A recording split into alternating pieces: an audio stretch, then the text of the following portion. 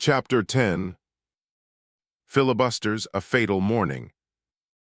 Chapter 1. The adventure that befell us on the way was also a surprising one, but I must tell the story in due order. An hour before Stepan Trofimovich and I came out into the street, a crowd of people, the hands from S.H. Pigulin's factory, 70 or more in number, had been marching through the town and had been an object of curiosity to many spectators. They walked intentionally in good order and almost in silence. Afterwards, it was asserted that these 70 had been elected out of the whole number of factory hands, amounting to about 900, to go to the governor and to try and get from him, in the absence of their employer, a just settlement of their grievances against the manager, who, in closing the factory and dismissing the workmen, had cheated them all in an impudent way, a fact which has since been proved conclusively. Some people still deny that there was any election of delegates, maintaining that 70 was too large a number to elect, and that the crowd simply consisted of those who had been most unfairly treated, and that they only came to ask for help in their own case, so that the general mutiny of the factory workers, about which there was such an uproar later on, had never existed at all. Others fiercely maintained that these 70 men were not simple strikers but revolutionists. That is, not merely that they were the most turbulent, but that they must have been worked upon by seditious manifestos. The fact is, it is still uncertain whether there had been any outside influence or incitement at work or not. My private opinion is that the workmen had not read the seditious manifestos at all, and if they had read them, would not have understood one word, for one reason because the authors of such literature write very obscurely in spite of the boldness of their style. But as the workmen really were in a difficult plight, and the police to whom they appealed would not enter into their grievances, what could be more natural than their idea of going in a body to the general himself, if possible, with the petition at their head, forming up in an orderly way before his door, and as soon as he showed himself, all falling on their knees and crying out to him as to Providence itself. To my mind, there is no need to see in this a mutiny or even a deputation, for it's a traditional, historical mode of action. The Russian people have always loved to parley with the general himself, for the mere satisfaction of doing so, regardless of how the conversation may end. And so I am quite convinced that, even though Fyodor Stepanovich, Liputin, and perhaps some others, perhaps even Fedka too, had been flitting about among the workpeople talking to them, and there is fairly good evidence of this, they had only approached 2, 3, 5 at the most, trying to sound them, and nothing had come of their conversation. As for the mutiny they advocated, if the factory workers did understand anything of their propaganda, they would have left off listening to it at once as to something stupid that had nothing to do with them. Fedka was a different matter. He had more success, I believe, than Fyodor Stepanovich. 2 workmen are now known for a fact to have assisted Fedka in causing the fire in the town, which occurred 3 days afterwards, and a month later 3 men who had worked in the factory were arrested for robbery and arson in the province. But if in these cases Fedka did lure them to direct and immediate action, he could only have succeeded with these 5, for we heard of nothing of the sort being done by others. Be that as it may, the whole crowd of workpeople had at last reached the open space in front of the governor's house and were drawn up there in silence and good order. Then, gaping open-mouthed at the front door, they waited. I am told that as soon as they halted they took off their caps, that is, a good hour before the appearance of the governor, who, as luck would have it, was not at home at the moment. The police made their appearance at once, at first individual policemen, and then as large a contingent of them as could be gathered together. They began, of course, by being menacing, ordering them to break up. But the workmen remained obstinately, like a flock of sheep at a fence, and replied laconically that they had come to see the general himself.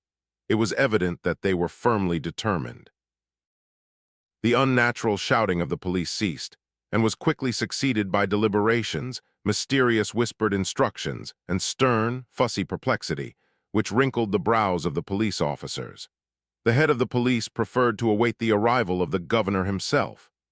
It was not true that he galloped to the spot with 3 horses at full speed, and began hitting out right and left before he alighted from his carriage. It's true that he used to dash about and was fond of dashing about at full speed in a carriage with a yellow back. And while his trace, horses who were so trained to carry their heads that they looked positively perverted, galloped more and more frantically. Rousing the enthusiasm of all the shopkeepers in the bazaar, he would rise up in the carriage, stand erect, holding on by a strap which had been fixed on purpose at the side, and with his right arm extended into space like a figure on a monument. Survey the town majestically. But in the present case he did not use his fists, and though as he got out of the carriage he could not refrain from a forcible expression, this was simply done to keep up his popularity. There is a still more absurd story that soldiers were brought up with bayonets, and that a telegram was sent for artillery and Cossacks. Those are legends which are not believed now even by those who invented them. It's an absurd story, too, that barrels of water were brought from the fire brigade, and that people were drenched with water from them. The simple fact is that Ilya Ilyich shouted in his heat that he wouldn't let one of them come dry out of the water. Probably this was the foundation of the barrel legend, which got into the columns of the Petersburg and Moscow newspapers. Probably the most accurate version was that at first all the available police formed a cordon round the crowd, and a messenger was sent for Lemk, a police superintendent, who dashed off in the carriage belonging to the head of the police on the way to Vorshniki, knowing that Lemk had gone there in his carriage half an hour before. But I must confess that I am still unable to answer the question how they could at first sight, from the first moment, have transformed an insignificant, that is to say an ordinary, crowd of petitioners, even though there were several of them, into a rebellion which threatened to shake the foundations of the state. Why did Lemk himself rush at that idea when he arrived 20 minutes after the messenger? I imagine, but again it's only my private opinion, that it was to the interest of Ilya Ilyich, who was a crony of the factory managers, to represent the crowd in this light to Lemk, in order to prevent him from going into the case. And Lemk himself had put the idea into his head. In the course of the last 2 days, he had had 2 unusual and mysterious conversations with him. It is true they were exceedingly obscure, but Ilya Ilyich was able to gather from them that the governor had thoroughly made up his mind that there were political manifestos, and that S.H. Pigulin's factory hands were being incited to a socialist rising, and that he was so persuaded of it that he would perhaps have regretted it if the story had turned out to be nonsense. He wants to get distinction in Petersburg, our wily Ilya Ilyich thought to himself as he left von Lemk. Well, that just suits me. But I am convinced that poor Andrei Antonovich would not have desired a rebellion even for the sake of distinguishing himself. He was a most conscientious official who had lived in a state of innocence up to the time of his marriage. And was it his fault that, instead of an innocent allowance of wood from the government and an equally innocent Minchin, a princess of 40 summers had raised him to her level? I know almost for certain that the unmistakable symptoms of the mental condition which brought poor Andrei Antonovich to a well-known establishment in Switzerland, where, I am told, he is now regaining his energies, were first apparent on that fatal morning. But once we admit that unmistakable signs of something were visible that morning, it may well be allowed that similar symptoms may have been evident the day before, though not so clearly. I happen to know from the most private sources, well, you may assume that Yulia Mihailovna later on, not in triumph but almost in remorse, for a woman is incapable of complete remorse, revealed part of it to me herself, that Andrei Antonovich had gone into his wife's room in the middle of the previous night, past 2 o'clock in the morning, had waked her up, and had insisted on her listening to his ultimatum.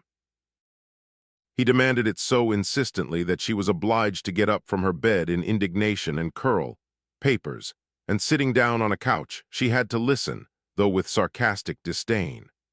Only then she grasped for the first time how far gone her Andrei Antonovich was, and was secretly horrified.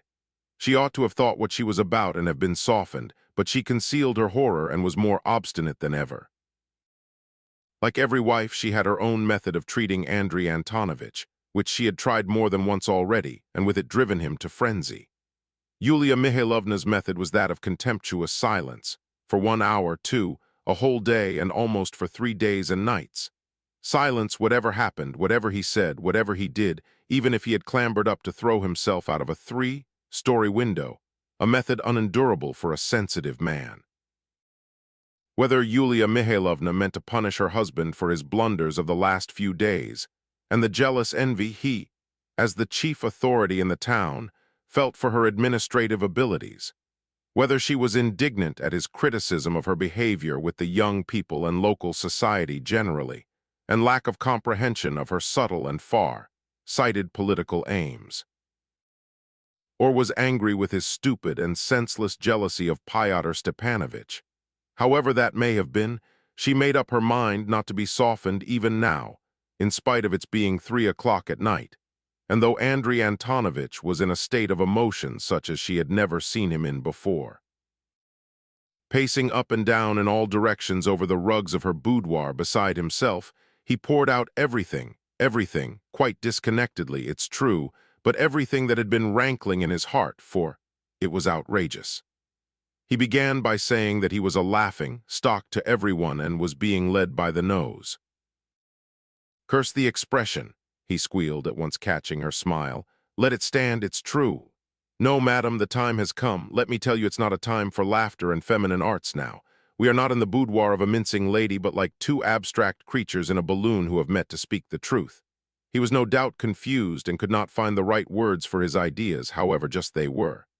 "It is you, madam, you who have destroyed my happy past. I took up this post simply for your sake, for the sake of your ambition. You smile sarcastically. Don't triumph, don't be in a hurry. Let me tell you, madam, let me tell you that I should have been equal to this position, and not only this position, but a dozen positions like it, for I have abilities. But with you, madam, with you, it's impossible, for with you here I have no abilities. There cannot be two centers, and you have created two, one of mine and one in your boudoir, two centers of power, madam, but I won't allow it, I won't allow it. In the service, as in marriage, there must be one center, two are impossible. How have you repaid me?" he went on. "Our marriage has been nothing, but you're proving to me all the time, every hour, that I am a nonentity, a fool, and even a rascal. And I have been all the time, every hour, forced in a degrading way to prove to you that I am not a nonentity, not a fool at all, and that I impress everyone with my honorable character. Isn't that degrading for both sides?" At this point he began rapidly stamping with both feet on the carpet, so that Yulia Mihailovna was obliged to get up with stern dignity. He subsided quickly, but passed to being pathetic and began sobbing. Yes, sobbing. Beating himself on the breast almost for 5 minutes, getting more and more frantic at Yulia Mihailovna's profound silence.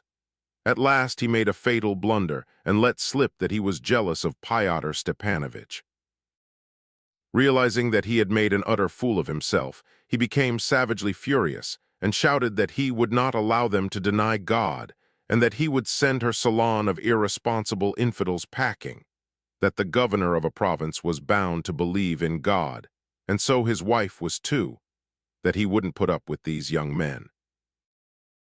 "You, madam, for the sake of your own dignity, ought to have thought of your husband and to have stood up for his intelligence even if he were a man of poor abilities, and I'm by no means a man of poor abilities.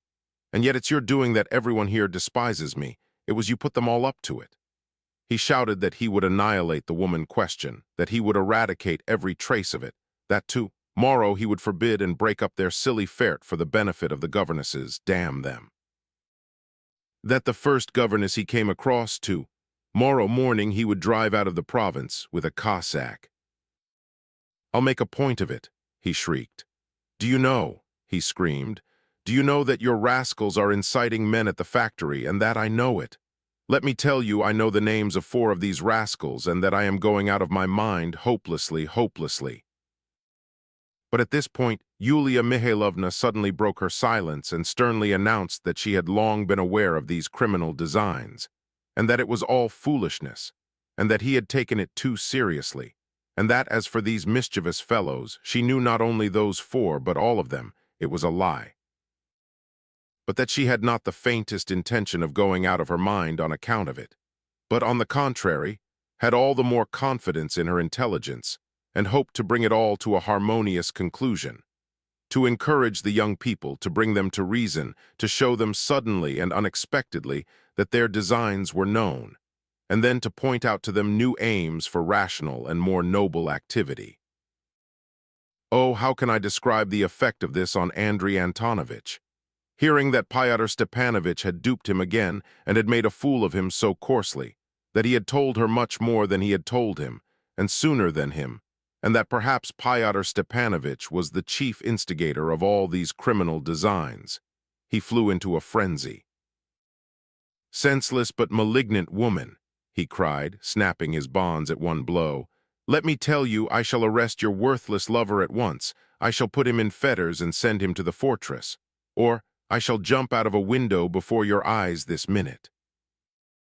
Yulia Mihailovna, turning green with anger, greeted this tirade at once with a burst of prolonged, ringing laughter, going off into peals such as one hears at the French theater when a Parisian actress, imported for a fee of 100,000 to play a coquette, laughs in her husband's face for daring to be jealous of her. Von Lemke rushed to the window, but suddenly stopped as though rooted to the spot, folded his arms across his chest, and white as a corpse looked with a sinister gaze at the laughing lady. "Do you know, Yulia, do you know?" he said in a gasping and suppliant voice. "Do you know that even I can do something?"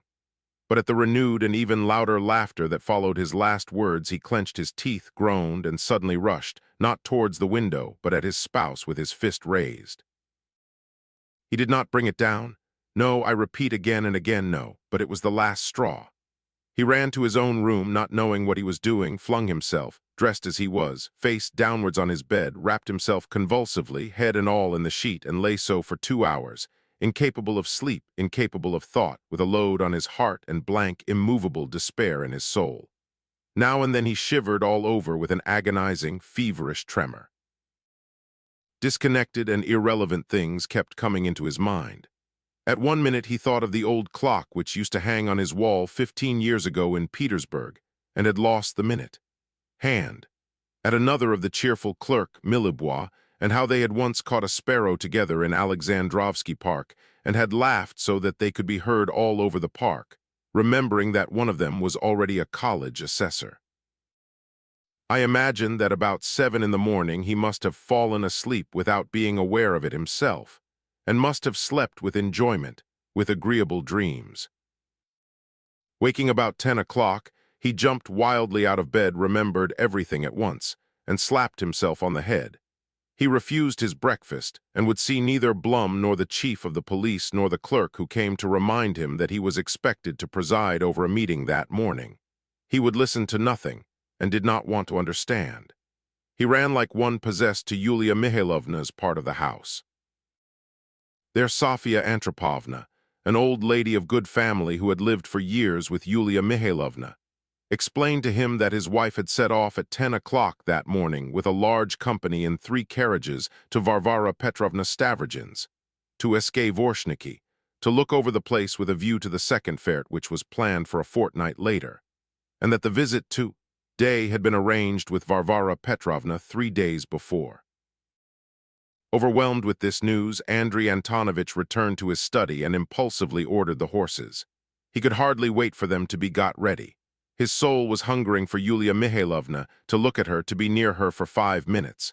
Perhaps she would glance at him, notice him, would smile as before, forgive him. Oh, aren't the horses ready?"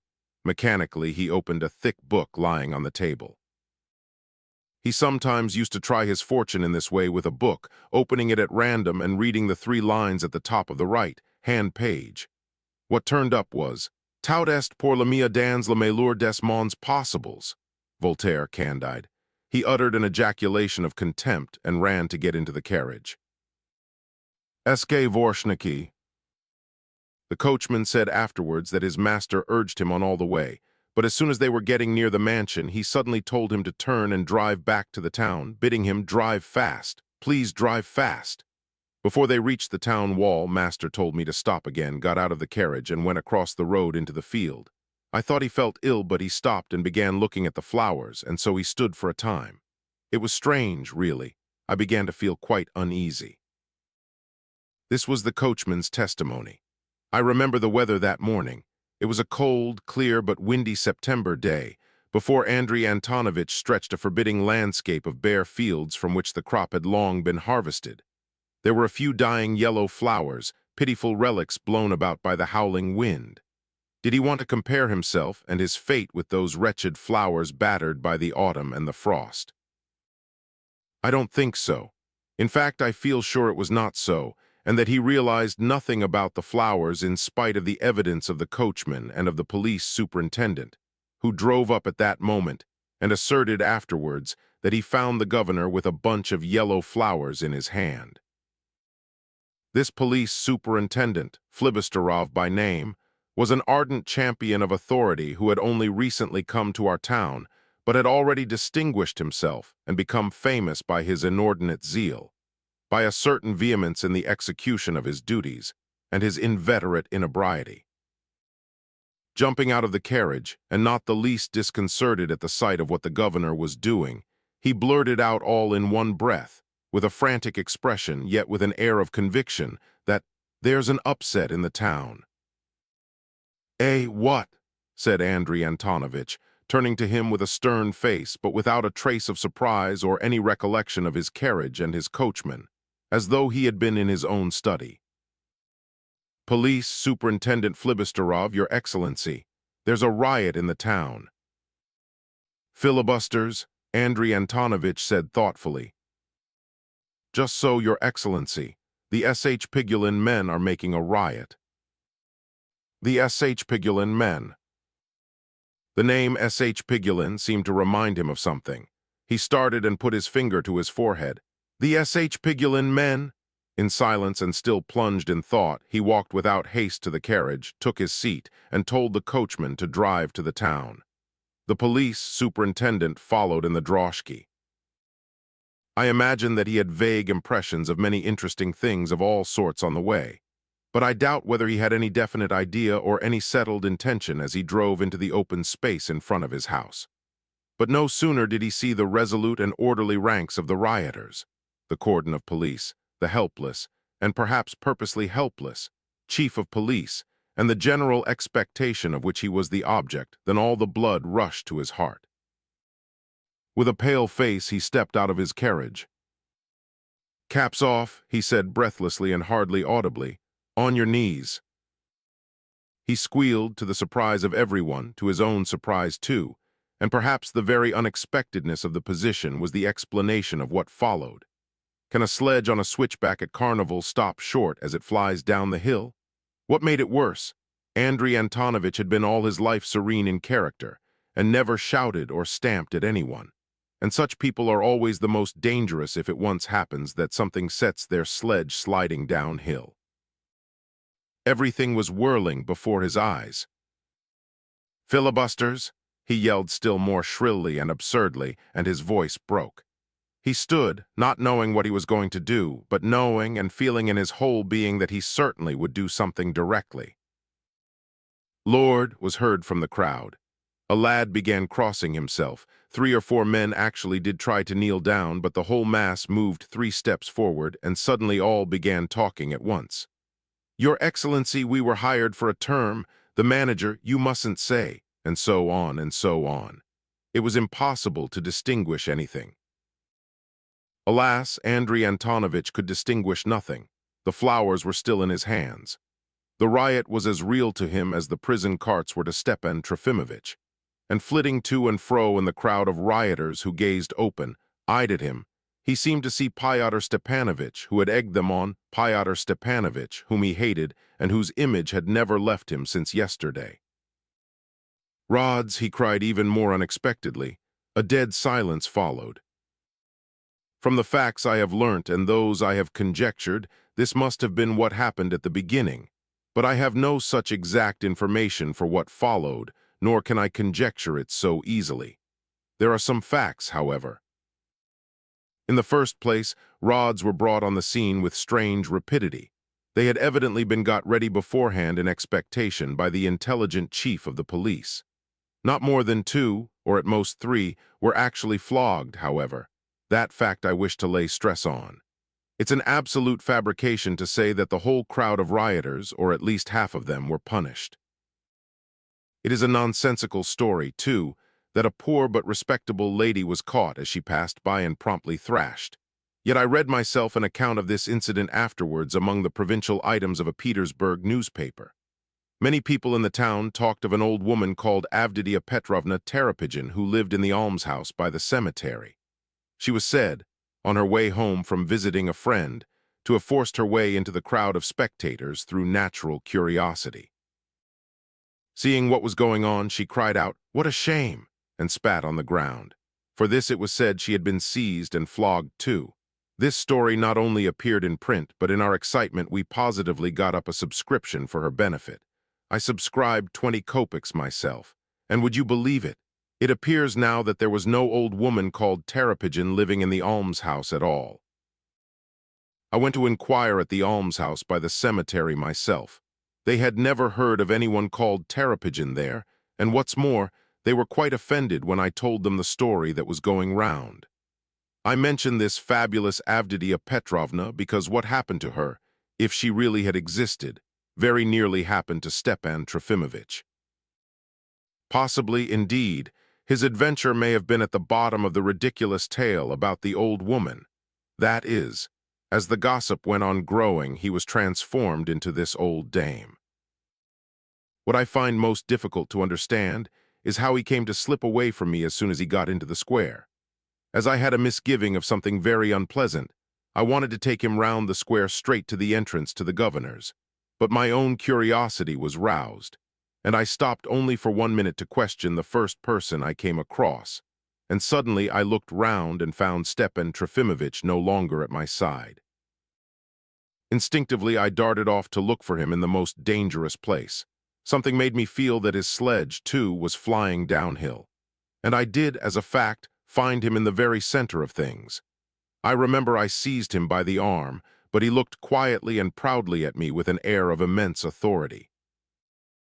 "Cher," he pronounced in a voice which quivered on a breaking note, "if they are dealing with people so unceremoniously before us, in an open square, what is to be expected from that man, for instance if he happens to act on his own authority?" And shaking with indignation and with an intense desire to defy them, he pointed a menacing, accusing finger at Fyodor, who was gazing at us open-eyed 2 paces away. "That man," cried the latter, blind with rage. "What man, and who are you?" He stepped up to him, clenching his fist. "Who are you?" he roared ferociously, hysterically, and desperately. I must mention that he knew Stepan Trofimovich perfectly well by sight. Another moment and he would have certainly seized him by the collar, but luckily, hearing him shout, Lemk turned his head.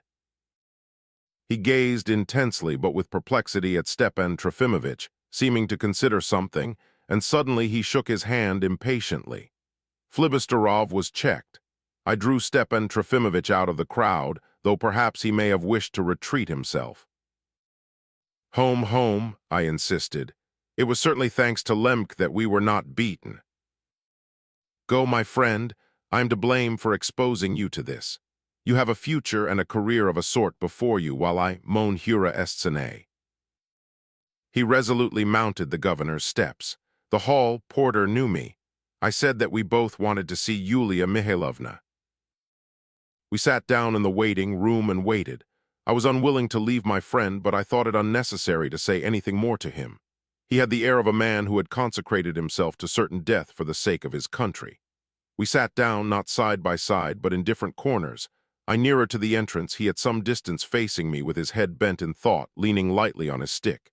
He held his wide, brimmed hat in his left hand. We sat like that for 10 minutes. Chapter 2. Lemk suddenly came in with rapid steps, accompanied by the chief of police, looked absent-mindedly at us, and taking no notice of us, was about to pass into his study on the right, but Stepan Trofimovich stood before him, blocking his way. The tall figure of Stepan Trofimovich, so unlike other people, made an impression. Lemk stopped. "Who is this?" he muttered, puzzled, as if he were questioning the chief of police, though he did not turn his head towards him, and was all the time gazing at Stepan Trofimovich. "Retired college assessor, Stepan Trofimovich Verhovensky, Your Excellency," answered Stepan Trofimovich, bowing majestically. His Excellency went on staring at him with a very blank expression, however. "What is it?" And with the curtness of a great official, he turned his ear to Stepan Trofimovich with disdainful impatience, taking him for an ordinary person with a written petition of some sort. "I was visited and my house was searched today by an official acting in your Excellency's name. Therefore I am desirous." Name, Lemk asked impatiently, seeming suddenly to have an inkling of something. Stepan Trofimovich repeated his name still more majestically. It's that hotbed you have shown yourself, sir, in such a light. Are you a professor, I once had the honor of giving some lectures to the young men of the X-University. The young men? Lemk seemed to start, though I am ready to bet that he grasped very little of what was going on, or even, perhaps, did not know with whom he was talking. "That, sir, I won't allow," he cried, suddenly getting terribly angry. "I won't allow, young men. It's all these manifestos. It's an assault on society, sir, a piratical attack, filibustering. What is your request?" "On the contrary, your wife requested me to read something tomorrow at her fête. I've not come to make a request, but to ask for my rights." "At the fête, there'll be no fête. I won't allow your fête, a lecture," he screamed furiously. "I should be very glad if you would speak to me rather more politely, Your Excellency, without stamping or shouting at me as though I were a boy." "Perhaps you understand whom you are speaking to," said Lemk, turning crimson. "Perfectly, Your Excellency. I am protecting society while you are destroying it. I remember about you, though. You used to be a tutor in the house of Madame Stavrogin." "Yes, I was in the position of tutor in the house of Madame Stavrogin, and have been for 20 years the hotbed of all that has now accumulated, all the fruits. I believe I saw you just now in the square. You'd better look out, sir, you'd better look out. Your way of thinking is well known.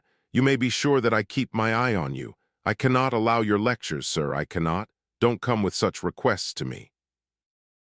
He would have passed on again. "I repeat that your Excellency is mistaken. It was your wife who asked me to give, not a lecture, but a literary reading at the fair tomorrow. But I decline to do so in any case now. I humbly request that you will explain to me, if possible, how, why, and for what reason I was subjected to an official search today. Some of my books and papers, private letters to me, were taken from me and wheeled through the town in a barrow." "Who searched you?" said Lemk, starting and returning to full consciousness of the position. He suddenly flushed all over. He turned quickly to the chief of police. At that moment the long, stooping, and awkward figure of Blum appeared in the doorway. "Why this official here?" said Stepan Trofimovich, indicating him. Blum came forward with a face that admitted his responsibility but showed no contrition. "Vous ne faites que des bêtises," Lemk threw at him in a tone of vexation and anger, and suddenly he was transformed and completely himself again. "Excuse me," he muttered, utterly disconcerted and turning absolutely crimson. All this was probably a mere blunder, a misunderstanding, nothing but a misunderstanding." "Your Excellency," observed Stepan Trofimovich, "once when I was young I saw a characteristic incident. In the corridor of a theater a man ran up to another and gave him a sounding smack in the face before the whole public. Perceiving at once that his victim was not the person whom he had intended to chastise, but some one quite different who only slightly resembled him, he pronounced angrily, with the haste of one whose moments are precious, "As your Excellency did just now, I've made a mistake." "Excuse me, it was a misunderstanding, nothing but a misunderstanding." And when the offended man remained resentful and cried out, he observed to him with extreme annoyance, "Why, I tell you it was a misunderstanding. What are you crying out about?" That's very amusing, of course." Lemk gave a wry smile. But can't you see how unhappy I am myself?" He almost screamed and seemed about to hide his face in his hands. This unexpected and piteous exclamation, almost a sob, was almost more than one could bear. It was probably the first moment since the previous day that he had full, vivid consciousness of all that had happened, and it was followed by complete, humiliating despair that could not be disguised. Who knows, in another minute he might have sobbed aloud. For the first moment Stepan Trofimovich looked wildly at him.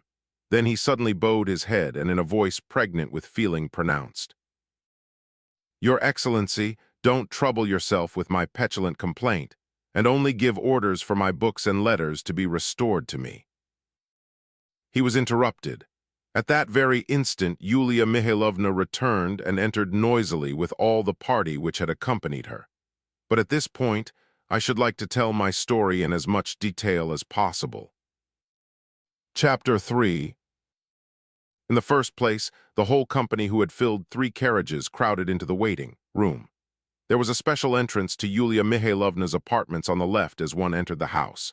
But on this occasion they all went through the waiting room, and I imagine just because Stepan Trofimovich was there, and because all that had happened to him as well as the Sh. Pigulin affair had reached Yulia Mihailovna's ears as she drove into the town. Lyamshin, who for some misdemeanor had not been invited to join the party, and so knew all that had been happening in the town before anyone else, brought her the news. With spiteful glee, he hired a wretched Cossack nag, and hastened on the way to Vorshniki to meet the returning cavalcade with the diverting intelligence. I fancy that, in spite of her lofty determination, Yulia Mihailovna was a little disconcerted on hearing such surprising news, but probably only for an instant. The political aspect of the affair, for instance, could not cause her uneasiness. Fyodor Stepanovich had impressed upon her 3 or 4 times that the Sh. Pigulin ruffians ought to be flogged, and Fyodor Stepanovich certainly had for some time past been a great authority in her eyes. But anyway, I shall make him pay for it, she doubtless reflected, the he, of course, referring to her spouse. I must observe in passing that on this occasion, as though purposely, Fyodor Stepanovich had taken no part in the expedition, and no one had seen him all day. I must mention, too, by the way, that Varvara Petrovna had come back to the town with her guests, in the same carriage with Yulia Mihailovna, in order to be present at the last meeting of the committee which was arranging the fete for the next day. She too must have been interested, and perhaps even agitated, by the news about Stepan Trofimovich communicated by Lyamshin. The hour of reckoning for Andrei Antonovich followed at once. Alas, he felt that from the first glance at his admirable wife. With an open air and an enchanting smile, she went quickly up to Stepan Trofimovich, held out her exquisitely gloved hand, and greeted him with a perfect shower of flattering phrases, as though the only thing she cared about that morning was to make haste to be charming to Stepan Trofimovich, because at last she saw him in her house. There was not one hint of the search that morning. It was as though she knew nothing of it. There was not one word to her husband, not one glance in his direction, as though he had not been in the room. What's more, she promptly confiscated Stepan Trofimovich and carried him off to the drawing room, as though he had had no interview with Lemk, or as though it was not worth prolonging if he had. I repeat again, I think that in this, Yulia Mihailovna, in spite of her aristocratic tone, made another great mistake, and Karmazinov particularly did much to aggravate this. He had taken part in the expedition at Yulia Mihailovna's special request, and in that way had incidentally paid his visit to Varvara Petrovna, and she was so poor-spirited as to be perfectly delighted at it. On seeing Stepan Trofimovich, he called out from the doorway, he came in behind the rest, and pressed forward to embrace him, even interrupting Yulia Mihailovna. "What years, what ages, at last, excellent Ami." He made as though to kiss him, offering his cheek, of course, and Stepan Trofimovich was so fluttered that he could not avoid saluting it. "Cher," he said to me that evening, recalling all the events of that day, "I wondered at that moment which of us was the most contemptible, he embracing me only to humiliate me, or I, despising him and his face and kissing it on the spot, though I might have turned away. Foo. Come, tell me about yourself, tell me everything," Karmazinov drawled and lisped, as though it were possible for him on the spur of the moment to give an account of 25 years of his life. But this foolish trifling was the height of chic. "Remember that the last time we met was at the Granovsky dinner in Moscow, and that 24 years have passed since then." Stepan Trofimovich began very reasonably, and consequently not at all in the same chic style. "See Cher Hom," Karmazinov interrupted with shrill familiarity, squeezing his shoulder with exaggerated friendliness. "Make haste and take us to your room, Yulia Mihailovna. There he'll sit down and tell us everything." And yet I was never at all intimate with that peevish old woman, Stepan Trofimovich went on complaining to me that same evening, shaking with anger. We were almost boys, and I'd begun to detest him even then, just as he had me, of course. Yulia Mihailovna's drawing room filled up quickly. Varvara Petrovna was particularly excited, though she tried to appear indifferent, but I caught her once or twice glancing with hatred at Karmazinov and with wrath at Stepan Trofimovich. The wrath of anticipation, the wrath of jealousy and love. If Stepan Trofimovich had blundered this time and had let Karmazinov make him look small before everyone, I believe she would have leapt up and beaten him. I have forgot to say that Lisa too was there, and I had never seen her more radiant, carelessly light-hearted and happy. Mavriky Nikolaevich was there too, of course. In the crowd of young ladies and rather vulgar young men who made up Yulia Mihailovna's usual retinue, and among whom this vulgarity was taken for sprightliness, and cheap cynicism for wit, I noticed 2 or 3 new faces. A very obsequious Pole who was on a visit in the town. A German doctor, a sturdy old fellow who kept loudly laughing with great zest at his own wit. And lastly, a very young princeling from Petersburg like an automaton figure, with the deportment of a state dignitary and a fearfully high collar. But it was evident that Yulia Mihailovna had a very high opinion of this visitor, and was even a little anxious of the impression her salon was making on him. "Cher M. Karmazinov," said Stepan Trofimovich, sitting in a picturesque pose on the sofa and suddenly beginning to lisp as daintily as Karmazinov himself. "Cher M. Karmazinov, the life of a man of our time and of certain convictions, even after an interval of 25 years, is bound to seem monotonous." The German went off into a loud, abrupt guffaw like a neigh, evidently imagining that Stepan Trofimovich had said something exceedingly funny. The latter gazed at him with studied amazement but produced no effect on him whatever. The prince, too, looked at the German, turning head, collar and all, towards him and putting up his pince, nez, though without the slightest curiosity. "Is bound to seem monotonous," Stepan Trofimovich intentionally repeated, drawling each word as deliberately and nonchalantly as possible. "And so my life has been throughout this quarter of a century, et comme on trouve partout plus de moins que de racine. And as I am entirely of this opinion, it has come to pass that throughout this quarter of a century C'est charmant les moins," whispered Yulia Mihailovna, turning to Varvara Petrovna, who was sitting beside her. Varvara Petrovna responded with a look of pride, but Karmazinov could not stomach the success of the French phrase and quickly and shrilly interrupted Stepan Trofimovich. "As for me, I am quite at rest on that score, and for the past 7 years I've been settled at Karlsruhe. And last year, when it was proposed by the town council to lay down a new water pipe, I felt in my heart that this question of water pipes in Karlsruhe was dearer and closer to my heart than all the questions of my precious fatherland, in this period of so-called reform. I can't help sympathizing, though it goes against the grain," sighed Stepan Trofimovich, bowing his head significantly. Yulia Mihailovna was triumphant. The conversation was becoming profound and taking a political turn. "A drain pipe?" the doctor inquired in a loud voice. "A water pipe, doctor, a water pipe," and I positively assisted them in drawing up the plan. The doctor went off into a deafening guffaw. Many people followed his example, laughing in the face of the doctor, who remained unconscious of it and was highly delighted that everyone was laughing. "You must allow me to differ from you, Karmazinov," Yulia Mihailovna hastened to interpose. "Karlsruhe is all very well, but you are fond of mystifying people, and this time we don't believe you. What Russian writer has presented so many modern types, has brought forward so many contemporary problems, has put his finger on the most vital modern points which make up the type of the modern man of action. You, only you, and no one else." It's no use your assuring us of your coldness towards your own country and your ardent interest in the water, pipes of Karlsruhe. Ha ha. Yes, no doubt, lisped Karmazinov. I have portrayed in the character of Pogachev all the failings of the Slavophiles, and in the character of Nikodimov all the failings of the Westerners. I say hardly all, Lyamshin whispered slyly.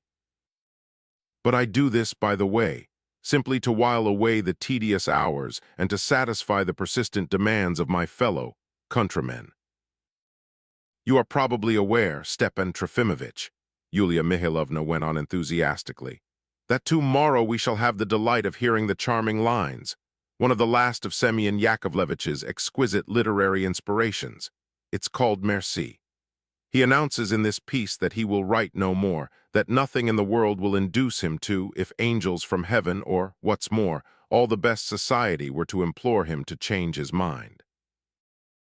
In fact, he is laying down the pen for good, and this graceful merci is addressed to the public in grateful acknowledgment of the constant enthusiasm with which it has, for so many years, greeted his unswerving loyalty to true Russian thought. Yulia Mihailovna was at the acme of bliss. Yes, I shall make my farewell. I shall say my merci and depart, and there in Karlsruhe I shall close my eyes. Karmazinov was gradually becoming maudlin. Like many of our great writers, and there are numbers of them amongst us, he could not resist praise and began to be limp at once in spite of his penetrating wit. But I consider this as pardonable. They say that one of our Shakespeares positively blurted out in private conversation that we great men can't do otherwise, and so on, and what's more, was unaware of it.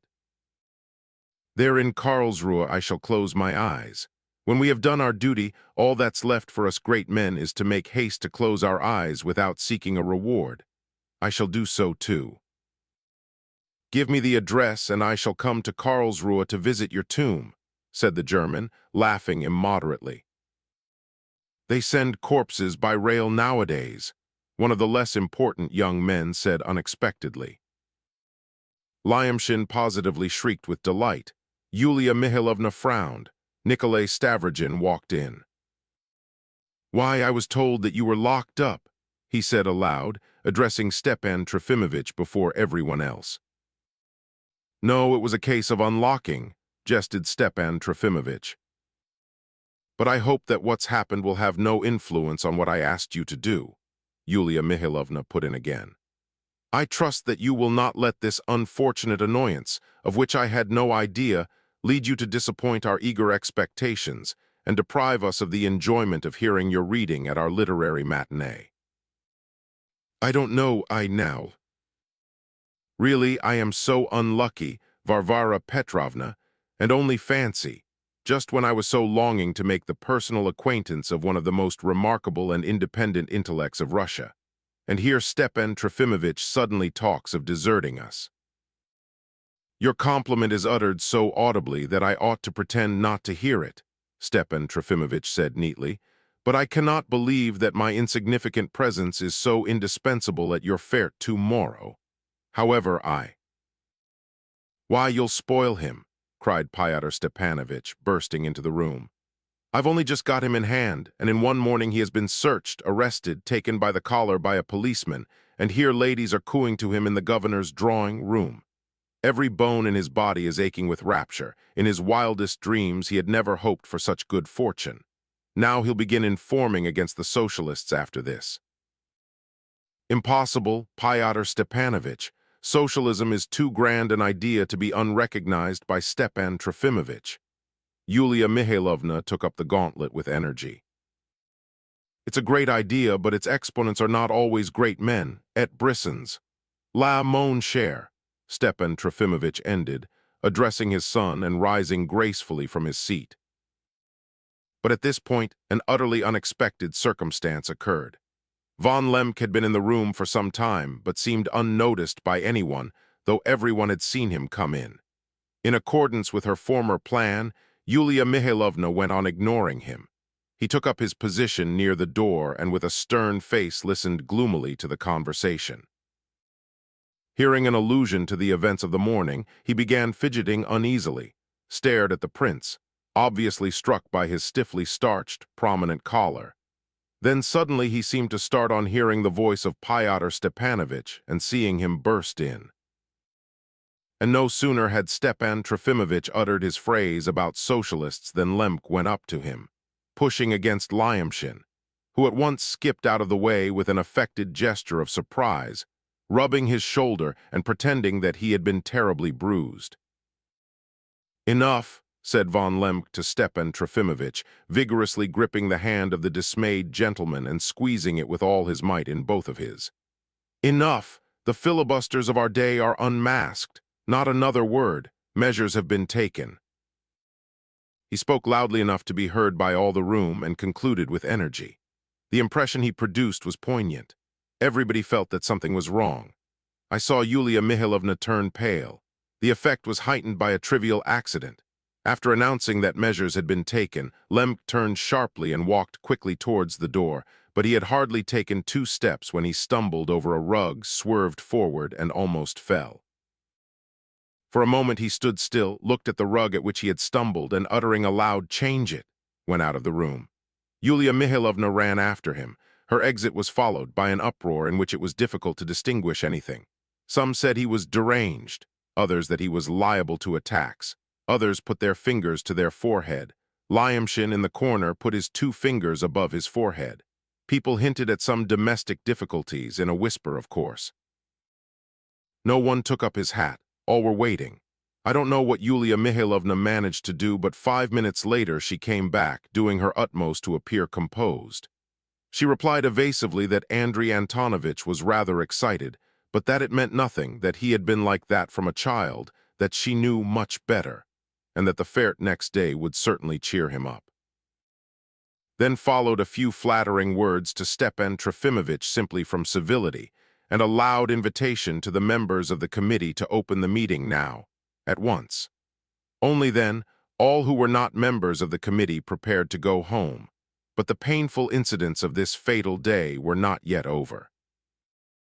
I noticed at the moment when Nikolai Stavrogin came in that Lisa looked quickly and intently at him, and was for a long time unable to take her eyes off him, so much so that at last it attracted attention. I saw Mavriky Nikolaevich bend over her from behind. He seemed to mean to whisper something to her, but evidently changed his intention and drew himself up quickly, looking round at everyone with a guilty air.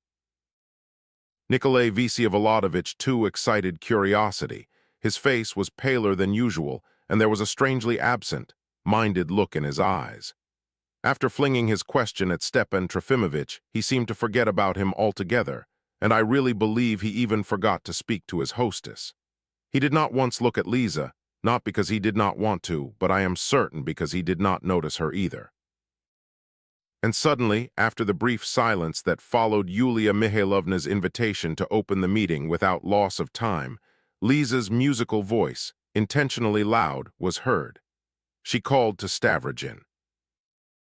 "Nikolai Vsevolodovich, a captain who calls himself a relation of yours, the brother of your wife, and whose name is Lebyadkin, keeps writing impertinent letters to me, complaining of you and offering to tell me some secrets about you. If he really is a connection of yours, please tell him not to annoy me and save me from this unpleasantness." There was a note of desperate challenge in these words. Everyone realized it. The accusation was unmistakable, though perhaps it was a surprise to herself. She was like a man who shuts his eyes and throws himself from the roof. But Nikolai Stavrogin's answer was even more astounding. To begin with, it was strange that he was not in the least surprised and listened to Lisa with unruffled attention. There was no trace of either confusion or anger in his face. Simply, firmly, even with an air of perfect readiness, he answered the fatal question. "Yes, I have the misfortune to be connected with that man. I have been the husband of his sister for nearly 5 years. You may be sure I will give him your message as soon as possible, and I'll answer for it that he shan't annoy you again." I shall never forget the horror that was reflected on the face of Varvara Petrovna. With a distracted air, she got up from her seat, lifting up her right hand as though to ward off a blow. Nikolai Vsevolodovich looked at her, looked at Lisa, at the spectators, and suddenly smiled with infinite disdain. He walked deliberately out of the room. Everyone saw how Lisa leapt up from the sofa as soon as he turned to go and unmistakably made a movement to run after him. But she controlled herself and did not run after him. She went quietly out of the room without saying a word or even looking at anyone, accompanied, of course, by Mavriky Nikolaevich, who rushed after her. The uproar and the gossip that night in the town I will not attempt to describe. Varvara Petrovna shut herself up in her town house, and Nikolay Vsevolodovich, it was said, went straight to Dvorshniki without seeing his mother. Stepan Trofimovich sent me that evening to cheer Amy to implore her to allow him to come to her, but she would not see me. He was terribly overwhelmed. He shed tears. Such a marriage, such a marriage, such an awful thing in the family, he kept repeating. He remembered Karmazinov, however, and abused him terribly. He set to work vigorously to prepare for the reading too and the artistic temperament, rehearsed before the looking glass, and went over all the jokes and witticisms uttered in the course of his life, which he had written down in a separate notebook, to insert into his reading next day. "My dear, I do this for the sake of a great idea," he said to me, obviously justifying himself. "Cher Ami, I have been stationary for 25 years, and suddenly I've begun to move, whither I know not, but I've begun to move." Part I. Chapter 1. The Fate First Part. Chapter 1. The fair took place in spite of all the perplexities of the preceding Pigulin day. I believe that even if Lemke had died the previous night, the fair would still have taken place next morning. So peculiar was the significance Yulia Mihailovna attached to it. Alas, up to the last moment she was blind and had no inkling of the state of public feeling. No one believed at last that the festive day would pass without some tremendous scandal, some catastrophe, as some people expressed it, rubbing their hands in anticipation. Many people, it is true, tried to assume a frowning and diplomatic countenance. But speaking generally, every Russian is inordinately delighted at any public scandal and disorder. It is true that we did feel something much more serious than the mere craving for a scandal. There was a general feeling of irritation, a feeling of implacable resentment. Everyone seemed thoroughly disgusted with everything. A kind of bewildered cynicism, a forced, as it were, strained cynicism was predominant in everyone. The only people who were free from bewilderment were the ladies, and they were clear on only one point: their remorseless detestation of Yulia Mihailovna. Ladies of all shades of opinion were agreed in this, and she, poor dear, had no suspicion. Up to the last hour she was persuaded that she was surrounded by followers, and that they were still fanatically devoted to her. I have already hinted that some low fellows of different sorts had made their appearance amongst us. In turbulent times of upheaval or transition, low characters always come to the front everywhere. I am not speaking now of the so-called advanced people who are always in a hurry to be in advance of everyone else, their absorbing anxiety, and who always have some more or less definite, though often very stupid, aim. No, I am speaking only of the RAF. In every period of transition, this RAF, which exists in every society, rises to the surface, and is not only without any aim, but has not even a symptom of an idea, and merely does its utmost to give expression to uneasiness and impatience. Moreover, this RAF almost always falls unconsciously under the control of the little group of advanced people who do act with a definite aim, and this little group can direct all this rabble as it pleases, if only it does not itself consist of absolute idiots, which, however, is sometimes the case. It is said among us now that it is all over, that Fyodor Stepanovich was directed by the Internationale, and Yulia Mihailovna by Fyodor Stepanovich, while she controlled, under his rule, a rabble of all sorts. The more sober minds amongst us wonder at themselves now, and can't understand how they came to be so foolish at the time. What constituted the turbulence of our time, and what transition it was we were passing through, I don't know, nor I think does anyone, unless it were some of those visitors of ours.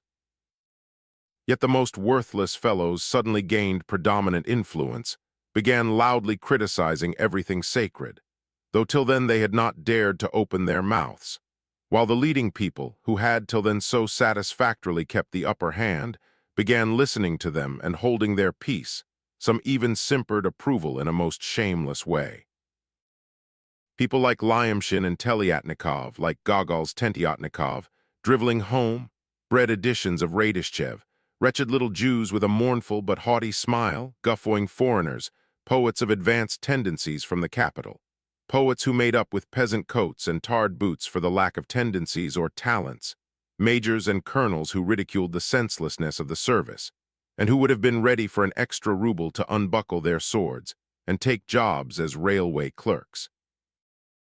Generals who had abandoned their duties to become lawyers, advanced mediators, advancing merchants, innumerable divinity students, women who were the embodiment of the woman question. All these suddenly gained complete sway among us, and over whom? Over the club, the venerable officials, over generals with wooden legs, over the very strict and inaccessible ladies of our local society. Since even Varvara Petrovna was almost at the beck and call of this rabble, right up to the time of the catastrophe with her son, our other local Minervas may well be pardoned for their temporary aberration. Now all this is attributed, as I have mentioned already, to the Internationale. This idea has taken such root that it is given as the explanation to visitors from other parts. Only lately Councillor Kubrakov, a man of 62, with the Stanislav Order on his breast, came forward uninvited and confessed in a voice full of feeling that he had beyond a shadow of doubt been for fully 3 months under the influence of the Internationale.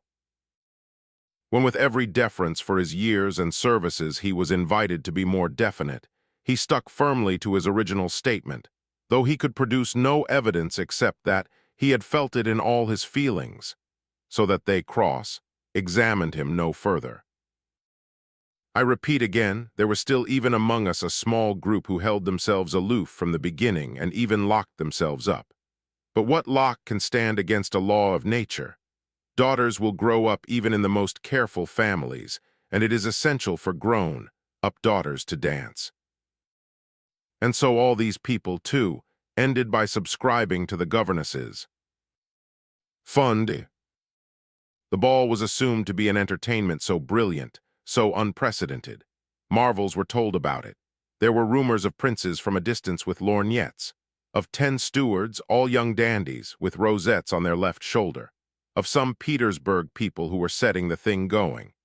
There was a rumor that Karmazinov had consented to increase the subscriptions to the fund by reading his merci in the costume of the governesses of the district. That there would be a literary quadrille all in costume, and every costume would symbolize some special line of thought.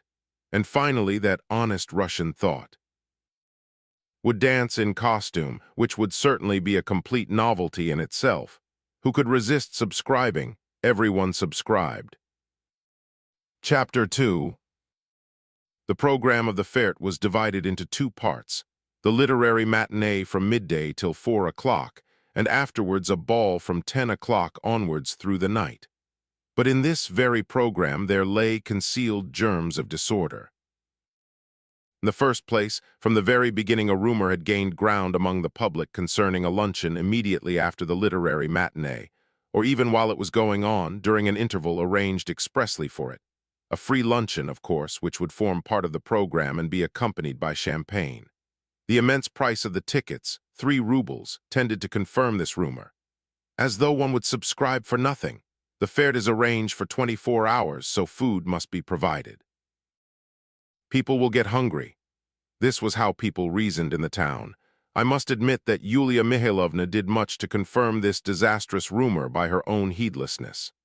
A month earlier, under the first spell of the great project, she would babble about it to anyone she met, and even sent a paragraph to one of the Petersburg papers about the toasts and speeches arranged for her fête. What fascinated her most at that time was the idea of these toasts.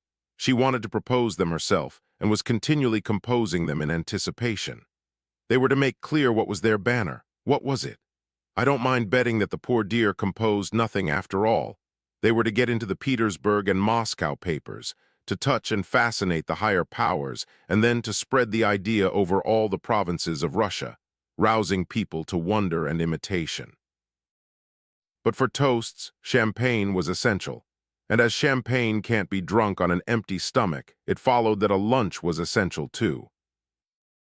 Afterwards, when by her efforts a committee had been formed and had attacked the subject more seriously, it was proved clearly to her at once that if they were going to dream of banquets, there would be very little left for the governesses, however well people subscribed. There were two ways out of the difficulty. Either Belshazzar's feast with toasts and speeches, and 90 rubles for the governesses, or a considerable sum of money with the fete only as a matter of form to raise it.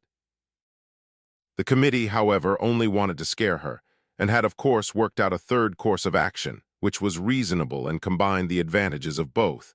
That is, a very decent fete in every respect, only without champagne, and so yielding a very respectable sum, much more than 90 rubles. But Yulia Mihailovna would not agree to it. Her proud spirit revolted from paltry compromise. She decided at once that if the original idea could not be carried out, they should rush to the opposite extreme, that is, raise an enormous subscription that would be the envy of other provinces. The public must understand, she said at the end of her flaming speech to the committee, that the attainment of an object of universal human interest is infinitely loftier than the corporeal enjoyments of the passing moment, that the fete in its essence is only the proclamation of a great idea, and so we ought to be content with the most frugal German ball simply as a symbol, that is, if we can't dispense with this detestable ball altogether.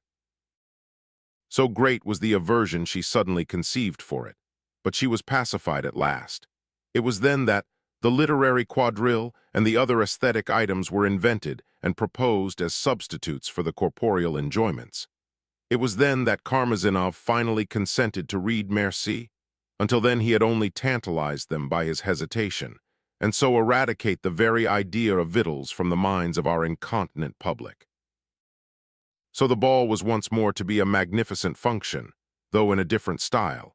And not to be too ethereal, it was decided that tea with lemon and round biscuits should be served at the beginning of the ball, and later on orchard and lemonade, and at the end even ices, but nothing else. For those who always and everywhere are hungry and, still more, thirsty, they might open a buffet in the farthest of the suite of rooms and put it in charge of Prohorovitch, the head cook of the club, who would, subject to the strict supervision of the committee, serve whatever was wanted at a fixed charge, and a notice should be put up on the door of the hall that refreshments were extra. But on the morning they decided not to open the buffet at all for fear of disturbing the reading, though the buffet would have been 5 rooms off the White Hall in which Karmazinov had consented to read Merci. It is remarkable that the committee, and even the most practical people in it, attached enormous consequence to this reading.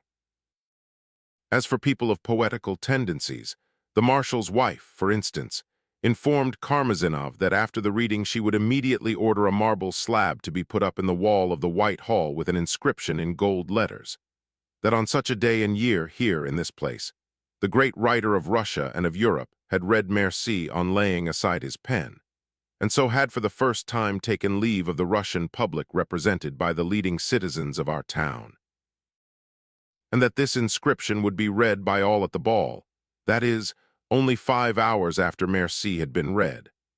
I know for a fact that Karmazinov it was who insisted that there should be no buffet in the morning on any account, while he was reading, in spite of some protests from members of the committee that this was rather opposed to our way of doing things. This was the position of affairs, while in the town people were still reckoning on a Belshazzar feast, that is, on refreshments provided by the committee. They believed in this to the last hour. Even the young ladies were dreaming of masses of sweets and preserves, and something more beyond their imagination. Everyone knew that the subscriptions had reached a huge sum, that all the town was struggling to go, that people were driving in from the surrounding districts, and that there were not tickets enough. It was known, too, that there had been some large subscriptions apart from the price paid for tickets. Varvara Petrovna, for instance, had paid 300 rubles for her ticket and had given almost all the flowers from her conservatory to decorate the room. The marshal's wife, who was a member of the committee, provided the house and the lighting, The club furnished the music, the attendance, and gave up Prohorovich for the whole day. There were other contributions as well, though lesser ones, so much so indeed that the idea was mooted of cutting down the price of tickets from 3 rubles to 2. Indeed, the committee were afraid at first that 3 rubles would be too much for young ladies to pay, and suggested that they might have family tickets, so that every family should pay for one daughter only, while the other young ladies of the family, even if there were a dozen specimens, should be admitted free. But all their apprehensions turned out to be groundless. It was just the young ladies who did come. Even the poorest clerks brought their girls, and it was quite evident that if they had had no girls it would never have occurred to them to subscribe for tickets. One insignificant little secretary brought all his 7 daughters, to say nothing of his wife and a niece into the bargain, and every one of these persons held in her hand an entrance ticket that cost 3 rubles. It may be imagined what an upheaval it made in the town. One has only to remember that, as the fete was divided into 2 parts, every lady needed 2 costumes for the occasion, a morning one for the matinee and a ball dress for the evening. Many middle-class people, as it appeared afterwards, had pawned everything they had for that day, even the family linen, even the sheets, and possibly the mattresses, to the Jews, who had been settling in our town in great numbers during the previous 2 years, and who became more and more numerous as time went on.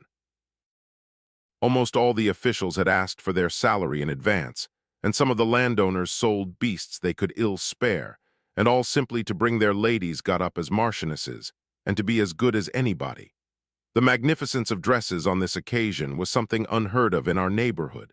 For a fortnight beforehand, the town was overflowing with funny stories which were all brought by our wits to Yulia Mihailovna's court. Caricatures were passed from hand to hand. I have seen some drawings of the sort myself, in Yulia Mihailovna's album.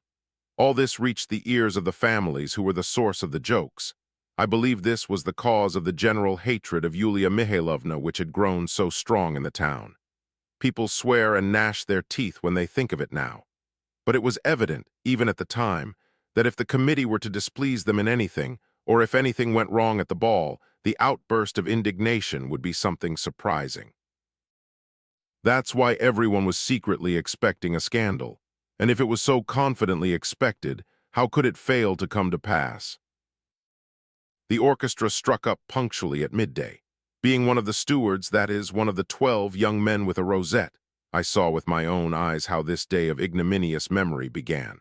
It began with an enormous crush at the doors. How was it that everything, including the police, went wrong that day? I don't blame the genuine public. The fathers of families did not crowd, nor did they push against anyone in spite of their position. On the contrary, I am told that they were disconcerted even in the street, at the sight of the crowd shoving in a way unheard of in our town, besieging the entry and taking it by assault, instead of simply going in. Meanwhile, the carriages kept driving up, and at last blocked the street. Now, at the time I write, I have good grounds for affirming that some of the lowest rabble of our town were brought in without tickets by Lyamshin and Liputin, possibly, too, by other people who were stewards like me. Anyway, some complete strangers who had come from the surrounding districts and elsewhere were present. As soon as these savages entered the hall, they began asking where the buffet was, as though they had been put up to it beforehand, and learning that there was no buffet, they began swearing with brutal directness and an unprecedented insolence. Some of them, it is true, were drunk when they came. Some of them were dazed like savages at the splendor of the hall, as they had never seen anything like it, and subsided for a minute gazing at it open-mouthed. This great white hall really was magnificent, though the building was falling into decay. It was of immense size, with 2 rows of windows with an old-fashioned ceiling covered with gilt carving, with a gallery with mirrors on the walls, red and white draperies, marble statues, nondescript but still statues, with heavy old furniture of the Napoleonic period, white and gold, upholstered in red velvet. At the moment I am describing, a high platform had been put up for the literary gentlemen who were to read, and the whole hall was filled with chairs like the parterre of a theater, with wide aisles for the audience. But after the first moments of surprise, the most senseless questions and protests followed. Perhaps we don't care for a reading. We've paid our money. The audience has been impudently swindled. This is our entertainment, not the Lemks. They seemed, in fact, to have been let in for this purpose. I remember specially an encounter in which the princeling with the stand, up collar and the face of a Dutch doll, whom I had met the morning before at Yulia Mihailovna's, distinguished himself.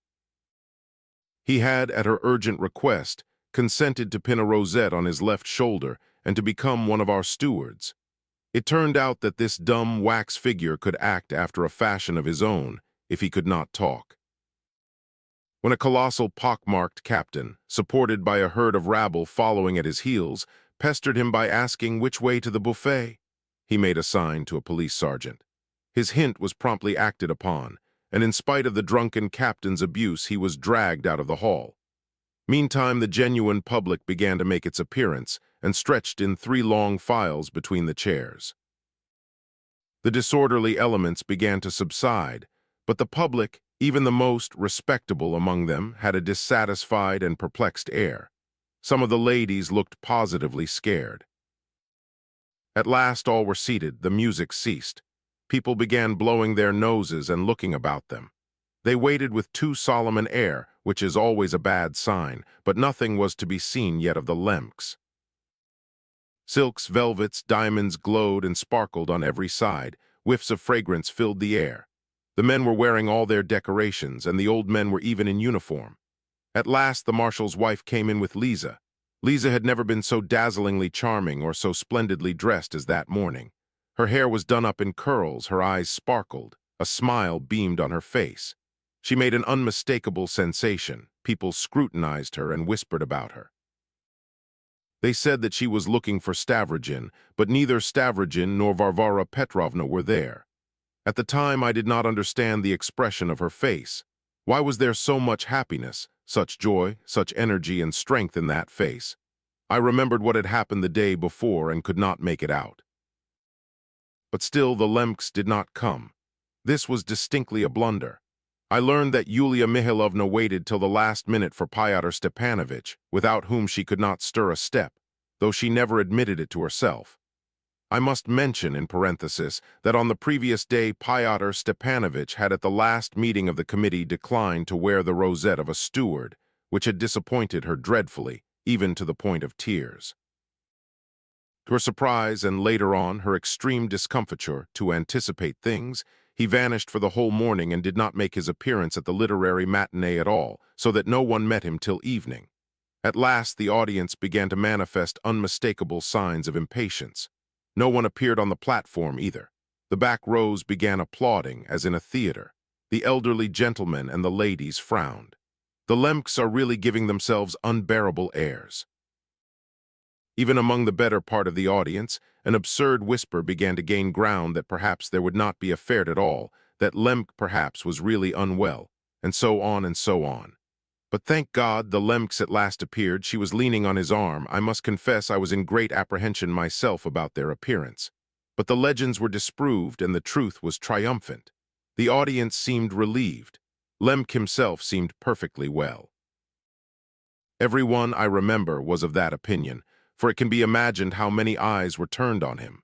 I may mention, as characteristic of our society, that there were very few of the better, class people who saw reason to suppose that there was anything wrong with him. His conduct seemed to them perfectly normal, and so much so that the action he had taken in the square the morning before was accepted and approved. That's how it should have been from the first, the higher officials declared. If a man begins as a philanthropist, he has to come to the same thing in the end, though he does not see that it was necessary from the point of view of philanthropy itself. That, at least, was the opinion at the club. They only blamed him for having lost his temper. It ought to have been done more coolly, but there he is a new man, said the authorities. All eyes turned with equal eagerness to Yulia Mihailovna. Of course, no one has the right to expect from me an exact account in regard to one point. That is a mysterious, a feminine question. But I only know one thing. On the evening of the previous day, she had gone into Andrei Antonovich's study and was there with him till long after midnight. Andrei Antonovich was comforted and forgiven. The husband and wife came to a complete understanding. Everything was forgotten.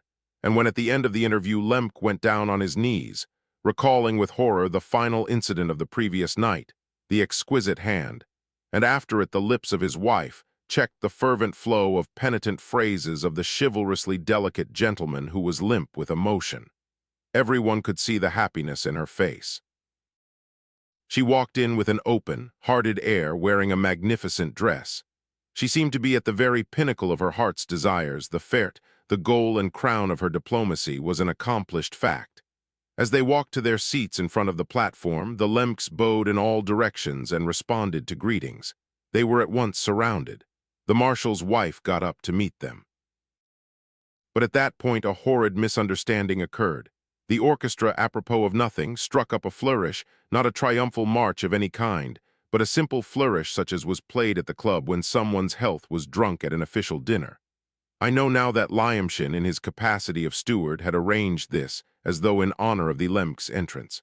Of course, he could always excuse it as a blunder or excessive zeal. Alas! I did not know at the time that they no longer cared even to find excuses, and that all such considerations were from that day a thing of the past. But the flourish was not the end of it. In the midst of the vexatious astonishment and the smiles of the audience, there was a sudden hurrah from the end of the hall and from the gallery also, apparently in Lemk's honor. The hurrahs were few, but I must confess they lasted for some time. Yulia Mihailovna flushed, her eyes flashed. Lemk stood still at his chair, and turning towards the voices sternly and majestically scanned the audience. They hastened to make him sit down. I noticed with dismay the same dangerous smile on his face as he had worn the morning before in his wife's drawing room when he stared at Stepan Trofimovich before going up to him. It seemed to me that now, too, there was an ominous, and worst of all, a rather comic expression on his countenance, the expression of a man resigned to sacrifice himself to satisfy his wife's lofty aims. Yulia Mihailovna beckoned to me hurriedly and whispered to me to run to Karmazinov and entreat him to begin. And no sooner had I turned away than another disgraceful incident, much more unpleasant than the first, took place. On the platform, the empty platform, on which till that moment all eyes and all expectations were fastened, and where nothing was to be seen but a small table, a chair in front of it, and on the table a glass of water on a silver salver. On the empty platform there suddenly appeared the colossal figure of Captain Lebyadkin wearing a dress, coat, and a white tie. I was so astounded I could not believe my eyes. The captain seemed confused and remained standing at the back of the platform. Suddenly there was a shout in the audience. "Lebyadkin, you!" The captain's stupid red face, he was hopelessly drunk, expanded in a broad, vacant grin at this greeting. He raised his hand, rubbed his forehead with it, shook his shaggy head, and as though making up his mind to go through with it, took 2 steps forward and suddenly went off into a series of prolonged, blissful, gurgling but not loud guffaws, which made him screw up his eyes and set all his bulky person heaving. This spectacle set almost half the audience laughing. 20 people applauded. The serious part of the audience looked at one another gloomily. It all lasted only half a minute, however. Liputin, wearing his steward's rosette, ran onto the platform with 2 servants. They carefully took the captain by both arms, while Liputin whispered something to him. The captain scowled, muttered, "Ah, well, if that's it," waved his hand, turned his huge back to the public, and vanished with his escort. But a minute later Liputin skipped onto the platform again. He was wearing the sweetest of his invariable smiles, which usually suggested vinegar and sugar, and carried in his hands a sheet of note paper. With tiny but rapid steps he came forward to the edge of the platform.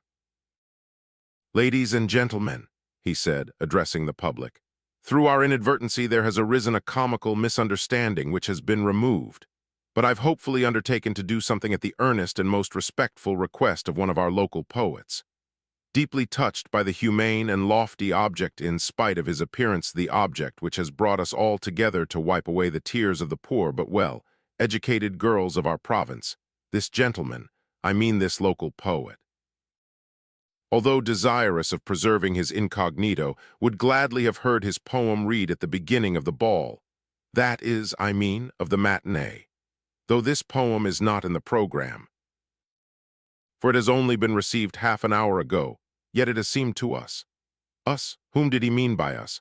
I report his confused and incoherent speech word for word, that through its remarkable naivete of feeling, together with its equally remarkable gaiety, the poem might well be read, that is, not as something serious, but as something appropriate to the occasion, that is, to the idea, especially as some lines, and I wanted to ask the kind permission of the audience.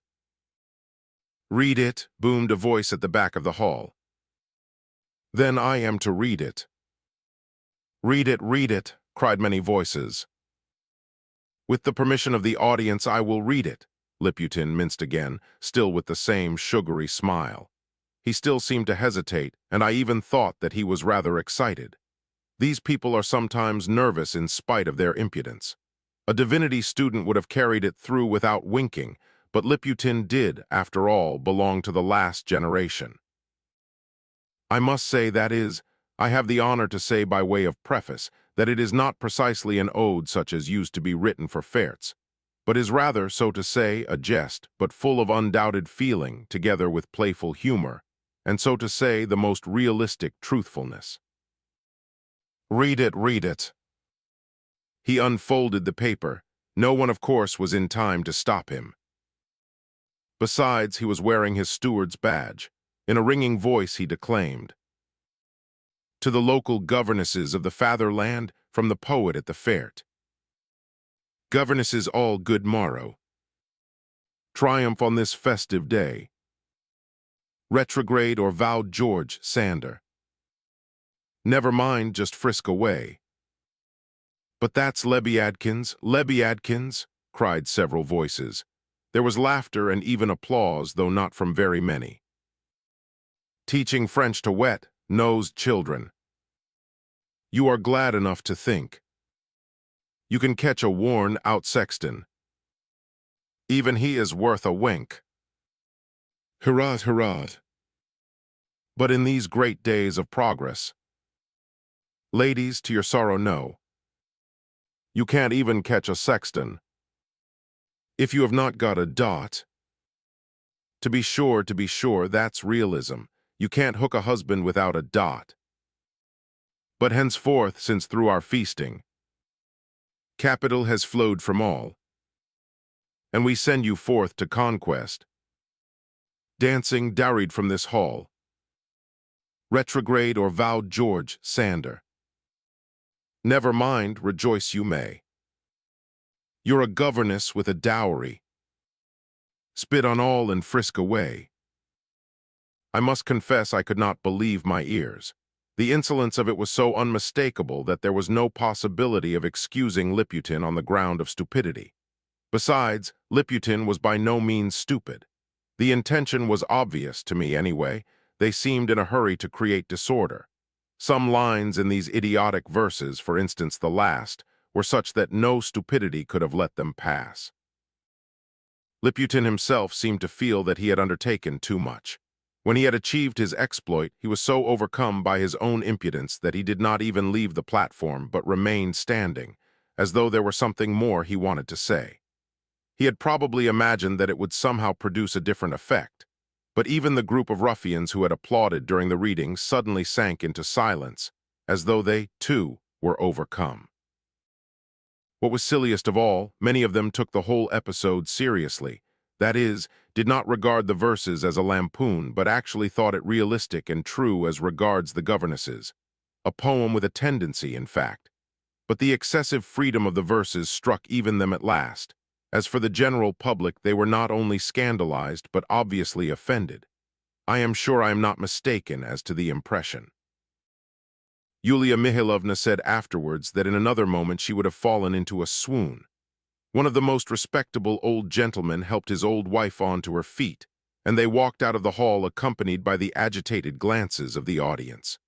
Who knows, the example might have infected others if Karmazinov himself, wearing a dress, coat, and a white tie and carrying a manuscript in his hand, had not appeared on the platform at that moment.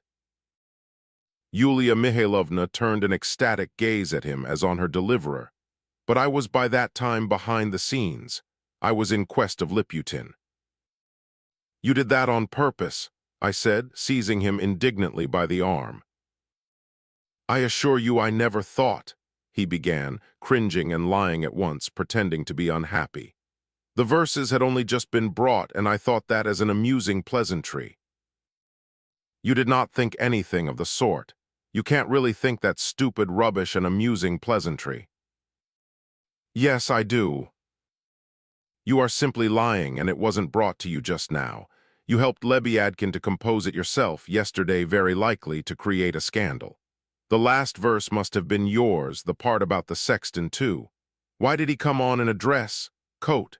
You must have meant him to read it too, if he had not been drunk. Liputin looked at me coldly and ironically. What business is it of yours? He asked suddenly with strange calm. What business is it of mine? You are wearing the steward's badge too. Where is Fyodor Stepanovich? I don't know, somewhere here. Why do you ask? Because now I see through it. It's simply a plot against Yulia Mihailovna so as to ruin the day by a scandal. Liputin looked at me askance again. But what is it to you? He said, grinning. He shrugged his shoulders and walked away. It came over me with a rush. All my suspicions were confirmed. Till then I had been hoping I was mistaken. What was I to do? I was on the point of asking the advice of Stepan Trofimovich, but he was standing before the looking-glass, trying on different smiles, and continually consulting a piece of paper on which he had notes. He had to go on immediately after Karmazinov, and was not in a fit state for conversation. Should I run to Yulia Mihailovna? But it was too soon to go to her. She needed a much sterner lesson to cure her of her conviction that she had a following, and that everyone was fanatically devoted to her.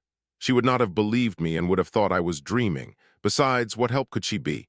I thought, after all, what business is it of mine? I'll take off my badge and go home when it begins. That was my mental phrase, when it begins. I remember it. But I had to go and listen to Karmazinov. Taking a last look round behind the scenes, I noticed that a good number of outsiders, even women among them, were flitting about, going in and out. Behind the scenes was rather a narrow space completely screened from the audience by a curtain and communicating with other rooms by means of a passage.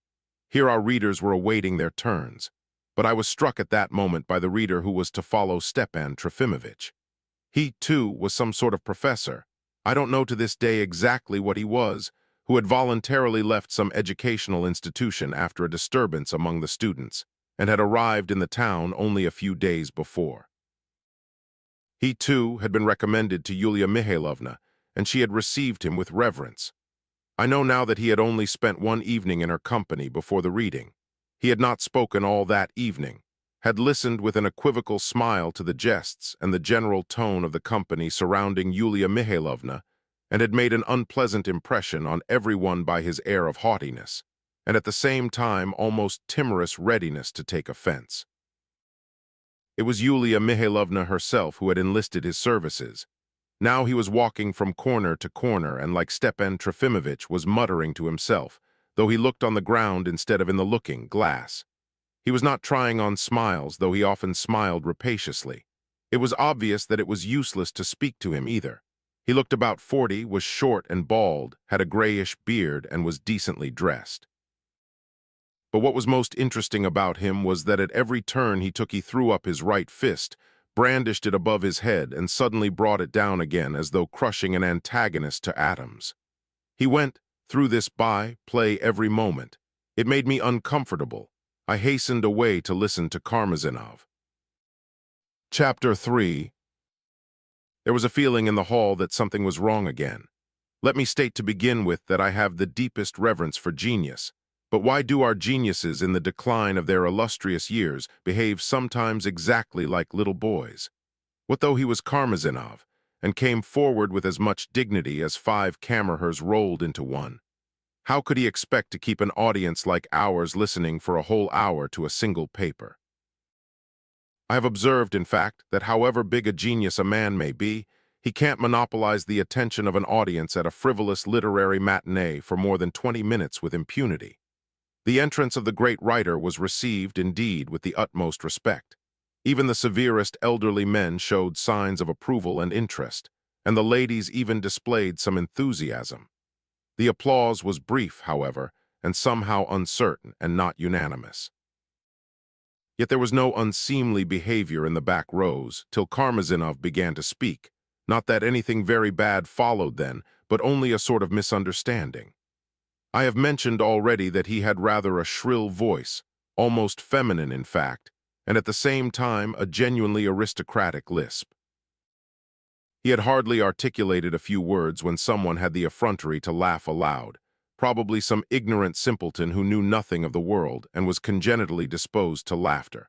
But there was nothing like a hostile demonstration. On the contrary, people said "SHH," and the offender was crushed. But Mr. Karmazinov, with an affected air and intonation, announced that, at first, he had declined absolutely to read. Much need there was to mention it. There are some lines which come so deeply from the heart that it is impossible to utter them aloud, so that these holy things cannot be laid before the public. Why lay them then?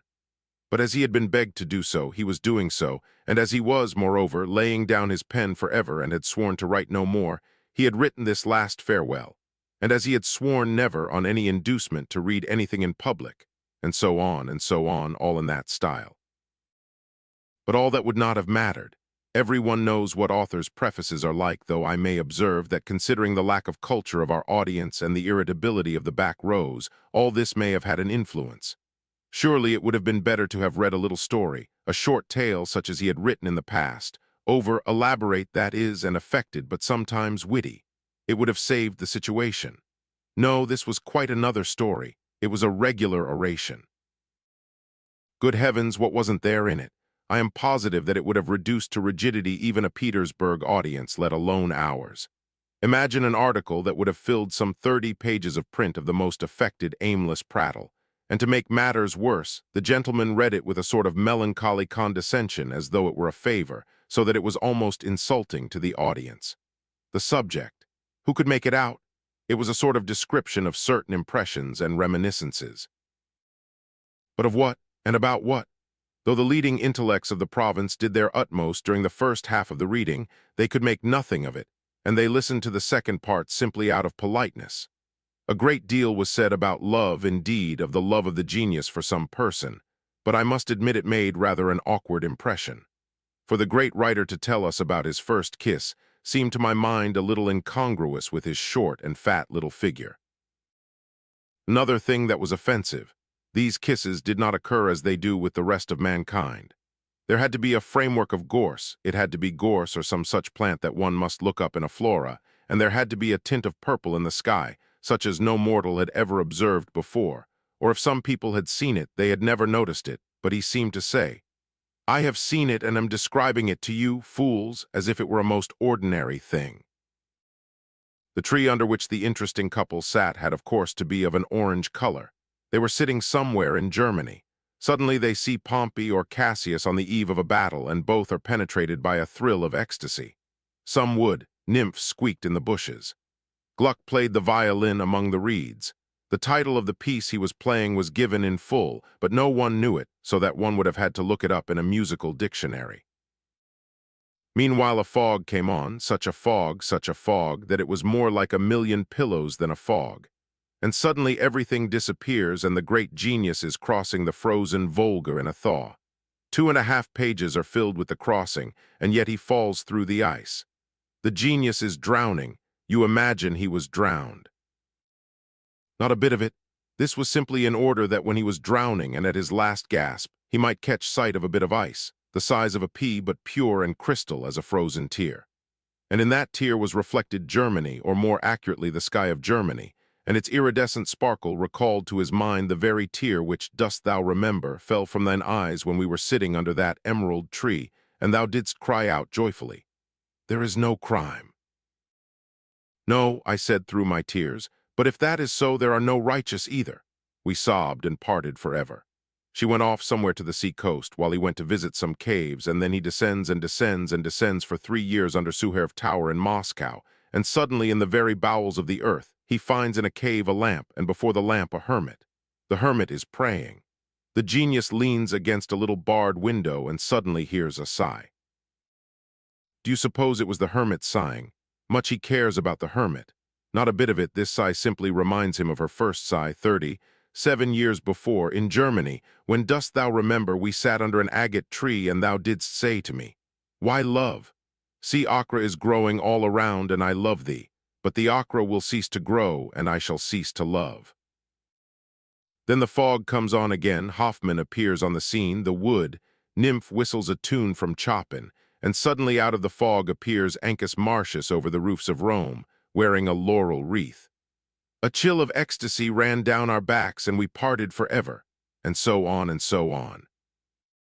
Perhaps I am not reporting it quite right and don't know how to report it, but the drift of the babble was something of that sort. And after all, how disgraceful this passion of our great intellects for jesting in a superior way really is. The great European philosopher, the great man of science, the inventor, the martyr, all these who labor and are heavy laden, are to the great Russian genius no more than so many cooks in his kitchen. He is the master and they come to him, cap in hand, awaiting orders. It is true he jeers superciliously at Russia too, and there is nothing he likes better than exhibiting the bankruptcy of Russia in every relation before the great minds of Europe. But as regards himself, no, he is at a higher level than all the great minds of Europe. They are only material for his jests. He takes another man's idea, tacks on to it its antithesis, and the epigram is made. There is such a thing as crime, there is no such thing as crime. There is no such thing as justice, there are no just men, atheism, Darwinism, the Moscow bells. But alas, he no longer believes in the Moscow bells, Rome, laurels. But he has no belief in laurels even. We have a conventional attack of Byronic spleen, a grimace from Heine, something of Pechorin, and the machine goes on rolling, whistling at full speed. But you may praise me, that I like extremely. It's only in a manner of speaking that I lay down the pen. I shall bore you 300 times more, you'll grow weary of reading me. Of course it did not end without trouble, but the worst of it was that it was his own doing. People had for some time begun shuffling their feet, blowing their noses, coughing, and doing everything that people do when a lecturer, whoever he may be, keeps an audience for longer than 20 minutes at a literary matinee. But the genius noticed nothing of all this. He went on lisping and mumbling without giving a thought to the audience, so that everyone began to wonder. Suddenly in a back row a solitary but loud voice was heard. "Good Lord, what nonsense!" The exclamation escaped involuntarily, and I am sure was not intended as a demonstration. The man was simply worn out, but Mr. Karmazinov stopped, looked sarcastically at the audience, and suddenly lisped with the deportment of an aggrieved cammerhair. "I'm afraid I've been boring you dreadfully, gentlemen." That was his blunder, that he was the first to speak. For provoking an answer in this way, he gave an opening for the rabble to speak, too, and even legitimately, so to say, while if he had restrained himself, people would have gone on blowing their noses and it would have passed off somehow. Perhaps he expected applause in response to his question, but there was no sound of applause. On the contrary, everyone seemed to subside and shrink back in dismay. "You never did see Ancus Marcius, that's all brag," cried a voice that sounded full of irritation and even nervous exhaustion. "Just so," another voice agreed at once. "There are no such things as ghosts nowadays, nothing but natural science. Look it up in a scientific book." "Gentlemen, there was nothing I expected less than such objections," said Karmazinov, extremely surprised. The great genius had completely lost touch with his fatherland in Karlsruhe. "Nowadays it's outrageous to say that the world stands on 3 fishes," a young lady snapped out suddenly. "You can't have gone down to the hermit's cave, Karmazinov, and who talks about hermits nowadays? Gentlemen, what surprises me most of all is that you take it all so seriously. However, you are perfectly right. No one has greater respect for truth and realism than I have." Though he smiled ironically, he was tremendously overcome. His face seemed to express, "I am not the sort of man you think. I am on your side. Only praise me more as much as possible. I like it extremely." "Gentlemen," he cried, completely mortified at last, "I see that my poor poem is quite out of place here, and indeed I am out of place here myself, I think. You threw at the crow and you hit the cow. Some fool, probably drunk, shouted at the top of his voice, and of course no notice ought to have been taken of him. It is true there was a sound of disrespectful laughter. "A cow, you say?" Karmazinov caught it up at once. His voice grew shriller and shriller. "As for crows and cows, gentlemen, I will refrain. I've too much respect for any audience to permit myself comparisons, however harmless, but I did think." "You'd better be careful, sir," someone shouted from a back row. But I had supposed that laying aside my pen and saying farewell to my readers, I should be heard. "No, no, we want to hear you. We want to." A few voices from the front row plucked up spirit to exclaim at last. "Read, read." Several enthusiastic ladies' voices chimed in, and at last there was an outburst of applause, sparse and feeble, it is true. "Believe me, Karmazinov, everyone looks on it as an honor," the marshal's wife herself could not resist saying. "Mr. Karmazinov," cried a fresh young voice in the back of the hall suddenly. It was the voice of a very young teacher from the district school who had only lately come among us, an excellent young man, quiet and gentlemanly. He stood up in his place. "Mr. Karmazinov, if I had the happiness to fall in love as you have described to us, I really shouldn't refer to my love in an article intended for public reading." He flushed red all over.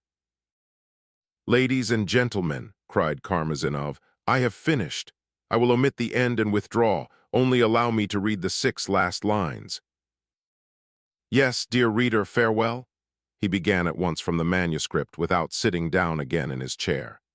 "Farewell, reader. I do not greatly insist on our parting friends. What need to trouble you indeed? You may abuse me as you will if it affords you any satisfaction, but best of all if we forget one another forever. And if you all readers were suddenly so kind as to fall on your knees and begin begging me with tears, write, oh, write for us, Karmazinov, for the sake of Russia, for the sake of posterity, to win laurels. Even then I would answer you, thanking you, of course, with every courtesy. No, we've had enough of one another, dear fellow countrymen, merci. It's time we took our separate ways. Merci, merci, merci." Karmazinov bowed ceremoniously, and as red as though he had been cooked, retired behind the scenes. Nobody would go down on their knees. A wild idea. "What conceit?" "That's only humor," someone more reasonable suggested. "Spare me your humor." "I call it impudence, gentlemen." "Well, he's finished now anyway." What a dull show." But all these ignorant exclamations in the back rows, though they were confined to the back rows, were drowned in applause from the other half of the audience. They called for Karmazinov. Several ladies with Yulia Mihailovna and the marshal's wife crowded round the platform. In Yulia Mihailovna's hands was a gorgeous laurel wreath resting on another wreath of living roses on a white velvet cushion. "Laurels," Karmazinov pronounced with a subtle and rather sarcastic smile. "I am touched, of course, and accept with real emotion this wreath prepared beforehand, but still fresh and unwithered. But I assure you, mesdames, that I have suddenly become so realistic that I feel laurels would in this age be far more appropriate in the hands of a skillful cook than in mine." "Well, a cook is more useful," cried the divinity student, who had been at the meeting at Virginsky's. There was some disorder. In many rows, people jumped up to get a better view of the presentation of the laurel wreath. "I'd give another 3 rubles for a cook this minute." Another voice assented loudly, too loudly, insistently, in fact. "So would I." "And I." "Is it possible there's no buffet?" "Gentlemen, it's simply a swindle." It must be admitted, however, that all these unbridled gentlemen still stood in awe of our higher officials and of the police superintendent, who was present in the hall. 10 minutes later, all had somehow got back into their places, but there was not the same good order as before, and it was into this incipient chaos that poor Stepan Trofimovitch was thrust. Chapter 4. I ran out to him behind the scenes once more, and had time to warn him excitedly that in my opinion the game was up, that he had better not appear at all, but had better go home at once on the excuse of his usual ailment, for instance. and I would take off my badge and come with him. At that instant, he was on his way to the platform. He stopped suddenly, and haughtily looking me up and down, he pronounced solemnly, "What grounds have you, sir, for thinking me capable of such baseness?" I drew back. I was as sure as twice two make four that he would not get off without a catastrophe. Meanwhile, as I stood utterly dejected, I saw moving before me again the figure of the professor, whose turn it was to appear after Stepan Trofimovitch, and who kept lifting up his fist and bringing it down again with a swing. He kept walking up and down, absorbed in himself, and muttering something to himself with a diabolical but triumphant smile. I somehow almost unintentionally went up to him. I don't know what induced me to meddle again. "Do you know," I said, "judging from many examples, if a lecturer keeps an audience for more than 20 minutes, it won't go on listening. No celebrity is able to hold his own for half an hour." He stopped short and seemed almost quivering with resentment. Infinite disdain was expressed in his countenance. "Don't trouble yourself," he muttered contemptuously and walked on. At that moment, Stepan Trofimovitch's voice rang out in the hall. "Oh, hang you all," I thought, and ran to the hall. Stepan Trofimovitch took his seat in the lecturer's chair in the midst of the still persisting disorder. He was greeted by the first rows with looks which were evidently not over friendly. Of late, at the club, people almost seemed not to like him and treated him with much less respect than formerly. But it was something to the good that he was not hissed. I had had a strange idea in my head ever since the previous day. I kept fancying that he would be received with hisses as soon as he appeared. They scarcely noticed him, however, in the disorder. What could that man hope for if Karmazinov was treated like this? He was pale. It was 10 years since he had appeared before an audience. From his excitement and from all that I knew so well in him, it was clear to me that he, too, regarded his present appearance on the platform as a turning point of his fate or something of the kind. That was just what I was afraid of. The man was dear to me. And what were my feelings when he opened his lips and I heard his first phrase? "Ladies and gentlemen," he pronounced suddenly, as though resolved to venture everything, though in an almost breaking voice. "Ladies and gentlemen, only this morning there lay before me one of the illegal leaflets that have been distributed here lately, and I asked myself for the 100th time, wherein lies its secret?" The whole hall became instantly still. All looks were turned to him, some with positive alarm. There was no denying he knew how to secure their interest from the first word. Heads were thrust out from behind the scenes. Liputin and Lyamshin listened greedily. Yulia Mihailovna waved to me again. "Stop him, whatever happens, stop him," she whispered in agitation. I could only shrug my shoulders. How could one stop a man resolved to venture everything? Alas, I understood what was in Stepan Trofimovitch's mind. "Ha ha, the manifestos," was whispered in the audience. The whole hall was stirred. "Ladies and gentlemen, I've solved the whole mystery. The whole secret of their effect lies in their stupidity." His eyes flashed. "Yes, gentlemen, if this stupidity were intentional, pretended and calculated, oh, that would be a stroke of genius. But we must do them justice. They don't pretend anything. It's the barest, most simple-hearted, most shallow stupidity. C'est la berdise dans son essence la plus pure, quelque chose comme un simple chimique. If it were expressed ever so little more cleverly, everyone would see at once the poverty of this shallow stupidity. But as it is, everyone is left wondering. No one can believe that it is such elementary stupidity. It's impossible that there's nothing more in it. Everyone says to himself and tries to find the secret of it, sees a mystery in it, tries to read between the lines. The effect is attained. Oh, never has stupidity been so solemnly rewarded, though it has so often deserved it. For en parentheses, stupidity is of as much service to humanity as the loftiest genius. Epigram of 1840 was commented in a very modest voice, however, but it was followed by a general outbreak of noise and uproar. "Ladies and gentlemen, hurrah!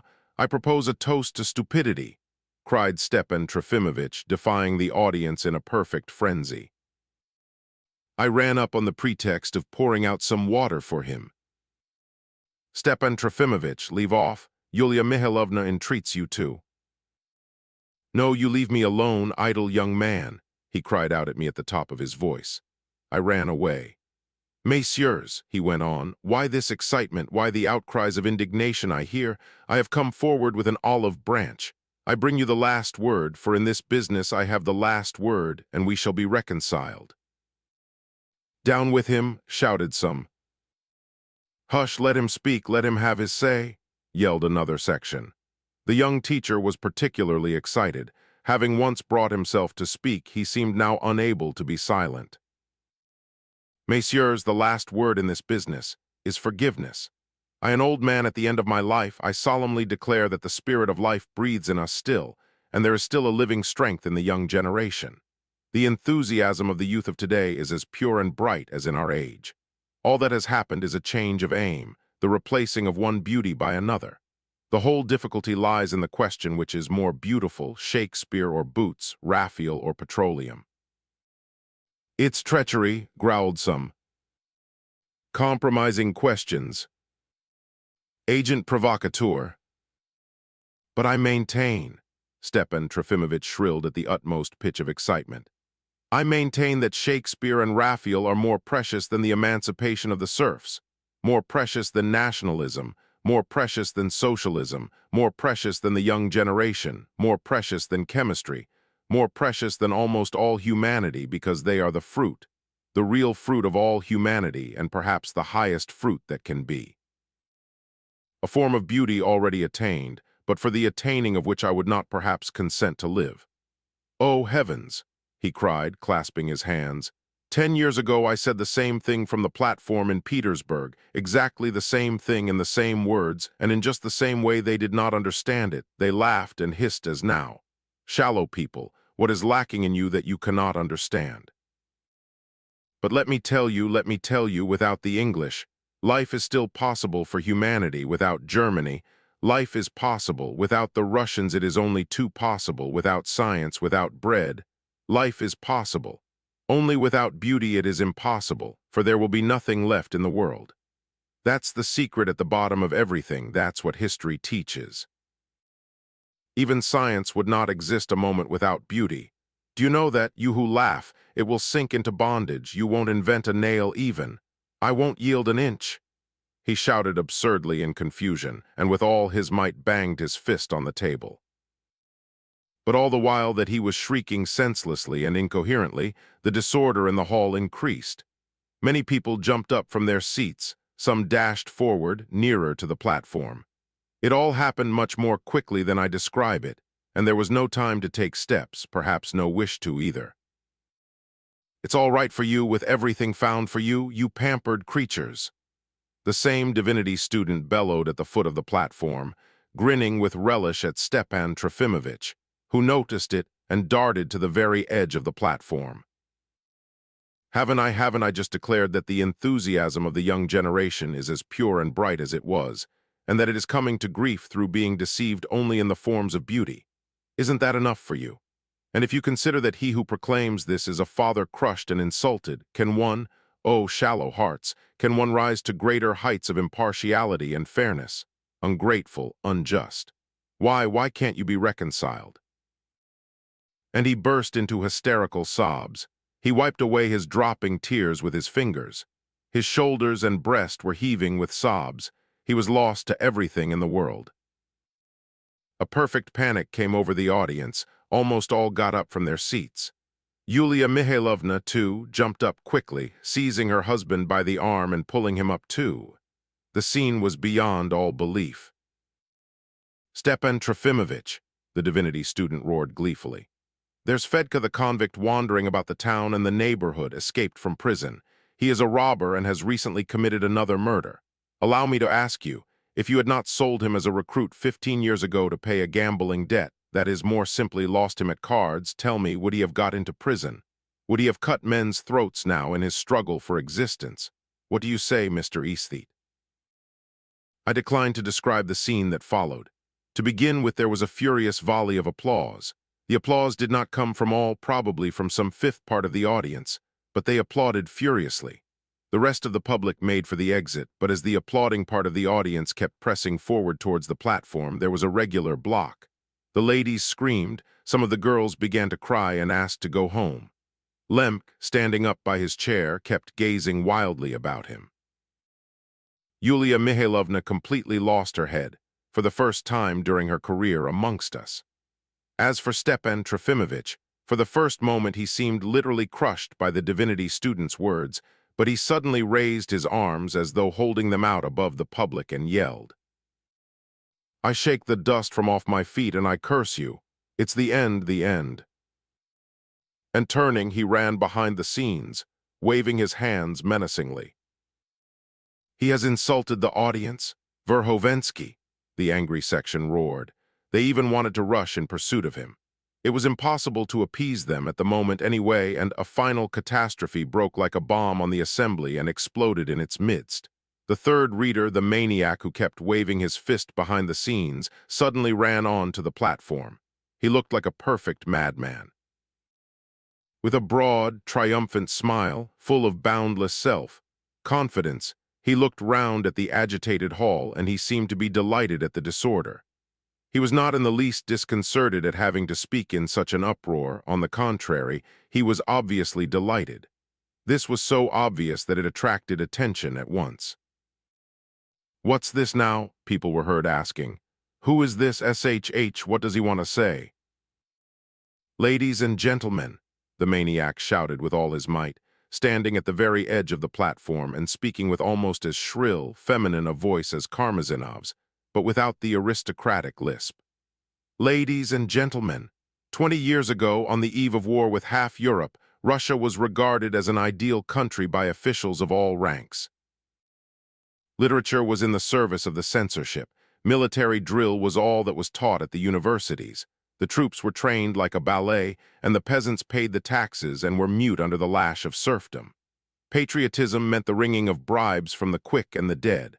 Those who did not take bribes were looked upon as rebels because they disturbed the general harmony. The birch copses were extirpated in support of discipline. Europe trembled. But never in the 1,000 years of its senseless existence had Russia sunk to such ignominy." He raised his fist, waved it ecstatically and menacingly over his head, and suddenly brought it down furiously, as though pounding an adversary to powder. A frantic yell rose from the whole hall. There was a deafening roar of applause. Almost half the audience was applauding. Their enthusiasm was excusable. Russia was being put to shame publicly before everyone. Who could fail to roar with delight? "This is the real thing. Come, this is something like. Hurrah! Yes, this is none of your aesthetics." The maniac went on ecstatically. 20 years have passed since then. Universities have been opened and multiplied. Military drill has passed into a legend. Officers are too few by thousands. The railways have eaten up all the capital and have covered Russia as with a spider's web, so that in another 15 years one will perhaps get somewhere. Bridges are rarely on fire, and fires in towns occur only at regular intervals in turn at the proper season. And the law court's judgments are as wise as Solomon's, and the jury only take bribes through the struggle for existence to escape starvation. The serfs are free and flog one another instead of being flogged by the land owners. Seas and oceans of vodka are consumed to support the budget, and in Novgorod, opposite the ancient and useless St. Sophia, there has been solemnly put up a colossal bronze globe to celebrate 1,000 years of disorder and confusion. Europe scowls and begins to be uneasy again. 15 years of reforms, and yet never even in the most grotesque periods of its madness has Russia sunk. The last words could not be heard in the roar of the crowd. One could see him again raise his arm and bring it down triumphantly again. Enthusiasm was beyond all bounds. People yelled, clapped their hands. Even some of the ladies shouted, "Enough, you can't beat that." Some might have been drunk. The orator scanned them all and seemed reveling in his own triumph. I caught a glimpse of Lemk in indescribable excitement, pointing something out to somebody. Yulia Mihailovna, with a pale face, said something in haste to the prince, who had run up to her. But at that moment a group of 6 men, officials more or less, burst onto the platform, seized the orator, and dragged him behind the scenes. I can't understand how he managed to tear himself away from them, but he did escape, darted up to the edge of the platform again, and succeeded in shouting again at the top of his voice, waving his fist. "But never has Russia sunk." but he was dragged away again. I saw some 15 men dash behind the scenes to rescue him, not crossing the platform but breaking down the light screen at the side of it. I saw afterwards, though I could hardly believe my eyes, the girl student Virginsky's sister leap onto the platform with the same roll under her arm, dressed as before, as plump and rosy as ever, surrounded by 2 or 3 women and 2 or 3 men, and accompanied by her mortal enemy, the schoolboy. I even caught the phrase. Ladies and gentlemen, I've come to call attention to the eye sufferings of poor students and to rouse them to a general protest. But I ran away. Hiding my badge in my pocket, I made my way from the house into the street by back passages which I knew of. First of all, of course, I went to Stepan Trofimovich's. Chapter 2. The End of the Fate. Chapter 1. He would not see me. He had shut himself up and was writing. At my repeated knocks and appeals, he answered through the door. My friend, I have finished everything. Who can ask anything more of me? You haven't finished anything, you've only helped to make a mess of the whole thing. For God's sake, no epigrams, Stepan Trofimovich. Open the door. We must take steps. They may still come and insult you. I thought myself entitled to be particularly severe and even rigorous. I was afraid he might be going to do something still more mad, but to my surprise, I met an extraordinary firmness. Don't be the first to insult me, then. I thank you for the past, but I repeat I've done with all men, good and bad. I am writing to Daria Pavlovna, whom I've forgotten so unpardonably till now. You may take it to her tomorrow if you like, now merci. Stepan Trofimovich, I assure you that the matter is more serious than you think. Do you think that you've crushed someone there? You've pulverized no one, but have broken yourself to pieces like an empty bottle. Oh, I was coarse and discourteous, I remember it with regret. You've absolutely no reason to write to Daria Pavlovna, and what will you do with yourself without me? What do you understand about practical life? I expect you are plotting something else.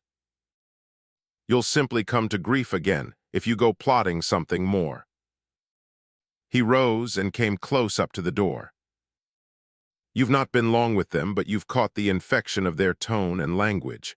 Dieu vous pardonne, mon ami, et Dieu vous garde. But I've always seen in you the germs of delicate feeling, and you will get over it perhaps. Après le temps, of course, like all of us Russians.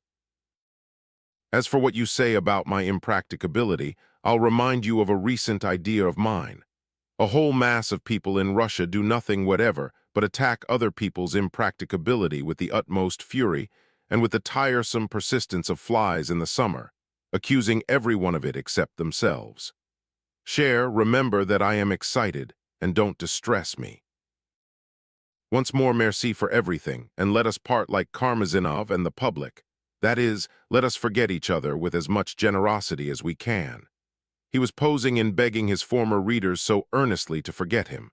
Quant à moi, I am not so conceited, and I rest my hopes on the youth of your inexperienced heart. How should you remember a useless old man for long? Live more, my friend, as Nastasia wished me on my last name. De ces pauvres gens ont quelquefois des mots charmants et pleins de philosophie. I do not wish you much happiness, it will bore you. I do not wish you trouble either, but following the philosophy of the peasant, I will repeat simply live more and try not to be much bored. This useless wish I add from myself. Well, good-bye and good-bye for good. Don't stand at my door, I will not open it. He went away, and I could get nothing more out of him. In spite of his excitement, he spoke smoothly, deliberately with weight, obviously trying to be impressive. Of course, he was rather vexed with me and was avenging himself indirectly, possibly even for the yesterday's prison carts and floors that give way. His tears in public that morning, in spite of a triumph of a sort, had put him, he knew, in rather a comic position, and there never was a man more solicitous of dignity and punctilio in his relations with his friends than Stepan Trofimovich. Oh, I don't blame him. But this fastidiousness and irony which he preserved in spite of all shocks reassured me at the time. A man who was so little different from his ordinary self was, of course, not in the mood at that moment for anything tragic or extraordinary. So I reasoned at the time, and heavens, what a mistake I made. I left too much out of my reckoning.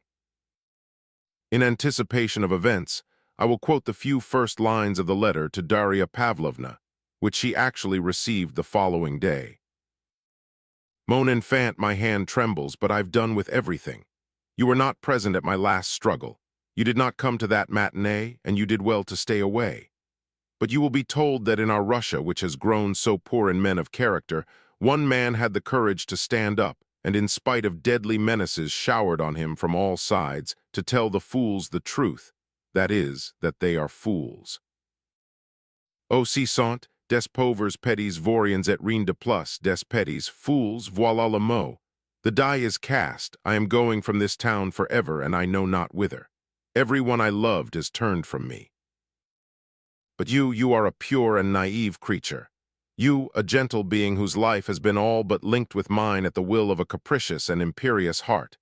You who looked at me perhaps with contempt when I shed weak tears on the eve of our frustrated marriage. You who cannot in any case look on me except as a comic figure. For you is the last cry of my heart, for you my last duty, for you alone. I cannot leave you forever thinking of me as an ungrateful fool, a churlish egoist, as probably a cruel and ungrateful heart, whom, alas, I cannot forget, is every day describing me to you. And so on, 4 large pages. Answering his, I won't open with 3 bangs with my fist on the door, and shouting after him that I was sure he would send Nastasia for me 3 times that day. But I would not come. I gave him up and ran off to Yulia Mihailovna. Chapter 2.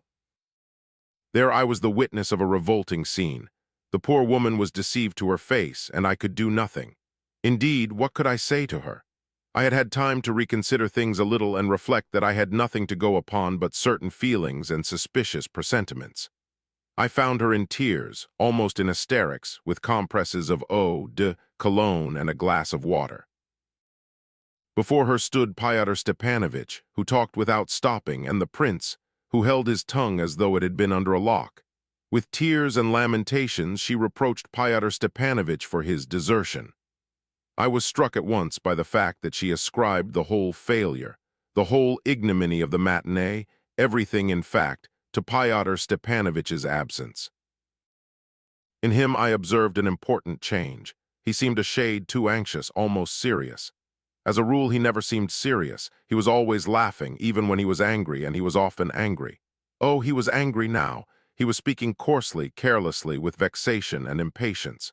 He said that he had been taken ill at Gaganov's lodging, where he had happened to go early in the morning. Alas, the poor woman was so anxious to be deceived again. The chief question which I found being discussed was whether the ball, that is, the whole second half of the fete, should or should not take place. Yulia Mihailovna could not be induced to appear at the ball after the insults she had received that morning. In other words, her heart was set on being compelled to do so, and by him, by Fyodor Stepanovitch. She looked upon him as an oracle, and I believe if he had gone away she would have taken to her bed at once. But he did not want to go away. He was desperately anxious that the ball should take place, and that Yulia Mihailovna should be present at it. Come, what is there to cry about? Are you set on having a scene, on venting your anger on somebody? Well, vent it on me, only make haste about it, for the time is passing and you must make up your mind. We made a mess of it with the matinee, we'll pick up on the ball. Here the prince thinks as I do. Yes, if it hadn't been for the prince, how would things have ended there? The prince had been at first opposed to the ball, that is, opposed to Yulia Mihailovna's appearing at it. The ball was bound to go on in any case. But after 2 or 3 such references to his opinion, he began little by little to grunt his acquiescence.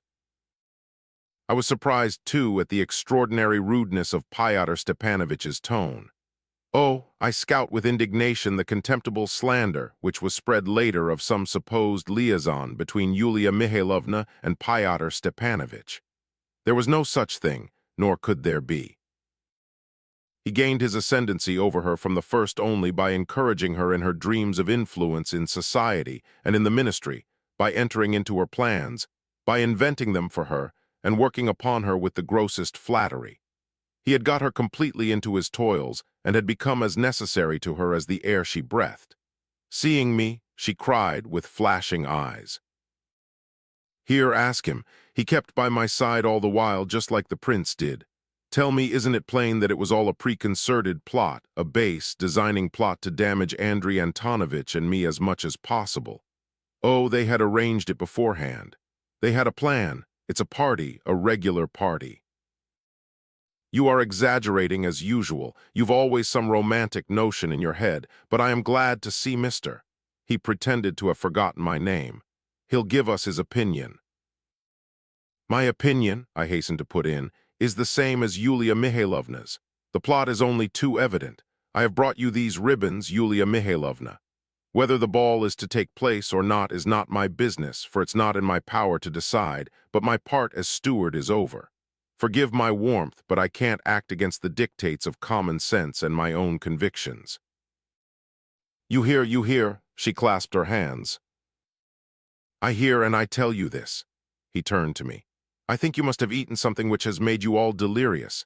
To my thinking, nothing has happened, absolutely nothing but what has happened before and is always liable to happen in this town. A plot indeed. It was an ugly failure, disgracefully stupid. But where's the plot? A plot against Yulia Mihailovna, who has spoiled them and protected them and fondly forgiven them all their schoolboy pranks. Yulia Mihailovna. What have I been hammering into you for the last month continually? What did I warn you? What did you want with all these people? What did you want with them? What induced you to mix yourself up with these fellows? What was the motive? What was the object of it? To unite society. But mercy on us, will they ever be united? When did you warn me? On the contrary, you approved of it, you even insisted on it. I confess I am so surprised. You brought all sorts of strange people to see me yourself. On the contrary, I opposed you. I did not approve of it. As for bringing them to see you, I certainly did, but only after they'd got in by dozens and only of late to make up the literary quadrille. We couldn't get on without these rogues. Only I don't mind betting that a dozen or two more of the same sort were let in without tickets today. Not a doubt of it, I agreed. There you see, you are agreeing already. Think what the tone has been lately here, I mean in this wretched town. It's nothing but insolence, impudence. It's been a crying scandal all the time. And who's been encouraging it? Who's screened it by her authority? Who's upset them all? Who has made all the small fry huffy? All their family secrets are caricatured in your album. Didn't you pat them on the back, your poets and caricaturists? Didn't you let Lyamshin kiss your hand? Didn't a divinity student abuse an actual state counselor in your presence and spoil his daughter's dress with his tarred boots? Now, can you wonder that the public is set against you? But that's all you're doing, yours, oh my goodness. No, I warned you, we quarreled. Do you hear, we quarreled? Why, you are lying to my face. Of course it's easy for you to say that. You need a victim to vent your wrath on. Well, vent it on me, as I've said already. I'd better appeal to you, mister. He was still unable to recall my name.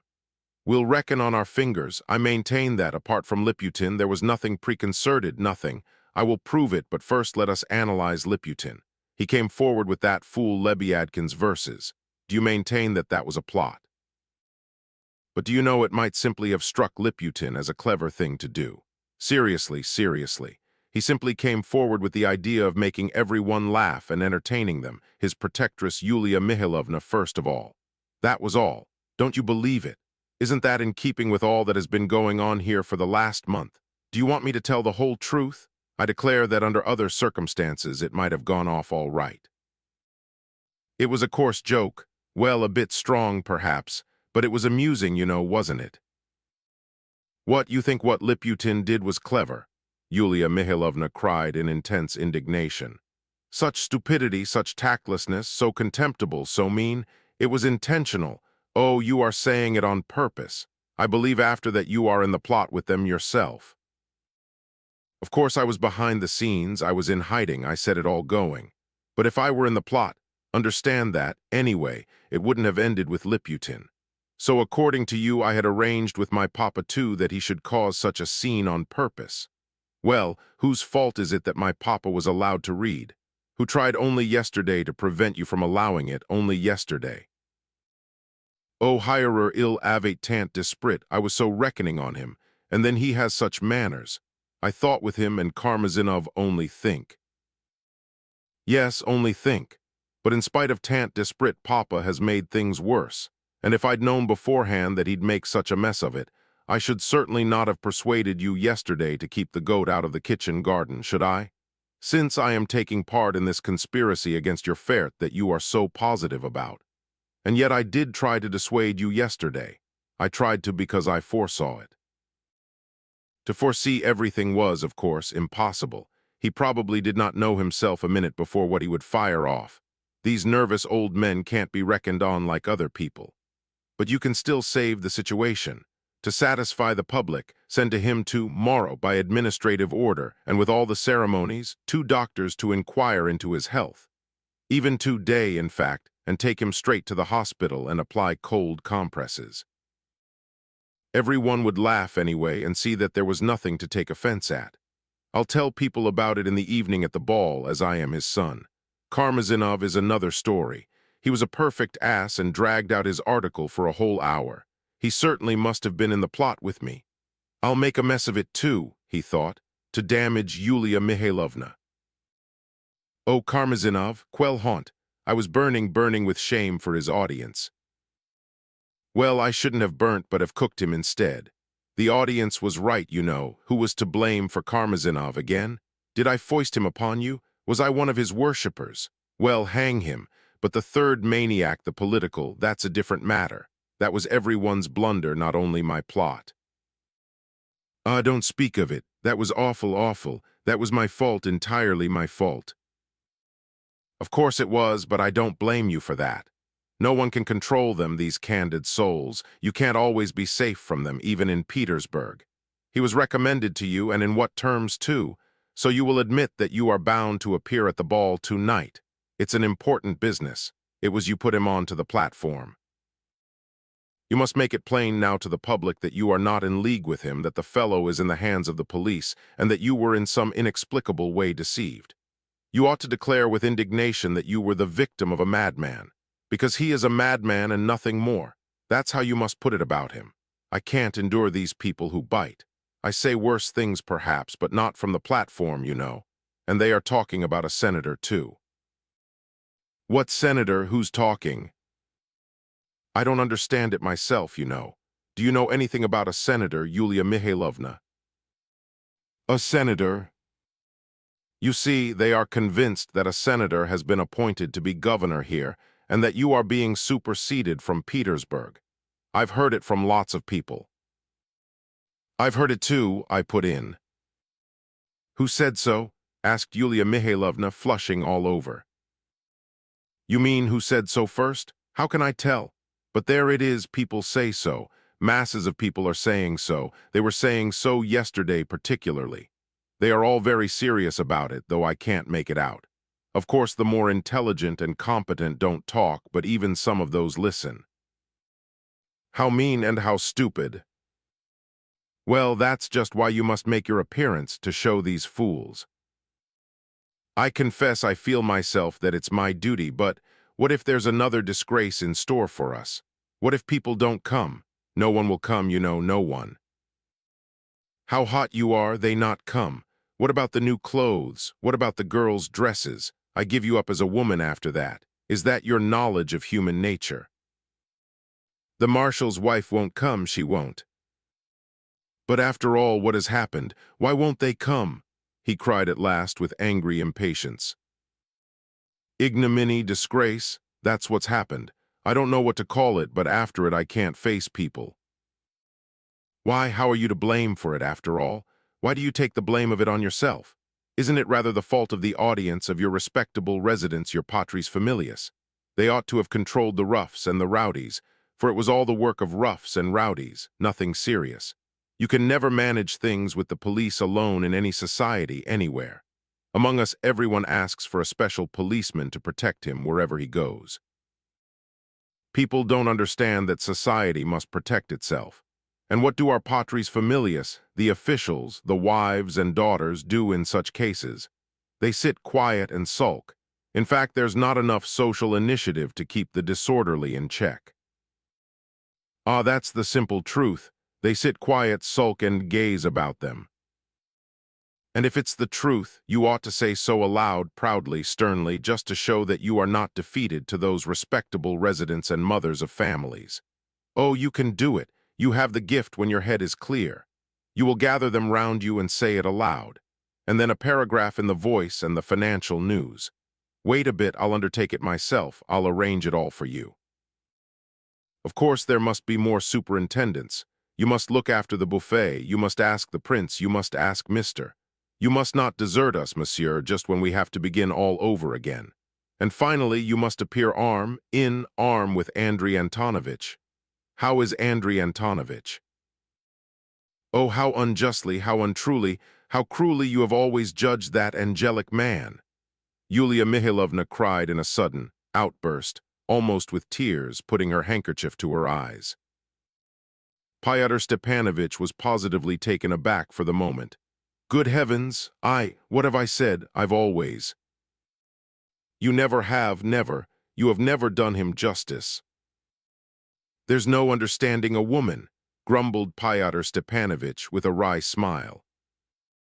He is the most sincere, the most delicate, the most angelic of men, the most kind-hearted of men.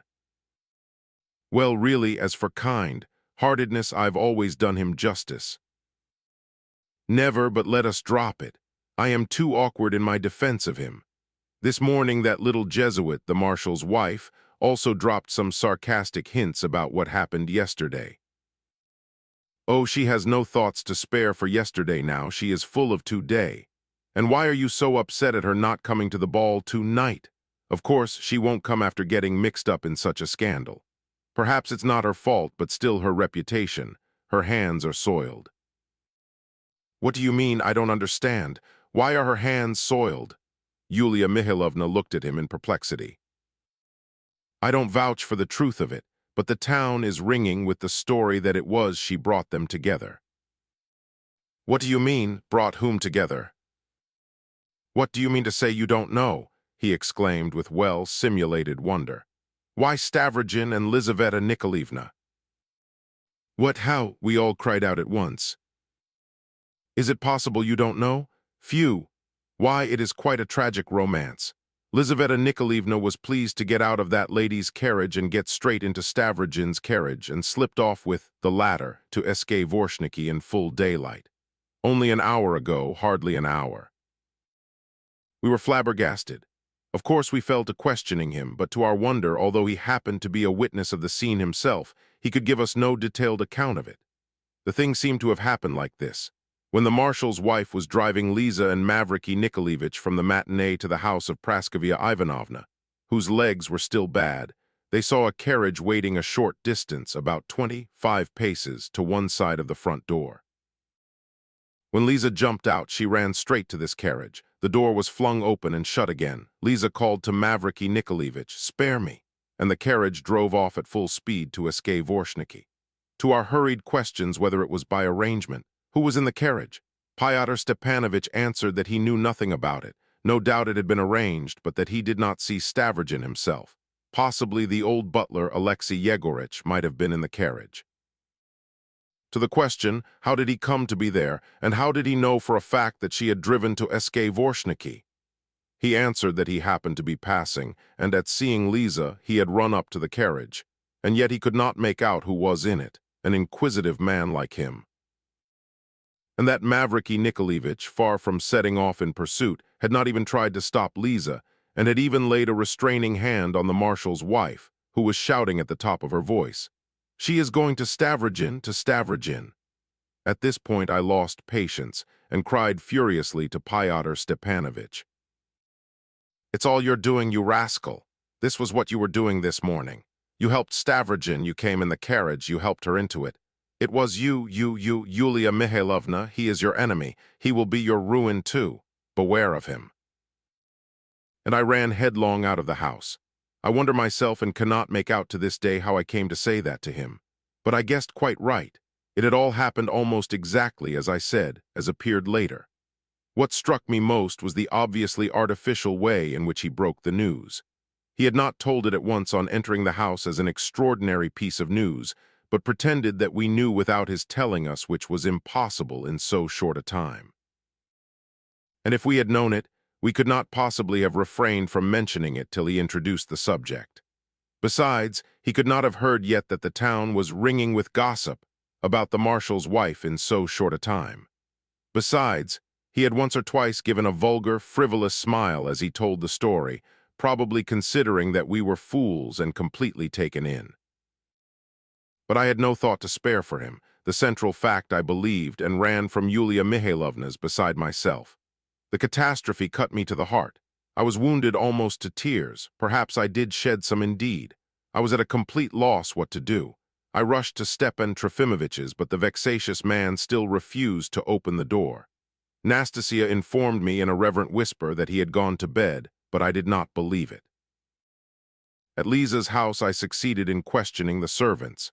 They confirmed the story of the elopement, but knew nothing themselves. There was great commotion in the house. Their mistress had been attacked by fainting fits, and Mavriky Nikolaevich was with her. I did not feel it possible to ask for Mavriky Nikolaevich. To my inquiries about Fyodor Stepanovich, they told me that he had been in and out continually of late, sometimes twice in the day. The servants were sad and showed particular respectfulness in speaking of Liza. They were fond of her. That she was ruined, utterly ruined, I did not doubt. But the psychological aspect of the matter I was utterly unable to understand, especially after her scene with Stavrogin the previous day. To run about the town and inquire at the houses of acquaintances, who would, of course, by now have heard the news and be rejoicing at it, seemed to me revolting, besides being humiliating for Liza. But strange to say, I ran to see Darya Pavlovna, though I was not admitted. No one had been admitted into the house since the previous morning. I don't know what I could have said to her and what made me run to her. From her I went to her brother's. Shatov listened sullenly and in silence. I may observe that I found him more gloomy than I had ever seen him before. He was awfully preoccupied and seemed only to listen to me with an effort. He said scarcely anything and began walking up and down his cell from corner to corner, treading more noisily than usual. As I was going down the stairs, he shouted after me to go to Liputin's. "There you'll hear everything."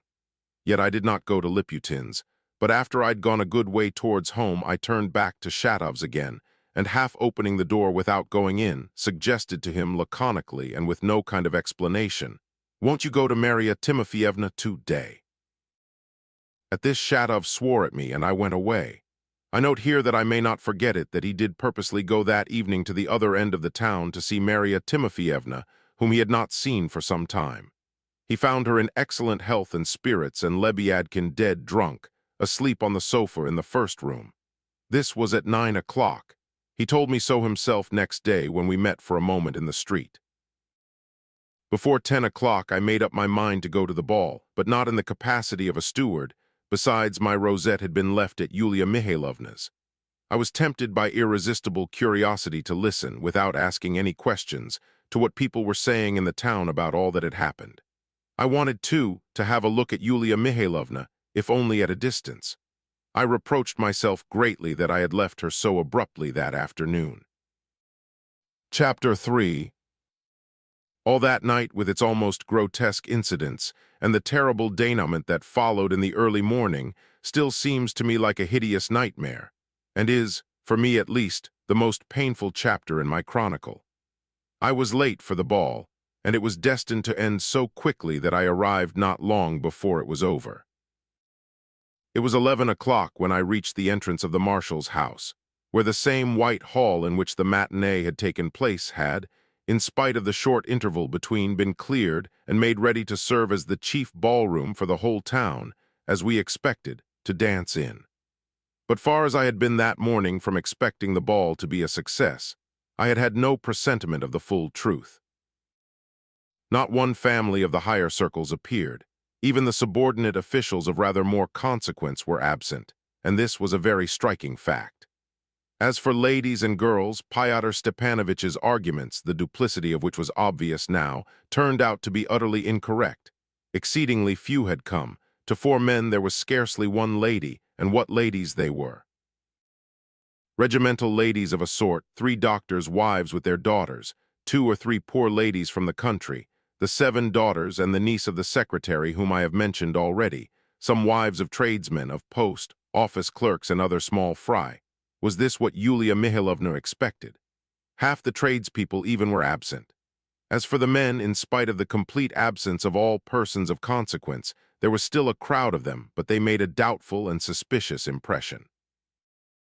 There were, of course, some quiet and respectful officers with their wives, some of the most docile fathers of families, like that secretary, for instance, the father of his 7 daughters. All these humble, insignificant people had come, as one of these gentlemen expressed it, because it was inevitable. But on the other hand, the mass of free and easy people, and the mass, too, of those whom Fyodor Stepanovich and I had suspected of coming in without tickets, seemed even bigger than in the afternoon. So far they were all sitting in the refreshment bar and had gone straight there on arriving, as though it were the meeting place they had agreed upon. So at least it seemed to me. The refreshment bar had been placed in a large room, the last of several opening out of one another. Here Prohorich was installed with all the attractions of the club cuisine and with a tempting display of drinks and dainties. I noticed several persons whose coats were almost in rags and whose get-up was altogether suspicious and utterly unsuitable for a ball. They had evidently been with great pains brought to a state of partial sobriety which would not last long. And goodness knows where they had been brought from, they were not local people. I knew, of course, that it was part of Yulia Mihailovna's idea that the ball should be of the most democratic character, and that even working people and shopmen should not be excluded if any one of that class chanced to pay for a ticket.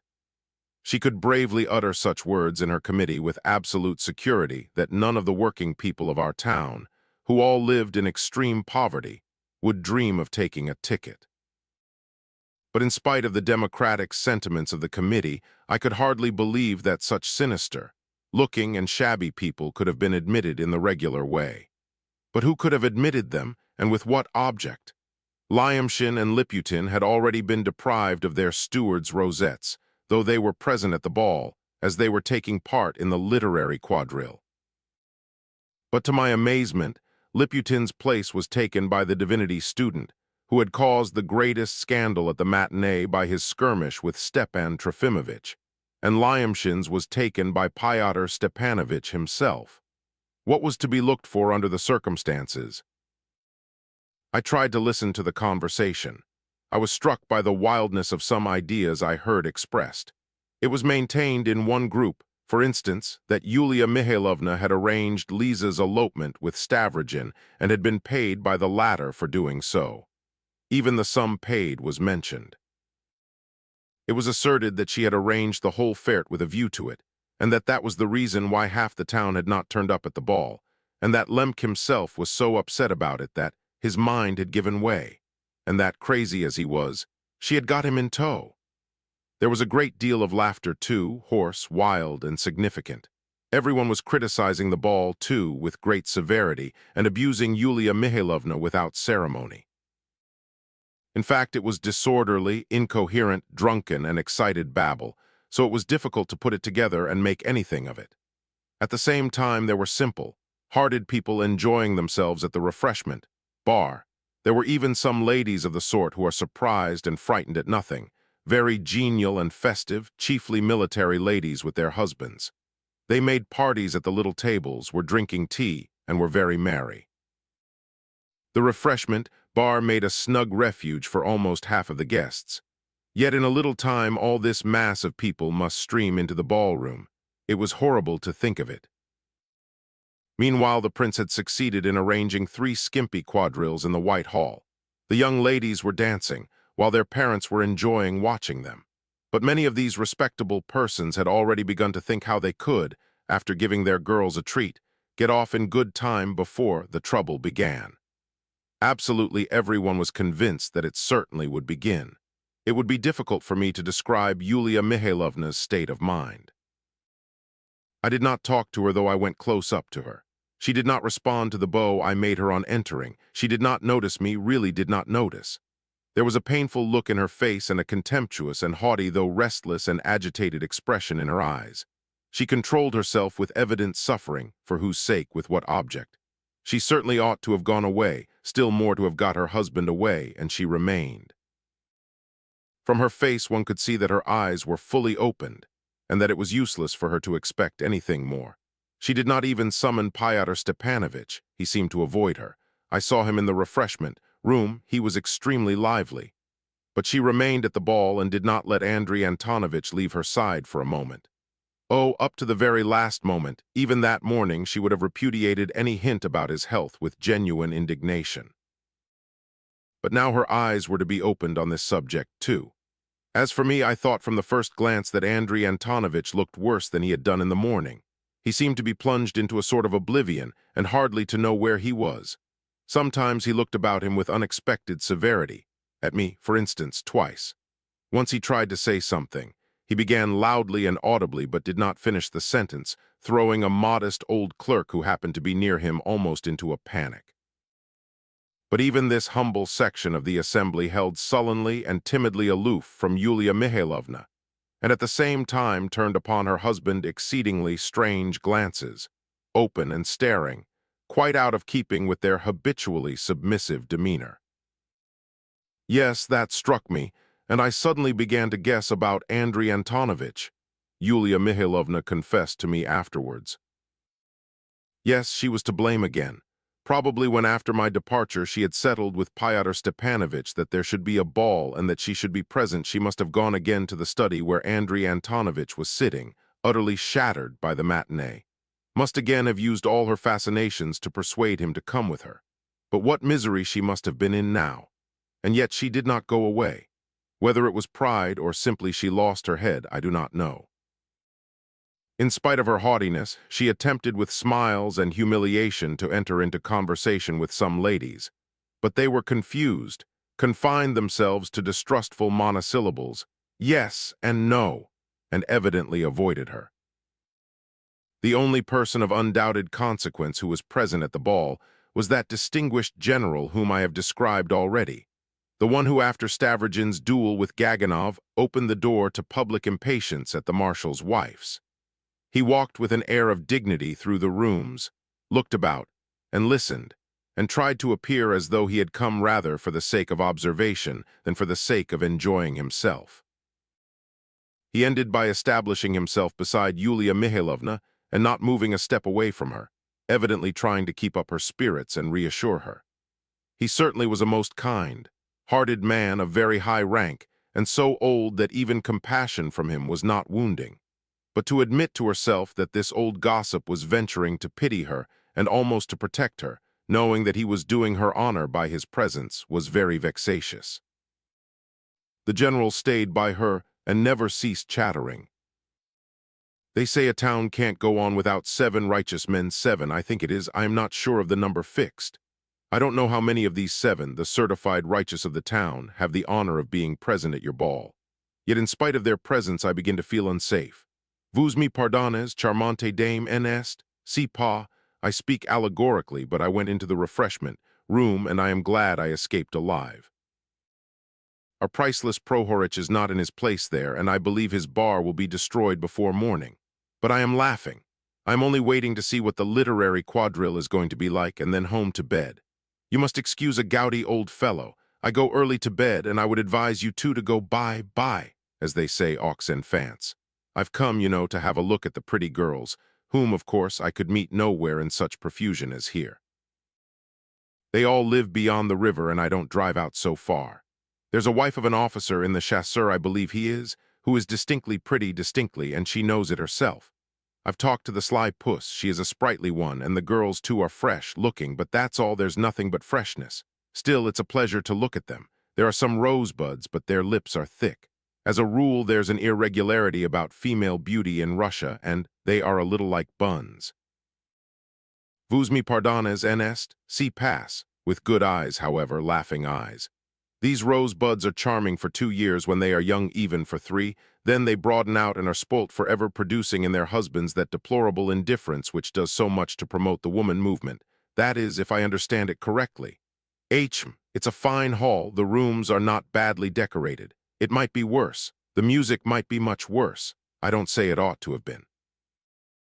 What makes a bad impression is that there are so few ladies. I say nothing about the dresses. It's bad that that chap in the gray trousers should dare to dance the can-can so openly. I can forgive him if he does it in the gaiety of his heart and since he is the local chemist. Still, 11 o'clock is a bit early even for chemists. There were two fellows fighting in the refreshment bar and they weren't turned out. At 11 o'clock people ought to be turned out for fighting, whatever the standard of manners. 3 o'clock is a different matter, then one has to make concessions to public opinion if only this ball survives till 3 o'clock. Varvara Petrovna has not kept her word, though, and hasn't sent flowers. She has no thoughts for flowers, Povermir, and poor Lisa, have you heard? They say it's a mysterious story and Stavrogin is to the front again. I would have gone home to bed, I can hardly keep my eyes open. But when is this literary quadrille coming on? At last the literary quadrille began. Whenever of late there had been conversation in the town on the ball, it had invariably turned on this literary quadrille, and as no one could imagine what it would be like, it aroused extraordinary curiosity. Nothing could be more unfavorable to its chance of success, and great was the disappointment. The side doors of the White Hall were thrown open, and several masked figures appeared. The public surrounded them eagerly. All the occupants of the refreshment bar trooped to the last man into the hall. The masked figures took their places for the dance. I succeeded in making my way to the front and installed myself just behind Yulia Mihailovna, von Lemke, and the general. At this point, Pyotr Stepanovich, who had kept away till that time, skipped up to Yulia Mihailovna. "I've been in the refreshment room all this time watching," he whispered, with the air of a guilty schoolboy, which he, however, assumed on purpose to irritate her even more. She turned crimson with anger. "You might give up trying to deceive me now at least, insolent man," broke from her almost aloud, so that it was heard by other people. Pyotr Stepanovich skipped away extremely well satisfied with himself. It would be difficult to imagine a more pitiful, vulgar, dull, and insipid allegory than this literary quadrille. Nothing could be imagined less appropriate to our local society. Yet they say it was Karmazinov's idea. It was Liputin, indeed, who arranged it with the help of the lame teacher who had been at the meeting at Virginsky's. But Karmazinov had given the idea and had, it was said, meant to dress up and to take a special and prominent part in it. The quadrille was made up of 6 couples of masked figures who were not in fancy dress exactly, for their clothes were like everyone else's. Thus, for instance, one short and elderly gentleman wearing a dress, coat in fact, dressed like everyone else, wore a venerable gray beard tied on, and this constituted his disguise. As he danced, he pounded up and down, taking tiny and rapid steps on the same spot with a stolid expression of countenance. He gave vent to sounds in a subdued but husky bass, and this huskiness was meant to suggest one of the well-known papers. Opposite this figure danced 2 giants, X and Z, and these letters were pinned on their coats, but what the letters meant remained unexplained. Honest Russian thought was represented by a middle-aged gentleman in spectacles, dress, coat and gloves, and wearing fetters, real fetters. Under his arm he had a portfolio containing papers relating to some case. To convince the skeptical, a letter from abroad testifying to the honesty of honest Russian thought peeped out of his pocket.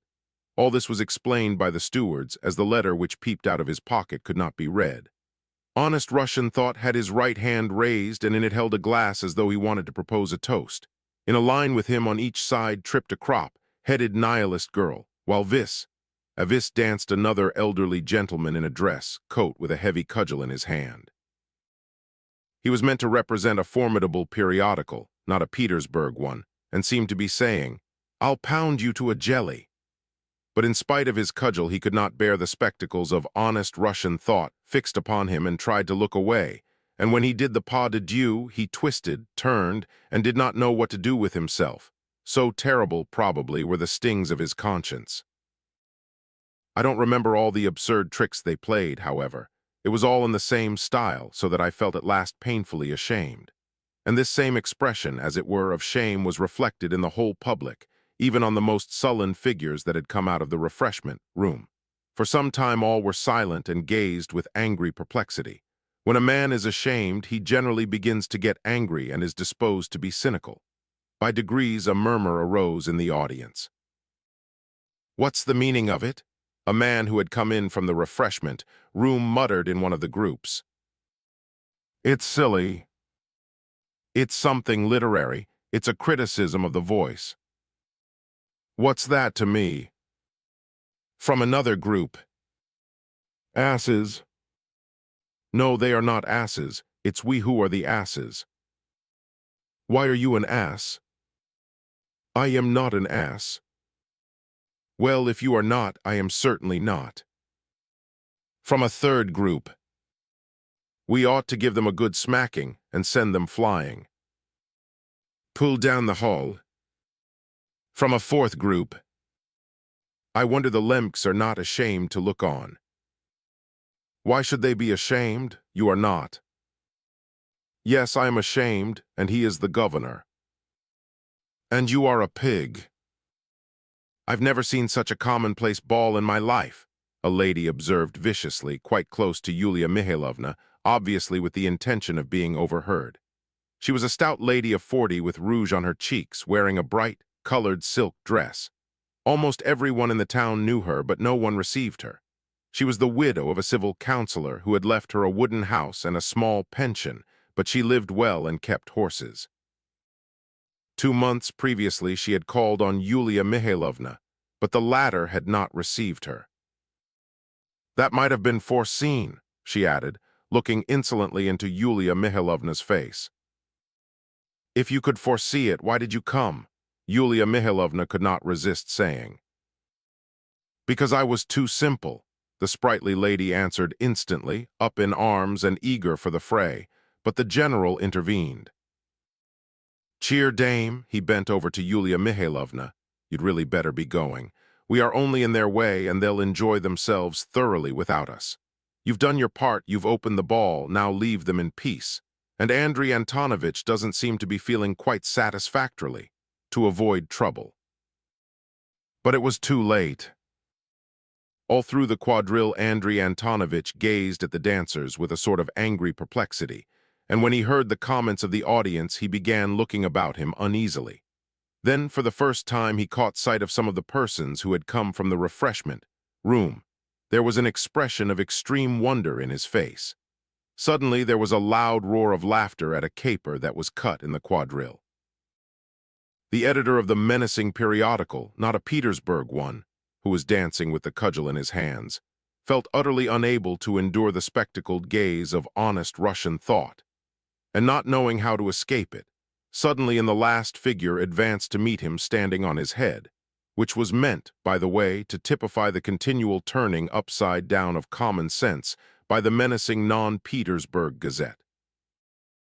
As Lyamshin was the only one who could walk standing on his head, he had undertaken to represent the editor with the cudgel. Yulia Mihailovna had had no idea that anyone was going to walk on his head. They concealed that from me, they concealed it, she repeated to me afterwards in despair and indignation. The laughter from the crowd was, of course, provoked not by the allegory, which interested no one, but simply by a man's walking on his head in a swallow tail coat. Lemk flew into a rage and shook with fury. "Rascal," he cried, pointing to Lyamshin, "take hold of the scoundrel, turn him over, turn his legs, his head so that his head's up." Lyamshin jumped onto his feet. The laughter grew louder. "Turn out all the scoundrels who are laughing," Lemk prescribed suddenly. There was an angry roar and laughter in the crowd. "You can't do like that, Your Excellency. You mustn't abuse the public. You are a fool yourself," a voice cried suddenly from a corner. "Filibusters," shouted someone from the other end of the room. Lemk looked round quickly at the shout and turned pale. A vacant smile came onto his lips, as though he suddenly understood and remembered something. "Gentlemen," said Yulia Mihailovna, addressing the crowd which was pressing round them as she drew her husband away. "Gentlemen, excuse Andrei Antonovich. Andrei Antonovich is unwell, excuse, forgive him, gentlemen." I positively heard her say, "Forgive him." It all happened very quickly. But I remember for a fact that a section of the public rushed out of the hall immediately after those words of Yulia Mihailovna's as though panic-stricken. I remember one hysterical, tearful feminine shriek. "Och, the same thing again." And in the retreat of the guests, which was almost becoming a crush, Another bomb exploded exactly as in the afternoon. Fire, all the riverside quarter is on fire. I don't remember where this terrible cry rose first, whether it was first raised in the hall, or whether someone ran upstairs from the entry, but it was followed by such alarm that I can't attempt to describe it. More than half the guests at the ball came from the quarter beyond the river, and were owners or occupiers of wooden houses in that district. They rushed to the windows, pulled back the curtains in a flash, and tore down the blinds. The riverside was in flames. The fire, it is true, was only beginning, but it was in flames in 3 separate places, and that was what was alarming. "Arson the S.H. Pigulin men!" roared the crowd. I remember some very characteristic exclamations.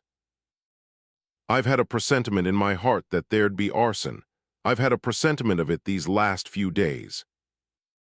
The S.H. Pigulin men, the S.H. Pigulin men, no one else. We were all lured here on purpose to set fire to it. This last most amazing exclamation came from a woman. It was an unintentional, involuntary shriek of a housewife whose goods were burning. Everyone rushed for the door.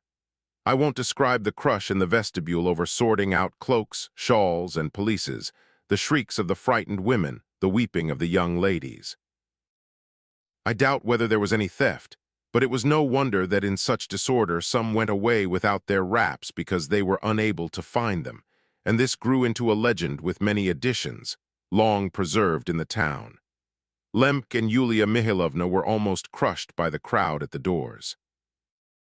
"Stop, everyone, don't let anyone out," yelled Lemk, stretching out his arms menacingly towards the crowding people.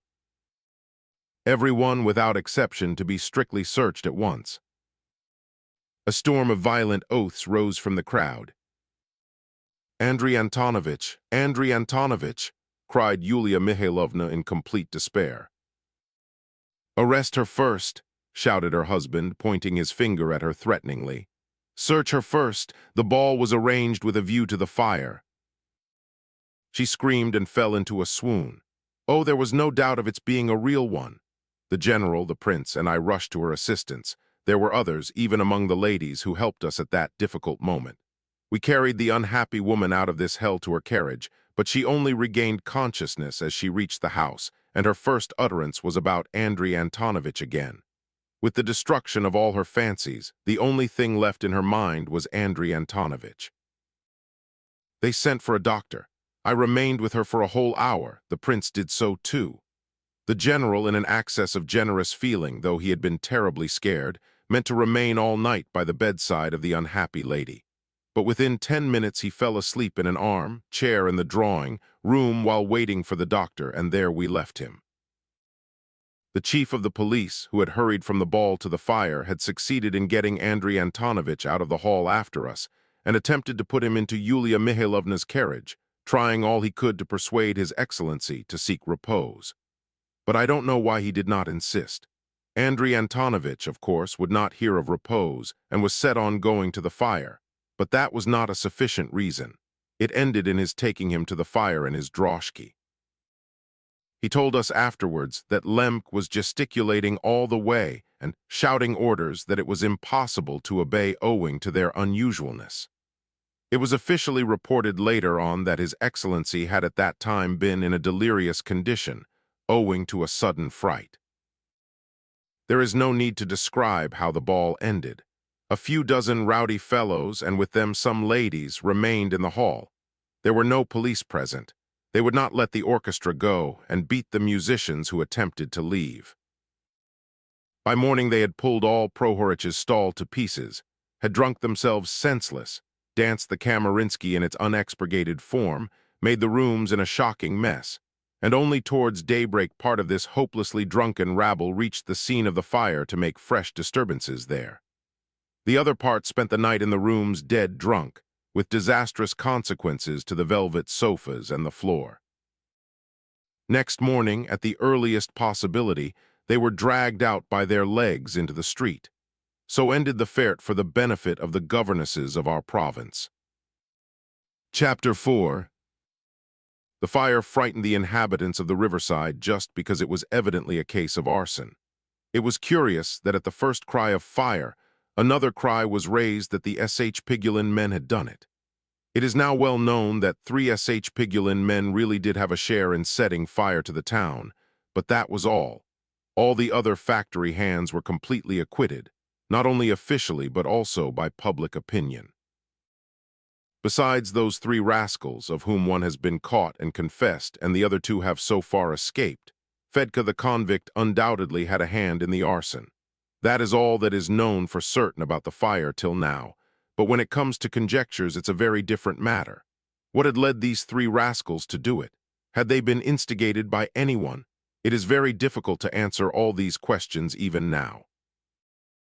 Owing to the strong wind, the fact that the houses at the riverside were almost all wooden, and that they had been set fire to in 3 places, the fire spread quickly and enveloped the whole quarter with extraordinary rapidity. The fire burnt, however, only at 2 ends. At the 3rd spot it was extinguished almost as soon as it began to burn, of which later. But the Petersburg and Moscow papers exaggerated our calamity. Not more than a quarter, roughly speaking, of the riverside district was burnt down, possibly less indeed. Our fire brigade, though it was hardly adequate to the size and population of the town, worked with great promptitude and devotion. But it would not have been of much avail, even with the zealous co-operation of the inhabitants, if the wind had not suddenly dropped towards morning. When an hour after our flight from the ball I made my way to the riverside, the fire was at its height. A whole street parallel with the river was in flames. It was as light as day. I won't describe the fire. Everyone in Russia knows what it looks like. The bustle and crush was immense in the lanes adjoining the burning street.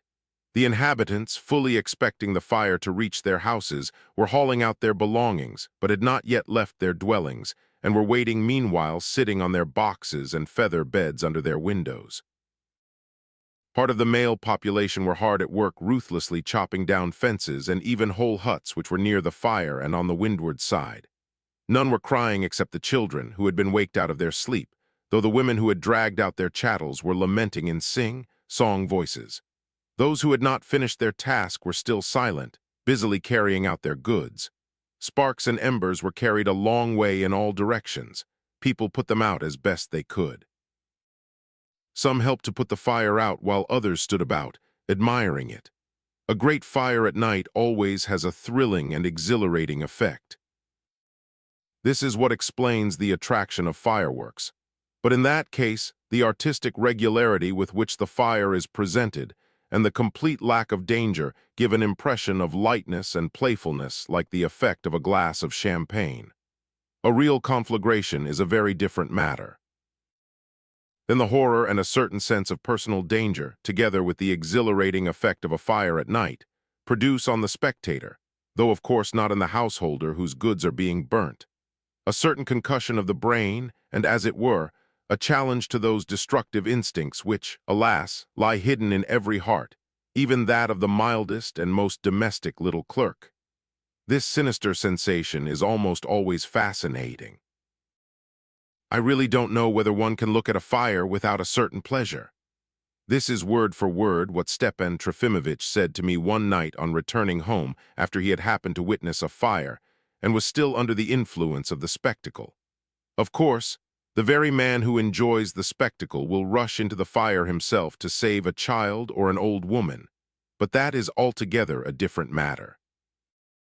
Following in the wake of the crowd of sightseers, I succeeded, without asking questions, in reaching the chief center of danger, where at last I saw Lemk, whom I was seeking at Yulia Mihailovna's request. His position was strange and extraordinary. He was standing on the ruins of a fence. 30 paces to the left of him rose the black skeleton of a 2-storied house which had almost burnt out. It had holes instead of windows at each story, its roof had fallen in, and the flames were still here and there creeping among the charred beams. At the farther end of the courtyard, 20 paces away, the lodge, also a 2-storied building, was beginning to burn, and the firemen were doing their utmost to save it. On the right, the firemen and the people were trying to save a rather large wooden building which was not actually burning, though it had caught fire several times and was inevitably bound to be burnt in the end. Lemk stood facing the lodge, shouting and gesticulating. He was giving orders which no one attempted to carry out. It seemed to me that everyone had given him up as hopeless and left him. Anyway, though everyone in the vast crowd of all classes, among whom there were gentlemen and even the cathedral priest, was listening to him with curiosity and wonder, no one spoke to him or tried to get him away. Lemk, with a pale face and glittering eyes, was uttering the most amazing things. To complete the picture, he had lost his hat and was bareheaded. It's all incendiarism. It's nihilism. If anything is burning, it's nihilism, I heard almost with horror. And though there was nothing to be surprised at, yet actual madness, when one sees it, always gives one a shock. "Your Excellency," said a policeman, coming up to him, "what if you were to try the repose of home? It's dangerous for Your Excellency even to stand here." This policeman, as I heard afterwards, had been told off by the chief of police to watch over Andrei Antonovich, to do his utmost to get him home, and in case of danger even to use force, a task evidently beyond the man's power. "They will wipe away the tears of the people whose houses have been burnt, but they will burn down the town. It's all the work of 4 scoundrels, 4.5. Arrest the scoundrel. He worms himself into the honor of families. They made use of the governesses to burn down the houses. It's vile, vile. What's he about?" he shouted, suddenly noticing a fireman at the top of the burning lodge, under whom the roof had almost burnt away and round whom the flames were beginning to flare up. "Pull him down. Pull him down. He will fall, he will catch fire, put him out. What is he doing there?" "He is putting the fire out, Your Excellency." "Not likely. The fire is in the minds of men and not in the roofs of houses. Pull him down and give it up. Better give it up, much better. Let it put itself out. Who is crying now? An old woman. It's an old woman shouting. Why have they forgotten the old woman?" There actually was an old woman crying on the ground floor of the burning lodge. She was an old creature of 80, a relation of the shopkeeper who owned the house. But she had not been forgotten. She had gone back to the burning house while it was still possible, with the insane idea of rescuing her feather bed from a corner room which was still untouched. Choking with the smoke and screaming with the heat, for the room was on fire by the time she reached it, she was still trying with her decrepit hands to squeeze her feather bed through a broken window pane. Lemk rushed to her assistance. Everyone saw him run up to the window, catch hold of one corner of the feather bed, and try with all his might to pull it out. As ill luck would have it, a board fell at that moment from the roof and hit the unhappy governor. It did not kill him, it merely grazed him on the neck as it fell, but Andrei Antonovich's career was over, among us at least. The blow knocked him off his feet and he sank on the ground unconscious. The day dawned at last, gloomy and sullen. The fire was abating, the wind was followed by a sudden calm, and then a fine drizzling rain fell. I was by that time in another part, some distance from where Lemk had fallen, and here I overheard very strange conversations in the crowd. A strange fact had come to light. On the very outskirts of the quarter, on a piece of waste land beyond the kitchen gardens, not less than 50 paces from any other buildings, there stood a little wooden house which had only lately been built, and this solitary house had been on fire at the very beginning, almost before any other. Even had it burnt down, it was so far from other houses that no other building in the town could have caught fire from it, and vice versa, if the whole riverside had been burnt to the ground, that house might have remained intact, whatever the wind had been. It followed that it had caught fire separately and independently, and therefore not accidentally.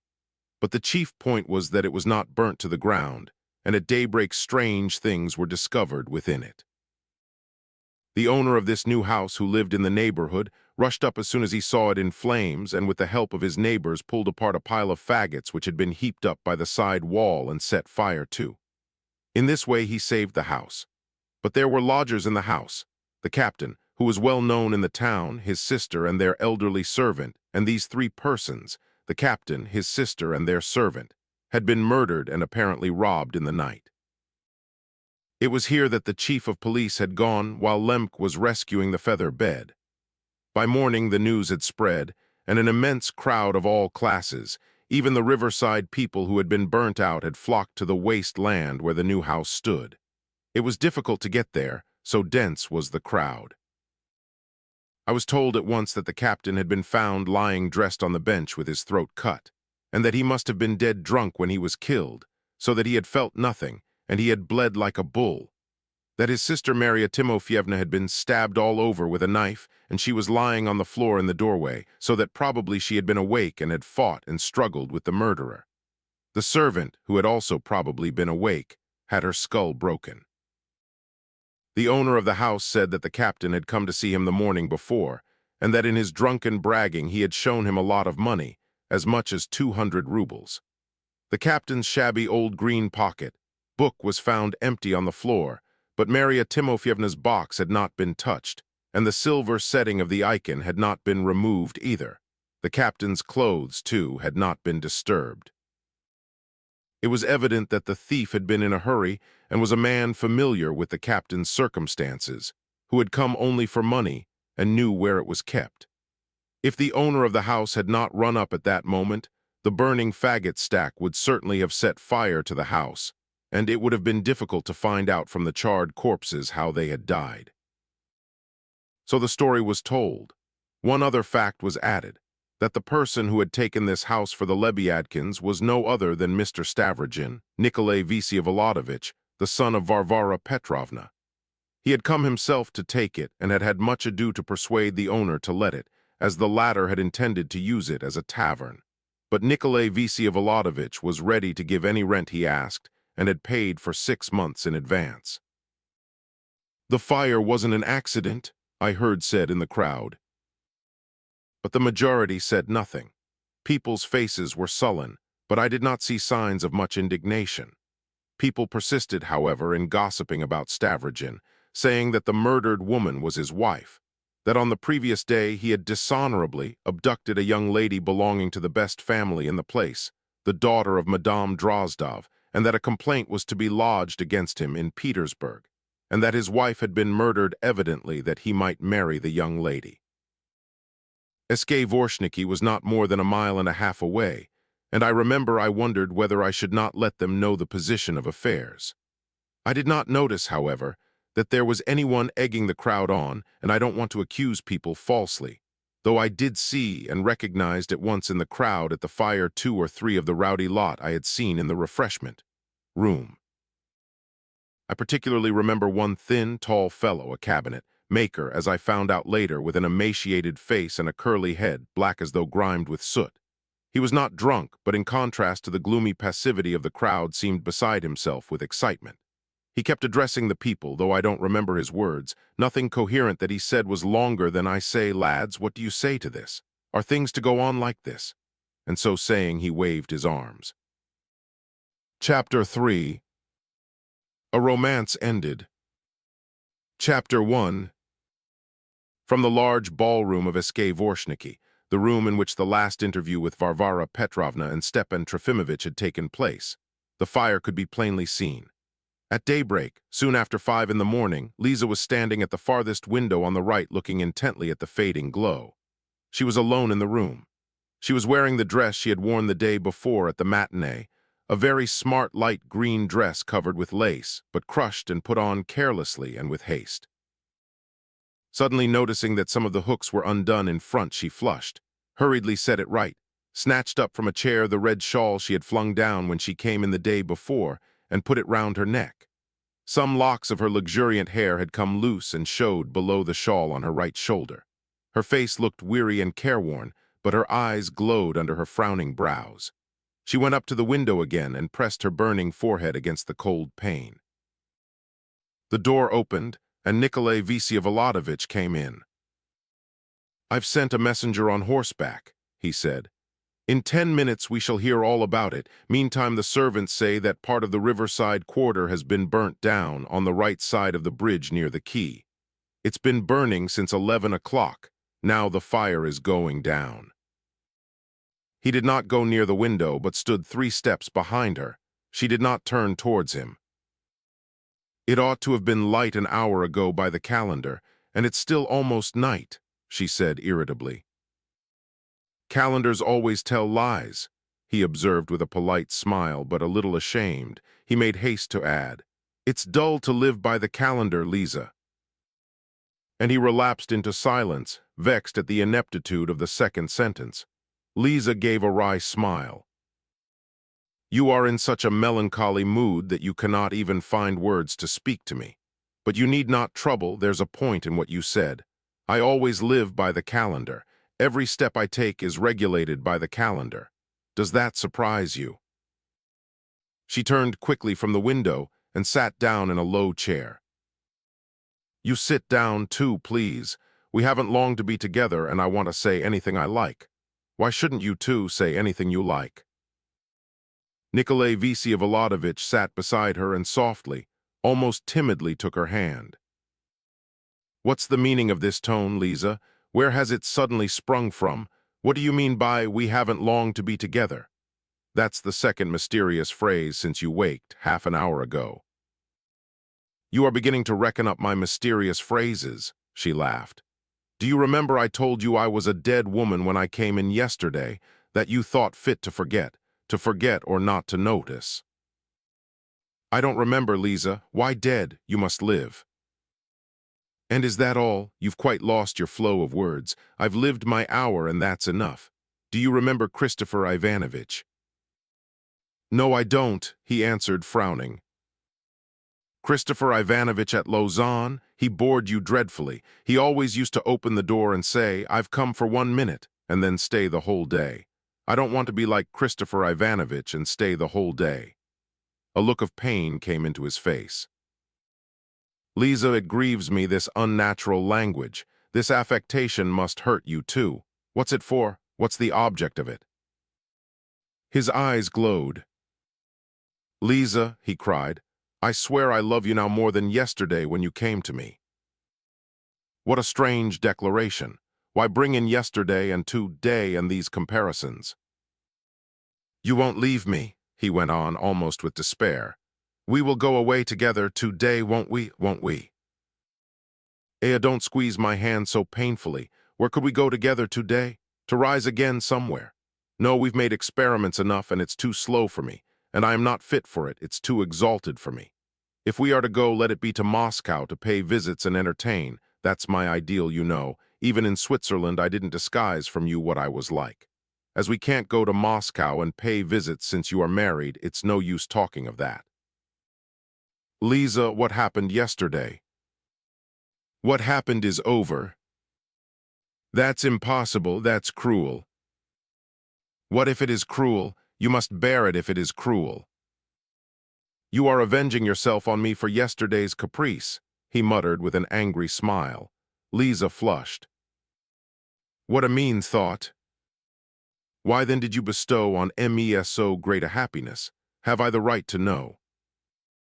No, you must manage without rights. Don't aggravate the meanness of your supposition by stupidity. You are not lucky today. By the way, you surely can't be afraid of public opinion and that you will be blamed for this great happiness. If that's it, for God's sake, don't alarm yourself.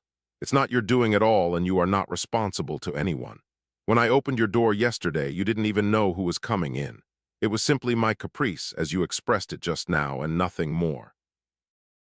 You can look everyone in the face boldly and triumphantly. Your words, that laugh, have been making me feel cold with horror for the last hour. That happiness of which you speak frantically is worth everything to me. How can I lose you now? I swear I loved you less yesterday. Why are you taking everything from me today? Do you know what it has cost me, this new hope? I've paid for it with life. Your own life or another's? He got up quickly.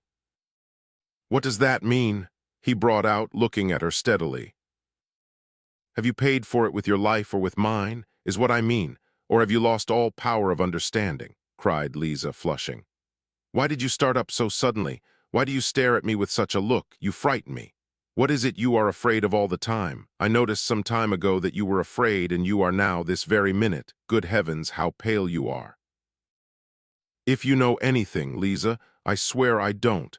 And I wasn't talking of that just now when I said that I had paid for it with life. I don't understand you, she brought out, faltering apprehensively. At last a slow, brooding smile came onto his lips.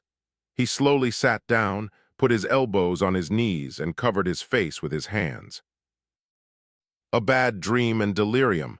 We were talking of two different things. I don't know what you were talking about. Do you mean to say you did not know yesterday that I should leave you today? Did you know or not? Don't tell a lie, did you or not? I did, he said softly. Well then, what would you have? You knew and yet you accepted that moment for yourself. Aren't we quits? Tell me the whole truth, he cried in intense distress. When you opened my door yesterday, did you know yourself that it was only for 1 hour? She looked at him with hatred. Really, the most sensible person can ask most amazing questions. And why are you so uneasy? Can it be vanity that a woman should leave you first instead of your leaving her? Do you know, Nikolay Vsevolodovich, since I've been with you, I've discovered that you are very generous to me, and it's just that I can't endure from you. He got up from his seat and took a few steps about the room. Very well, perhaps it was bound to end so, but how can it all have happened? That's a question to worry about, especially as you know the answer yourself perfectly well and understand it better than anyone on earth, and were counting on it yourself. I am a young lady, my heart has been trained on the opera, that's how it all began, that's the solution. No, there is nothing in it to fret your vanity. It is all the absolute truth. It began with a fine moment which was too much for me to bear. The day before yesterday, when I insulted you before everyone and you answered me so chivalrously, I went home and guessed at once that you were running away from me because you were married, and not from contempt for me which, as a fashionable young lady, I dreaded more than anything. I understood that it was for my sake, for me, mad as I was, that you ran away. You see how I appreciate your generosity. Then Pyotr Stepanovich skipped up to me and explained it all to me at once. He revealed to me that you were dominated by a great idea, before which he and I were as nothing, but yet that I was a stumbling block in your path. He brought himself in. He insisted that we three should work together, and said the most fantastic things about a boat and about maple, wood oars out of some Russian song. I complimented him and told him he was a poet, which he swallowed as the real thing. And as apart from him I had known long before that I had not the strength to do anything for long, I made up my mind on the spot. Well, that's all and quite enough, and please let us have no more explanations. We might quarrel. Don't be afraid of anyone, I take it all on myself. I am horrid and capricious. I was fascinated by that operatic boat. I am a young lady. But you know I did think that you were dreadfully in love with me. Don't despise the poor fool, and don't laugh at the tear that dropped just now. I am awfully given to crying with self-pity. Come, that's enough, that's enough. I am no good for anything, and you are no good for anything. It's as bad for both of us, so let's comfort ourselves with that. Anyway, it eases our vanity. Dream and delirium, cried Stavrogin, wringing his hands and pacing about the room. Lisa, poor child, what have you done to yourself? I've burnt myself in a candle, nothing more. Surely you are not crying too. You should show less feeling and better breeding. Why did you come to me? Don't you understand what a ludicrous position you put yourself in the eyes of the world by asking such questions? Why have you ruined yourself so grotesquely and so stupidly, and what's to be done now?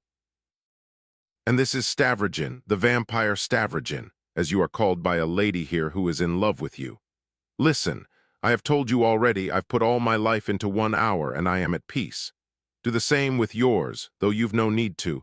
You have plenty of hours and moments of all sorts before you. As many as you. I give you my solemn word, not 1 hour more than you. He was still walking up and down, and did not see the rapid, penetrating glance she turned upon him, in which there seemed a dawning hope. But the light died away at the same moment. If you knew what it costs me that I can't be sincere at this moment, Lisa, if I could only tell you. Tell me, you want to tell me something to me? God save me from your secrets, she broke in almost in terror. He stopped and waited uneasily. I ought to confess that ever since those days in Switzerland I have had a strong feeling that you have something awful, loathsome, some bloodshed on your conscience, and yet something that would make you look very ridiculous. Beware of telling me if it's true. I shall laugh you to scorn. I shall laugh at you for the rest of your life. Aya, you are turning pale again. I won't, I'll go at once. She jumped up from her chair with a movement of disgust and contempt. Torture me, punish me, vent your spite on me, he cried in despair. You have the full right. I knew I did not love you, and yet I ruined you. Yes, I accepted the moment for my own. I had a hope. I've had it a long time, my last hope. I could not resist the radiance that flooded my heart when you came into me yesterday of yourself, alone, of your own accord. I suddenly believed. Perhaps I have faith in it still. I will repay such noble frankness by being as frank. I don't want to be a sister of mercy for you. Perhaps I really may become a nurse unless I happen appropriately to die today. But if I do, I won't be your nurse, though, of course, you need one as much as any crippled creature. I always fancied that you would take me to some place where there was a huge, wicked spider, big as a man, and we should spend our lives looking at it and being afraid of it. That's how our love would spend itself. Appeal to Dashenka. She will go with you anywhere you like. Can't you help thinking of her even now? Poor little spaniel, give her my greetings. Does she know that even in Switzerland you had fixed on her for your old age? What prudence, what foresight. Aya, who's that? At the farther end of the room, a door opened a crack. A head was thrust in and vanished again hurriedly. Is that you, Alexei Yegorich? Asked Stavrogin. No, it's only I. Fyodor Stepanovich thrust himself half in again. How do you do, Lizaveta Nikolaevna? Good morning, anyway. I guessed I should find you both in this room. I have come for one moment, literally, Nikolay Vsyevolodovich. I was anxious to have a couple of words with you at all costs. Absolutely necessary, only a few words. Stavrogin moved towards him, but turned back to Lisa at the third step. If you hear anything directly, Lisa, let me tell you I am to blame for it. She started and looked at him in dismay, but he hurriedly went out. Chapter 2. The room from which Fyodor Stepanovich had peeped in was a large oval vestibule. Alexei Yegorich had been sitting there before Fyodor Stepanovich came in, but the latter sent him away. Stavrogin closed the door after him and stood expectant. Fyodor Stepanovich looked rapidly and searchingly at him. Well, if you know already, said Fyodor Stepanovich hurriedly, his eyes looking as though they would dive into Stavrogin's soul. Then, of course, we are none of us to blame, above all not you, for it's such a concatenation, such a coincidence of events in brief. You can't be legally implicated, and I've rushed here to tell you so beforehand. Have they been burnt, murdered? Murdered but not burnt, that's the trouble, but I give you my word of honor that it's not been my fault, however much you may suspect me, eh? Do you want the whole truth?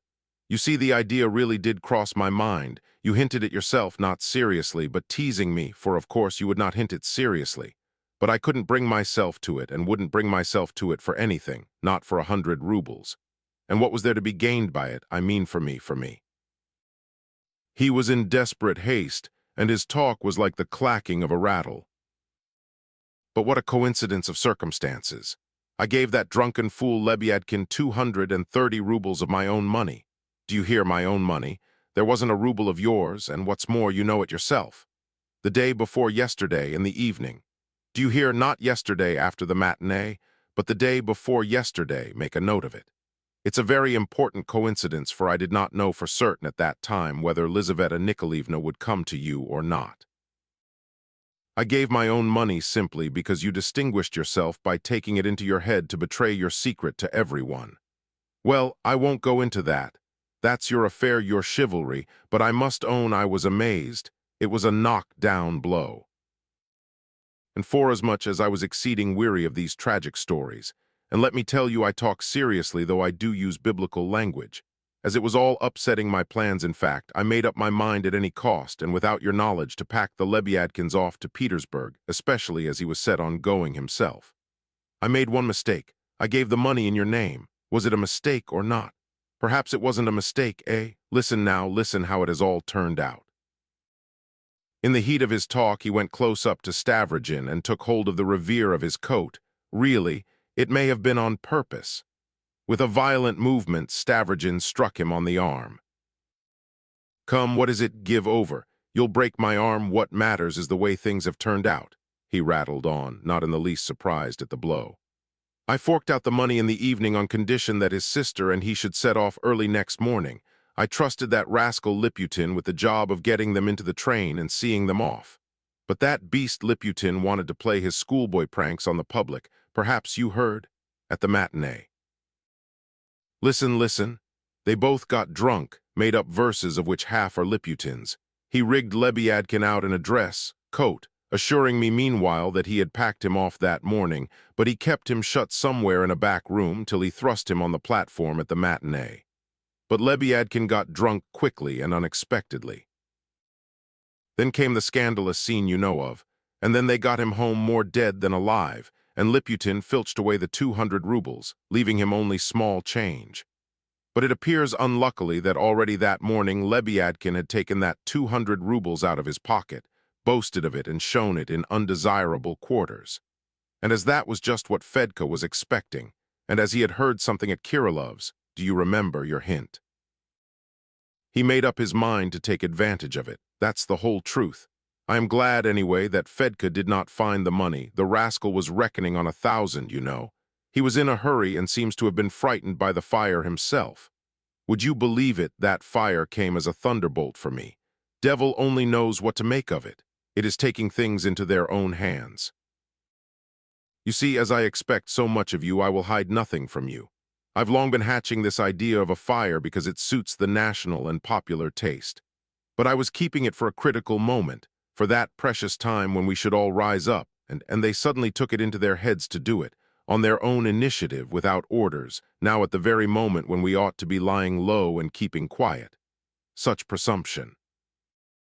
The fact is, I've not got to the bottom of it yet. They talk about 2sh Pigulin men, but if there are any of our fellows in it, if any one of them has had a hand in it, so much the worse for him. You see what comes of letting people get ever so little out of hand. No, this democratic rabble with its quintets is a poor foundation. What we want is one magnificent, despotic will, like an idol, resting on something fundamental and external. Then the quintets will cringe into obedience and be obsequiously ready on occasion. But anyway, though, they are all crying out now that Stavrogin wanted his wife to be burnt, and that that's what caused the fire in the town, but why are they all saying that? Not yet, and I must confess I have heard nothing of the sort, but what one can do with people, especially when they've been burnt out. Vox populi vox Dei. A stupid rumor is soon set going, but you really have nothing to be afraid of. From the legal point of view, you are all right, and with your conscience also. For you didn't want it done, did you? There's no clue, nothing but the coincidence. The only thing is Fedka may remember what you said that night at Kirilov's, and what made you say it. But that proves nothing, and we shall stop Fedka's mouth. I shall stop it today. And weren't the bodies burnt at all? Not a bit. That ruffian could not manage anything properly. But I am glad, anyway, that you are so calm, for though you are not in any way to blame, even in thought, but all the same. And you must admit that all this settles your difficulties capitally. You are suddenly free and a widower and can marry a charming girl this minute with a lot of money, who is already yours into the bargain. See what can be done by crude, simple coincidence. Are you threatening me, you fool? Come, leave off, leave off. Here you are calling me a fool, and what a tone to use. You ought to be glad, yet I rushed here on purpose to let you know in good time. Besides, how could I threaten you? As if I cared for what I could get by threats. I want you to help from goodwill and not from fear. You are the light and the sun. It's I who am terribly afraid of you, not you of me. I am not Mavriky Nikolaevich.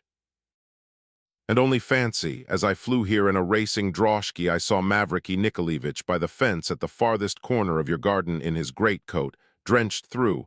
He must have been sitting there all night. Queer goings-on.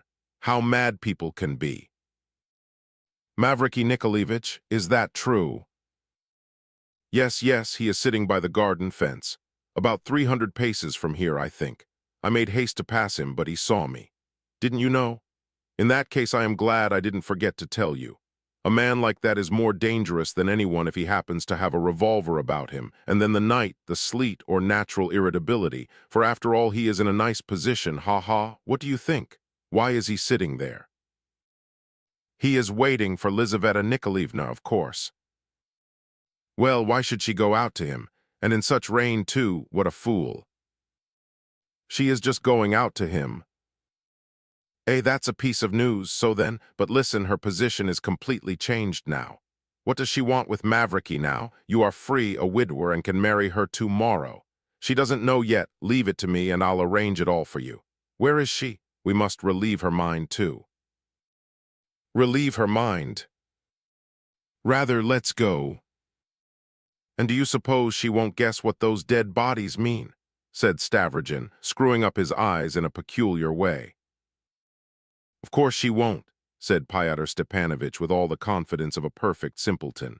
For legally, what a man you are. What if she did guess? Women are so clever at shutting their eyes to such things, you don't understand women. Apart from its being altogether to her interest to marry you now because there's no denying she's disgraced herself.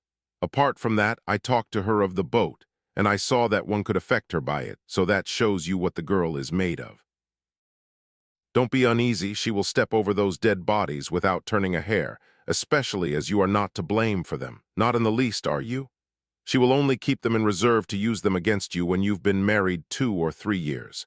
Every woman saves up something of the sort out of her husband's past when she gets married, but by that time, what may not happen in a year? Ha ha. If you've come in a racing droshky, take her to Mavericky Nikolaevich now. She said just now that she could not endure me and would leave me, and she certainly will not accept my carriage. What can she really be leaving? How can this have come about? Said Pyotr Stepanovitch, staring stupidly at him. She's guessed somehow during this night that I don't love her, which she knew all along, indeed. But don't you love her? Said Pyotr Stepanovitch, with an expression of extreme surprise. If so, why did you keep her when she came to you yesterday, instead of telling her plainly like an honorable man that you didn't care for her? That was horribly shabby on your part, and how mean you make me look in her eyes. Stavrogin suddenly laughed. I am laughing at my monkey, he explained at once. Ah, you saw that I was putting it on, cried Pyotr Stepanovitch, laughing too, with great enjoyment. I did it to amuse you, only fancy, as soon as you came out to me I guessed from your face that you'd been unlucky. A complete fiasco, perhaps. There, I'll bet anything, he cried, almost gasping with delight, that you've been sitting side by side in the drawing room all night wasting your precious time discussing something lofty and elevated. There, forgive me, it's not my business. I felt sure yesterday that it would all end in foolishness. I brought her to you simply to amuse you, and to show you that you wouldn't have a dull time with me. I shall be of use to you 100 times in that way. I always like pleasing people. If you don't want her now, which was what I was reckoning on when I came, then. So you brought her simply for my amusement. Why, what else? Not to make me kill my wife. Come, you've not killed her. What a tragic fellow you are. It's just the same, you killed her. I didn't kill her. I tell you I had no hand in it. You are beginning to make me uneasy, though. Go on, you said, if you don't want her now, then. Then leave it to me, of course. I can quite easily marry her off to Mavericky Nikolaevich, though I didn't make him sit down by the fence. Don't take that notion into your head. I'm afraid of him now. You talk about my droshky, but I simply dashed by. What if he has a revolver? It's a good thing I brought mine. Here it is. He brought a revolver out of his pocket, showed it, and hid it again at once. I took it as I was coming such a long way. But I'll arrange all that for you in a twinkling. Her little heart is aching at this moment for Mavericky. It should be anyway. And do you know, I am really rather sorry for her. If I take her to Mavericky, she will begin about you directly. She will praise you to him and abuse him to his face. You know the heart of woman. There you are, laughing again. I am awfully glad that you are so cheerful now. Come, let's go. I'll begin with Mavericky right away and about them, those who have been murdered. Hadn't we better keep quiet now? She'll hear later on anyway. What will she hear? Who's been murdered? What were you saying about Mavericky Nikolaevich? Said Liza, suddenly opening the door. Ah, you've been listening. What were you saying just now about Mavericky Nikolaevich? Has he been murdered? Ah, then you didn't hear?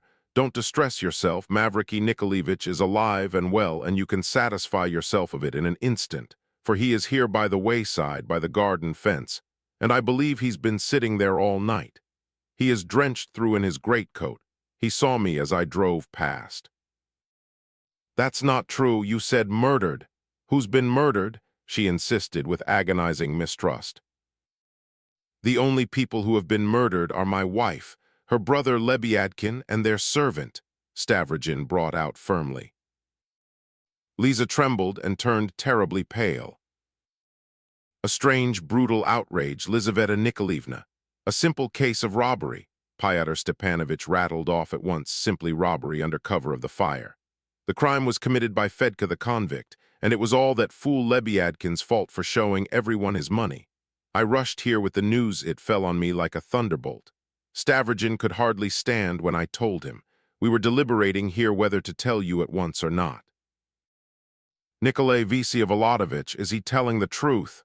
Lisa articulated faintly. "No, it's false." "False," said Pyotr Stepanovich, starting. "What do you mean by that?" "Heavens, I shall go mad," cried Lisa. "Do you understand, anyway, that he is mad now?" Pyotr Stepanovich cried at the top of his voice. "After all, his wife has just been murdered. You see how white he is. Why, he has been with you the whole night. He hasn't left your side a minute. How can you suspect him?" "Nikolai Vsevolodovich, tell me as before God, are you guilty or not? And I swear I'll believe your word as though it were God's, and I'll follow you to the end of the earth. Yes, I will. I'll follow you like a dog."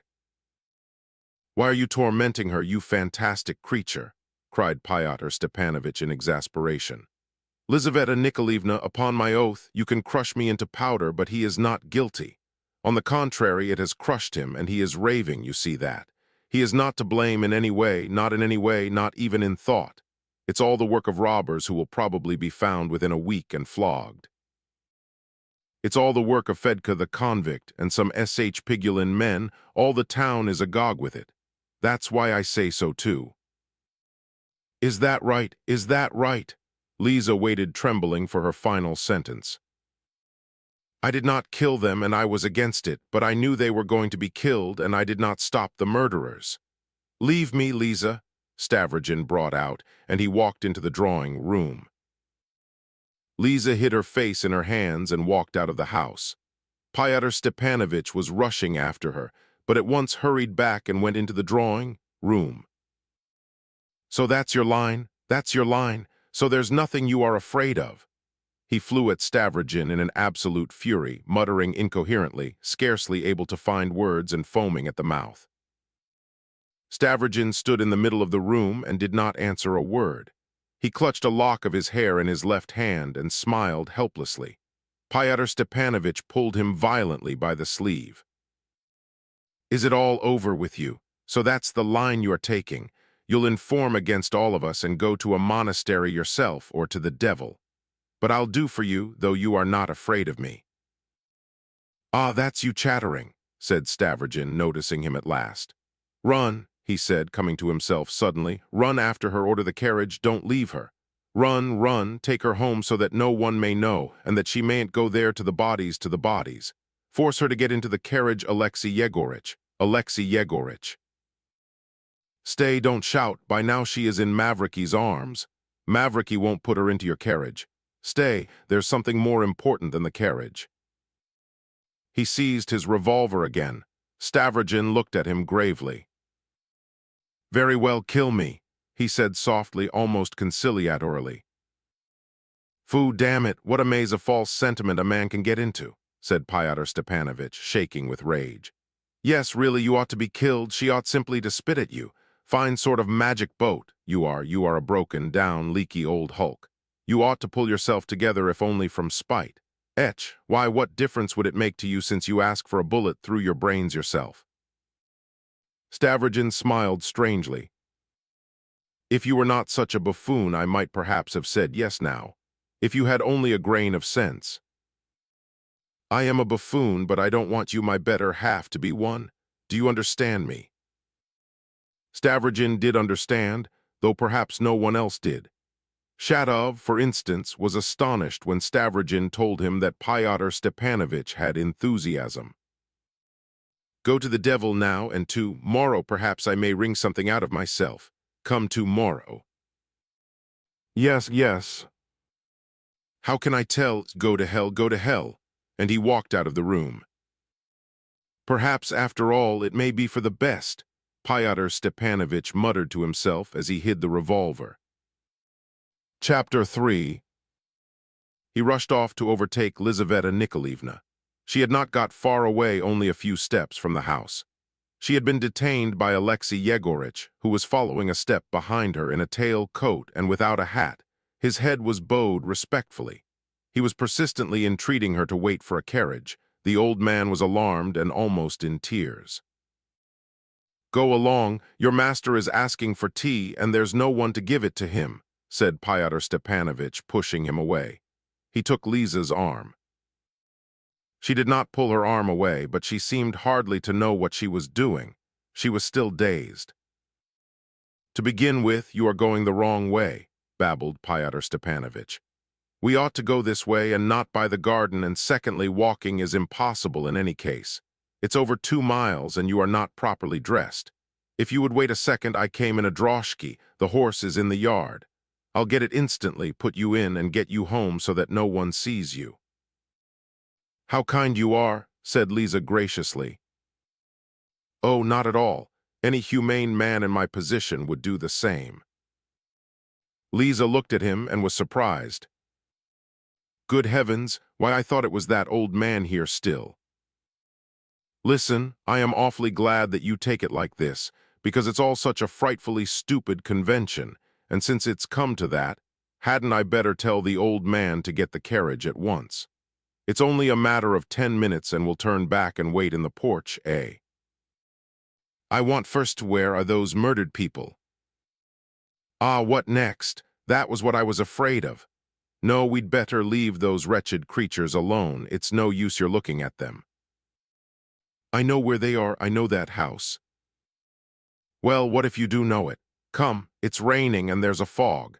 A nice job, this sacred duty I've taken upon myself. Listen, Lizaveta Nikolaevna, it's one of 2 alternatives. Either you come with me in the droshky, in that case wait here and don't take another step, for if we go another 20 steps we must be seen by Mavriky Nikolaevich." "Mavriky Nikolaevich, where?" "Well, if you want to go with him, I'll take you a little farther if you like and show you where he sits, but I don't care to go up to him just now. No, thank you. He is waiting for me. Good God!" She suddenly stopped and a flush of color flooded her face. "Oh, come now, if he is an unconventional man, you know, Lizaveta Nikolaevna, it's none of my business. I'm a complete outsider and you know that yourself. But still, I wish you well. If your ferry boat has failed you, if it has turned out to be nothing more than a rotten old hulk, only fit to be chopped up." "Ah, that's fine, that's lovely," cried Liza. "Lovely, and yet your tears are falling. You must have spirit. You must be as good as a man in every way. In our age, when woman, foo, hang it." Fyodor Stepanovich was on the point of spitting.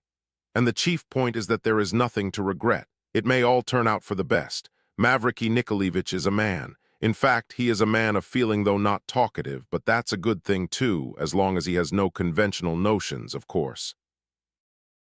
"Lovely, lovely," Liza laughed hysterically. "Well, hang it all, Lizaveta Nikolaevna," said Fyodor Stepanovich, suddenly piqued. "I am simply here on your account. It's nothing to me. I helped you yesterday when you wanted it yourself. Today, well, you can see Mavriky Nikolaevich from here. There he's sitting, he doesn't see us. I say, Lizaveta Nikolaevna, have you ever read Polenka Sax?" "What's that?" "It's the name of a novel, Polenka Sax. I read it when I was a student.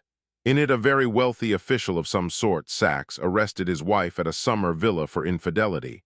But hang it, it's no consequence. You'll see Mavriky Nikolaevich will make you an offer before you get home. He doesn't see us yet." "Ach, don't let him see us," Liza cried suddenly like a mad creature. Come away, to the woods, to the fields." And she ran back. "Lizaveta Nikolaevna, this is such cowardice," cried Fyodor Stepanovich, running after her. "And why don't you want him to see you? On the contrary, you must look him straight in the face with pride. If it's some feeling about that, some maidenly, that's such a prejudice, so out of date. But where are you going? Where are you going? Etch, she is running. Better go back to Stavrogin's and take my droshky. Where are you going? That's the way to the fields. There, she's fallen down. He stopped. Liza was flying along like a bird, not conscious where she was going, and Fyodor Stepanovich was already 50 paces behind her. She stumbled over a mound of earth and fell down. At the same moment there was the sound of a terrible shout from behind. It came from Mavriky Nikolaevich, who had seen her flight and her fall, and was running to her across the field. In a flash, Fyodor Stepanovich had retired into Stavrogin's gateway to make haste and get into his droshky. Mavriky Nikolaevich was already standing in terrible alarm by Liza, who had risen to her feet. He was bending over her and holding her hands in both of his. All the incredible surroundings of this meeting overwhelmed him, and tears were rolling down his cheeks. He saw the woman for whom he had such reverent devotion running madly across the fields. At such an hour, in such weather, with nothing over her dress, the gay dress she wore the day before now crumpled and muddy from her fall. He could not utter a word. He took off his greatcoat and with trembling hands put it round her shoulders. Suddenly he uttered a cry, feeling that she had pressed her lips to his hand. "Liza," he cried, "I am no good for anything, but don't drive me away from you." "Oh no, let us make haste away from here, don't leave me." And seizing his hand, she drew him after her. "Mavriky Nikolaevich," she suddenly dropped her voice timidly, "I kept a bold face there all the time, but now I am afraid of death. I shall die soon, very soon, but I am afraid to die," she whispered, pressing his hand tight. "Oh, if there were someone," he looked round in despair. "Some passer-by, you will get your feet wet, you will lose your reason." It's all right," she tried to reassure him. "That's right, I am not so frightened with you. Hold my hand, lead me. Where are we going now? Home? No, I want first to see the people who have been murdered. His wife has been murdered, they say, and he says he killed her himself. But that's not true, is it? I want to see for myself those 3 who have been killed on my account. It's because of them his love for me has grown cold since last night. I shall see and find out everything. Make haste, I know the house, there's a fire there. Mavriky Nikolaevich, my dear one, don't forgive me in my shame. Why forgive me? Why are you crying? Give me a blow and kill me here in the field like a dog." "No one is your judge now," Mavriky Nikolaevich pronounced firmly. "God forgive you, I least of all can be your judge." But it would be strange to describe their conversation. And meanwhile they walked hand in hand quickly, hurrying as though they were crazy. They were going straight towards the fire. Mavriky Nikolaevich still had hopes of meeting a cart at least, but no one came that way. A mist of fine, drizzling rain enveloped the whole country, swallowing up every ray of light, every gleam of color, and transforming everything into one smoky, leaden, indistinguishable mass. It had long been daylight, yet it seemed as though it were still night. And suddenly in this cold, foggy mist there appeared coming towards them a strange and absurd figure. Picturing it now, I think I should not have believed my eyes if I had been in Lizaveta Nikolaevna's place, yet she uttered a cry of joy and recognized the approaching figure at once. It was Stepan Trofimovich. How he had gone off, how the insane, impracticable idea of his flight came to be carried out, of that later. I will only mention that he was in a fever that morning, yet even illness did not prevent his starting. He was walking resolutely on the damp ground.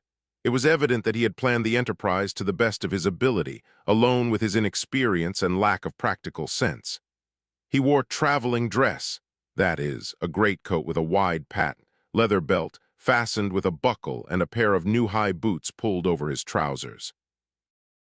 Probably he had for some time past pictured a traveler as looking like this, and the belt and the high boots with the shining tops like a hussar's in which he could hardly walk had been ready some time before. A broad, brimmed hat, a knitted scarf twisted close round his neck, a stick in his right hand, and an exceedingly small but extremely tightly packed bag in his left completed his get-up. He had besides in the same right hand an open umbrella. These 3 objects, the umbrella, the stick, and the bag, had been very awkward to carry for the first mile, and had begun to be heavy by the second. "Can it really be you?" cried Liza, looking at him with distressed wonder after her first rush of instinctive gladness. "Lies," cried Stepan Trofimovich, rushing to her almost in delirium too. "Cheer, cheer! Can you be out too in such a fog? You see the glow of fire. Vous erts malheureux en est, si pas, I see. Don't tell me, but don't question me either." New Psalms 2's Malhurumai's ill fout less pardner 2's, pardonens lies and let us be free forever, to be quit of the world and be completely free. Ill fout pardner at pardner. But why are you kneeling down? Because taking leave of the world, I want to take leave of all my past in your person. He wept and raised both her hands to his tear-stained eyes. I kneel to all that was beautiful in my life. I kiss and give thanks. Now I've torn myself in half, left behind a mad visionary who dreamed of soaring to the sky. Vink duens here, a shattered, frozen old man, a tutor chez sea marchand, ill existe portant sea marchand. But how drenched you are, lies. He cried, jumping onto his feet, feeling that his knees too were soaked by the wet earth. And how is it possible? You are in such a dress and on foot and in these fields? You are crying. Vous erts malheureux. Bah, I did hear something. But where have you come from now? He asked hurried questions with an uneasy air, looking in extreme bewilderment at Mavriki Nikolaevich. My save is, vous el hura quil est. Stepan Trofimovich, have you heard anything about the people who have been murdered? Is it true? Is it true? These people, I saw the glow of their work all night. They were bound to end in this. His eyes flashed again. I am fleeing away from madness, from a delirious dream. I am fleeing away to seek for Russia. Existe la Russie, ba c'est vous, cher capitaine. I've never doubted that I should meet you somewhere on some high adventure. But take my umbrella, and why must you be on foot? For God's sake, do at least take my umbrella, for I shall hire a carriage somewhere in any case. I'm on foot because Nastasia would have shouted for the benefit of the whole street if she'd found out I was going away. So I slipped away as far as possible incognito. I don't know. In the voice they write of there being brigands everywhere, but I thought surely I shouldn't meet a brigand the moment I came out on the road. Cheer lies, I thought you said something of someone's being murdered. Oh, mon Dieu, you are ill. Come along, cried Lisa almost in hysterics, drawing Mavriki Nikolaevich after her again. Wait a minute, Stepan Trofimovich, she came back suddenly to him. Stay, poor darling, let me sign you with the cross. Perhaps it would be better to put you under control, but I'd rather make the sign of the cross over you. You too pray for poor Lisa, just a little, don't bother too much about it.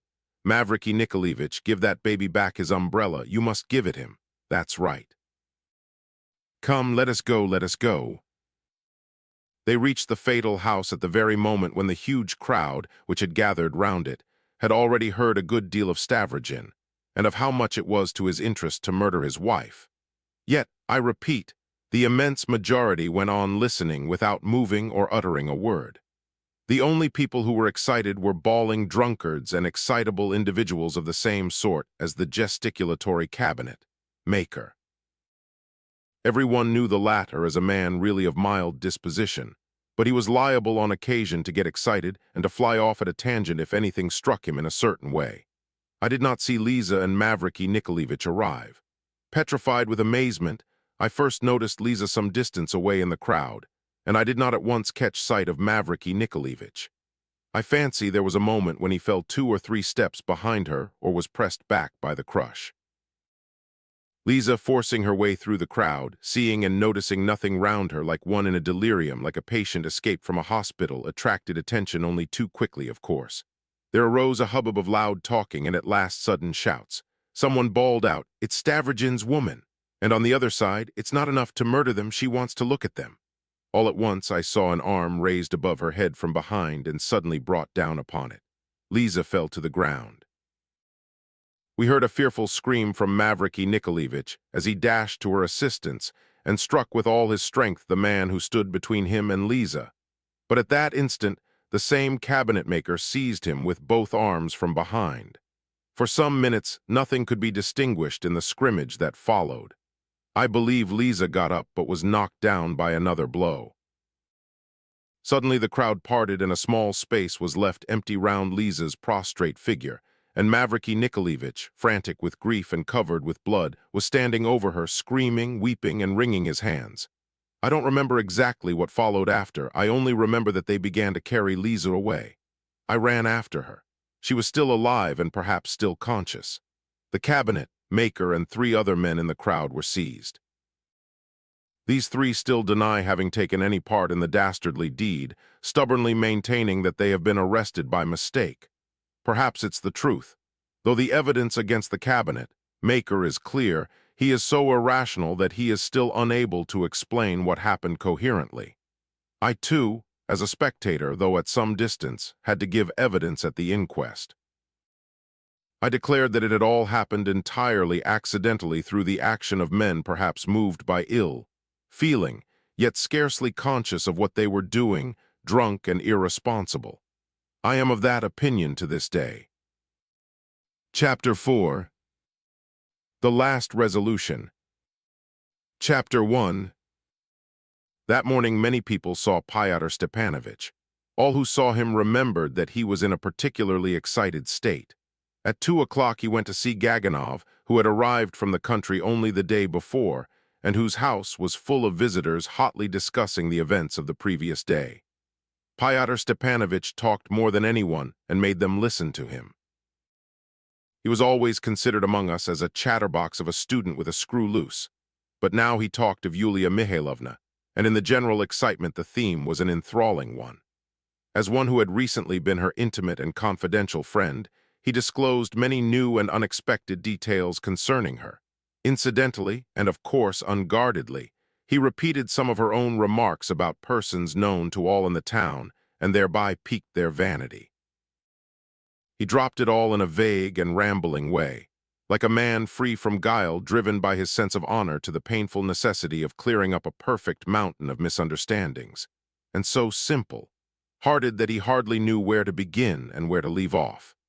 He let slip in a rather unguarded way, too, that Yulia Mihailovna knew the whole secret of Stavrogin, and that she had been at the bottom of the whole intrigue.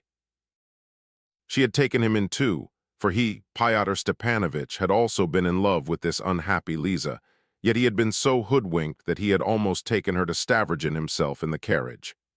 Yes, it's all very well for you to laugh, gentlemen, but if I'd known how it would end, he concluded.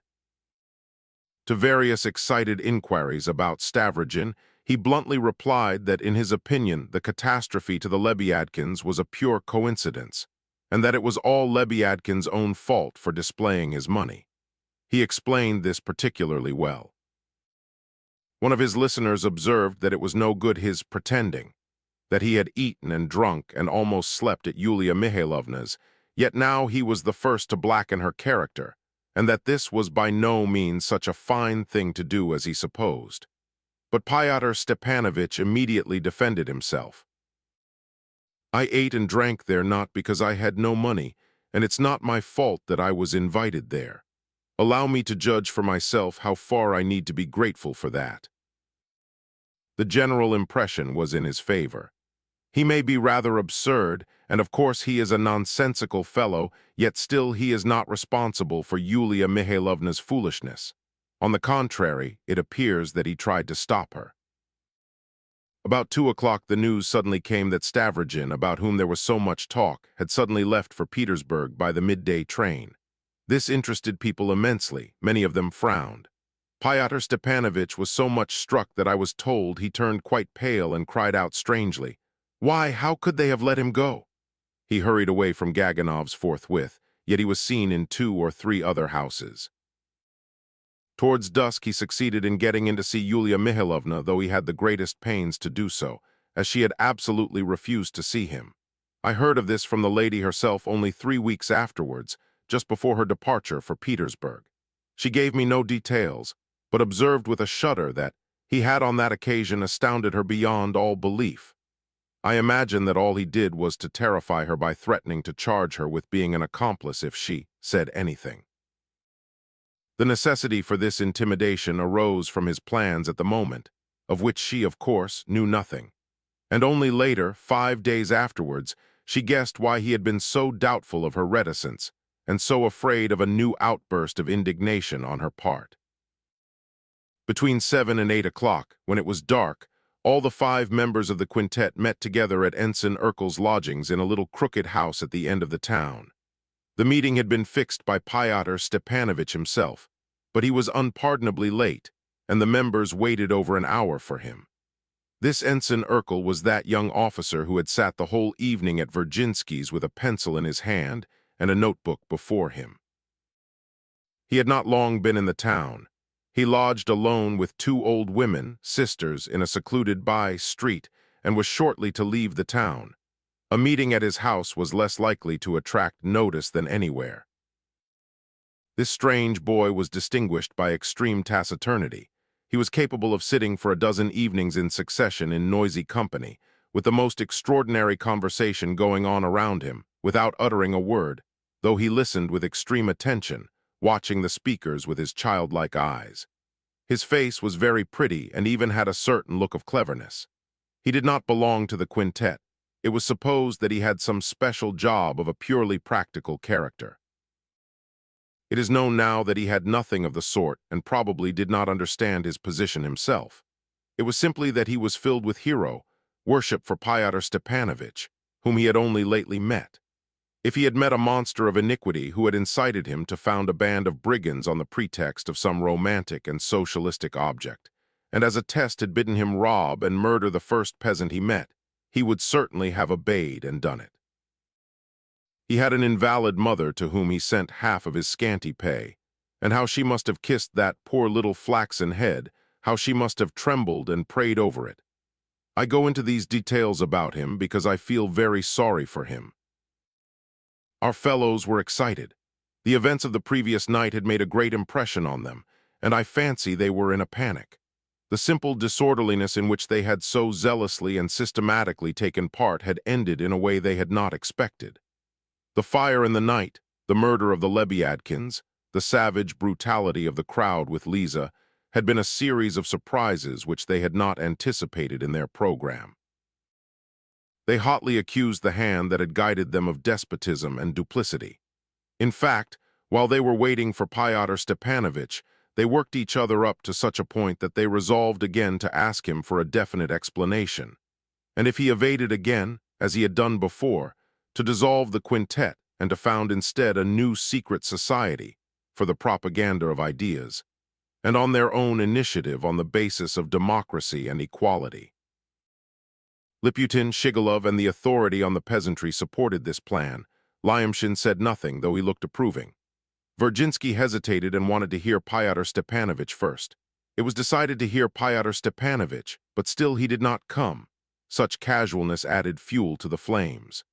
Urkel was absolutely silent and did nothing but order the tea, which he brought from his landladies in glasses on a tray, not bringing in the samovar nor allowing the servant to enter. Fyodor Stepanovich did not turn up till 8:30.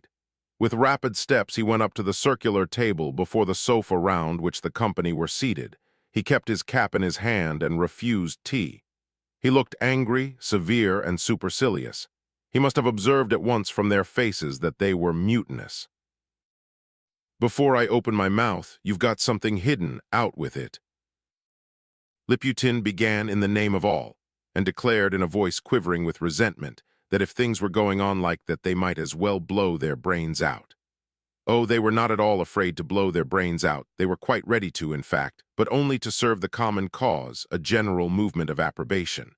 So he must be more open with them so that they might always know beforehand, or else what would things be coming to? Again a stir and some guttural sounds. To behave like this was humiliating and dangerous. We don't say so because we are afraid, but if one acts and the rest are only pawns, then one would blunder and all would be lost. Exclamations. Yes, yes, general approval. Damn it all, what do you want? What connection is there between the common cause and the petty intrigues of Mr. Stavrogin? Cried Liputin, boiling over. Suppose he is in some mysterious relation to the center. If that legendary center really exists at all, it's no concern of ours. And meantime a murder has been committed, the police have been roused. If they follow the thread, they may find what it starts from. If Stavrogin and you are caught, we shall be caught too, added the authority on the peasantry. And to no good purpose for the common cause, Virginsky concluded despondently. What nonsense! The murder is a chance crime. It was committed by Fedka for the sake of robbery. Strange coincidence, though, said Liputin, wriggling. And if you will have it, it's all through you. Through us. In the first place, you, Liputin, had a share in the intrigue yourself, And the second chief point is, you were ordered to get Lebyadkin away and given money to do it. And what did you do? If you'd got him away, nothing would have happened. But wasn't it you yourself who suggested the idea that it would be a good thing to set him on to read his verses? An idea is not a command. The command was to get him away. Command, rather a queer word. On the contrary, your orders were to delay sending him off. You made a mistake and showed your foolishness and self-will. The murder was the work of Fedka, and he carried it out alone for the sake of robbery. You heard the gossip and believed it. You were scared. Stavrogin is not such a fool, and the proof of that is he left the town at 12 o'clock after an interview with the vice-governor. If there were anything in it, they would not let him go to Petersburg in broad daylight. But we are not making out that Mr. Stavrogin committed the murder himself, Liputin rejoined spitefully and unceremoniously. He may have known nothing about it, like me, and you know very well that I knew nothing about it, though I am mixed up in it like mutton in a hash. Whom are you accusing? Said Fyodor Stepanovich, looking at him darkly. Those whose interest it is to burn down towns. You make matters worse by wriggling out of it. However, won't you read this and pass it to the others, simply as a fact of interest? He pulled out of his pocket Lebyadkin's anonymous letter to Lemk and handed it to Liputin. The latter read it, was evidently surprised, and passed it thoughtfully to his neighbor. The letter quickly went the round. "Is that really Lebyadkin's handwriting?" observed Shigolov. "It is," answered Liputin and Tolkachenko, the authority on the peasantry. "I simply brought it as a fact of interest, and because I knew you were so sentimental over Lebyadkin," repeated Fyodor Stepanovich, taking the letter back. "So it turns out, gentlemen, that a stray Fedka relieves us quite by chance of a dangerous man. That's what chance does sometimes. It's instructive, isn't it?" The members exchanged rapid glances. "And now, gentlemen, it's my turn to ask questions," said Fyodor Stepanovich, assuming an air of dignity. "Let me know what business you had to set fire to the town without permission."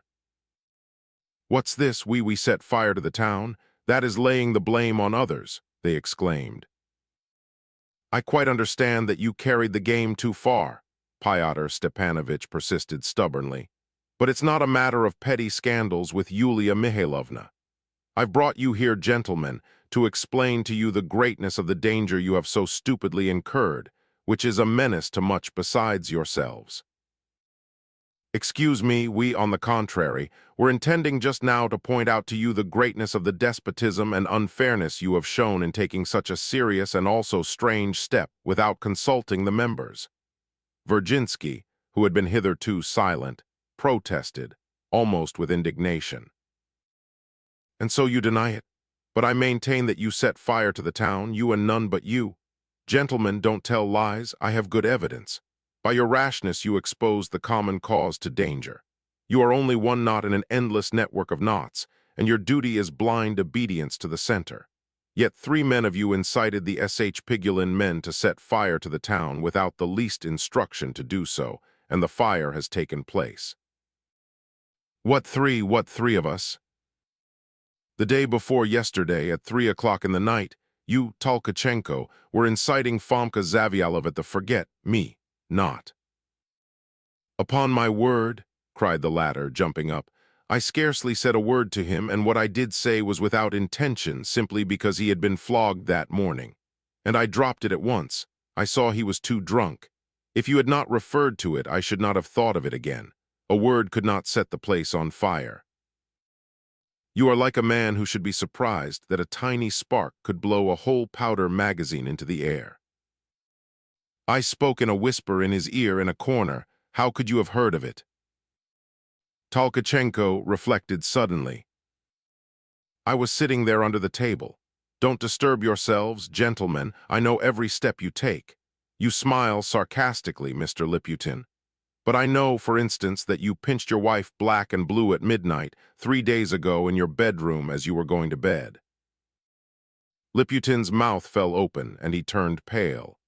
It was afterwards found out that he knew of this exploit of Liputin's from Agafia, Liputin's servant, whom he had paid from the beginning to spy on him. This only came out later. "May I state a fact?" said Shigalov, getting up. "Stated." Shigalov sat down and pulled himself together. "So far as I understand, and it's impossible not to understand it, you yourself at first and a second time later drew with great eloquence, but too theoretically, a picture of Russia covered with an endless network of knots. Each of these centers of activity, proselytizing and ramifying endlessly, aims by systematic denunciation to injure the prestige of local authority, to reduce the villages to confusion, to spread cynicism and scandals, together with complete disbelief in everything and an eagerness for something better, and finally, by means of fires as a eminently national method, to reduce the country at a given moment, if need be, to desperation. Are those your words which I tried to remember accurately? Is that the program you gave us as the authorized representative of the Central Committee, which is to this day utterly unknown to us and almost like a myth? It's correct, only you are very tedious.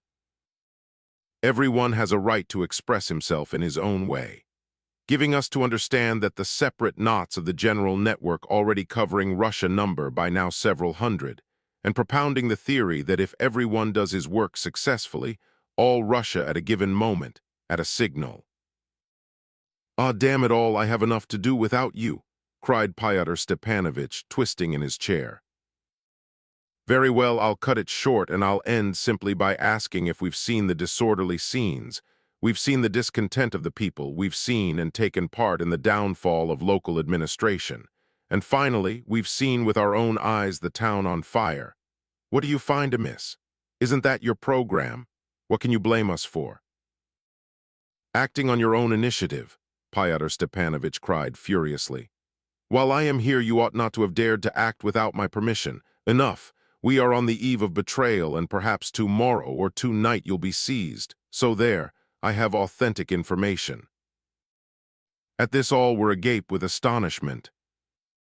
"You will be arrested not only as the instigators of the fire, but as a quintet. The traitor knows the whole secret of the network, so you see what a mess you've made of it."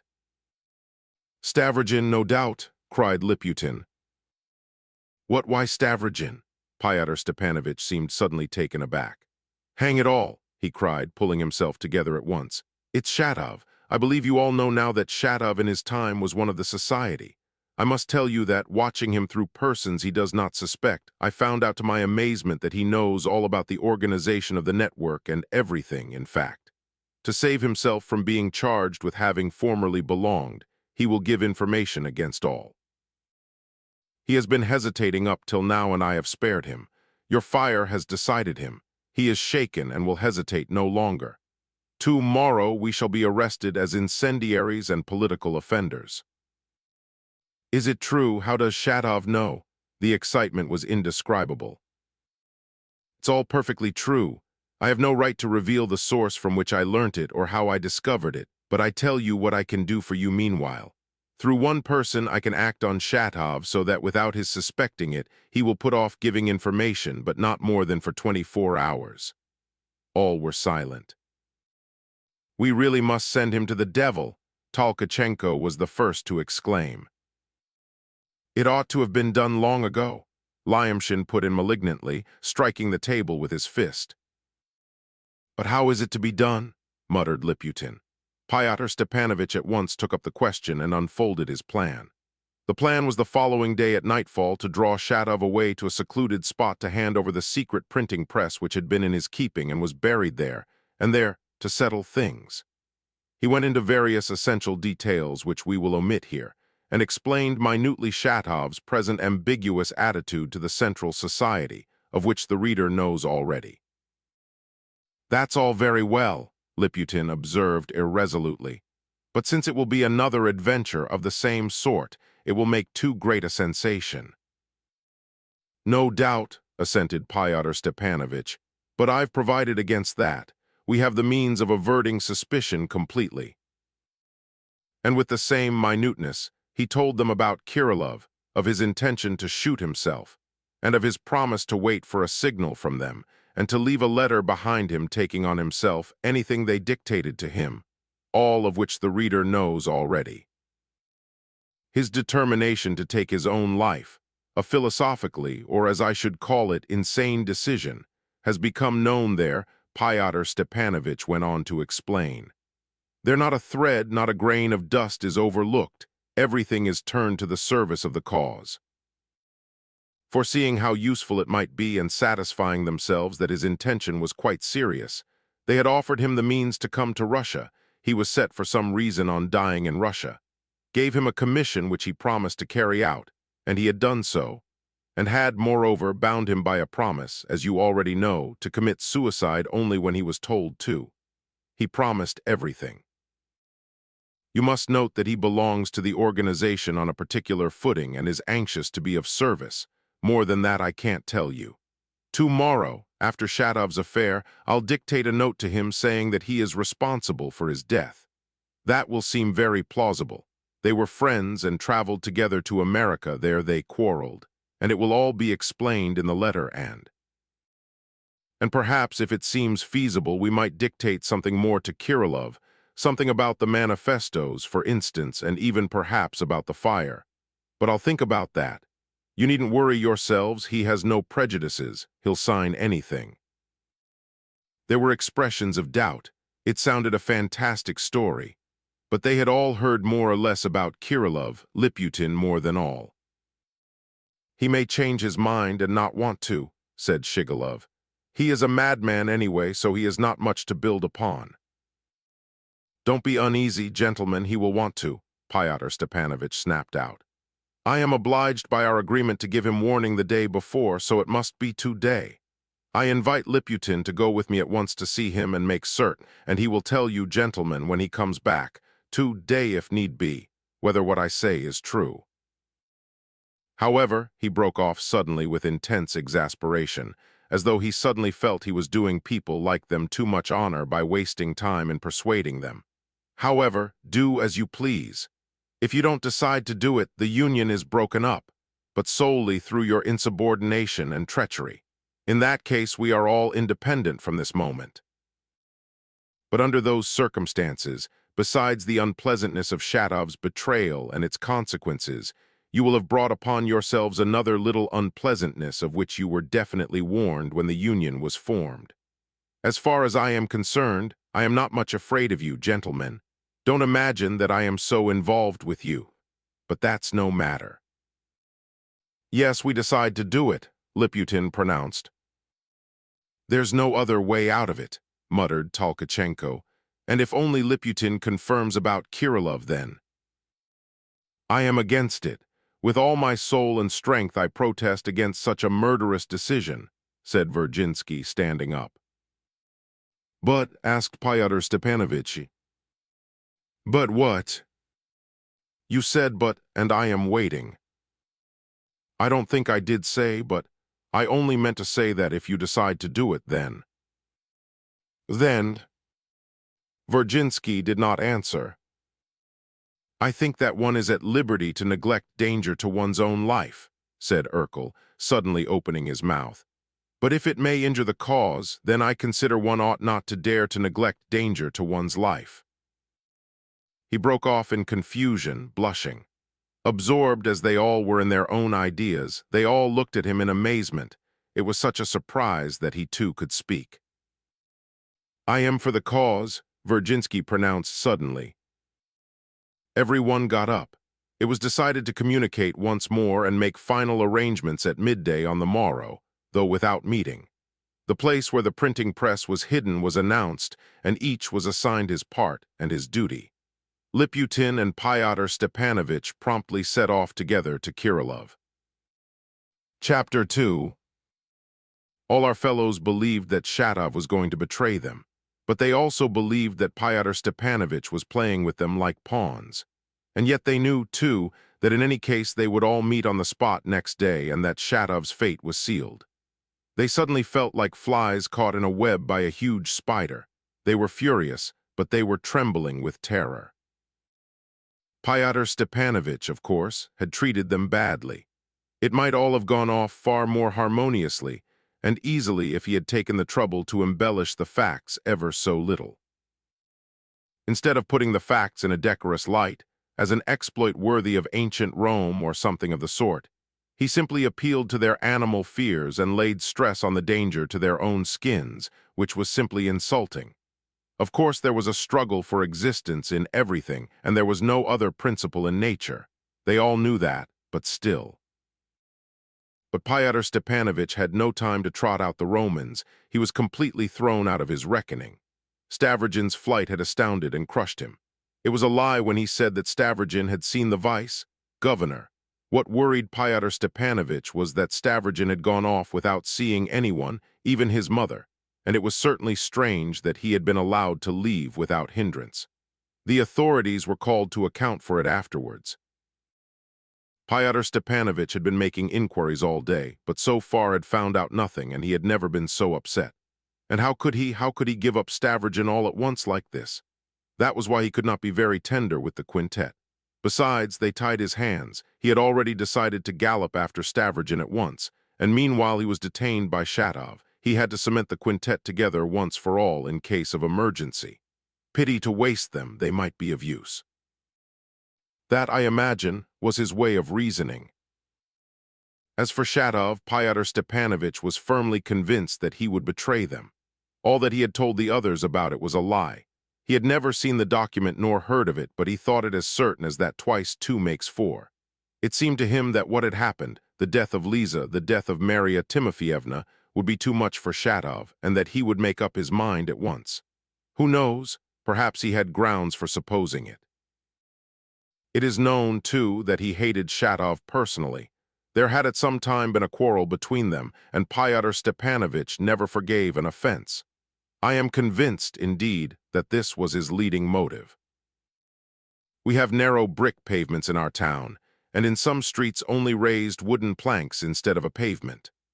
Pyotr Stepanovich walked in the middle of the pavement, taking up the whole of it, utterly regardless of Liputin, who had no room to walk beside him, and so had to hurry a step behind or run in the muddy road if he wanted to speak to him. Pyotr Stepanovich suddenly remembered how he had lately splashed through the mud to keep pace with Stavrogin, who had walked, as he was doing now, taking up the whole pavement. He recalled the whole scene, and rage choked him. But Liputin, too, was choking with resentment. Pyotr Stepanovich might treat the others as he liked, but him? Why, he knew more than all the rest, was in closer touch with the work, and taking more intimate part in it than anyone, and hitherto his services had been continual, though indirect. Oh, he knew that even now Pyotr Stepanovich might ruin him if it came to the worst. But he had long hated Pyotr Stepanovich, and not because he was a danger, but because of his overbearing manner. Now, when he had to make up his mind to such a deed, he raged inwardly more than all the rest put together. Alas! He knew that next day, like a slave, he would be the first on the spot and would bring the others, and if he could somehow have murdered Pyotr Stepanovich before the morrow, without ruining himself, of course, he would certainly have murdered him. Absorbed in his sensations, he trudged dejectedly after his tormentor, who seemed to have forgotten his existence, though he gave him a rude and careless shove with his elbow now and then. Suddenly, Pyotr Stepanovich halted in one of the principal thoroughfares and went into a restaurant. "What are you doing?" cried Liputin, boiling over. "This is a restaurant." "I want a beefsteak." "Upon my word, it is always full of people." "What if it is?" "But we shall be late. It's 10 o'clock already." "You can't be too late to go there." "But I shall be late. They are expecting me back." "Well, let them, but it would be stupid of you to go to them. With all your bobbery, I've had no dinner, and the later you go to Kirilov's, the more sure you are to find him." Pyotr Stepanovich went to a room apart. Liputin sat in an easy chair on one side, angry and resentful, and watched him eating. Half an hour and more passed. Pyotr Stepanovich did not hurry himself. He ate with relish, rang the bell, asked for a different kind of mustard, then for beer, without saying a word to Liputin. He was pondering deeply. He was capable of doing two things at once, eating with relish and pondering deeply. Liputin loathed him so intensely at last that he could not tear himself away. It was like a nervous obsession. He counted every morsel of beefsteak that Pyotr Stepanovich put into his mouth. He loathed him for the way he opened it, for the way he chewed, for the way he smacked his lips over the fat morsels. He loathed the steak itself. At last things began to swim before his eyes. He began to feel slightly giddy. He felt hot and cold run down his spine by turns. "You are doing nothing. Read that," said Pyotr Stepanovich suddenly, throwing him a sheet of paper. Liputin went nearer to the candle. The paper was closely covered with bad handwriting, with corrections in every line. By the time he had mastered it, Pyotr Stepanovich had paid his bill and was ready to go. When they were on the pavement, Liputin handed him back the paper. "Keep it, I'll tell you afterwards. What do you say to it, though?" Liputin shuddered all over. "In my opinion, such a manifesto is nothing but a ridiculous absurdity." His anger broke out. He felt as though he were being caught up and carried along. "If we decide to distribute such manifestos," he said, quivering all over, "we'll make ourselves contemptible by our stupidity and incompetence." "I think differently," said Pyotr Stepanovich, walking on resolutely. "So do I. Surely it isn't your work." "That's not your business. I think, too, that doggerel, a noble personality, is the most utter trash possible, and it couldn't have been written by Herzen." "You are talking nonsense. It's a good poem." "I am surprised, too, for instance," said Liputin, still dashing along with desperate leaps, "that it is suggested that we should act so as to bring everything to the ground. It's natural in Europe to wish to destroy everything because there's a proletariat there, but we are only amateurs here and, in my opinion, are only showing off." "I thought you were a Fourierist." "Fourier says something quite different, quite different." "I know it's nonsense." "No, Fourier isn't nonsense. Excuse me, I can't believe that there will be a rising in May." Liputin positively unbuttoned his coat. He was so hot. "Well, that's enough, but now that I mayn't forget it," said Pyotr Stepanovich, passing with extraordinary coolness to another subject, "you will have to print this manifesto with your own hands. We're going to dig up Shadov's printing press, and you will take it tomorrow. As quickly as possible, you must print as many copies as you can and then distribute them all the winter. The means will be provided. You must do as many copies as possible, for you'll be asked for them from other places." "No, excuse me. I can't undertake such a decline." "You'll take it all the same. I am acting on the instructions of the Central Committee, and you are bound to obey. And I consider that our centers abroad have forgotten what Russia is like and have lost all touch, and that's why they talk such nonsense. I even think that instead of many hundreds of quintets in Russia, we are the only one that exists, and there is no network at all," Liputin gasped finally.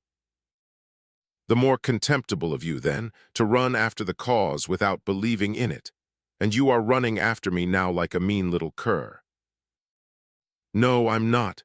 We have a full right to break off and found a new society." "Fool," Pyotr Stepanovich boomed at him threateningly all of a sudden, with flashing eyes. They stood facing one another for some time. Pyotr Stepanovich turned and pursued his way confidently. The idea flashed through Liputin's mind. Turn and go back. If I don't turn now, I shall never go back. He pondered this for 10 steps, but at the 11th a new and desperate idea flashed into his mind. He did not turn and did not go back. They were approaching Filipov's house, but before reaching it they turned down a side street, or to be more accurate, an inconspicuous path under a fence, so that for some time they had to walk along a steep slope above a ditch where they could not keep their footing without holding the fence. At a dark corner in the slanting fence, Pyotr Stepanovich took out a plank, leaving a gap, through which he promptly scrambled. Liputin was surprised, but he crawled through after him. Then they replaced the plank after them. This was the secret way by which Fedka used to visit Kirillov. "Shadov mustn't know that we are here," Pyotr Stepanovich whispered sternly to Liputin. Chapter 3. Kirillov was sitting on his leather sofa drinking tea, as he always was at that hour. He did not get up to meet them, but gave a sort of start and looked at the new comers anxiously. "You are not mistaken," said Pyotr Stepanovich. "It's just that I've come about." "Today." "No, tomorrow about this time." And he hurriedly sat down at the table, watching Kirillov's agitation with some uneasiness. But the latter had already regained his composure and looked as usual. "These people still refuse to believe in you. You are not vexed at my bringing Liputin." "Today I am not vexed. Tomorrow I want to be alone. But not before I come, and therefore in my presence." "I should prefer not in your presence. You remember you promised to write and to sign all I dictated." "I don't care, and now will you be here long?" "I have to see one man and to remain half an hour, so whatever you say I shall stay that half hour." Kirillov did not speak. Liputin meanwhile sat down on one side under the portrait of the bishop. That last desperate idea gained more and more possession of him. Kirillov scarcely noticed him. Liputin had heard of Kirillov's theory before and always laughed at him, but now he was silent and looked gloomily round him. "I've no objection to some tea," said Pyotr Stepanovich, moving up. "I've just had some steak and was reckoning on getting tea with you." "Drink it, you can have some if you like." "You used to offer it to me," observed Pyotr Stepanovich sourly. "That's no matter, let Liputin have some too." "No, I can't." "Don't want to or can't," said Pyotr Stepanovich, turning quickly to him. "I am not going to hear," Liputin said expressively. Pyotr Stepanovich frowned. "There's a flavor of mysticism about that. Goodness knows what to make of you people." No one answered. There was a full minute of silence. "But I know one thing," he added abruptly, "that no superstition will prevent any one of us from doing his duty." "Has Stavrogin gone?" asked Kirillov. "Yes." "He's done well." Pyotr Stepanovich's eyes gleamed, but he restrained himself. "I don't care what you think as long as everyone keeps his word." "I'll keep my word." "I always knew that you would do your duty like an independent and progressive man." "You are an absurd fellow." "That may be. I am very glad to amuse you. I am always glad if I can give people pleasure." "You are very anxious I should shoot myself, and are afraid I might suddenly not." "Well, you see, it was your own doing, connecting your plan with our work. Reckoning on your plan, we have already done something, so that you couldn't refuse now because you've let us in for it." "You've no claim at all." I understand. You are perfectly free, and we don't come in so long as your free intention is carried out." "And am I to take on myself all the nasty things you've done?" "Listen, Kirillov, are you afraid? If you want to cry off, say so at once." "I am not afraid." "I ask because you are making so many inquiries." "Are you going soon?" "Asking questions again." Kirillov scanned him contemptuously. "You see," Pyotr Stepanovich went on, getting angrier and unable to take the right tone, "you want me to go away to be alone, to concentrate yourself, but all that's a bad sign for you above all. You want to think a great deal. To my mind you'd better not think, and really you make me uneasy. There's only one thing I hate, that at such a moment I should have a reptile like you beside me." "Oh, that doesn't matter. I'll go away at the time and stand on the steps if you like. If you are so concerned about trifles when it comes to dying, then it's all a very bad sign.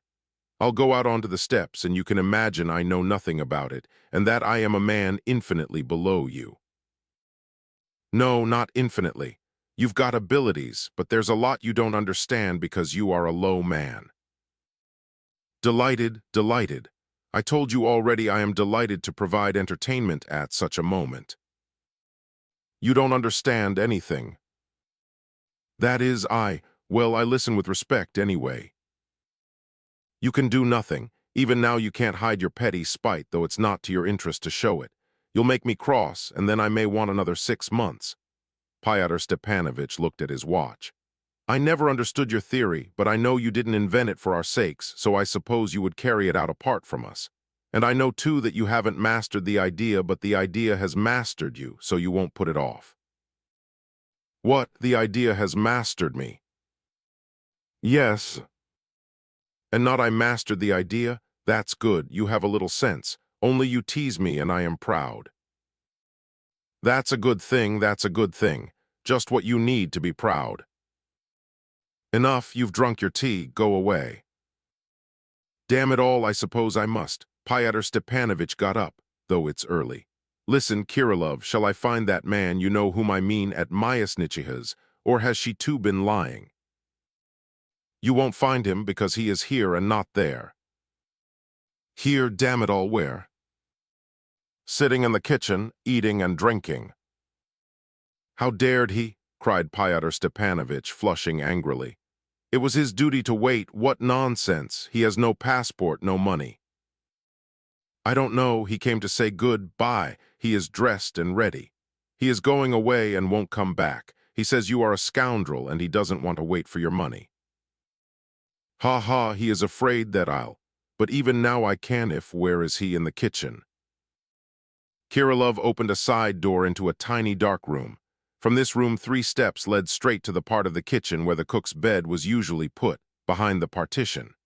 Here, in the corner under the icons, Fedka was sitting now at a bare deal table.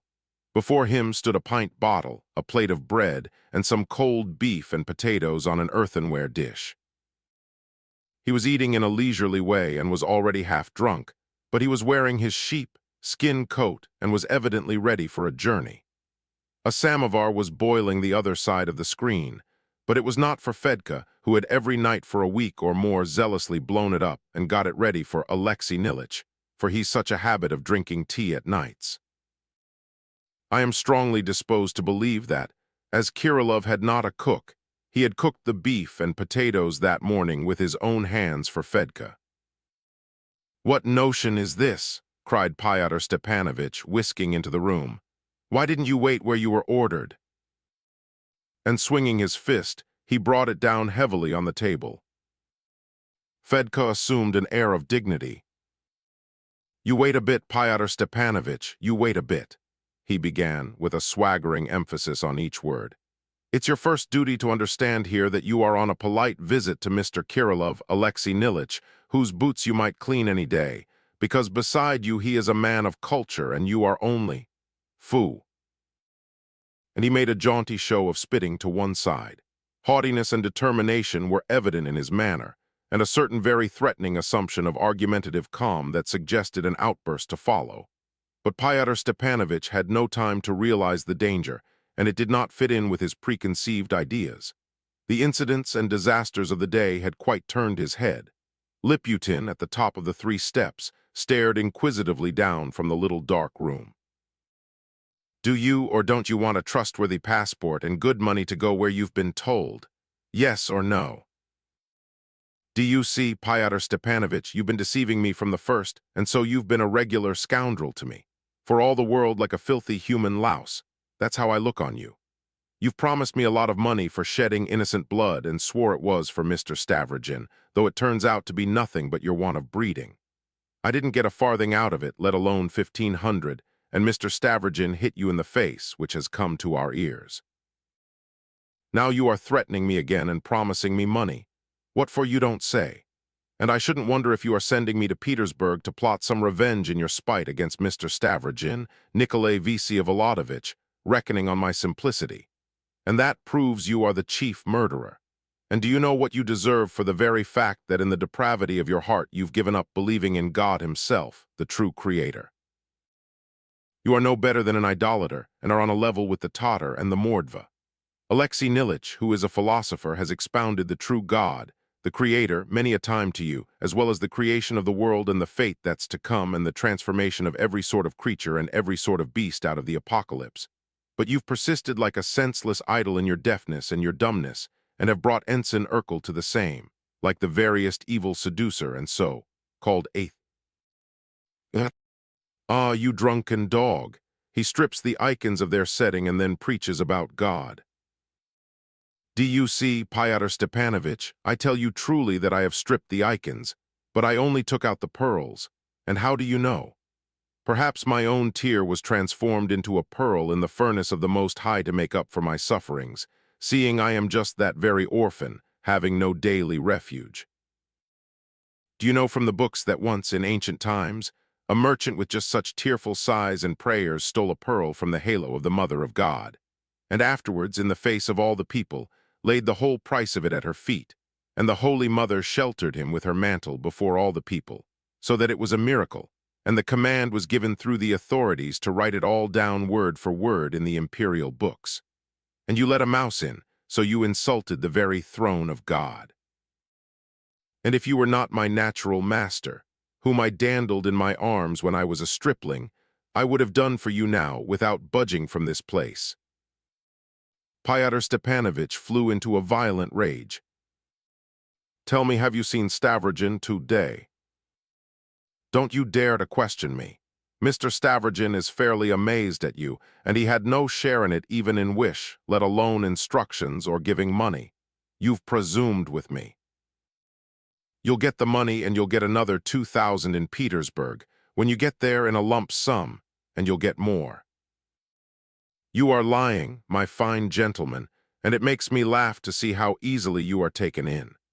Mr. Stavrogin stands at the top of the ladder above you, and you yelp at him from below like a silly puppy dog, while he thinks it would be doing you an honor to spit at you. But do you know, cried Pyotr Stepanovich in a rage, that I won't let you stir a step from here, you scoundrel, and I'll hand you straight over to the police. Fedka leapt onto his feet and his eyes gleamed with fury. Pyotr Stepanovich pulled out his revolver. Then followed a rapid and revolting scene. Before Pyotr Stepanovich could take aim, Fedka swung round and in a flash struck him on the cheek with all his might. Then there was the thud of a second blow, a third, then a fourth, all on the cheek. Pyotr Stepanovich was dazed. With his eyes starting out of his head, he muttered something and suddenly crashed full length to the ground. "There you are, take him," shouted Fedka with a triumphant swagger. He instantly took up his cap, his bag from under the bench, and was gone. Pyotr Stepanovich lay gasping and unconscious. Liputin even imagined that he had been murdered. Kirillov ran headlong into the kitchen. "Water," he cried, and ladling some water in an iron dipper from a bucket, he poured it over the injured man's head. Pyotr Stepanovich stirred, raised his head, sat up, and looked blankly about him. "Well, how are you?" asked Kirillov. Pyotr Stepanovich looked at him intently, still not recognizing him. But seeing Liputin peeping in from the kitchen, he smiled his hateful smile and suddenly got up, picking up his revolver from the floor. "If you take it into your head to run away tomorrow like that scoundrel Stavrogin," he cried, pouncing furiously on Kirillov, pale, stammering, and hardly able to articulate his words, "I'll hang you like a fly or crush you. If it's at the other end of the world, do you understand?" And he held the revolver straight at Kirillov's head. But almost at the same minute, coming completely to himself, he drew back his hand, thrust the revolver into his pocket, and without saying another word ran out of the house. Liputin followed him. They clambered through the same gap and again walked along the slope, holding to the fence. Pyotr Stepanovich strode rapidly down the street so that Liputin could scarcely keep up with him. At the first crossing, he suddenly stopped. "Well," he turned to Liputin with a challenge. Liputin remembered the revolver and was still trembling all over after the scene he had witnessed. But the answer seemed to come of itself irresistibly from his tongue. I think that. Did you see what Fedka was drinking in the kitchen?" "What he was drinking vodka." "Well then, let me tell you it's the last time in his life he will drink vodka. I recommend you to remember that and reflect on it. And now go to hell, you are not wanted till tomorrow.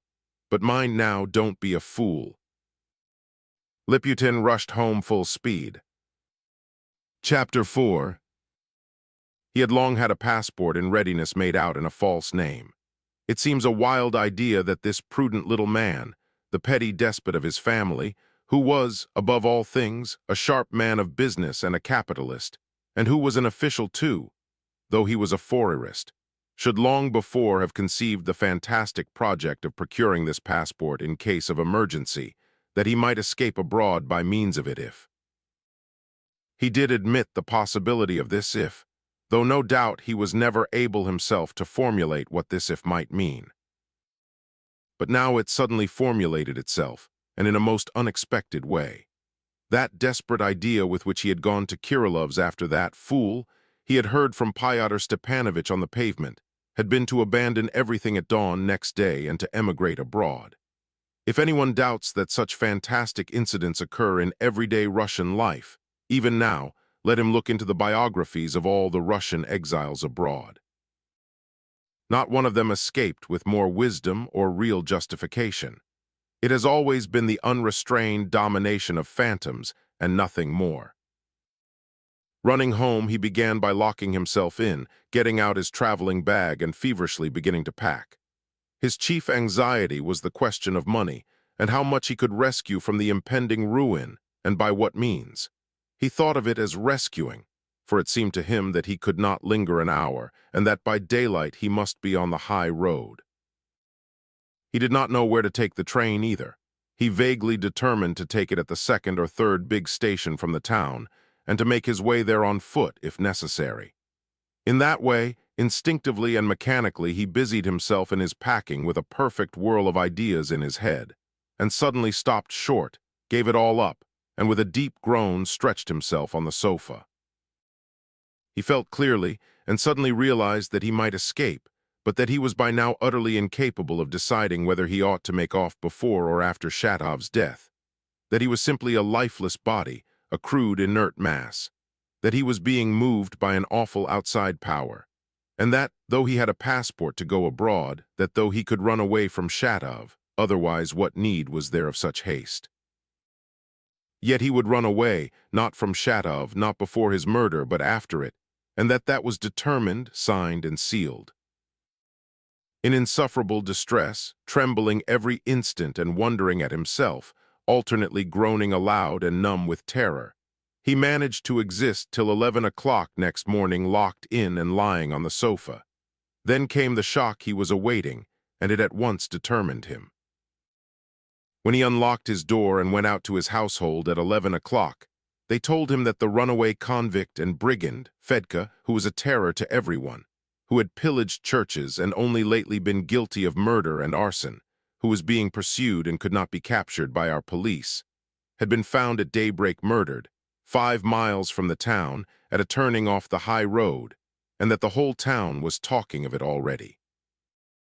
He rushed headlong out of the house at once to find out further details, and learned, to begin with, that Fedka, who had been found with his skull broken, had apparently been robbed, and secondly, that the police already had strong suspicion and even good grounds for believing that the murderer was one of the S.H. Pigulin men called Fomka, the very one who had been his accomplice in murdering the Lebyadkins and setting fire to their house.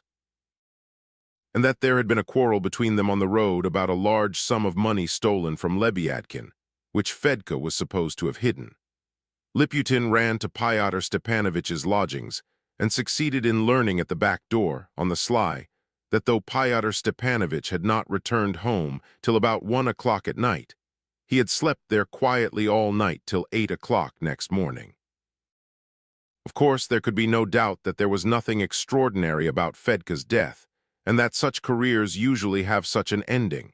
But the coincidence of the fatal words that it was the last time Fedka would drink vodka, with the prompt fulfillment of the prediction, was so remarkable that Liputin no longer hesitated. The shock had been given. It was as though a stone had fallen upon him and crushed him forever. Returning home, he thrust his traveling bag under the bed without a word, and in the evening at the hour fixed, he was the first to appear at the appointed spot to meet Shatov, though it's true he still had his passport in his pocket. Chapter 5.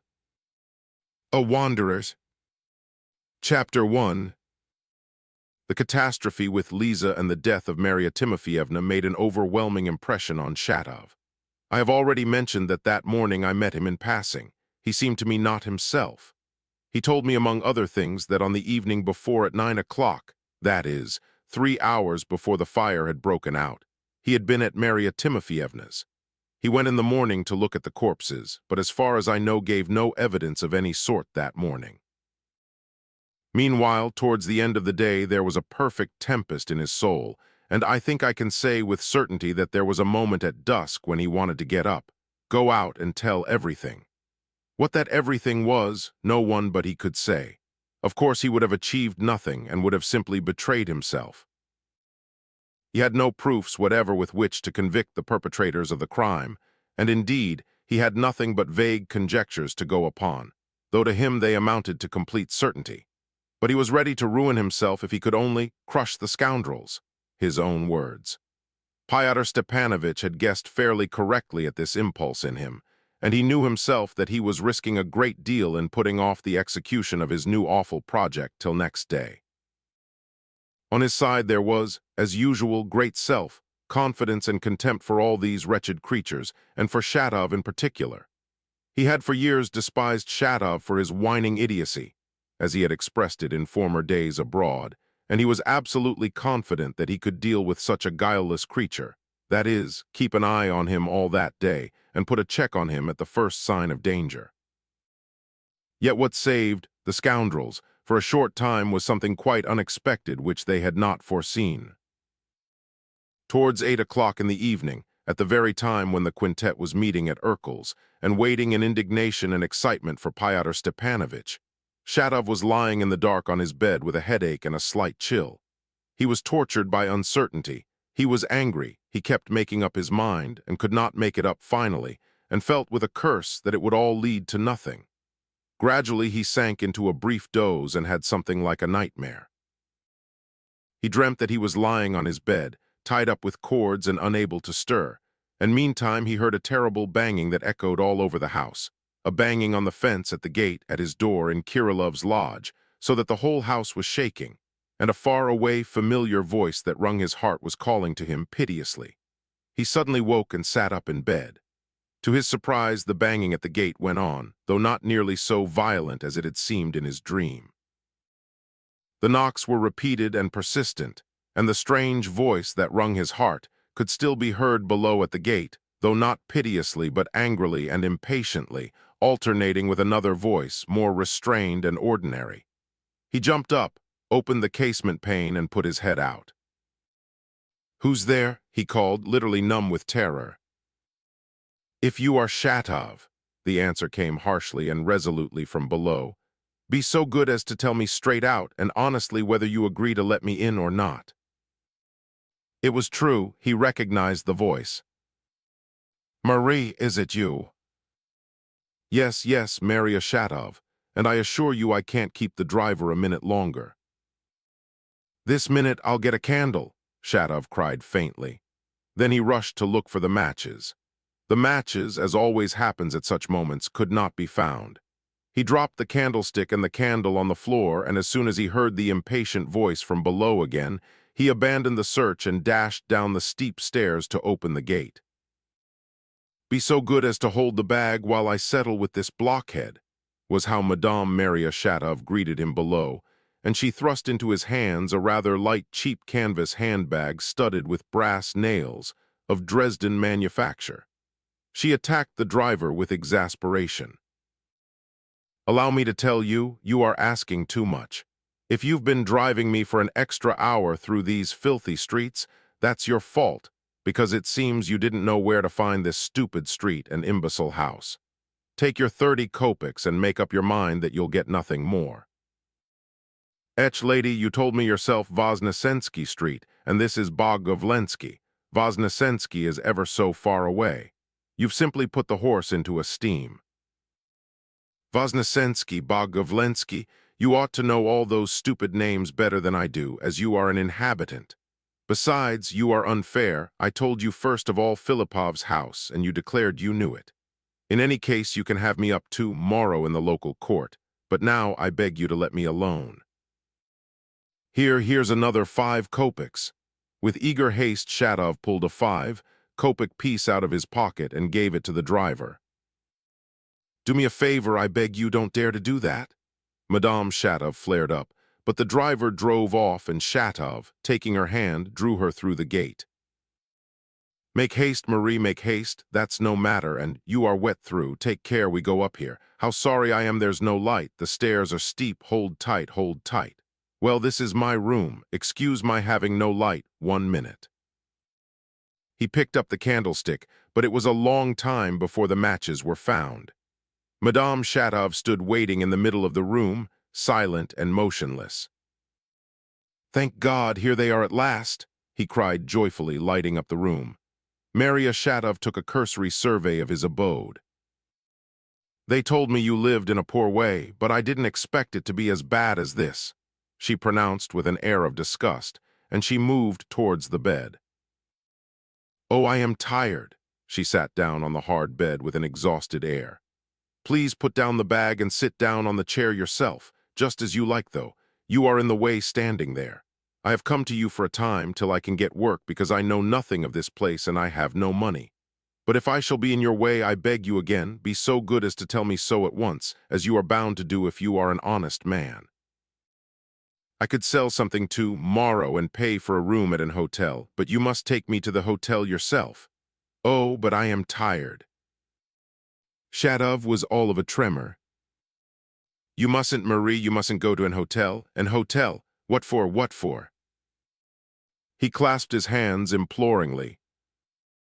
Well, if I can get on without the hotel, I must anyway explain the position.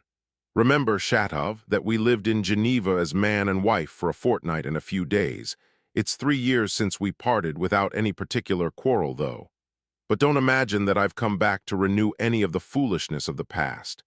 I've come back to look for work, and that I've come straight to this town is just because it's all the same to me. I've not come to say I am sorry for anything. Please don't imagine anything so stupid as that. Oh, Marie, this is unnecessary, quite unnecessary, Shatov muttered vaguely. If so, if you are so far developed as to be able to understand that, I may allow myself to add that if I've come straight to you now and am in your lodging, it's partly because I always thought you were far from being a scoundrel and were perhaps much better than other blackguards. Her eyes flashed. She must have had to bear a great deal at the hands of some blackguards. And please believe me, I wasn't laughing at you just now when I told you were good. I spoke plainly without fine phrases and I can't endure them. But that's all nonsense. I always hoped you would have sense enough not to pester me. Enough, I am tired. And she bent on him a long, harassed, and weary gaze. Shatov stood facing her at the other end of the room, which was 5 paces away, and listened to her timidly with a look of new life and unwanted radiance on his face. This strong, rugged man, all bristles on the surface, was suddenly all softness and shining gladness. There was a thrill of extraordinary and unexpected feeling in his soul. 3 years of separation, 3 years of the broken marriage had effaced nothing from his heart. And perhaps every day during those 3 years he had dreamed of her, of that beloved being who had once said to him, I love you. Knowing Shatov, I can say with certainty that he could never have allowed himself even to dream that a woman might say to him, I love you. He was savagely modest and chaste. He looked on himself as a perfect monster, detested his own face as well as his character, compared himself to some freak only fit to be exhibited at fairs. Consequently, he valued honesty above everything and was fanatically devoted to his convictions. He was gloomy, proud, easily moved to wrath and sparing of words.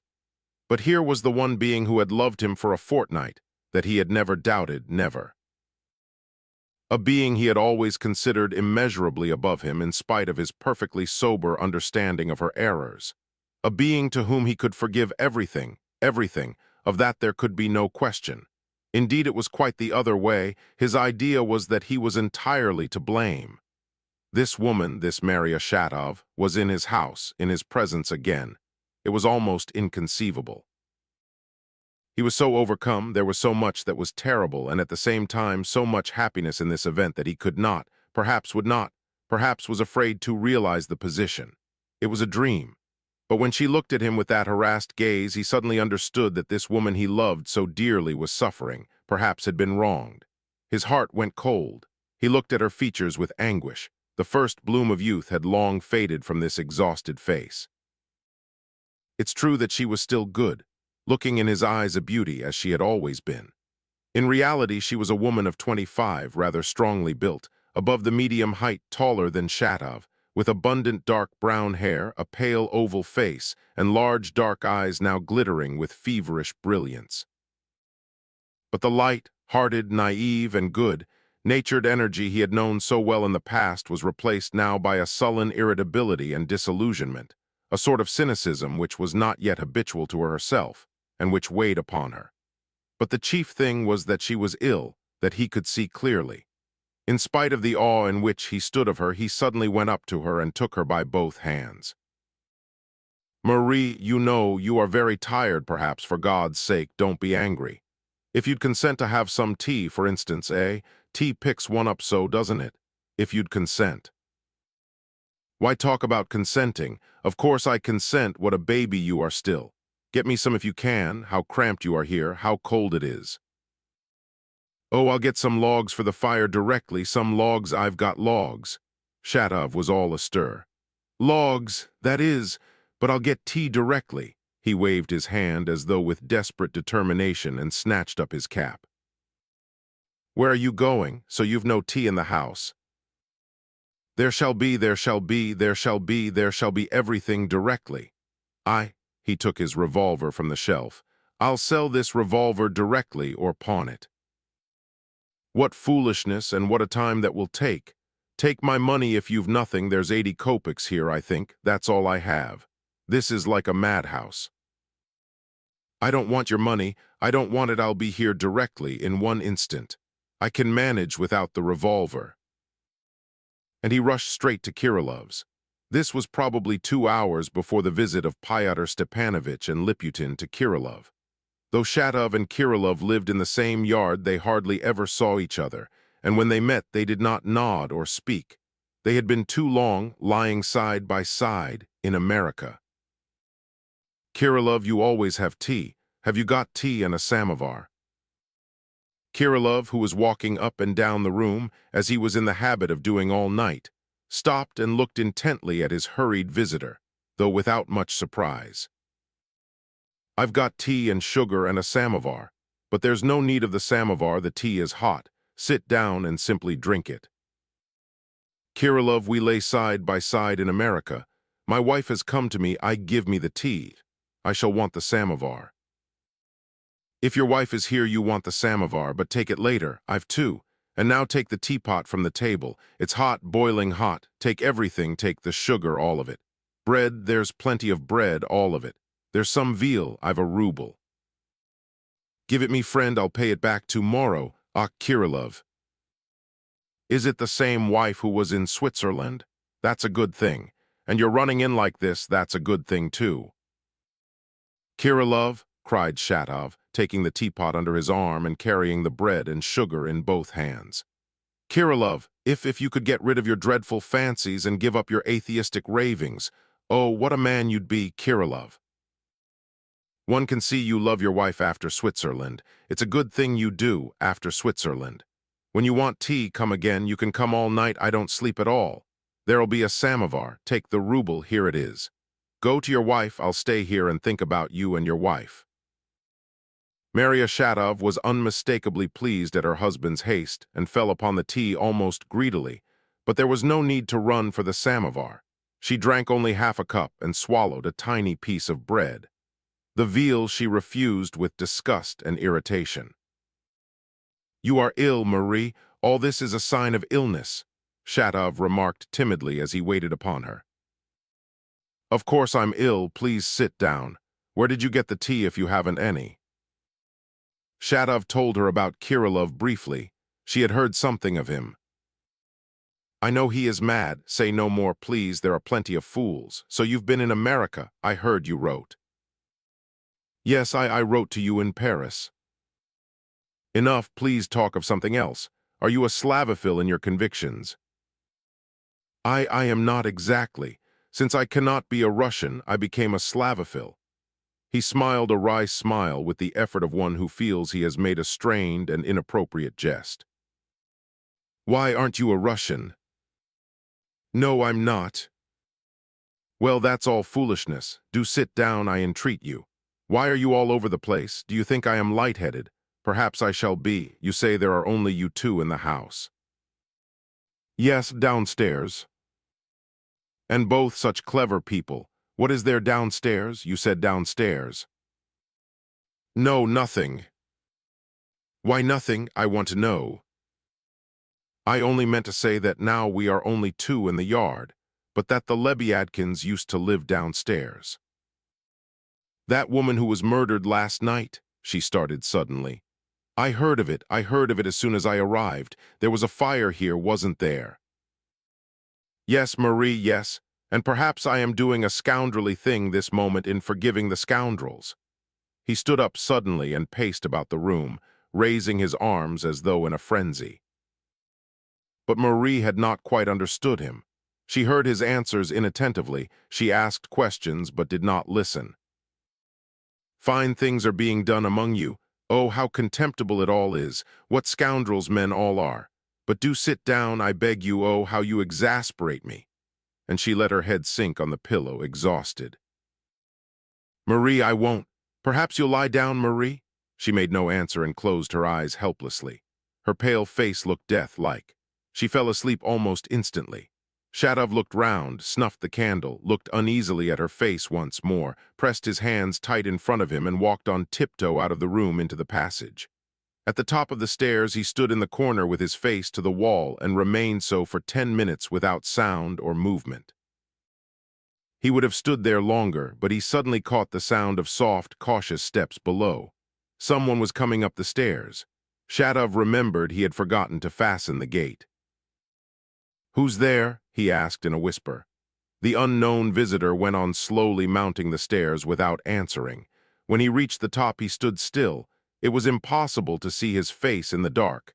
Suddenly Shatov heard the cautious question. "Ivan Shatov."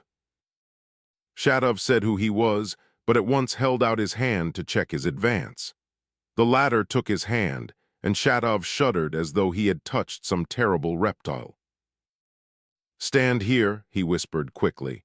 "Don't go in, I can't receive you just now. My wife has come back, I'll fetch the candle." When he returned with the candle, he found a young officer standing there. He did not know his name, but he had seen him before. "Urkel," said the lad, introducing himself. "You've seen me at Virginsky's. I remember you sat writing. Listen," said Shatov in sudden excitement, going up to him frantically but still talking in a whisper.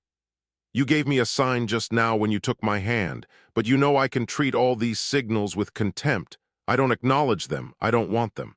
I can throw you downstairs this minute. Do you know that?" "No, I know nothing about that, and I don't know what you are in such a rage about," the visitor answered without malice and almost ingenuously. "I have only to give you a message, and that's what I've come for, being particularly anxious not to lose time. You have a printing press which does not belong to you, and of which you are bound to give an account, as you know yourself. I have received instructions to request you to give it up tomorrow at 7 o'clock in the evening to Liputin. I have been instructed to tell you also that nothing more will be asked of you." "Nothing?" "Absolutely nothing. Your request is granted and you are struck off our list. I was instructed to tell you that positively." "Who instructed you to tell me?" "Those who told me the sign." "Have you come from abroad?" I think that's no matter to you." "Oh, hang it. Why didn't you come before if you were told to?" "I followed certain instructions and was not alone." I understand that you were not alone. Hang it, but why didn't Liputin come himself?" "So I shall come for you tomorrow at exactly 6 o'clock in the evening, and we'll go there on foot. There will be no one there but us three." "Will Verhovensky be there?" "No, he won't. Verhovensky is leaving the town at 11 o'clock tomorrow morning." "Just what I thought," Shatov whispered furiously, and he struck his fist on his hip. He's run off the sneak. He sank into agitated reflection. Urkel looked intently at him and waited in silence. But how will you take it? You can't simply pick it up in your hands and carry it. There will be no need to. You'll simply point out the place and we'll just make sure that it really is buried there. We only know whereabouts the place is, we don't know the place itself. And have you pointed the place out to anyone else yet? Shadov looked at him. You, a chit of a boy like you, a silly boy like you two have got caught in that net like a sheep. Yes, that's just the young blood they want. Well, go along. That scoundrel's taken you all in and run away. Urkel looked at him serenely and calmly, but did not seem to understand. Verhovensky has run away, Shadov growled fiercely. But he is still here, he is not gone away. He is not going till tomorrow, Urkel observed softly and persuasively. I particularly begged him to be present as a witness. My instructions all referred to him, he explained frankly like a young and inexperienced boy. But I regret to say he did not agree on the ground of his departure, and he really is in a hurry. Shadov glanced compassionately at the simple youth again, but suddenly gave a gesture of despair as though he thought, they are not worth pitying. All right, I'll come, he cut him short, and now get away, be off. So I'll come for you at 6 o'clock punctually. Urkel made a courteous bow and walked deliberately downstairs. Little fool, Shadov could not help shouting after him from the top. What is it? Responded the lad from the bottom. Nothing, you can go. I thought you said something. Chapter 2. Urkel was a little fool who was only lacking in the higher form of reason, the ruling power of the intellect. But of the lesser, the subordinate reasoning faculties, he had plenty, even to the point of cunning.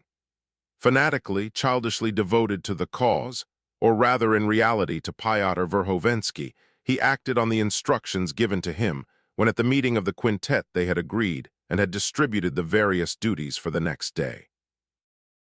When Pyotr Stepanovich gave him the job of messenger, he succeeded in talking to him aside for 10 minutes.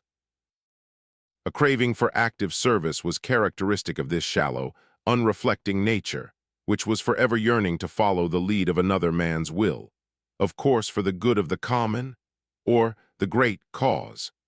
Not that that made any difference, for little fanatics like Urkel can never imagine serving a cause except by identifying it with the person who, to their minds, is the expression of it.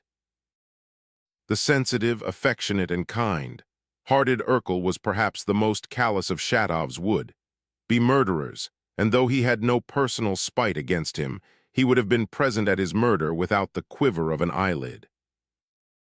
He had been instructed, for instance, to have a good look at Shadov's surroundings while carrying out his commission, and when Shadov, receiving him at the top of the stairs, blurted out to him, probably unaware in the heat of the moment, that his wife had come back to him, Urkel had the instinctive cunning to avoid displaying the slightest curiosity, though the idea flashed through his mind that the fact of his wife's return was of great importance for the success of their undertaking.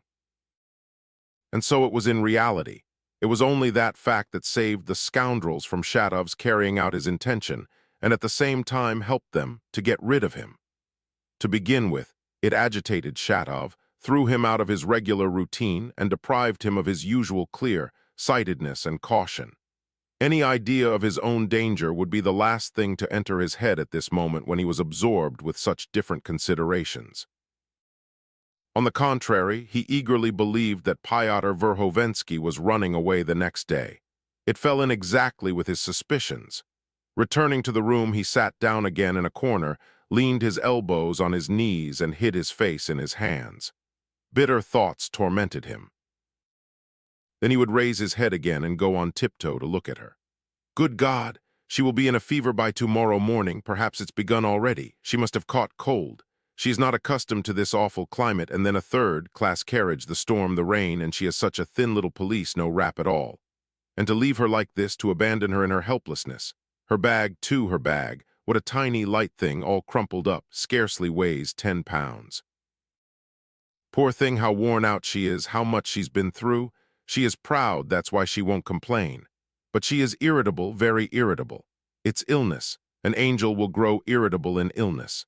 What a dry forehead, it must be hot. How dark she is under the eyes, and yet how beautiful the oval of her face is, and her rich hair, how. And he made haste to turn away his eyes, to walk away as though he were frightened at the very idea of seeing in her anything but an unhappy, exhausted creature who needed help. How could he think of hopes? Oh, how mean, how base is man! And he would go back to his corner, sit down, hide his face in his hands, and again sink into dreams and reminiscences. And again he was haunted by hopes. "Oh, I am tired, I am tired." He remembered her exclamations, her weak, broken voice. "Good God, abandon her now, and she has only 80 kopecks. She held out her purse, a tiny old thing. She's come to look for a job. What does she know about jobs? What do they know about Russia? Why, they are like naughty children. They've nothing but their own fancies made up by themselves, and she is angry, poor thing, that Russia is not like their foreign dreams.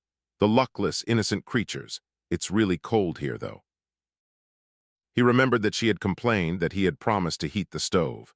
"There are logs here, I can fetch them if only I don't wake her. But I can do it without waking her. But what shall I do about the veal? When she gets up, perhaps she will be hungry. Well, that will do later. Kirillov doesn't go to bed all night. What could I cover her with? She is sleeping so soundly, but she must be cold. Ah, she must be cold." And once more he went to look at her. Her dress had worked up a little, and her right leg was half uncovered to the knee. He suddenly turned away almost in dismay, took off his warm overcoat, and remaining in his wretched old jacket, covered it up, trying not to look at it. A great deal of time was spent in lighting the fire, stepping about on tiptoe, looking at the sleeping woman, dreaming in the corner, then looking at her again. 2 or 3 hours had passed. During that time, Verhovensky and Liputin had been at Kirillov's. At last he, too, began to doze in the corner. He heard her groan. She waked up and called him. He jumped up like a criminal. "Marie, I was dropping asleep. Ah, what a wretch I am, Marie." She sat up, looking about her with wonder, seeming not to recognize where she was, and suddenly leapt up in indignation and anger. "I've taken your bed. I fell asleep so tired I didn't know what I was doing. How dared you not wake me? How could you dare imagine I meant to be a burden to you? How could I wake you, Marie? You could, you ought to have. You've no other bed here, and I've taken yours. You had no business to put me into a false position. Or do you suppose that I've come to take advantage of your charity? Kindly get into your bed at once, and I'll lie down in the corner on some chairs." "Marie, there aren't chairs enough, and there's nothing to put on them." "Then simply oil the floor, or you'll have to lie on the floor yourself. I want to lie on the floor at once, at once." She stood up, tried to take a step, but suddenly a violent spasm of pain deprived her of all power and all determination, and with a loud groan she fell back on the bed. Shatov ran up, but Marie, hiding her face in the pillow, seized his hand and gripped and squeezed it with all her might. This lasted a minute. "Marie, darling, there's a Dr. Frenzel living here, a friend of mine. I could run for him." "Nonsense." "What do you mean by nonsense? Tell me, Marie, what is it hurting you? For we might try fomentations on the stomach, for instance. I can do that without a doctor, or else mustard poultices." "What's this?" she asked strangely, raising her head and looking at him in dismay. "What's what, Marie?" said Shatov, not understanding. "What are you asking about? Good heavens, I am quite bewildered, excuse my not understanding." "Ach, let me alone, it's not your business to understand, and it would be too absurd," she said with a bitter smile. "Talk to me about something, walk about the room and talk. Don't stand over me and don't look at me. I particularly ask you that for the 500th time." Shatov began walking up and down the room, looking at the floor and doing his utmost not to glance at her. Don't be angry, Marie, I entreat you. There's some veal here and there's tea not far off. You had so little before." She made an angry gesture of disgust. Shatov bit his tongue in despair. "Listen, I intend to open a bookbinding business here, on rational co-operative principles. Since you live here, what do you think of it? Would it be successful?" Marie, people don't read books here, and there are none here at all. And are they likely to begin binding them? Who are they? The local readers and inhabitants generally, Marie. Well then, speak more clearly. They indeed, and one doesn't know who they are, you don't know grammar. It's in the spirit of the language, Shatov muttered. Oh, get along with your spirit, you bore me. Why shouldn't the local inhabitant or reader have his books bound? Because reading books and having them bound are two different stages of development, and there's a vast gulf between them. To begin with, a man gradually gets used to reading in the course of ages, of course, but takes no care of his books and throws them about, not thinking them worth attention. But binding implies respect for books, and implies that not only he has grown fond of reading, but that he looks upon it as something of value. That period has not been reached anywhere in Russia yet. In Europe, books have been bound for a long while. Though that's pedantic anyway, it's not stupid, and reminds me of the time 3 years ago. You used to be rather clever sometimes 3 years ago. She said this as disdainfully as her other capricious remarks. Marie, said Shatov, turning to her, much moved. Oh, Marie, if you only knew how much has happened in those 3 years. I heard afterwards that you despised me for changing my convictions. But what are the men I've broken with? The enemies of all true life out, of date liberals who are afraid of their own independence, the flunkies of thought, the enemies of individuality and freedom, the decrepit advocates of deadness and rottenness. All they have to offer is senility, a glorious mediocrity of the most bourgeois kind, contemptible shallowness, a jealous equality, equality without individual dignity, equality as it's understood by flunkies or by the French in '93. And the worst of it is there are swarms of scoundrels among them, swarms of scoundrels. Yes, there are a lot of scoundrels, she brought out abruptly with painful effort. She lay stretched out, motionless, as though afraid to move, with her head thrown back on the pillow, rather on one side, staring at the ceiling with exhausted but glowing eyes. Her face was pale, her lips were dry and hot. You recognize it, Marie, you recognize it, cried Shatov. She tried to shake her head, and suddenly the same spasm came over her again. Again she hid her face in the pillow, and again for a full minute she squeezed Shatov's hand till it hurt. He had run up, beside himself with alarm. Marie, but it may be very serious, Marie. Be quiet, I won't have it, she screamed almost furiously, turning her face upwards again. Don't dare to look at me with your sympathy. Walk about the room, say something, talk. Shatov began muttering something again, like one distraught. What do you do here? She asked, interrupting him with contemptuous impatience. I work in a merchant's office. I could get a fair amount of money even here if I cared to, Marie. So much the better for you. Oh, don't suppose I meant anything, Marie. I said it without thinking.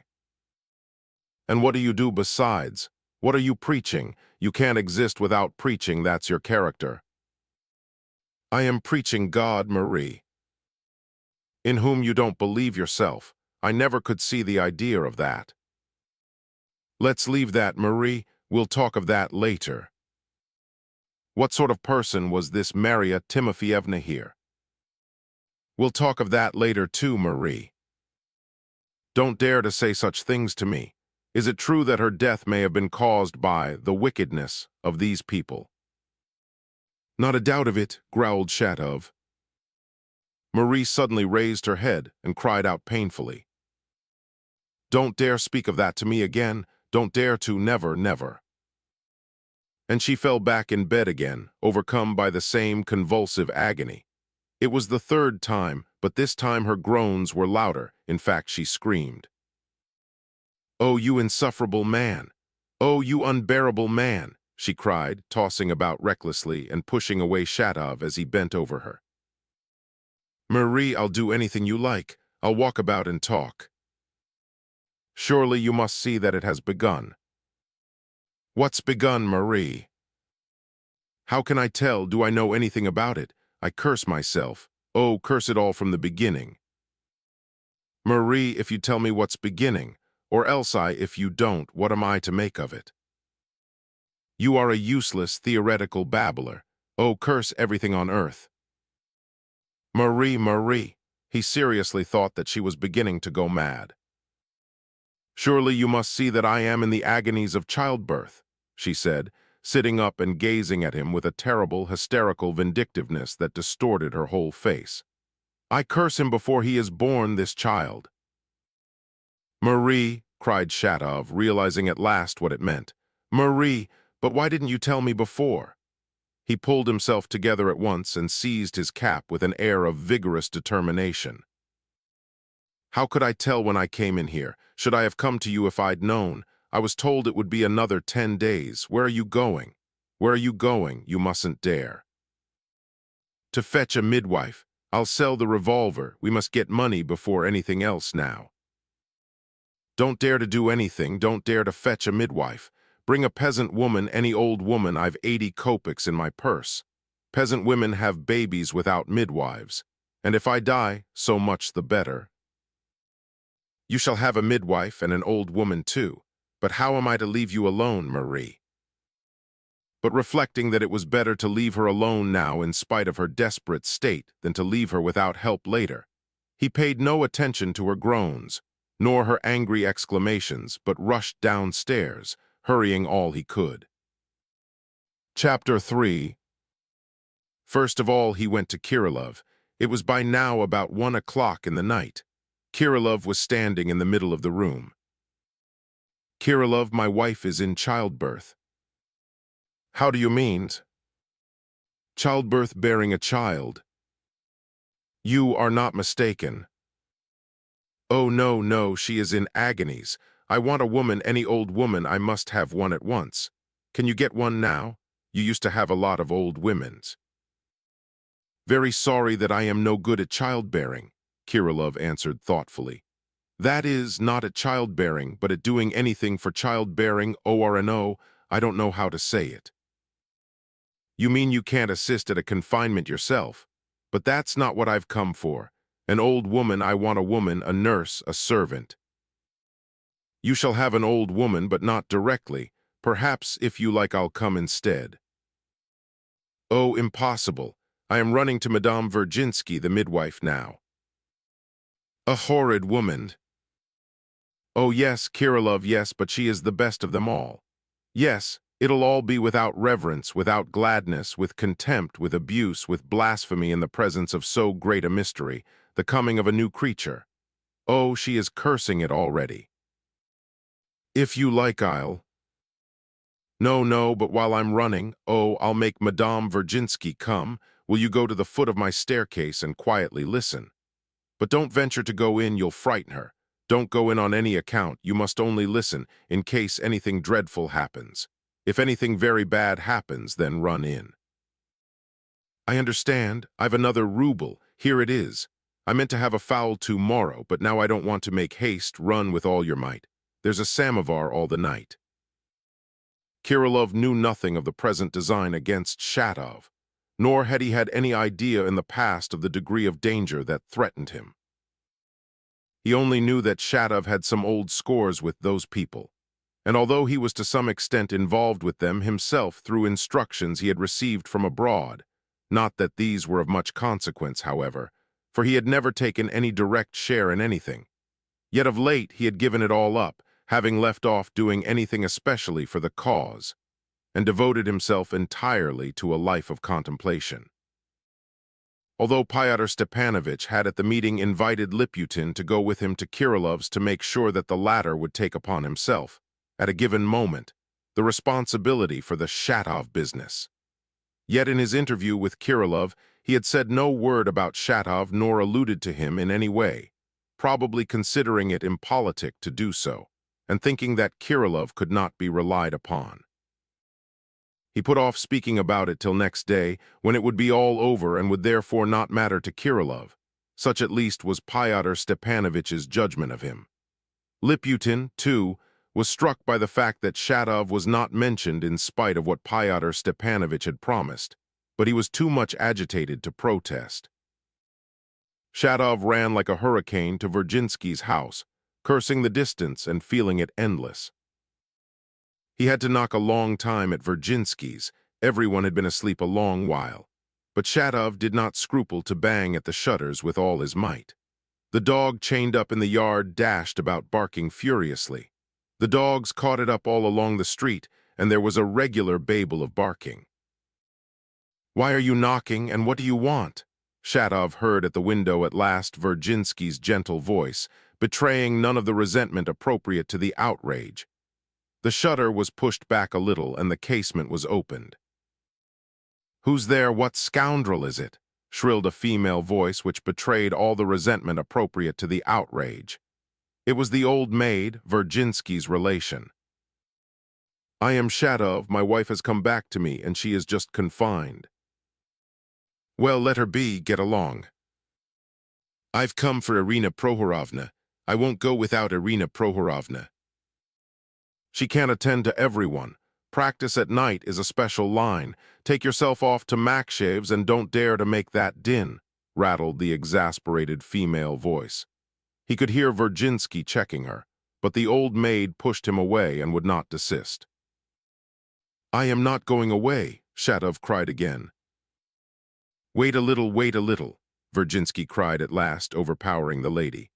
"I beg you to wait 5 minutes, Shatov. I'll wake Irina Prohorovna. Please don't knock and don't shout. Oh, how awful it all is." After 5 endless minutes, Irina Prohorovna made her appearance. "Has your wife come?" Shatov heard her voice at the window, and to his surprise it was not at all ill-tempered, only as usual peremptory, but Irina Prohorovna could not speak except in a peremptory tone. "Yes, my wife, and she is in labor." "Maria Ignatievna." "Yes, Maria Ignatievna. Of course it's Maria Ignatievna." A silence followed. Shatov waited. He heard a whispering in the house. "Has she been here long?" Madame Virginsky asked again.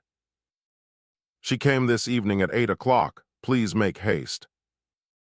Again he heard whispering as though they were consulting. "Listen, you are not making a mistake. Did she send you for me herself?" "No, she didn't send for you. She wants a peasant woman, so as not to burden me with expense, but don't be afraid, I'll pay you." "Very good, I'll come, whether you pay or not. I always thought highly of Maria Ignatievna for the independence of her sentiments, though perhaps she won't remember me. Have you got the most necessary things?" "I've nothing, but I'll get everything.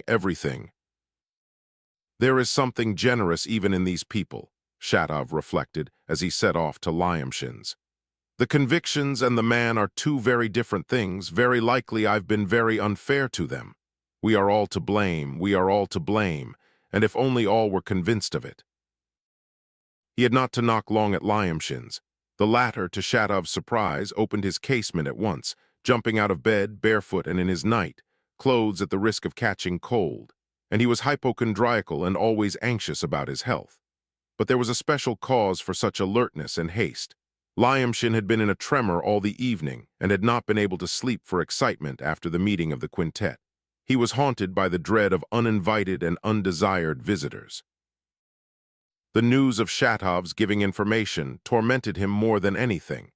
And suddenly, there was this terrible loud knocking at the window as though to justify his fears. He was so frightened at seeing Shatov that he at once slammed the casement and jumped back into bed. Shatov began furiously knocking and shouting. "How dare you knock like that in the middle of the night?" shouted Lyamshin in a threatening voice, though he was numb with fear. When at least 2 minutes later he ventured to open the casement again and was at last convinced that Shatov had come alone.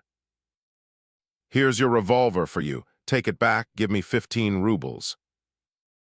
"What's the matter? Are you drunk? This is outrageous. I shall simply catch cold. Wait a minute, I'll just throw my rug over me." "Give me 15 rubles at once. If you don't give it me, I'll knock and shout till daybreak. I'll break your window frame.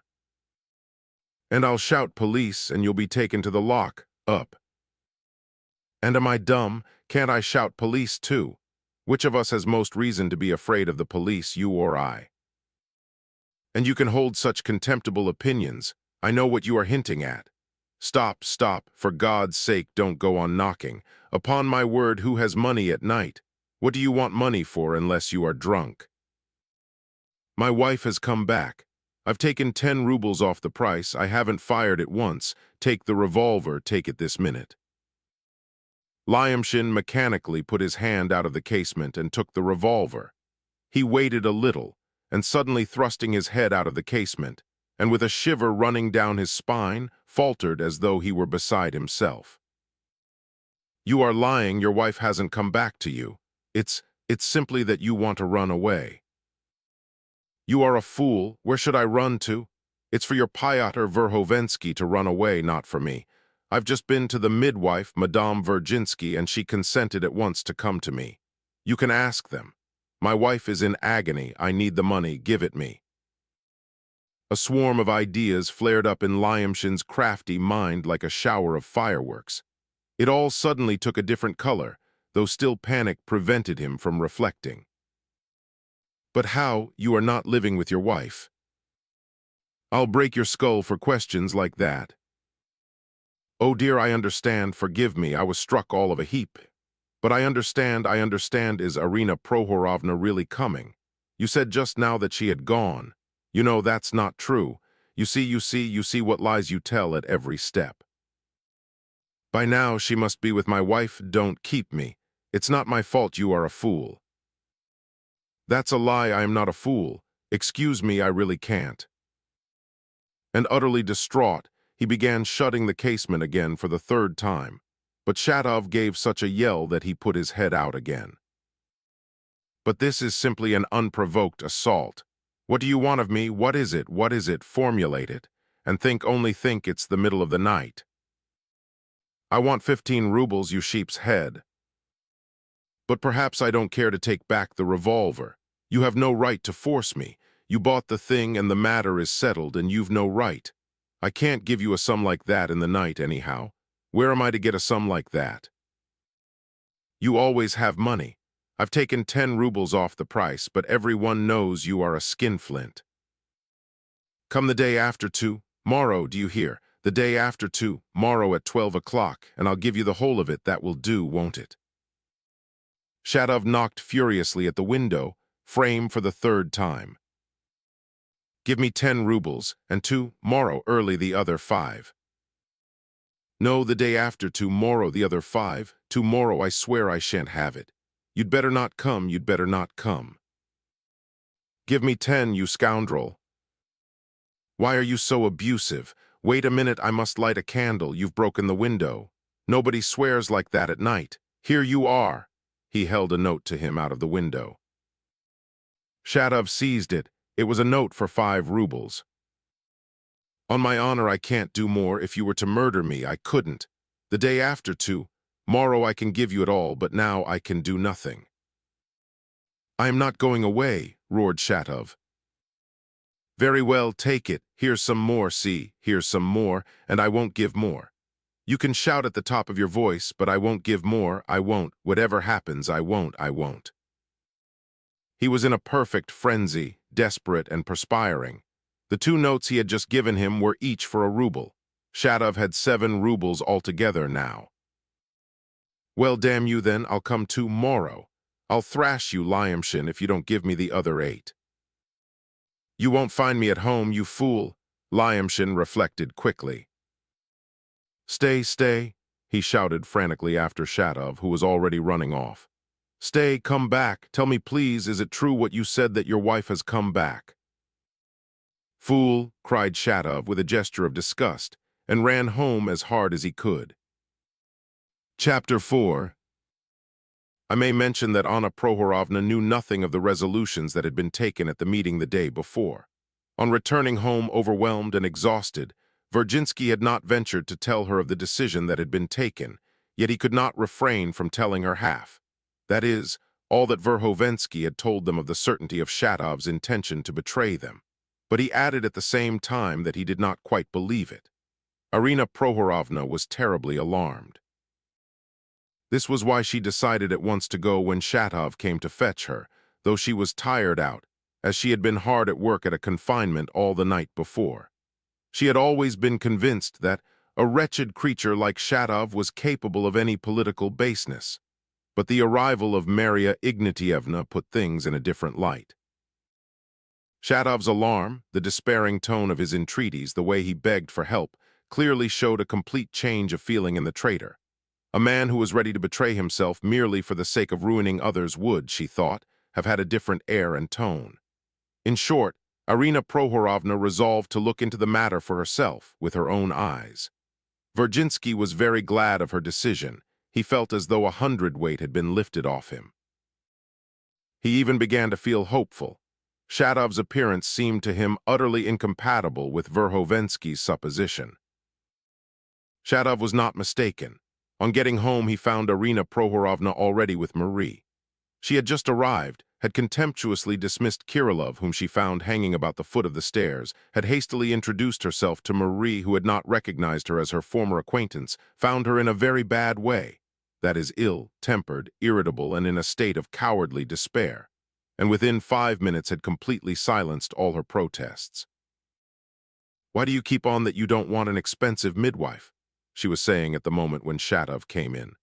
"That's perfect nonsense. It's a false idea arising from the abnormality of your condition. In the hands of some ordinary old woman, some peasant midwife, you'd have 50 chances of going wrong, and then you'd have more bother and expense than with a regular midwife. How do you know I am an expensive midwife? You can pay afterwards. I won't charge you much, and I answer for my success. You won't die in my hands. I've seen worse cases than yours. And I can send the baby to a foundling asylum tomorrow, if you like, and then to be brought up in the country, and that's all it will mean. And meantime you'll grow strong again, take up some rational work, and in a very short time you'll repay Shatov for sheltering you and for the expense, which will not be so great." "It's not that. I've no right to be a burden. Rational feelings and worthy of a citizen, but you can take my word for it. Shatov will spend scarcely anything, if he is willing to become ever so little a man of sound ideas instead of the fantastic person he is. He has only not to do anything stupid, not to raise an alarm, not to run about the town with his tongue out. If we don't restrain him, he will be knocking up all the doctors of the town before the morning. He waked all the dogs in my street. There's no need of doctors, I've said already. I'll answer for everything. You can hire an old woman if you like to wait on you. That won't cost much. Though he too can do something besides the silly things he's been doing. He's got hands and feet. He can run to the chemist's without offending your feelings by being too benevolent. As though it were a case of benevolence. Hasn't he brought you into this position? Didn't he make you break with the family in which you were a governess with the egoistic object of marrying you? We heard of it, you know.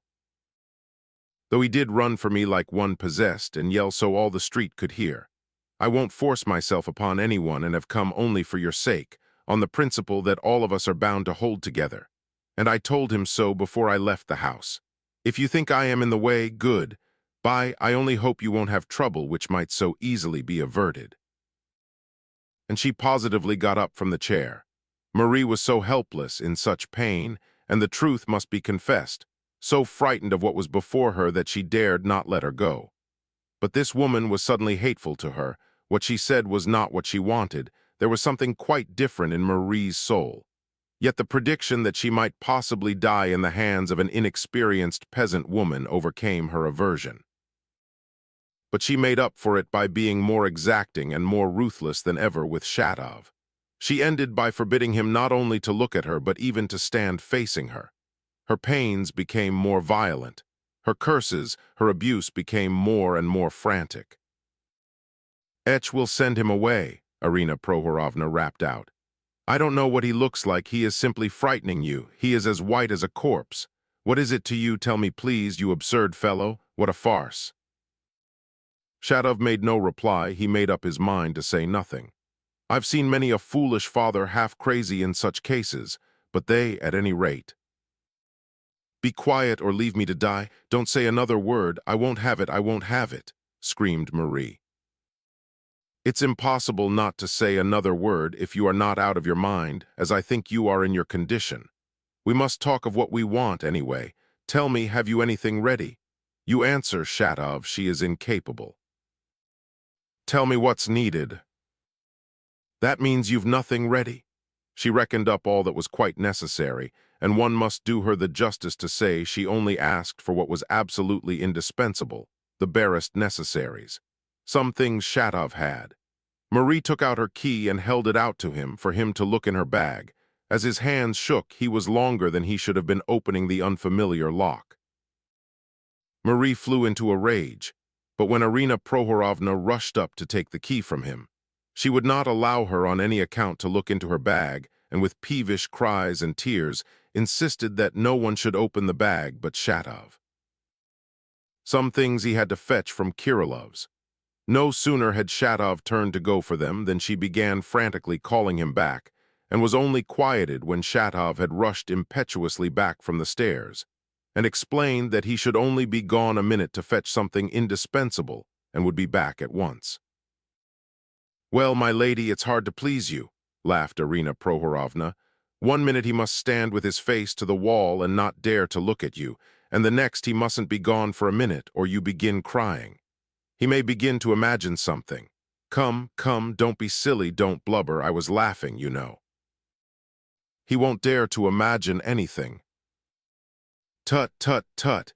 If he didn't love you like a sheep, he wouldn't run about the streets with his tongue out and wouldn't have roused all the dogs in the town. He broke my window frame." Chapter 5. He found Kirilov still pacing up and down his room, so preoccupied that he had forgotten the arrival of Shatov's wife, and heard what he said without understanding him. "Oh, yes," he recollected suddenly, as though tearing himself with an effort and only for an instant from some absorbing idea. "Yes, an old woman. A wife or an old woman? Stay a minute, a wife and an old woman, is that it? I remember, I've been the old woman will come, only not just now. Take the pillow. Is there anything else? Yes. Stay, do you have moments of the eternal harmony, Shatov? You know, Kirilov, you mustn't go on staying up every night." Kirilov came out of his reverie and, strange to say, spoke far more coherently than he usually did. It was clear that he had formulated it long ago and perhaps written it down.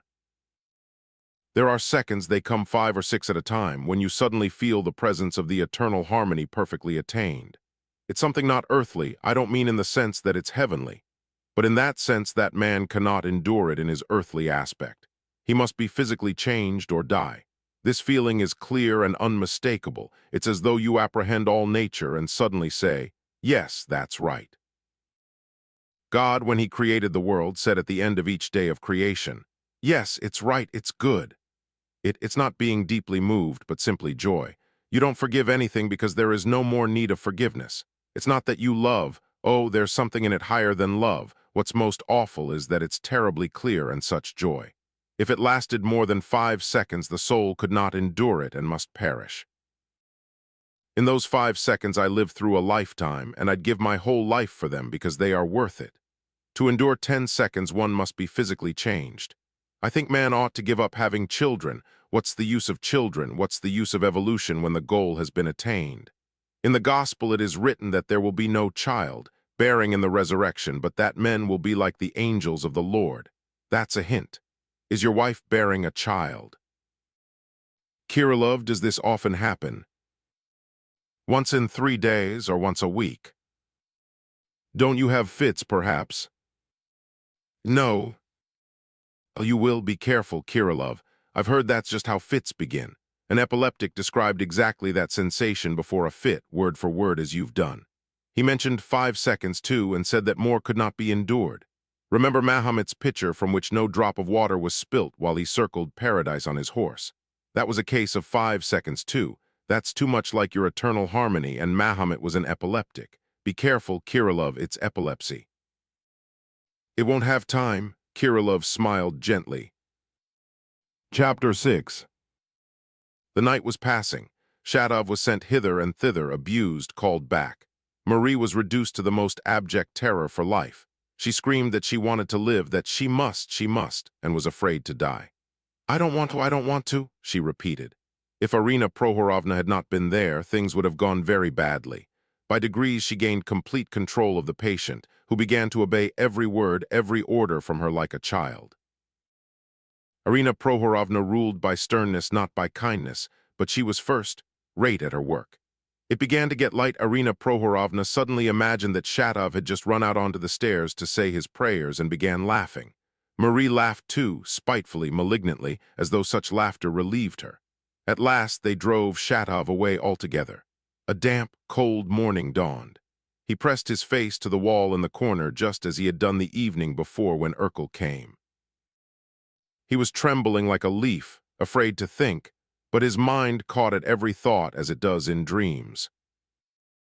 He was continually being carried away by day, dreams which snapped off short like a rotten thread. From the room came no longer groans but awful animal cries, unendurable, incredible.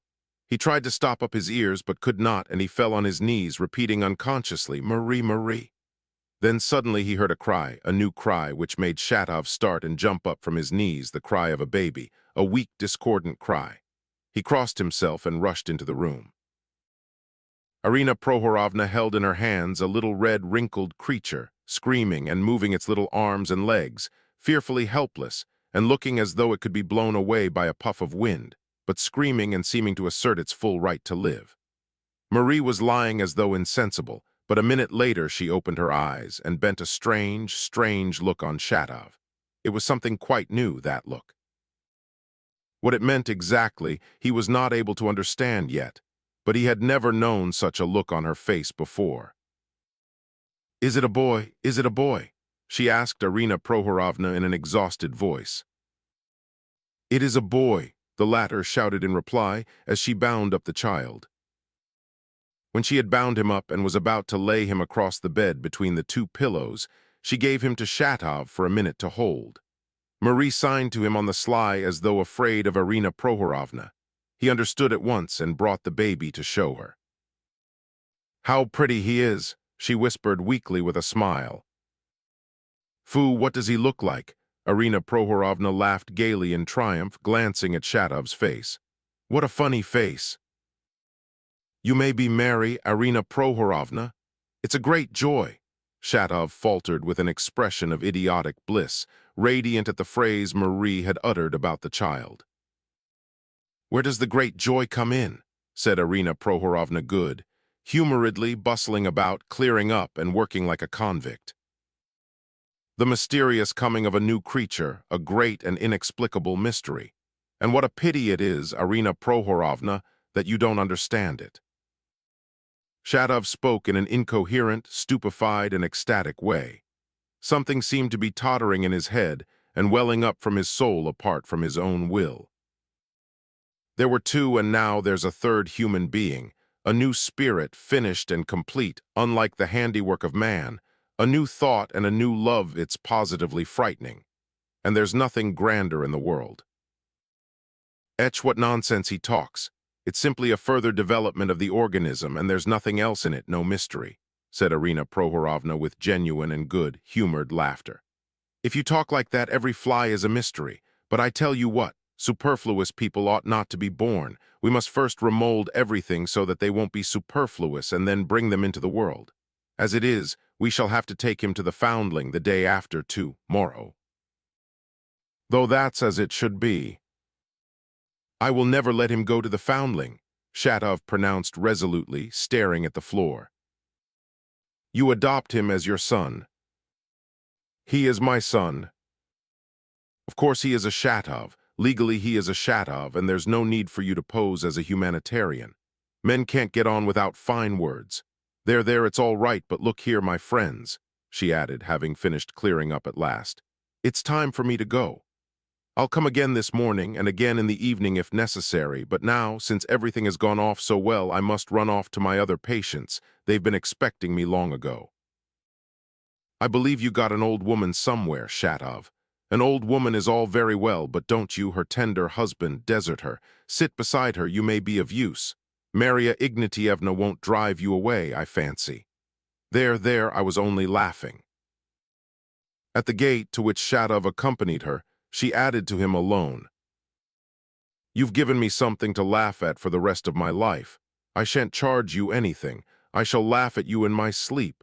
I have never seen anything funnier than you last night." She went off very well satisfied.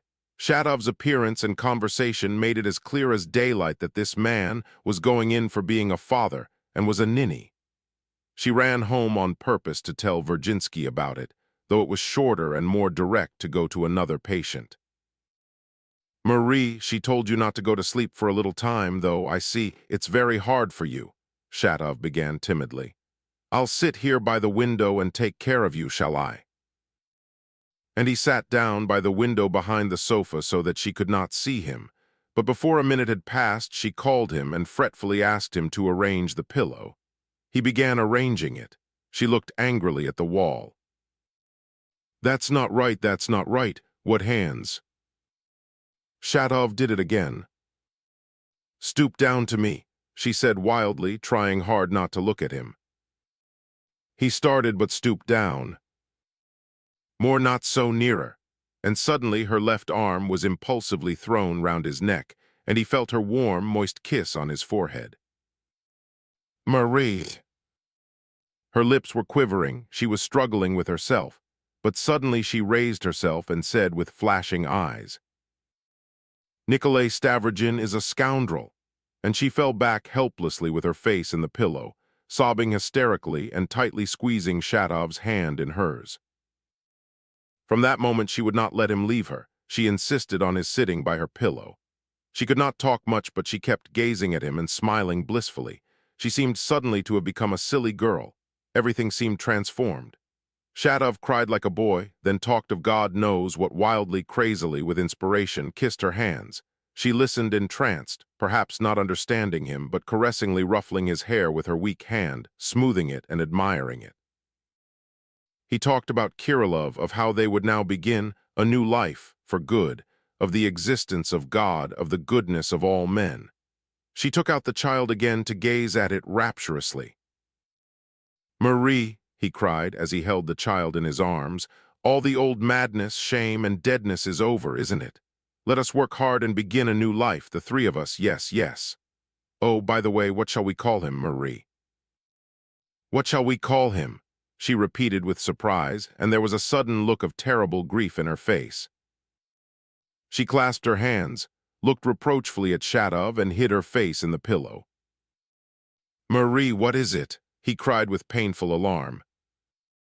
How could you, oh, you ungrateful man?" "Marie, forgive me, Marie. I only asked you what his name should be. I don't know." Ivan." She raised her flushed and tear-stained face. "How could you suppose we should call him by another horrible name?" "Marie, calm yourself. Oh, what a nervous state you are in." "That's rude again, putting it down to my nerves. I bet that if I'd said his name was to be that other, horrible name, you'd have agreed at once and not have noticed it even. Oh, men, the mean ungrateful creatures, they are all alike." A minute later, of course, they were reconciled. Shatov persuaded her to have a nap. She fell asleep but still kept his hand in hers. She waked up frequently, looked at him as though afraid he would go away, and dropped asleep again. Kirillov sent an old woman to congratulate them, as well as some hot tea, some freshly cooked cutlets, and some broth and white bread for Marya Ignatievna. The patient sipped the broth greedily. The old woman undid the baby's wrappings and swaddled it afresh. Marie made Shatov have a cutlet too. Time was passing. Shatov, exhausted, fell asleep himself in his chair with his head on Marie's pillow. So they were found by Irina Prohorovna, who kept her word. She waked them up gaily, asked Marie some necessary questions, examined the baby, and again forbade Shatov to leave her. Then, jesting at the happy couple, with a shade of contempt and superciliousness, she went away as well satisfied as before. It was quite dark when Shatov waked up. He made haste to light the candle and ran for the old woman, but he had hardly begun to go down the stairs when he was struck by the sound of the soft, deliberate steps of someone coming up towards him. Urkel came in. "Don't come in," whispered Shatov, and impulsively seizing him by the hand he drew him back towards the gate. "Wait here, I'll come directly. I'd completely forgotten you, completely. Oh, how you brought it back." He was in such haste that he did not even run into Kirillov's, but only called the old woman. Marie was in despair and indignation that he could dream of leaving her alone. "But," he cried ecstatically, "this is the very last step. and then for a new life, and will never, never think of the old horrors again. He somehow appeased her and promised to be back at 9 o'clock. He kissed her warmly, kissed the baby, and ran down quickly to Urkel. They set off together to Stavrogin's park at Vorshniki, where, in a secluded place at the very edge of the park where it adjoined the pine wood, he had, 18 months before, buried the printing press which had been entrusted to him. It was a wild and deserted place, quite hidden and at some distance from the Stavrogins' house. It was 2 or perhaps 3 miles from Filipov's house. "Are we going to walk all the way? I'll take a cab." "I particularly beg you not to," replied Urkel. They insisted on that. A cabman would be a witness. "Well, bother, I don't care, only to make an end of it." They walked very fast. "Urkel, you little boy," cried Shatov, "have you ever been happy?" "You seem to be very happy just now," observed Urkel with curiosity. Chapter 6. A busy night. Chapter 1. During that day, Virginsky had spent 2 hours in running round to see the members of the quintet, and to inform them that Shatov would certainly not give information, because his wife had come back and given birth to a child, and no one, who knew anything of human nature, could suppose that Shatov could be a danger at this moment. But to his discomfiture, he found none of them at home except Urkel and Lyamshin. Urkel listened in silence, looking candidly into his eyes, and in answer to the direct question, would he go at 6 o'clock or not, he replied with the brightest of smiles that, of course, he would go. Lyamshin was in bed, seriously ill, as it seemed, with his head covered with a quilt. He was alarmed at Virginsky's coming in, and as soon as the latter began speaking, he waved him off from under the bedclothes, entreating him to let him alone. He listened to all he said about Shatov, however, and seemed for some reason extremely struck by the news that Virginsky had found no one at home. It seemed that Lyamshin knew already through Liputin of Fedka's death, and hurriedly and incoherently told Virginsky about it, at which the latter seemed struck in his turn. To Virginsky's direct question, should they go or not, he began suddenly waving his hands again, entreating him to let him alone, and saying that it was not his business, and that he knew nothing about it. Virginsky returned home dejected and greatly alarmed. It weighed upon him that he had to hide it from his family. He was accustomed to tell his wife everything, and if his feverish brain had not hatched a new idea at that moment, a new plan of conciliation for further action, he might have taken to his bed like Lyamshin. But this new idea sustained him. What's more, he began impatiently awaiting the hour fixed, and set off for the appointed spot earlier than was necessary. It was a very gloomy place at the end of the huge park. I went there afterwards on purpose to look at it. How sinister it must have looked on that chill autumn evening. It was at the edge of an old wood belonging to the crown. Huge ancient pines stood out as vague, somber blurs in the darkness. It was so dark that they could hardly see each other 2 paces off, but Fyodor Stepanovich, Liputin, and afterwards Urkel brought lanterns with them. At some unrecorded date in the past, a rather absurd-looking grotto had for some reason been built here of rough unhewn stones. The table and benches in the grotto had long ago decayed and fallen. 200 paces to the right was the bank of the 3rd pond of the park. These 3 ponds stretched one after another for a mile from the house to the very end of the park. One could scarcely imagine that any noise, a scream, or even a shot could reach the inhabitants of the Stavrogins' deserted house. Nikolai Vsevolodovitch's departure the previous day and Alexei Yegorich's absence left only 5 or 6 people in the house, all more or less invalided, so to speak. In any case, it might be assumed with perfect confidence that if cries or shouts for help were heard by any of the inhabitants of the isolated house, they would only have excited terror. No one would have moved from his warm stove or snug shelf to give assistance. By 6:20, almost all of them, except Urkel, who had been told off to fetch Shatov, had turned up at the trysting place. This time Fyodor Stepanovich was not late. He came with Tolkachenko. Tolkachenko looked frowning and anxious. All his assumed determination and insolent bravado had vanished. He scarcely left Fyodor Stepanovich's side, and seemed to have become all at once immensely devoted to him. He was continually thrusting himself forward to whisper fussily to him, but the latter scarcely answered him, or muttered something irritably to get rid of him. Shigolov and Virginsky had arrived rather before Pyotr Stepanovich, and as soon as he came they drew a little apart in profound and obviously intentional silence.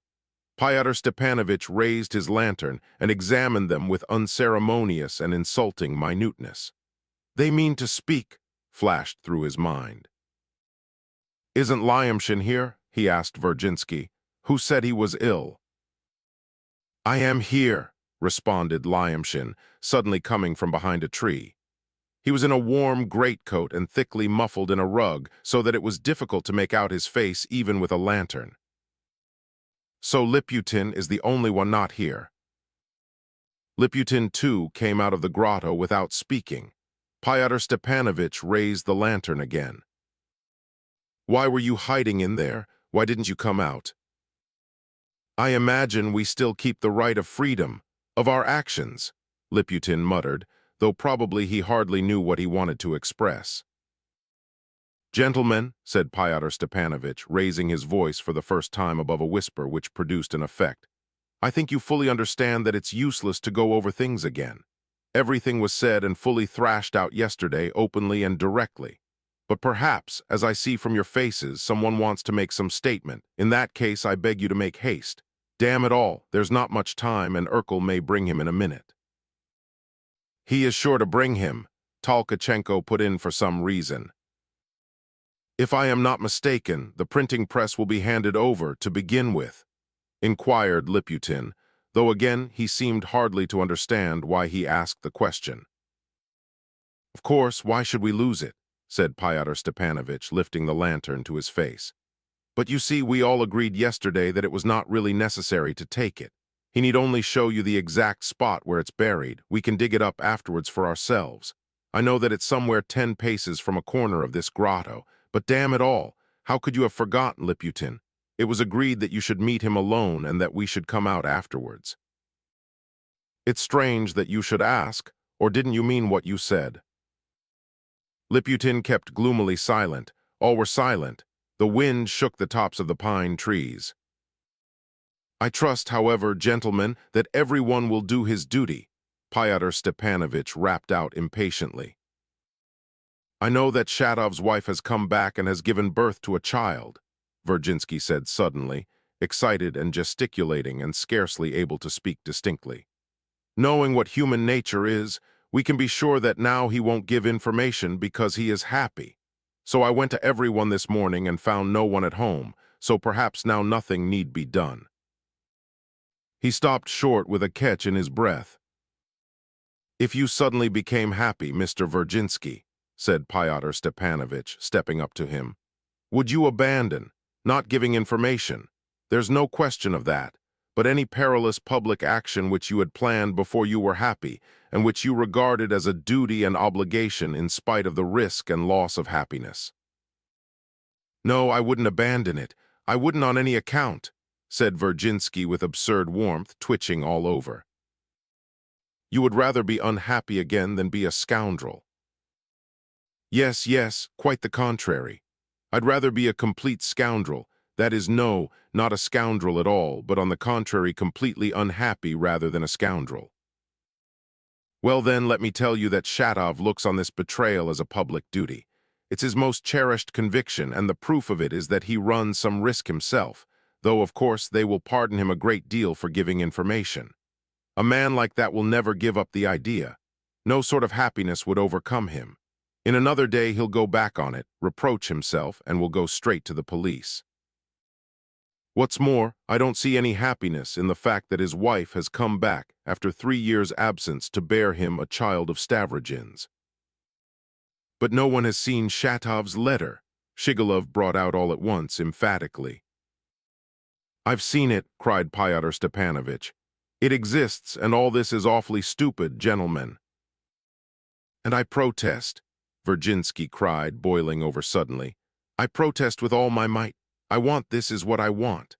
I suggest that when he arrives we all come out and question him, and if it's true, we induce him to repent of it, And if he gives us his word of honor, let him go.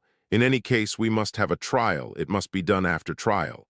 We mustn't lie in wait for him and then fall upon him. Risk the cause on his word of honor. That's the acme of stupidity. Damnation, how stupid it all is now, gentlemen, and a pretty part you are choosing to play at the moment of danger. I protest, Virginsky persisted. Don't bawl anyway, we shan't hear the signal. Shatov, gentlemen, damnation, how stupid this is now. I've told you already that Shatov is a Slavophil, that is, one of the stupidest set of people. But damn it all, never mind, that's no matter. You put me out.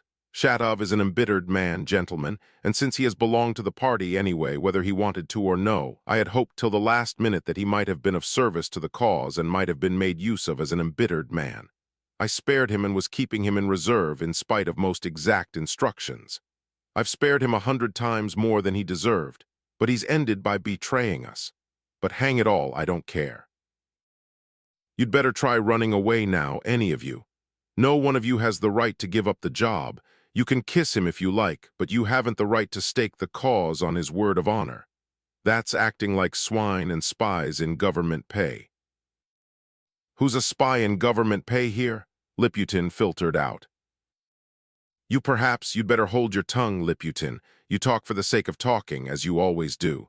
All men are spies, gentlemen, who funk their duty at the moment of danger. There will always be some fools who will run in a panic at the last moment and cry out, "Aya, forgive me, and I'll give them all away." But let me tell you, gentlemen, no betrayal would win you a pardon now. Even if your sentence were mitigated, it would mean Siberia. And what's more, there's no escaping the weapons of the other side, and their weapons are sharper than the government's. Fyodor Stepanovich was furious and said more than he meant to. With a resolute air, Shigalov took 3 steps towards him. "Since yesterday evening I've thought over the question," he began, speaking with his usual pedantry and assurance. "I believe that if the earth had given way under his feet, he would not have raised his voice nor have varied one tone in his methodical exposition. Thinking the matter over, I've come to the conclusion that the projected murder is not merely a waste of precious time which might be employed in a more suitable and befitting manner, but presents, moreover, that deplorable deviation from the normal method which has always been most prejudicial to the cause, and has delayed its triumph for scores of years, under the guidance of shallow thinkers and eminently of men of political instead of purely socialistic leanings. I have come here solely to protest against the projected enterprise, for the general edification, intending then to withdraw at the actual moment, which you, for some reason I don't understand, speak of as a moment of danger to you. I am going, not from fear of that danger nor from a sentimental feeling for Shatov, whom I have no inclination to kiss, but solely because all this business from beginning to end is in direct contradiction to my program. As for my betraying you and my being in the pay of the government, you can set your mind completely at rest. I shall not betray you." He turned and walked away. "Damn it all, he'll meet them and warn Shatov," cried Fyodor Stepanovich, pulling out his revolver. They heard the click of the trigger. "You may be confident," said Shigalov, turning once more, "that if I meet Shatov on the way I may bow to him, but I shall not warn him. But do you know, you may have to pay for this, Mr. Fourier. I beg you to observe that I am not Fourier. If you mix me up with that mawkish theoretical twaddler, you simply prove that you know nothing of my manuscript, though it has been in your hands. As for your vengeance, let me tell you that it's a mistake to cock your pistol. That's absolutely against your interests at the present moment. But if you threat to shoot me tomorrow or the day after, you'll gain nothing by it but unnecessary trouble. You may kill me, but sooner or later you'll come to my system all the same. Goodbye." At that instant a whistle was heard in the park, 200 paces away from the direction of the pond. Liputin at once answered, whistling also as had been agreed the evening before. As he had lost several teeth and distrusted his own powers, he had this morning bought for a farthing in the market a child's clay whistle for the purpose. Urkel had warned Shatov on the way that they would whistle as a signal, so that the latter felt no uneasiness. "Don't be uneasy, I'll avoid them and they won't notice me at all," Shigalov declared in an impressive whisper. And thereupon, deliberately and without haste, he walked home through the dark park. Everything, to the smallest detail of this terrible affair, is now fully known. To begin with, Liputin met Urkel and Shatov at the entrance to the grotto. Shatov did not bow or offer him his hand, but at once pronounced hurriedly in a loud voice, "Well, where have you put the spade, and haven't you another lantern? You needn't be afraid, there's absolutely no one here, and they wouldn't hear at Vorshniki now if we fired a cannon here. This is the place, here this very spot." And he stamped with his foot 10 paces from the end of the grotto towards the wood. At that moment, Tolkachenko rushed out from behind a tree and sprang at him from behind, while Urkel seized him by the elbows. Liputin attacked him from the front. The three of them at once knocked him down and pinned him to the ground. At this point, Fyodor Stepanovich darted up with his revolver. It is said that Shatov had time to turn his head and was able to see and recognize him. 3 lanterns lighted up the scene. Shatov suddenly uttered a short and desperate scream, but they did not let him go on screaming. Fyodor Stepanovich firmly and accurately put his revolver to Shatov's forehead, pressed it to it, and pulled the trigger. The shot seems not to have been loud. Nothing was heard at Vorshniki anyway. Shigalov, who was scarcely 3 paces away, of course heard it. He heard the shout and the shot, but as he testified afterwards, he did not turn nor even stop. Death was almost instantaneous. Fyodor Stepanovich was the only one who preserved all his faculties, but I don't think he was quite cool. Squatting on his heels, he searched the murdered man's pockets hastily, though with steady hand. No money was found. His purse had been left under Maria Ignatievna's pillow. 2 or 3 scraps of paper of no importance were found. A note from his office, the title of some book, and an old bill from a restaurant abroad which had been preserved, goodness knows why, for 2 years in his pocket. Fyodor Stepanovich transferred these scraps of paper to his own pocket, and suddenly noticing that they had all gathered round, were gazing at the corpse and doing nothing, he began rudely and angrily abusing them and urging them on.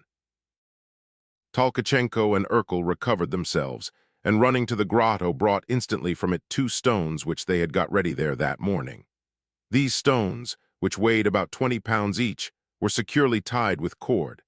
As they intended to throw the body in the nearest of the 3 ponds, they proceeded to tie the stones to the head and feet respectively. Fyodor Stepanovich fastened the stones while Tolkachenko and Urkel only held and passed them. Urkel was foremost, and while Fyodor Stepanovich, grumbling and swearing, tied the dead man's feet together with the cord and fastened the stone to them. A rather lengthy operation. Tolkachenko stood holding the other stone at arm's length, his whole person bending forward, as it were, deferentially, to be in readiness to hand it without delay. It never once occurred to him to lay his burden on the ground in the interval.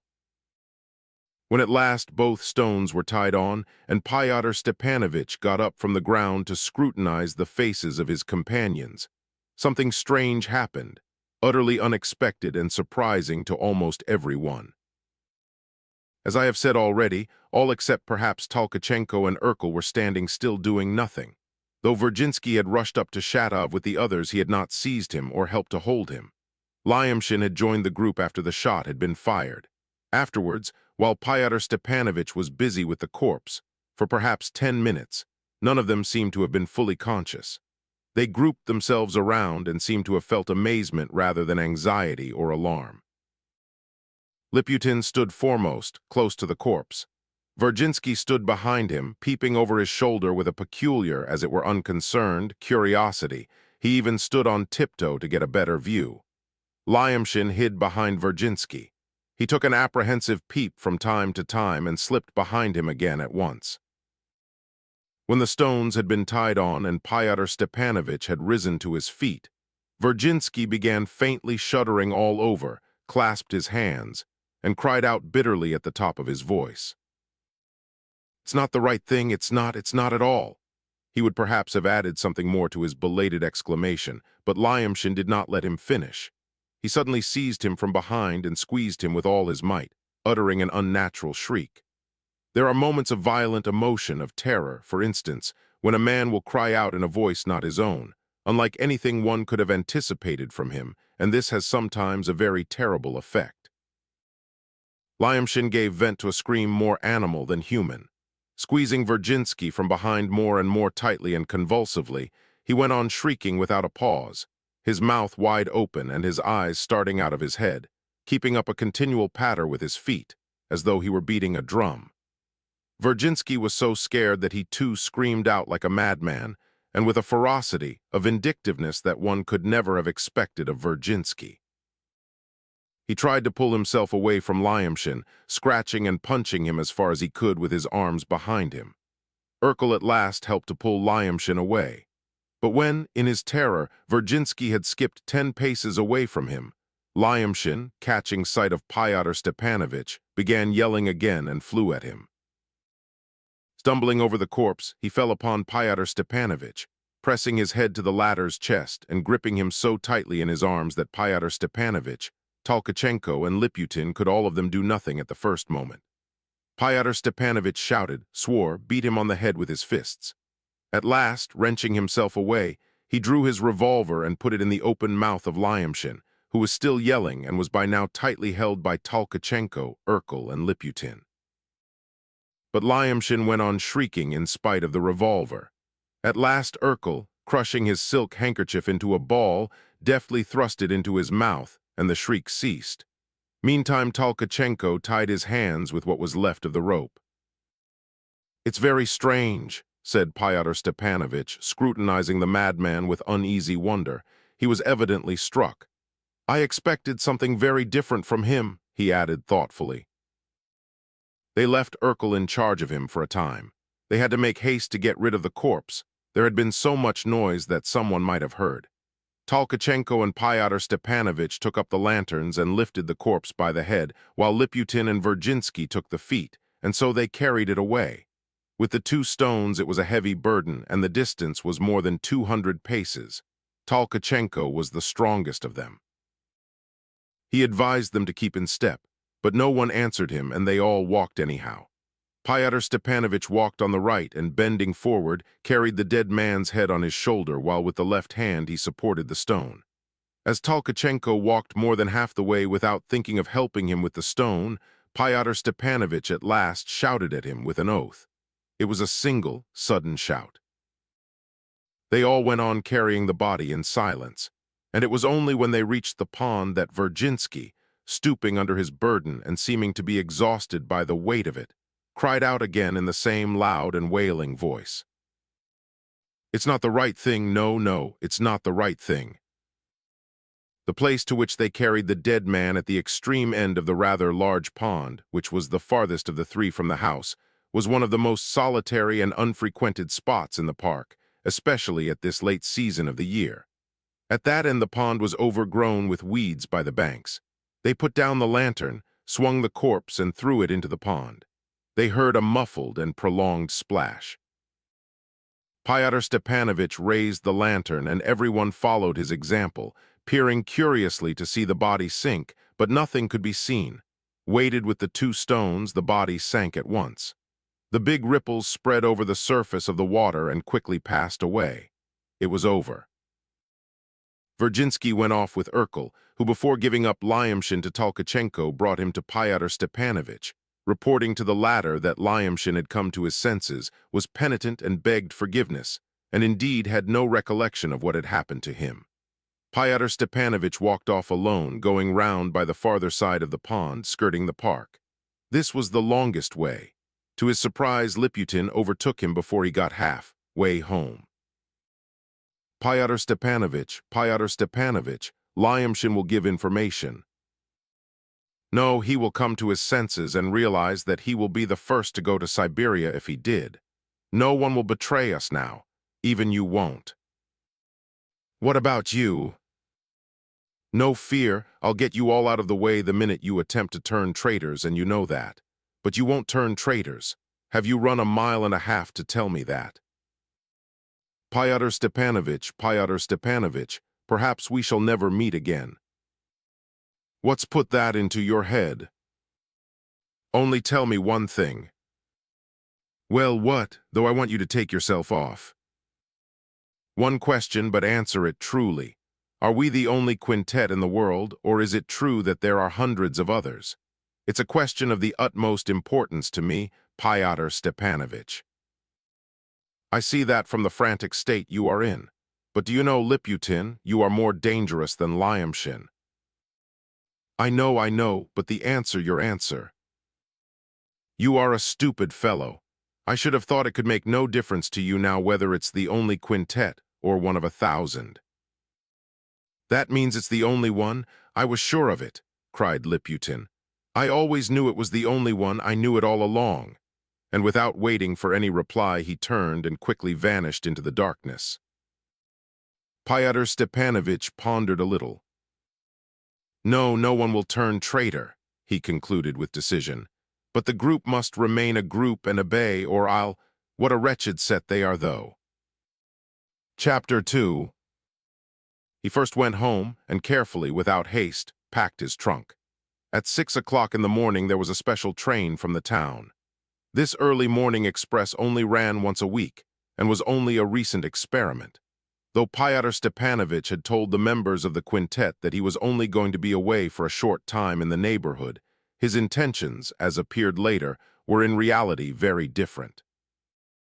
Having finished packing, he settled accounts with his landlady to whom he had previously given notice of his departure, and drove in a cab to Urkel's lodgings near the station. And then just upon 1 o'clock at night he walked to Kirilov's, approaching as before by Fedka's secret way. Pyotr Stepanovich was in a painful state of mind. Apart from other extremely grave reasons for dissatisfaction, he was still unable to learn anything of Stavrogin. He had, it seems, for I cannot assert it for a fact, received in the course of that day, probably from Petersburg, secret information of a danger awaiting him in the immediate future. There are, of course, many legends in the town relating to this period, but if any facts were known, it was only to those immediately concerned. I can only surmise as my own conjecture that Pyotr Stepanovich may well have had affairs going on in other neighborhoods as well as in our town, so that he really may have received such a warning. I am convinced, indeed, in spite of Liputin's cynical and despairing doubts, that he really had 2 or 3 other quintets. For instance, in Petersburg and Moscow, and if not quintets, at least colleagues and correspondents, and possibly was in very curious relations with them. Not more than 3 days after his departure, an order for his immediate arrest arrived from Petersburg. Whether in connection with what had happened among us, or elsewhere, I don't know. This order only served to increase the overwhelming, almost panic terror which suddenly came upon our local authorities and the society of the town, till then so persistently frivolous in its attitude, on the discovery of the mysterious and portentous murder of the student Shatov, the climax of the long series of senseless actions in our midst, as well as the extremely mysterious circumstances that accompanied that murder. But the order came too late.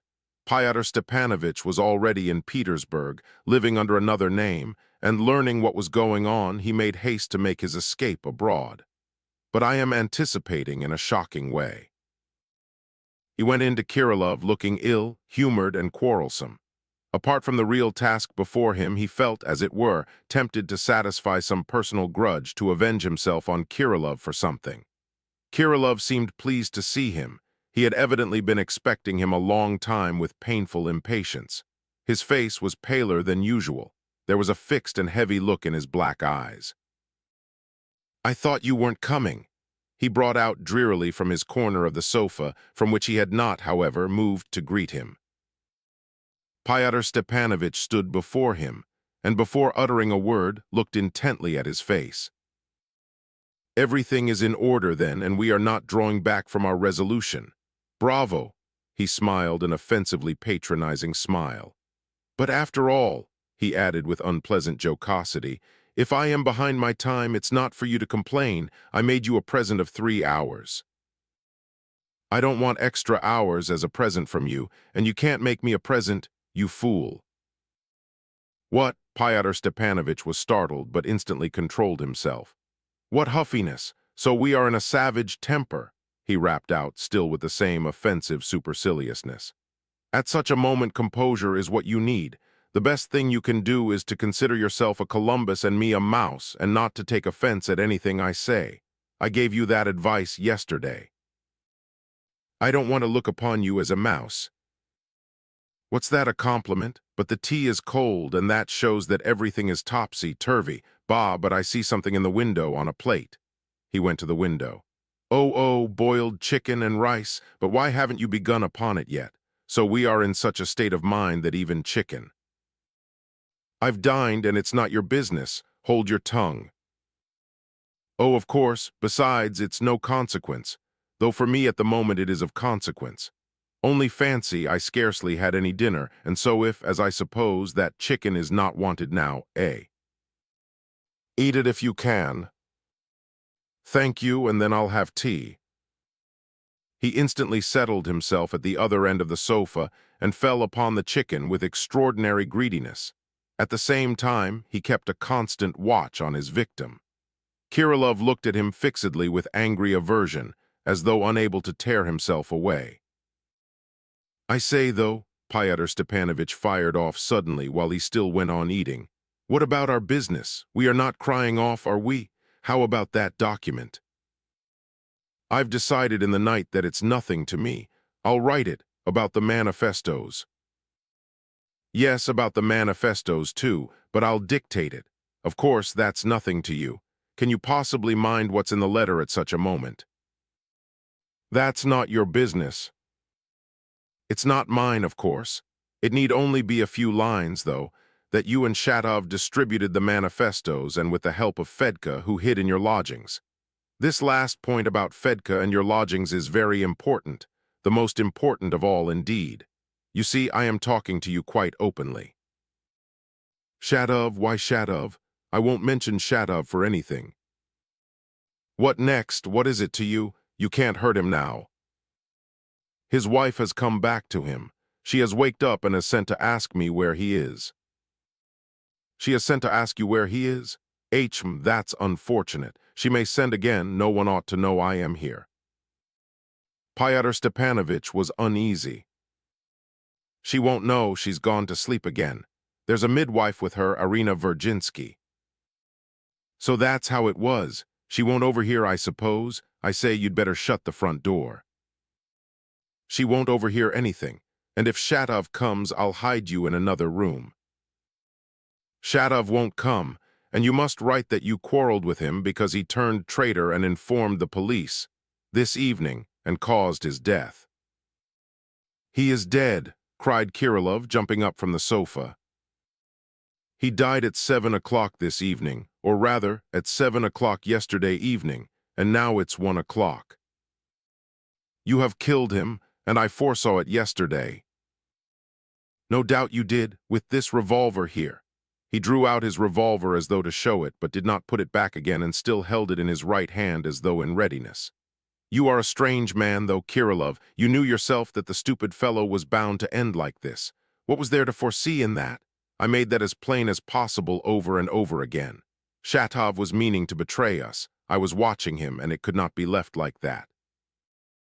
And you too had instructions to watch him. You told me so yourself 3 weeks ago. Hold your tongue. You've done this because he spat in your face in Geneva. For that and for other things too, for many other things, not from spite, however. Why do you jump up? Why look like that? Oh, so that's it, is it? He jumped up and held out his revolver before him. Kirillov had suddenly snatched up from the window his revolver, which had been loaded and put ready since the morning. Fyodor Stepanovich took up his position and aimed his weapon at Kirillov. The latter laughed angrily. Confess, you scoundrel, that you brought your revolver because I might shoot you. But I shan't shoot you, though. And again he turned his revolver upon Fyodor Stepanovich, as it were rehearsing, as though unable to deny himself the pleasure of imagining how he would shoot him. Fyodor Stepanovich, holding his ground, waited for him till the last minute without pulling the trigger, at the risk of being the first to get a bullet in his head. It might well be expected of the maniac. But at last, the maniac dropped his hand, gasping and trembling and unable to speak. You've played your little game, and that's enough. Fyodor Stepanovich, too, dropped his weapon. I knew it was only a game, only you ran a risk, let me tell you, I might have fired. And he sat down on the sofa with a fair show of composure and poured himself out some tea, though his hand trembled a little. Kirilov laid his revolver on the table and began walking up and down. I won't write that I killed Shatov, and I won't write anything now. You won't have a document. I shan't. No, you won't. What meanness and what stupidity. Pyotr Stepanovich turned green with resentment. I foresaw it, though. You've not taken me by surprise, let me tell you. As you please, however. If I could make you do it by force, I would. You are a scoundrel, though. Pyotr Stepanovich was more and more carried away and unable to restrain himself. You asked us for money out there and promised us no end of things. I won't go away with nothing, however. I'll see you put the bullet through your brains first, anyway. I want you to go away at once. Kirilov stood firmly before him. No, that's impossible. Pyotr Stepanovich took up his revolver again. Now in your spite and cowardice you may think fit to put it off and to turn traitor tomorrow, so as to get money again. They'll pay you for that, of course. Damn it all, fellows like you are capable of anything. Only don't trouble yourself. I've provided for all contingencies. I'm not going till I've dashed your brains out with this revolver, as I did to that scoundrel Shatov. If you are afraid to do it yourself and put off your intention, damn you. You are set on seeing my blood, too. I am not acting from spite. Let me tell you, it's nothing to me. I am doing it to be at ease about the cause. One can't rely on men, you see that for yourself. I don't understand what fancy possesses you to put yourself to death. It wasn't my idea. You thought of it yourself before I appeared and talked of your intention to the committee abroad before you said anything to me. And you know, no one has forced it out of you. No one of them knew you, but you came to confide in them yourself from sentimentalism. And what's to be done if a plan of action here, which can't be altered now, was founded upon that with your consent and upon your suggestion? Your suggestion, mind that. You have put yourself in a position in which you know too much. If you are an ass and go off tomorrow to inform the police, that would be rather a disadvantage to us. What do you think about it? Yes, you've bound yourself. You've given your word, you've taken money. That you can't deny. Pyotr Stepanovich was much excited, but for some time past Kirilov had not been listening. He paced up and down the room, lost in thought again. I am sorry for Shatov, he said, stopping before Pyotr Stepanovich again. Why so? I am sorry if that's all, and do you suppose? Hold your tongue, you scoundrel, roared Kirilov, making an alarming and unmistakable movement. I'll kill you. There. I told a lie, I admit it. I'm not sorry at all. Come, that's enough, that's enough. Pyotr Stepanovich started up apprehensively, putting out his hand. Kirilov subsided and began walking up and down again. I won't put it off. I want to kill myself now. All are scoundrels. Well, that's an idea. Of course all are scoundrels, and since life is a beastly thing for a decent man. Fool, I am just such a scoundrel as you as all, not a decent man. There's never been a decent man anywhere. He's guessed the truth at last. Can you, Kirilov, with your sense, have failed to see till now that all men are alike, that there are none better or worse, only some are stupider than others, and that if all are scoundrels, which is nonsense, though, there oughtn't to be any people that are not? Ah, why, you are really in earnest? Kirilov looked at him with some wonder. You speak with heat and simply. Can it be that even fellows like you have convictions? Kirilov, I've never been able to understand why you mean to kill yourself. I only know it's from conviction, strong conviction. But if you feel a yearning to express yourself, so to say, I am at your service. Only you must think of the time. What time is it? Oh, just 2. Pyotr Stepanovich looked at his watch and lighted a cigarette. It seems we can come to terms after all, he reflected. I've nothing to say to you, muttered Kirilov. I remember that something about God comes into it. You explained it to me once, twice, in fact. If you stopped yourself, you become God, that's it, isn't it? Yes, I become God. Pyotr Stepanovich did not even smile. He waited.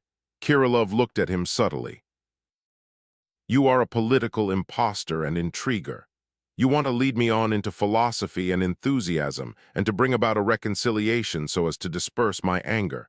And then, when I am reconciled with you, beg from me a note to say I killed Shatov. Fyodor Stepanovich answered with almost natural frankness. Well, supposing I am such a scoundrel, but at the last moments does that matter to you, Kirillov? What are we quarreling about? Tell me, please, you are one sort of man and I am another. What of it? And what's more, we are both of us. Scoundrels. Yes, scoundrels if you like, but you know that that's only words. All my life I wanted it not to be only words. I lived because I did not want it to be. Even now every day I want it to be not words. Well, everyone seeks to be where he is best off. The fish, that is, everyone seeks his own comfort, that's all. That's been a commonplace for ages and ages. Comfort, do you say? Oh, it's not worth while quarreling over words. No, you were right in what you said. Let it be comfort. God is necessary and so must exist. Well, that's all right then. But I know he doesn't and can't. That's more likely. Surely you must understand that a man with two such ideas can't go on living. Must shoot himself, you mean? Surely you must understand that one might shoot oneself for that alone. You don't understand that there may be a man, one man out of your thousands of millions, one man who won't bear it and does not want to. All I understand is that you seem to be hesitating. That's very bad. Stavrogin, too, is consumed by an idea, Kirillov said gloomily, pacing up and down the room. He had not noticed the previous remark. What? Fyodor Stepanovich pricked up his ears. What idea? Did he tell you something himself? No, I guessed it myself.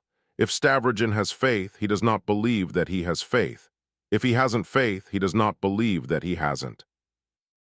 Well, Stavrogin has got something else worse than that in his head, Fyodor Stepanovich muttered peevishly, uneasily watching the turn the conversation had taken and the pallor of Kirillov. Damn it all, he won't shoot himself, he was thinking. I always suspected it. It's a maggot in the brain and nothing more. What a rotten lot of people. You are the last to be with me. I shouldn't like to part on bad terms with you, Kirillov vouchsafed suddenly. Fyodor Stepanovich did not answer at once. Damn it all, what is it now? He thought again. I assure you, Kirillov, I have nothing against you personally as a man and always. You are a scoundrel and a false intellect. But I am just the same as you are, and I will shoot myself while you will remain living. You mean to say, I am so abject that I want to go on living? He could not make up his mind whether it was judicious to keep up such a conversation at such a moment or not, and resolved to be guided by circumstances.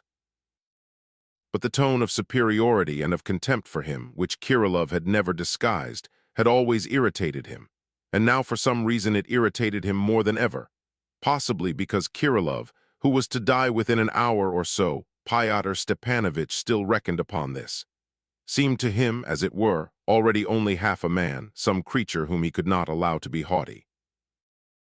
You seem to be boasting to me of your shooting yourself. I've always been surprised at everyone's going on living, said Kirillov, not hearing his remark. Admitting that's an idea, but... You ape, you assent to get the better of me. Hold your tongue, you won't understand anything. If there is no God, then I am God. There, I could never understand that point of yours. Why are you God? If God exists, all is his will, and from his will I cannot escape. If not, it's all my will, and I am bound to show self-will. Self-will, but why are you bound? Because all will has become mine. Can it be that no one in the whole planet, after making an end of God and believing in his own will dare to express his self, will on the most vital point? It's like a beggar inheriting a fortune and being afraid of it and not daring to approach the bag of gold, thinking himself too weak to own it. I want to manifest myself, will. I may be the only one, but I'll do it. Do it by all means. I am bound to shoot myself because the highest point of myself will is to kill myself with my own hands. But you won't be the only one to kill yourself. There are lots of suicides. With good cause, but to do it without any cause at all, simply for will, I am the only one. He won't shoot himself, flashed across Fyodor Stepanovitch's mind again. Do you know, he observed irritably, if I were in your place I should kill someone else to show myself will, not myself. You might be of use. I'll tell you whom if you are not afraid. Then you needn't shoot yourself today, perhaps. We may come to terms. To kill someone would be the lowest point of will, and you show your whole soul in that. I am not you. I want the highest point, and I'll kill myself. He's come to it of himself, Fyodor Stepanovitch muttered malignantly. I am bound to show my unbelief, said Kirillov, walking about the room. I have no higher idea than disbelief in God. I have all the history of mankind on my side. Man has done nothing but invent God so as to go on living and not kill himself. That's the whole of universal history up till now. I am the first one in the whole history of mankind who would not invent God. Let them know it once for all. He won't shoot himself, Fyodor Stepanovitch thought anxiously. Let whom know it, he said, egging him on. It's only you and me here, you mean Liputin. Let everyone know, all will know. There is nothing secret that will not be made known, he said so. And he pointed with feverish enthusiasm to the image of the Savior, before which a lamp was burning. Fyodor Stepanovitch lost his temper completely. So you still believe in him and you've lighted the lamp, to be on the safe side, I suppose. The other did not speak. Do you know, to my thinking, you believe perhaps more thoroughly than any priest. Believe in whom? In him? Listen. Kirillov stood still, gazing before him with fixed and ecstatic look. Listen to a great idea. There was a day on earth, and in the midst of the earth there stood 3 crosses. One on the cross had such faith that he said to another, Today thou shalt be with me in paradise. The day ended. Both died and passed away and found neither paradise nor resurrection. His words did not come true. Listen, that man was the loftiest of all on earth. He was that which gave meaning to life. The whole planet with everything on it is mere madness without that man. There has never been any like him before or since, never up to a miracle. For that is the miracle, that there never was or never will be another like him. And if that is so, if the laws of nature did not spare even him, have not spared even their miracle and made even him live in a lie and die for a lie, then all the planet is a lie and rests on a lie and on mockery. So then, the very laws of the planet are a lie and the vaudeville of devils. What is there to live for? Answer if you are a man. That's a different matter. It seems to me you've mixed up 2 different causes, and that's a very unsafe thing to do. But excuse me if you are God. If the lie were ended, and if you realized that all the falsity comes from the belief in that former God. So at last you understand, cried Kirillov rapturously. So it can be understood if even a fellow like you understands. Do you understand now that the salvation for all consists in proving this idea to everyone? Who will prove it? I can't understand how an atheist could know that there is no God and not kill himself on the spot. To recognize that there is no God and not to recognize at the same instant that one is God oneself is an absurdity, else one would certainly kill oneself. If you recognize it, you are sovereign, and then you won't kill yourself but will live in the greatest glory. But one, the first, must kill himself, for else who will begin and prove it? So I must certainly kill myself to begin and prove it. Now I am only a god against my will, and I am unhappy because I am bound to assert my will. All are unhappy because all are afraid to express their will. Man has hitherto been so unhappy and so poor because he has been afraid to assert his will in the highest point and has shown his will only in little things like a schoolboy. I'm awfully unhappy, for I'm awfully afraid. Terror is the curse of man. But I will assert my will. I am bound to believe that I don't believe. I will begin and will make an end of it and open the door and will save. That's the only thing that will save mankind and will recreate the next generation physically. For with his present physical nature, man can't get on without his former God, I believe. For 3 years I've been seeking for the attribute of my Godhead, and I've found it. The attribute of my Godhead is self. Will. That's all I can do to prove in the highest point my independence and my new terrible freedom. For it is very terrible. I am killing myself to prove my independence and my new terrible freedom. His face was unnaturally pale, and there was a terribly heavy look in his eyes. He was like a man in delirium. Fyodor Stepanovich thought he would drop onto the floor. "Give me the pen," Kirillov cried suddenly, quite unexpectedly, in a positive frenzy. "Dictate, I'll sign anything. I'll sign that I killed Shatov even. Dictate while it amuses me. I am not afraid of what the haughty slaves will think. You will see for yourself that all that is secret shall be made manifest, and you will be crushed. I believe, I believe."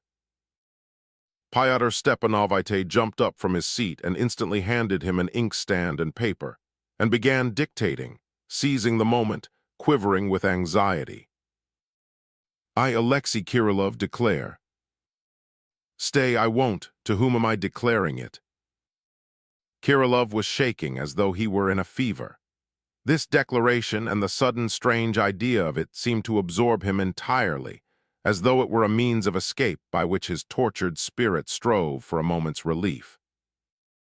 "To whom am I declaring it? I want to know to whom." "To no one, everyone, the first person who reads it. Why define it? The whole world." "The whole world, bravo. And I won't have any repentance. I don't want penitence, and I don't want it for the police." "No, of course, there's no need of it, damn the police. Write if you are in earnest," Fyodor Stepanovich cried hysterically. "Stay, I want to put at the top a face with the tongue out." What nonsense," cried Fyodor Stepanovich crossly. "You can express all that without the drawing by the tone." "By the tone, that's true. Yes, by the tone of it. Dictate the tone." "I, Alexei Kirillov," Fyodor Stepanovich dictated firmly and peremptorily, bending over Kirillov's shoulder and following every letter which the latter formed with a hand trembling with excitement. "I, Kirillov, declare that day, the October, at about 8 o'clock in the evening, I killed the student Shatov in the park for turning traitor and giving information of the manifestos and of Fedka, who has been lodging with us for 10 days in Filipov's house. I am shooting myself day with my revolver, not because I repent and am afraid of you, but because when I was abroad I made up my mind to put an end to my life." "Is that all?" cried Kirillov with surprise and indignation. "Not another word," cried Fyodor Stepanovich, waving his hand, attempting to snatch the document from him. "Stay," Kirillov put his hand firmly on the paper. "Stay, it's nonsense. I want to say with whom I killed him. Why Fedka? And what about the fire? I want it all, and I want to be abusive in tone, too, in tone." "Enough, Kirillov, I assure you it's enough," cried Fyodor Stepanovich almost imploringly, trembling lest he should tear up the paper. "That they may believe you, you must say it as obscurely as possible, just like that, simply in hints. You must only give them a peep of the truth, just enough to tantalize them. They'll tell a story better than ours, and of course they'll believe themselves more than they would us. And you know it's better than anything, better than anything. Let me have it, it's splendid as it is. Give it to me, give it to me." And he kept trying to snatch the paper. Kirillov listened open-eyed and appeared to be trying to reflect, but he seemed beyond understanding now. "Damn it all," Fyodor Stepanovich cried all at once, ill-humoredly. "He hasn't signed it. Why are you staring like that? Sign." "I want to abuse them," muttered Kirillov. He took the pen, however, and signed. "I want to abuse them." "Write Vive la République, and that will be enough." "Bravo," Kirillov almost bellowed with delight. "Vive la République démocratique sociale et universelle au la mort." No, that's not it. "Liberté, égalité, fraternité au la mort." There, that's better, that's better. He wrote it gleefully under his signature. "Enough, enough," repeated Fyodor Stepanovich. "Stay a little more, I'll sign it again in French, you know. De Kirillov, gentilhomme russet citoyen du monde." "Ha ha," he went off in a peal of laughter. No, stay, I've found something better than all, Eureka. Gentilhomme, séminariste russet citoyen du monde civilisé." That's better than any. He jumped up from the sofa and suddenly, with a rapid gesture, snatched up the revolver from the window, ran with it into the next room, and closed the door behind him. Fyodor Stepanovich stood for a moment, pondering and gazing at the door. If he does it at once, perhaps he'll do it, but if he begins thinking, nothing will come of it. Meanwhile, he took up the paper, sat down, and looked at it again. The wording of the document pleased him again. What's needed for the moment? What's wanted is to throw them all off the scent and keep them busy for a time. The park. There's no park in the town, and they'll guess it's a Dvorshniki of themselves. But while they are arriving at that, time will be passing. Then the search will take time too. Then when they find the body, it will prove that the story is true, and it will follow that's it all true, that it's true about Fedka too. And Fedka explains the fire, the Lebyadkins, so that it was all being hatched here at Filipov's while they overlooked it and saw nothing. That will quite turn their heads. They will never think of the quintet, Shatov and Kirillov and Fedka and Lebyadkin, and why they killed each other. That will be another question for them. Oh, damn it all, I don't hear the shot. Though he had been reading and admiring the wording of it, he had been listening anxiously all the time, and he suddenly flew into a rage. He looked anxiously at his watch. It was getting late, and it was fully 10 minutes since Kirillov had gone out. Snatching up the candle, he went to the door of the room where Kirillov had shut himself up. He was just at the door when the thought struck him that the candle had burnt out, that it would not last another 20 minutes, and that there was no other in the room. He took hold of the handle and listened warily. He did not hear the slightest sound. He suddenly opened the door and lifted up the candle. Something uttered a roar and rushed at him. He slammed the door with all his might and pressed his weight against it. But all sounds died away, and again there was death-like stillness. He stood for a long while irresolute, with the candle in his hand. He had been able to see very little in the second he held the door open, but he had caught a glimpse of the face of Kirillov standing at the other end of the room by the window, and the savage fury with which the latter had rushed upon him. Fyodor Stepanovich started, rapidly set the candle on the table, made ready his revolver, and retreated on tiptoe to the farthest corner of the room, so that if Kirillov opened the door and rushed up to the table with the revolver, he would still have time to be the first to aim and fire. Fyodor Stepanovich had by now lost all faith in the suicide. He was standing in the middle of the room thinking, flashed like a whirlwind through Fyodor Stepanovich's mind. And the room was dark and horrible too. He roared and rushed at me. There are two possibilities. Either I interrupted him at the very second when he was pulling the trigger, or he was standing planning how to kill me. Yes, that's it, he was planning it. He knows I won't go away without killing him if he funks it himself, so that he would have to kill me first to prevent my killing him. And again, there is silence. I am really frightened. He may open the door all of a sudden. The nuisance of it is that he believes in God like any priest. He won't shoot himself for anything. There are lots of these people nowadays who have come to it of themselves. A rotten lot. Oh, damn it, the candle, the candle. It'll go out within a quarter of an hour for certain. I must put a stop to it. Come what may, I must put a stop to it. Now I can kill him. With that document here, no one would think of my killing him. I can put him in such an attitude on the floor with an unloaded revolver in his hand that they'd be certain he'd done it himself. Och, damn it. How is one to kill him? If I open the door, he'll rush out again and shoot me first. Damn it all, he'll be sure to miss. He was in agonies, trembling at the necessity of action and his own indecision. At last he took up the candle and again approached the door with the revolver held up in readiness. He put his left hand, in which he held the candle, on the door handle. But he managed awkwardly. The handle clanked, there was a rattle and a creak. He will fire straightway, flashed through Fyodor Stepanovich's mind. With his foot he flung the door open violently, raised the candle, and held out the revolver. But no shot nor cry came from within. There was no one in the room. He started. The room led nowhere. There was no exit, no means of escape from it. He lifted the candle higher and looked about him more attentively. There was certainly no one. He called Kirillov's name in a low voice, then again louder. No one answered. Can he have got out by the window? The casement in one window was, in fact, open. Absurd! He couldn't have got away through the casement. Fyodor Stepanovich crossed the room and went up to the window. He couldn't possibly. All at once he turned round quickly and was aghast at something extraordinary. Against the wall facing the windows on the right of the door stood a cupboard. On the right side of this cupboard, in the corner formed by the cupboard and the wall, stood Kirilov, and he was standing in a very strange way.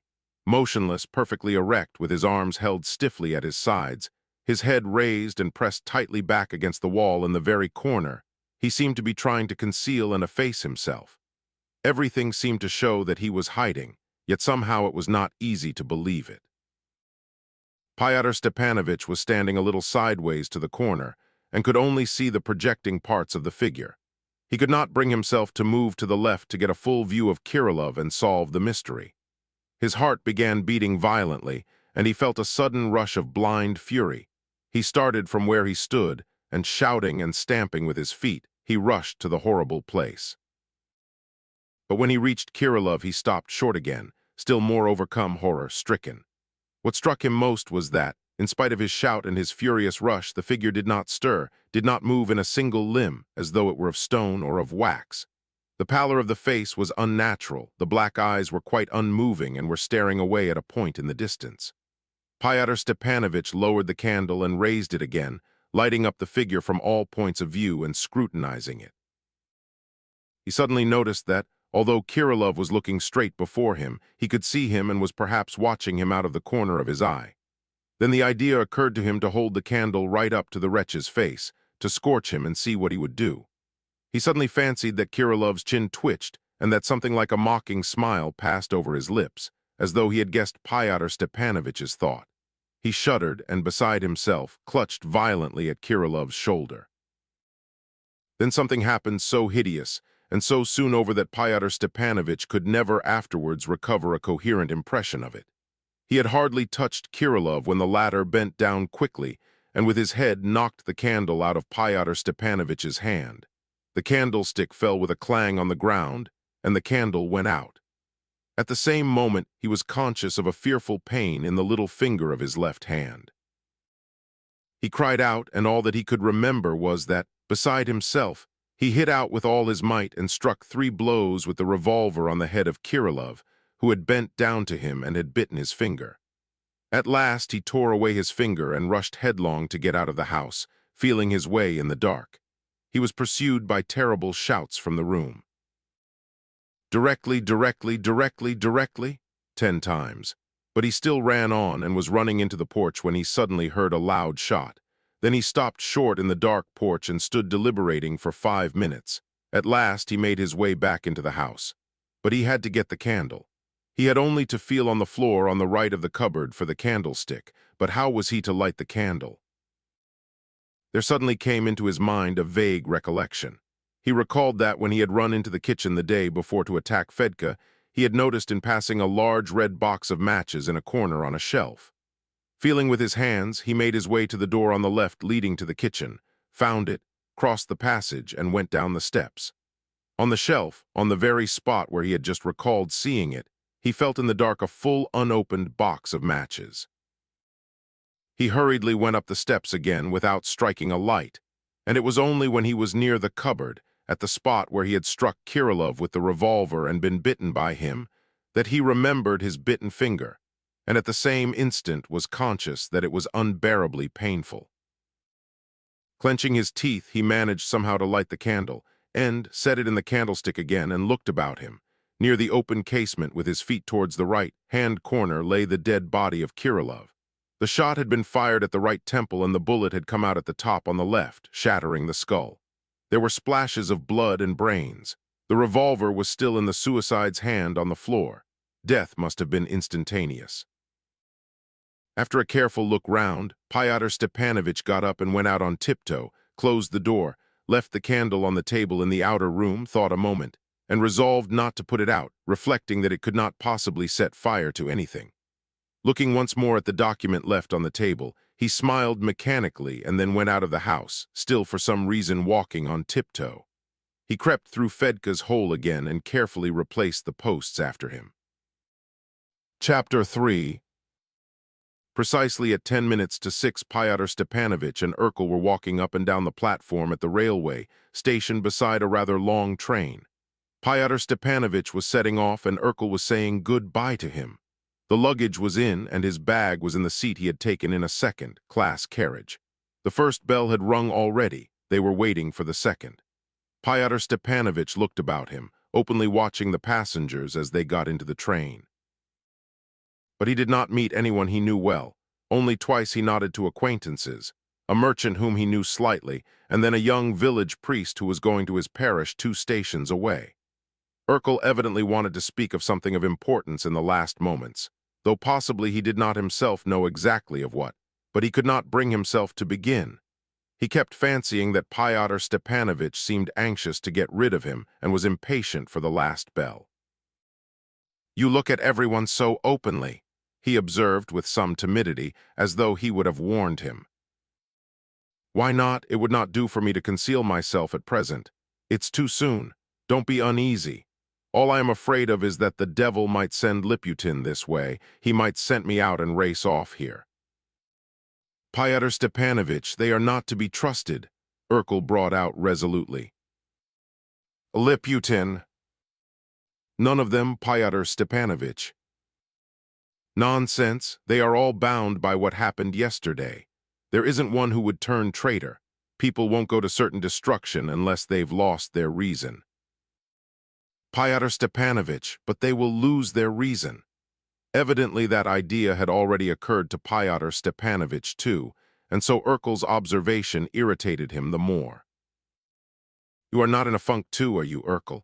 I rely on you more than on any of them. I've seen now what each of them is worth. Tell them today all I've told you. I leave them in your charge. Go round to each of them this morning. Read them my written instructions tomorrow or the day after when you are all together and they are capable of listening again. And believe me, they will be by tomorrow, for they'll be in an awful funk, and that will make them as soft as wax. The great thing is that you shouldn't be downhearted." "Och, Pyotr Stepanovich, it would be better if you weren't going away." "But I am only going for a few days. I shall be back in no time."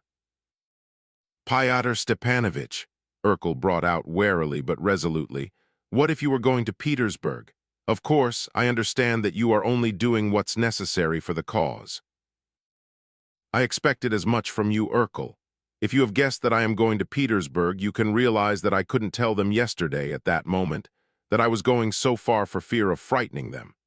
You saw for yourself what a state they were in. But you understand that I am going for the cause, for work of the first importance, for the common cause, and not to save my skin, as Liputin imagines." "Pyotr Stepanovich, what if you were going abroad? I should understand. I should understand that you must be careful of yourself because you are everything and we are nothing. I shall understand, Pyotr Stepanovich." The poor boy's voice actually quivered.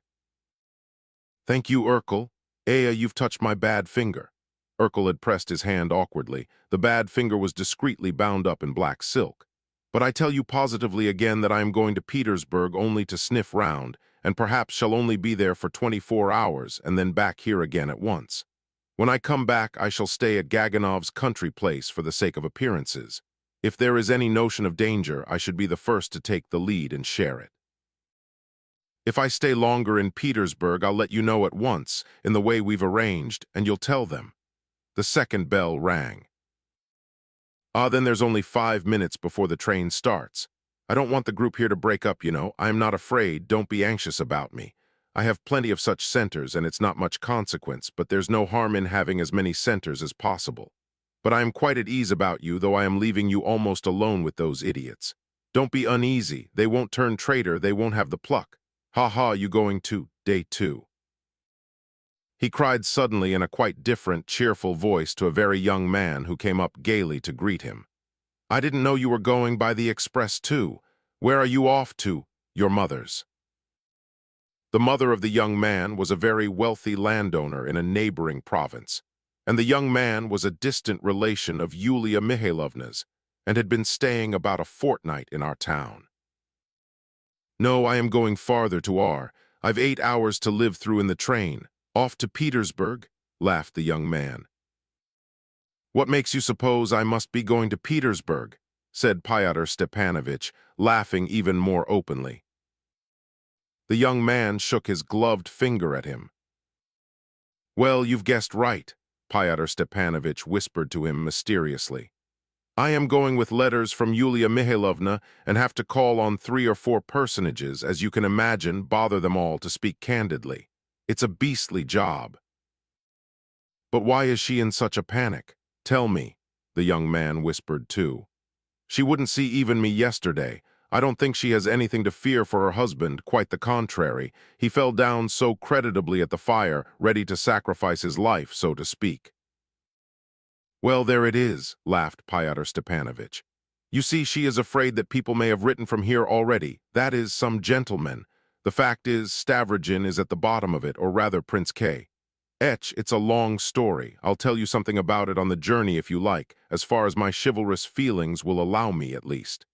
This is my relation, Lieutenant Urkel, who lives down here." The young man, who had been stealthily glancing at Urkel, touched his hat. Urkel made a bow. "But I say, Verhovensky, 8 hours in the train is an awful ordeal. Berestov, the colonel, an awfully funny fellow, is traveling with me in the first class. He is a neighbor of ours in the country, and his wife is a Garin, née de Garin, and you know he is a very decent fellow. He's got ideas, too. He's only been here a couple of days. He's passionately fond of whist. Couldn't we get up a game, eh? I've already fixed on a 4th, Pripulov, our merchant from T with a beard, a millionaire. I mean it, a real millionaire, you can take my word for it.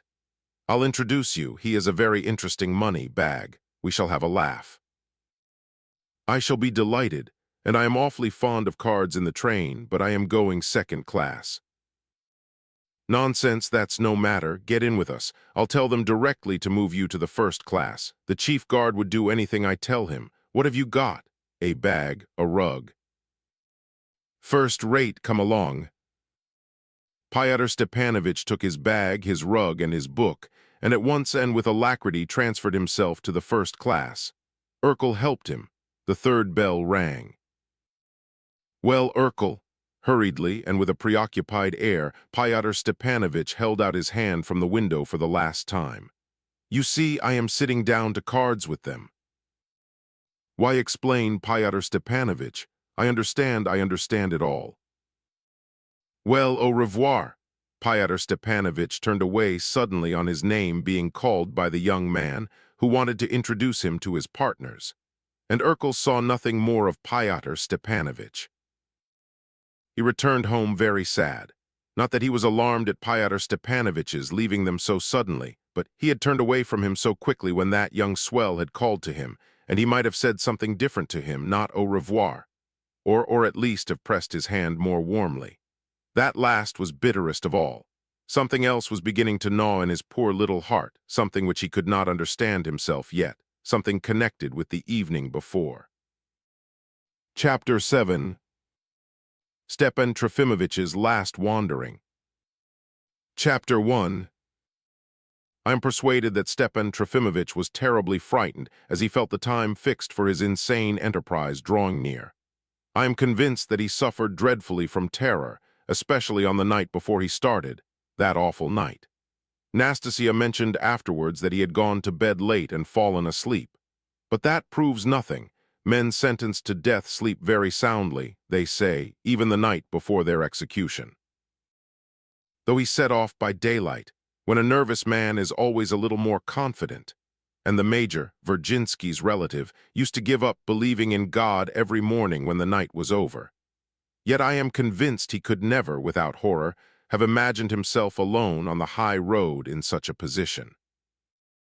No doubt a certain desperation in his feelings softened at first the terrible sensation of sudden solitude in which he at once found himself as soon as he had left Nastasia, and the corner in which he had been warm and snug for 20 years. But it made no difference. Even with the clearest recognition of all the horrors awaiting him, he would have gone out to the high road and walked along it. There was something proud in the undertaking which allured him in spite of everything.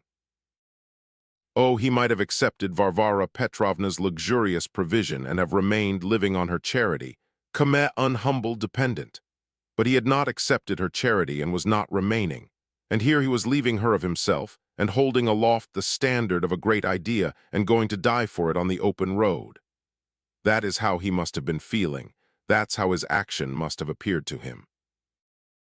Another question presented itself to me more than once. Why did he run away? That is, literally run away on foot, rather than simply drive away. I put it down at first to the impracticability of 50 years and the fantastic bent of his mind under the influence of strong emotion. I imagined that the thought of posting tickets and horses, even if they had bells, would have seemed too simple and prosaic to him.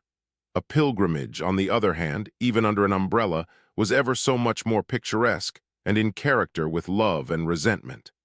But now that everything is over, I am inclined to think that it all came about in a much simpler way.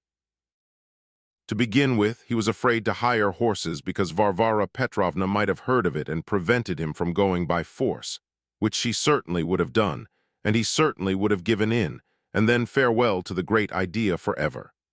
Besides, to take tickets for anywhere he must have known at least where he was going. But to think about that was the greatest agony to him at that moment. He was utterly unable to fix upon a place. For if he had to fix on any particular town, his enterprise would at once have seemed in his own eyes absurd and impossible. He felt that very strongly. What should he do in that particular town rather than in any other? Look out for C. Marchand. But what Marchand?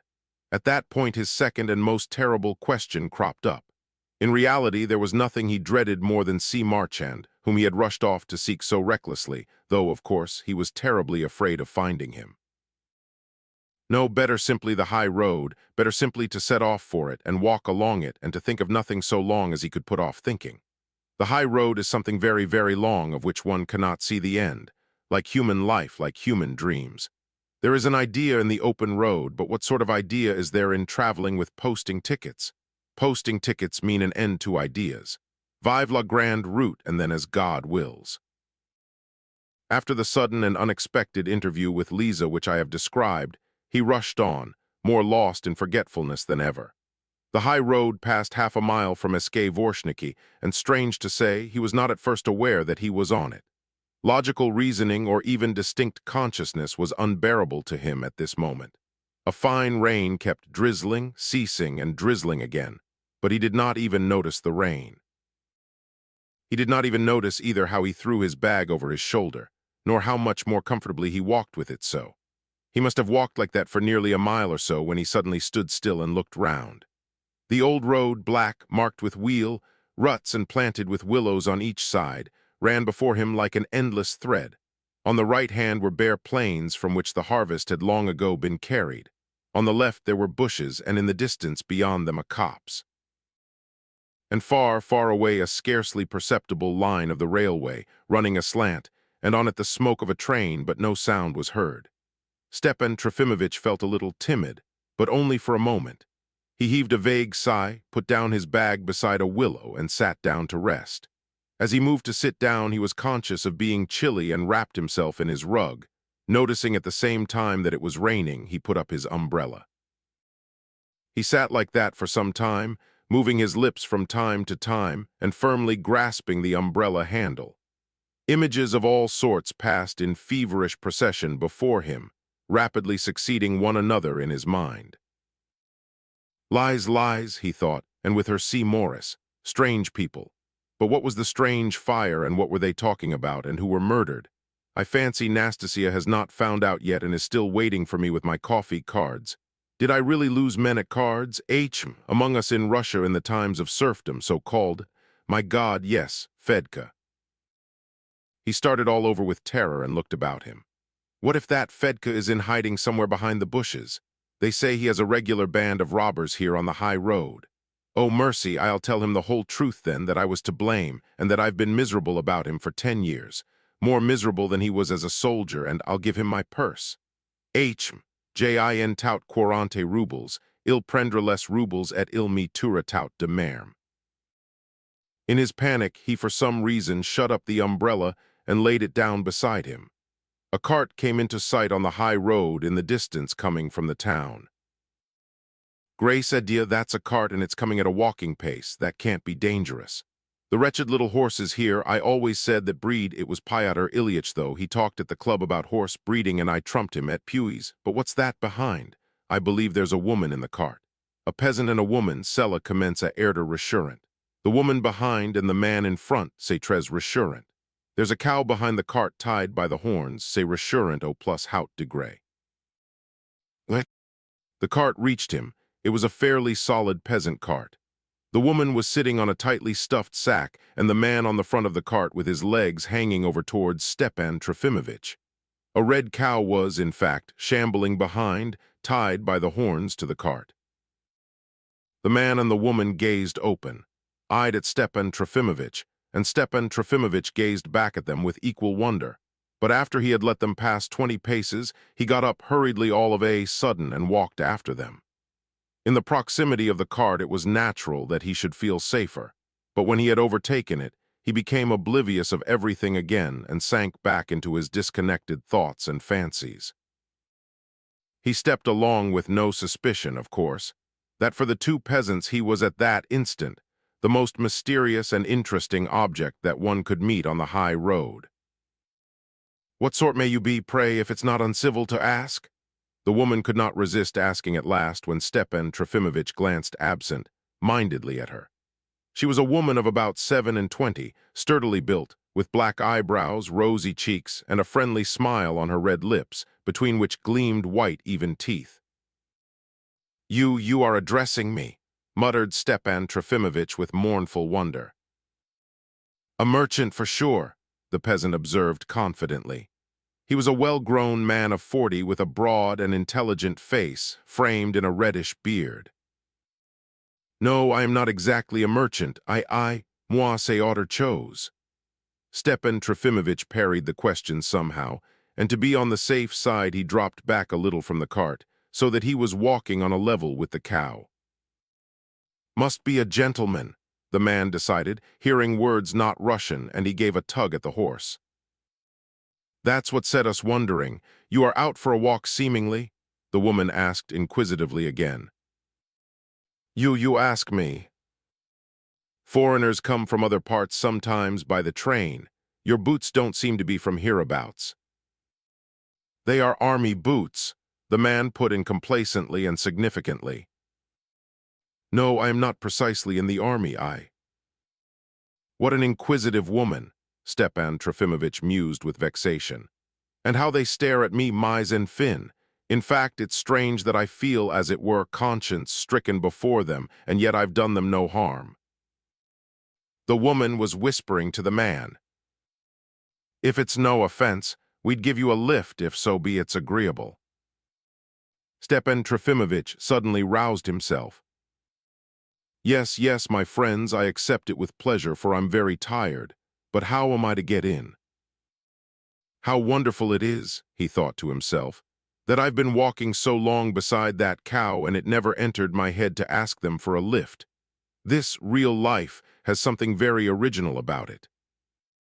But the peasant had not, however, pulled up the horse. "But where are you bound for?" he asked with some mistrustfulness. Stepan Trofimovich did not understand him at once. "To Hatovo, I suppose." "Hatov? No, not to Hatov's exactly, and I don't know him, though I've heard of him." "The village of Hatovo, the village, 7 miles from here." "A village? Say charmant, to be sure, I've heard of it." Stepan Trofimovich was still walking. They had not yet taken him into the cart. A guess that was a stroke of genius flashed through his mind. "You think perhaps that I am? I've got a passport and I am a professor, that is, if you like, a teacher, but a head teacher. I am a head teacher. Oui, c'est comme ça qu'on peut traduire. I should be very glad of a lift, and I'll buy you a quart of vodka for it." "It'll be half a ruble, sir. It's a bad road." "Or it wouldn't be fair to ourselves," put in the woman. "Half a ruble? Very good then, half a ruble. C'est encore mia, jin tout 40 rubles mais." The peasant stopped the horse, and by their united efforts Stepan Trofimovich was dragged into the cart and seated on the sack by the woman. He was still pursued by the same whirl of ideas. Sometimes he was aware himself that he was terribly absent-minded, and that he was not thinking of what he ought to be thinking of, and wondered at it. This consciousness of abnormal weakness of mind became at moments very painful and even humiliating to him. How is this you've got a cow behind? He suddenly asked the woman. What do you mean, sir, as though you'd never seen one? Laughed the woman. We bought it in the town, the peasant put in. Our cattle died last spring, the plague. All the beasts have died round us, all of them. There aren't half of them left, it's heartbreaking. And again he lashed the horse, which had got stuck in a rut. Yes, that does happen among you in Russia in general, we Russians. Well, yes, it happens, Stepan Trofimovich broke off. If you are a teacher, what are you going to Hatovo for? Maybe you are going on farther. I'm not going farther precisely.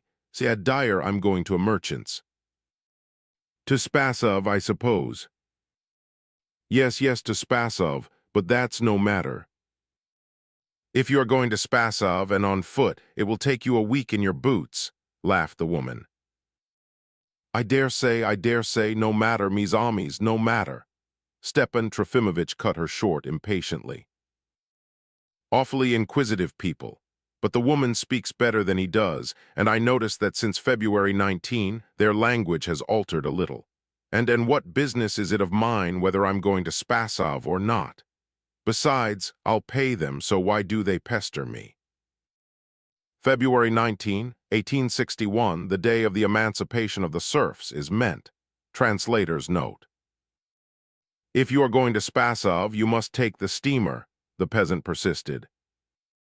That's true indeed, the woman put in with animation, for if you drive along the bank, it's 25 miles out of the way. 35. You'll just catch the steamer at Ustyevo at 2 o'clock tomorrow, the woman decided finally. But Stepan Trofimovich was obstinately silent. His questioners, too, sank into silence. The peasant tugged at his horse at rare intervals. The peasant woman exchanged brief remarks with him. Stepan Trofimovich fell into a doze. He was tremendously surprised when the woman, laughing, gave him a poke, and he found himself in a rather large village at the door of a cottage with 3 windows. You've had a nap, sir. What is it? Where am I? Ah, yes. Well, never mind, sighed Stepan Trofimovich, and he got out of the cart. He looked about him mournfully. The village scene seemed strange to him and somehow terribly remote. And the half-ruble, I was forgetting it, he said to the peasant, turning to him with an excessively hurried gesture. He was evidently by now afraid to part from them. We'll settle indoors, walk in, the peasant invited him. It's comfortable inside, the woman said reassuringly. Stepan Trofimovich mounted the shaky steps. How can it be? He murmured in profound and apprehensive perplexity. He went into the cottage, however. Avulu, he felt a stab at his heart, and again he became oblivious of everything, even of the fact that he had gone into the cottage. It was a light and fairly clean peasant's cottage, with 3 windows and 2 rooms. Not exactly an inn, but a cottage at which people who knew the place were accustomed to stop on their way through the village. Stepan Trofimovich, quite unembarrassed, went to the foremost corner, forgot to greet anyone, sat down and sank into thought. Meanwhile, a sensation of warmth, extremely agreeable after 3 hours of traveling in the damp, was suddenly diffused throughout his person. Even the slight shivers that spasmodically ran down his spine, such as always occur in particularly nervous people when they are feverish and have suddenly come into a warm room from the cold, became all at once strangely agreeable. He raised his head, and the delicious fragrance of the hot pancakes with which the woman of the house was busy at the stove tickled his nostrils. With a childlike smile, he leaned towards the woman and suddenly said, "What's that? Are they pancakes? My's say charmant." "Would you like some, sir?" the woman politely offered him at once. "I should like some, I certainly should, and may I ask you for some tea, too?" said Stepan Trofimovich, reviving. "Get the samovar, with the greatest pleasure." On a large plate with a big blue pattern on it were served the pancakes, regular peasant pancakes, thin, made half of wheat, covered with fresh hot butter, most delicious pancakes. Stepan Trofimovich tasted them with relish. How rich they are and how good, and if one could only have undoigt dough de vie. It's a drop of vodka you would like, sir, isn't it? Just so, a little untout petty reen. 5 farthings worth, I suppose. 5, yes, 5, untout petty reen. Stepan Trofimovich assented with a blissful smile. Ask a peasant to do anything for you, and if he can and will, he will serve you with care and friendliness. But ask him to fetch you vodka, and his habitual serenity and friendliness will pass at once into a sort of joyful haste and alacrity. He will be as keen in your interest as though you were one of his family. The peasant who fetches vodka, even though you are going to drink it and not he, and he knows that beforehand, seems, as it were, to be enjoying part of your future gratification. Within 3 minutes, the tavern was only 2 paces away. A bottle and a large greenish wineglass were set on the table before Stepan Trofimovich. "Is that all for me?" He was extremely surprised. "I've always had vodka, but I never knew you could get so much for 5 farthings. He filled the wineglass, got up, and with a certain solemnity crossed the room to the other corner where his fellow traveler, the black-browed peasant woman who had shared the sack with him and bothered him with her questions, had ensconced herself. The woman was taken aback and began to decline, but after having said all that was prescribed by politeness, she stood up and drank it decorously in 3 sips, as women do, and with an expression of intense suffering on her face, gave back the wineglass and bowed to Stepan Trofimovich. He returned the bow with dignity and returned to the table with an expression of positive pride on his countenance. All this was done on the inspiration of the moment. A second before he had no idea that he would go and treat the peasant woman. "I know how to get on with peasants to perfection, and I've always told them so," he thought complacently, pouring out the rest of the vodka.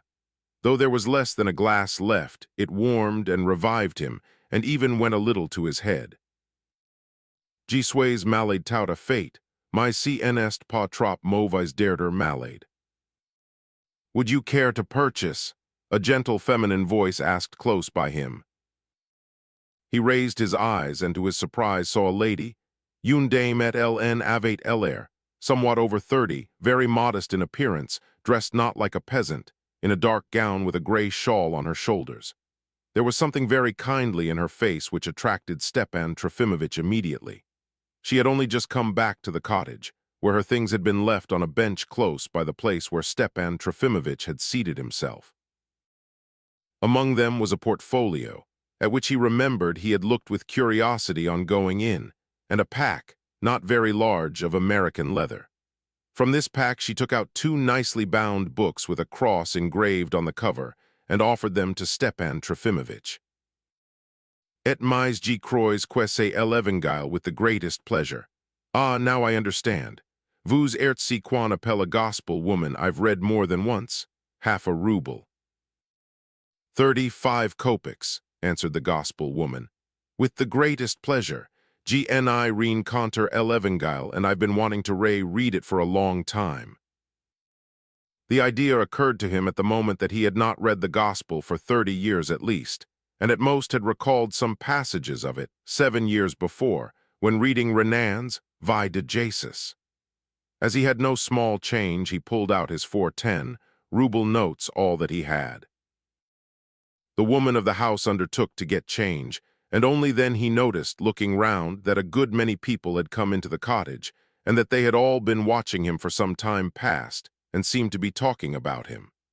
They were talking, too, of the fire in the town, especially the owner of the cart, who had only just returned from the town with the cow. They talked of arson, of the Sh. Pigulin men. "He said nothing to me about the fire when he brought me along, although he talked of everything," struck Stepan Trofimovich for some reason. "Master Stepan Trofimovich, sir, is it you I see? Well, I never should have thought it. Don't you know me?" exclaimed a middle-aged man who looked like an old-fashioned house serf, wearing no beard and dressed in an overcoat with a wide turn-down collar. Stepan Trofimovich was alarmed at hearing his own name. "Excuse me," he muttered, "I don't quite remember you." "You don't remember me.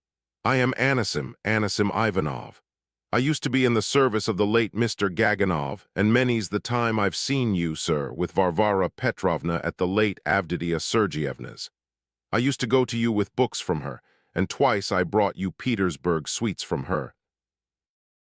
Why, yes, I remember you, Anisim, said Stepan Trofimovich, smiling. Do you live here? I live near Spasov, close to the V monastery, in the service of Marta Sergievna, Avditia Sergievna's sister. Perhaps your honor remembers her. She broke her leg falling out of her carriage on her way to a ball. Now her honor lives near the monastery, and I am in her service.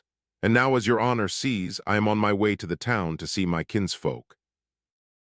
Quite so, quite so. I felt so pleased when I saw you. You used to be so kind to me. Anisim smiled delightedly. But where are you traveling to, sir, all by yourself as it seems? You've never been a journey alone, I fancy. Stepan Trofimovich looked at him in alarm. You are going, maybe, to our parts to Spasov. Yes, I am going to Spasov. Il me semble qu'etout le monde vers Spasov. You don't say it's to Fyodor Matveevich's? They will be pleased to see you. He had such a respect for you in old days, he often speaks of you now.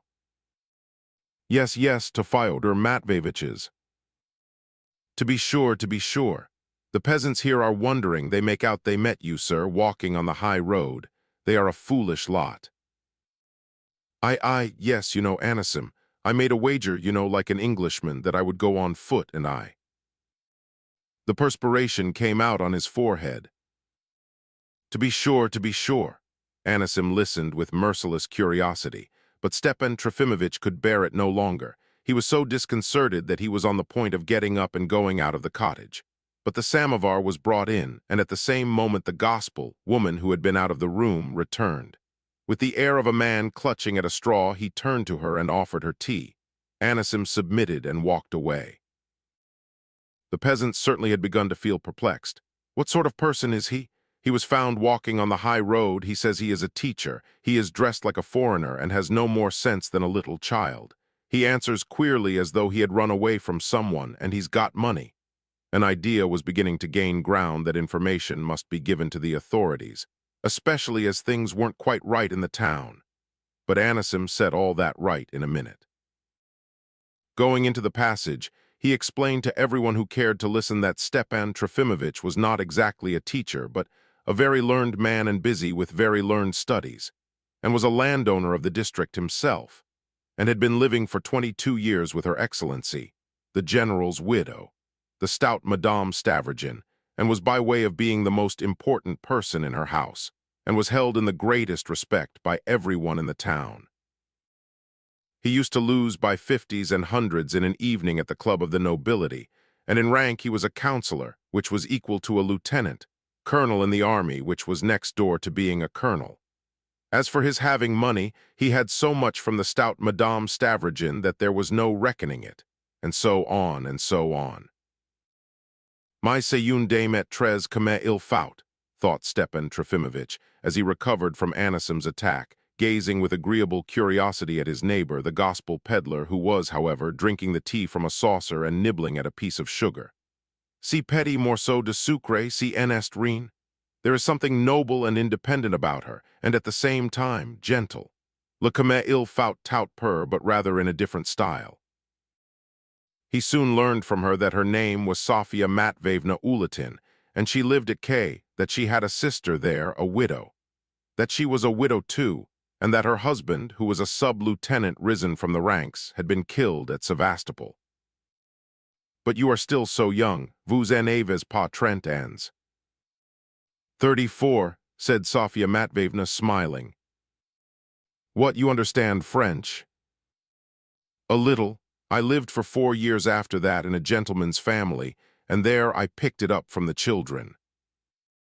She told him that being left a widow at 18, she was for some time in Sevastopol as a nurse, and had afterwards lived in various places, and now she traveled about selling the gospel.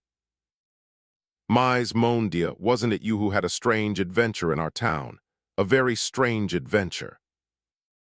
She flushed. It turned out that it had been she. Ces Vorians, ces Malheureux, he began in a voice quivering with indignation. Miserable and hateful recollections stirred painfully in his heart. For a minute he seemed to sink into oblivion. Bah, but she's gone away again, he thought with a start, noticing that she was not by his side. She keeps going out and is busy about something. I notice that she seems upset too. Bah, G deviens egoist. He raised his eyes and saw Anisim again, but this time in the most menacing surroundings. The whole cottage was full of peasants, and it was evidently Anisim who had brought them all in. Among them were the master of the house and the peasant with the cow, two other peasants they turned out to be cab drivers, another little man half-drunk, dressed like a peasant but clean, shaven, who seemed like a townsman ruined by drink and talked more than any of them. And they were all discussing him, Stepan Trofimovich.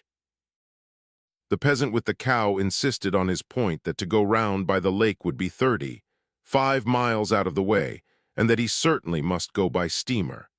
The half-drunken man and the man of the house warmly retorted. Seeing that, though of course it will be nearer for his honor on the steamer over the lake. That's true enough, but maybe according to present arrangements the steamer doesn't go there, brother. It does go, it does, it will go for another week, cried Anisim, more excited than any of them. That's true enough, but it doesn't arrive punctually, seeing it's late in the season, and sometimes it'll stay 3 days together at Ustievo. It'll be there tomorrow at 2 o'clock punctually. You'll be at Spasov punctually by the evening, cried Anisim, eager to do his best for Stepan Trofimovich. My's quest, see quilla cet hom, thought Stepan Trofimovich, trembling and waiting in terror for what was in store for him. The cab drivers, too, came forward and began bargaining with him. They asked 3 rubles to Ustievo. The others shouted that that was not too much, that that was the fare, and that they had been driving from here to Ustievo all the summer for that fare. But it's nice here too, and I don't want, Stepan Trofimovich mumbled in protest. Nice it is, sir. You are right there. It's wonderfully nice at Spasov now, and Fyodor Matveyevich will be so pleased to see you. Mon Dieu, mes amis, all this is such a surprise to me. At last Sofia Matveyevna came back, but she sat down on the bench looking dejected and mournful. I can't get to Spasov, she said to the woman of the cottage.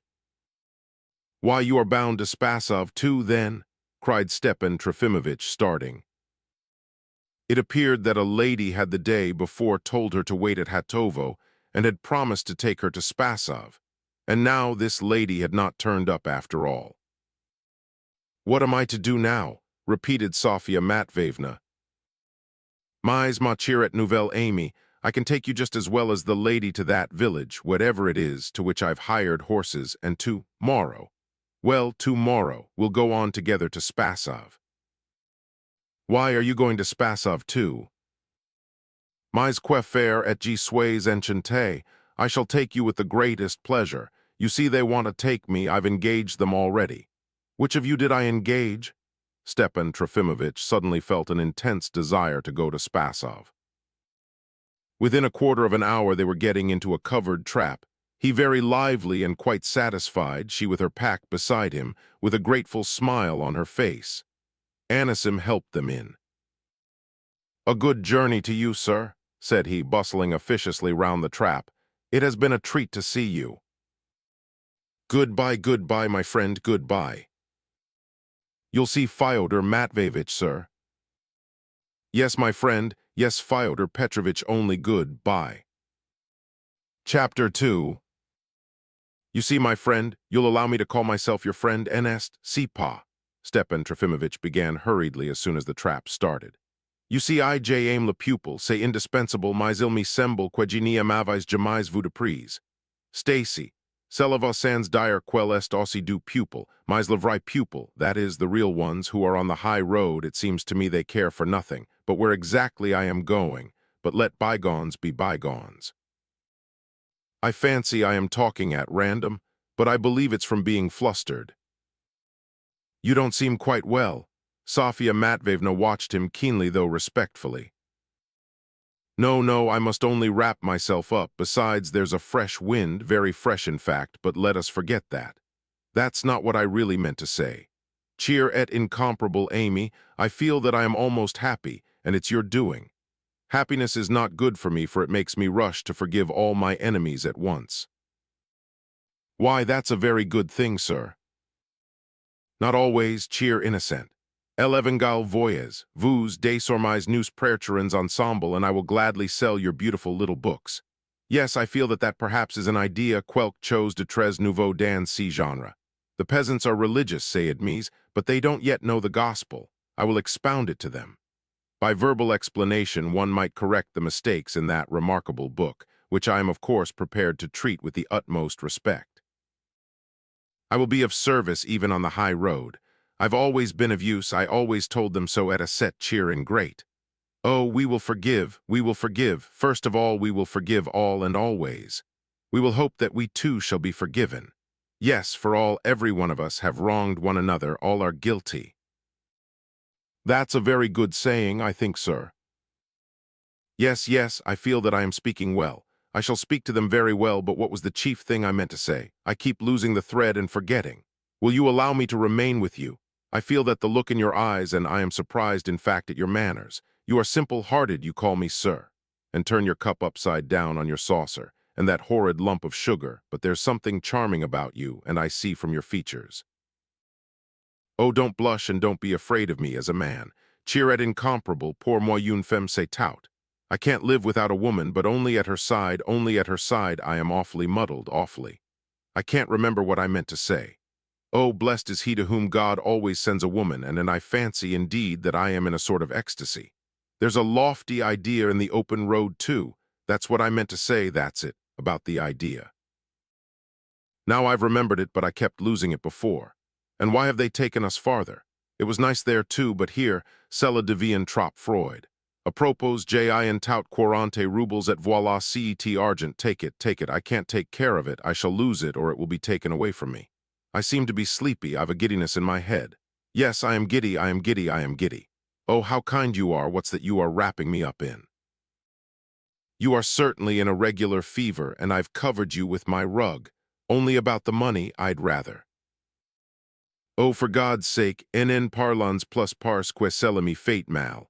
Oh, how kind you are. He ceased speaking, and with strange suddenness dropped into a feverish, shivery sleep. The road by which they drove the 12 miles was not a smooth one, and their carriage jolted cruelly. Stepan Trofimovich woke up frequently, quickly raised his head from the little pillow which Sofya Matveyevna had slipped under it, clutched her by the hand, and asked, "Are you here?" As though he were afraid she had left him. He told her, too, that he had dreamed of gaping jaws full of teeth, and that he had very much disliked it. Sofya Matveyevna was in great anxiety about him. They were driven straight up to a large cottage with a frontage of 4 windows and other rooms in the yard. Stepan Trofimovich waked up, hurriedly went in and walked straight into the second room, which was the largest and best in the house. An expression of fussiness came into his sleepy face. He spoke at once to the landlady, a tall, thick, set woman of 40 with very dark hair and a slight mustache, and explained that he required the whole room for himself, and that the door was to be shut and no one else was to be admitted. Parce que nous avons a parlor. Oui, j'ai beaucoup à vous dire, cheer Amy. I'll pay you, he said with a wave of dismissal to the landlady. Though he was in a hurry, he seemed to articulate with difficulty. The landlady listened grimly and was silent in token of consent, but there was a feeling of something menacing about her silence. He did not notice this, and hurriedly, he was in a terrible hurry, insisted on her going away and bringing them their dinner as quickly as possible without a moment's delay. At that point, the mustached woman could contain herself no longer. "This is not an inn, sir. We don't provide dinners for travelers. We can boil you some crayfish or set the samovar, but we've nothing more. There won't be fresh fish till tomorrow." But Stepan Trofimovich waved his hands, repeating with wrathful impatience, "I'll pay, only make haste, make haste." They settled on fish, soup, and roast fowl. The landlady declared that fowl was not to be procured in the whole village. She agreed, however, to go in search of one, but with the air of doing him an immense favor. As soon as she had gone, Stepan Trofimovich instantly sat down on the sofa and made Sofya Matveyevna sit down beside him. There were several arms, chairs as well as a sofa in the room, but they were of a most uninviting appearance. The room was rather a large one, with a corner in which there was a bed partitioned off. It was covered with old and tattered yellow paper, and had horrible lithographs of mythological subjects on the walls. In the corner facing the door there was a long row of painted icons and several sets of brass ones. The whole room with its strangely ill-assorted furniture was an unattractive mixture of the town element and of peasant traditions. But he did not even glance at it all, nor look out of the window at the vast lake, the edge of which was only 70 feet from the cottage. At last we are by ourselves, and we will admit no one. I want to tell you everything, everything from the very beginning. Sofia Matveyevna checked him with great uneasiness. Are you aware, Stepan Trofimovich? Comment vous savez déjà mon nom. He smiled with delight.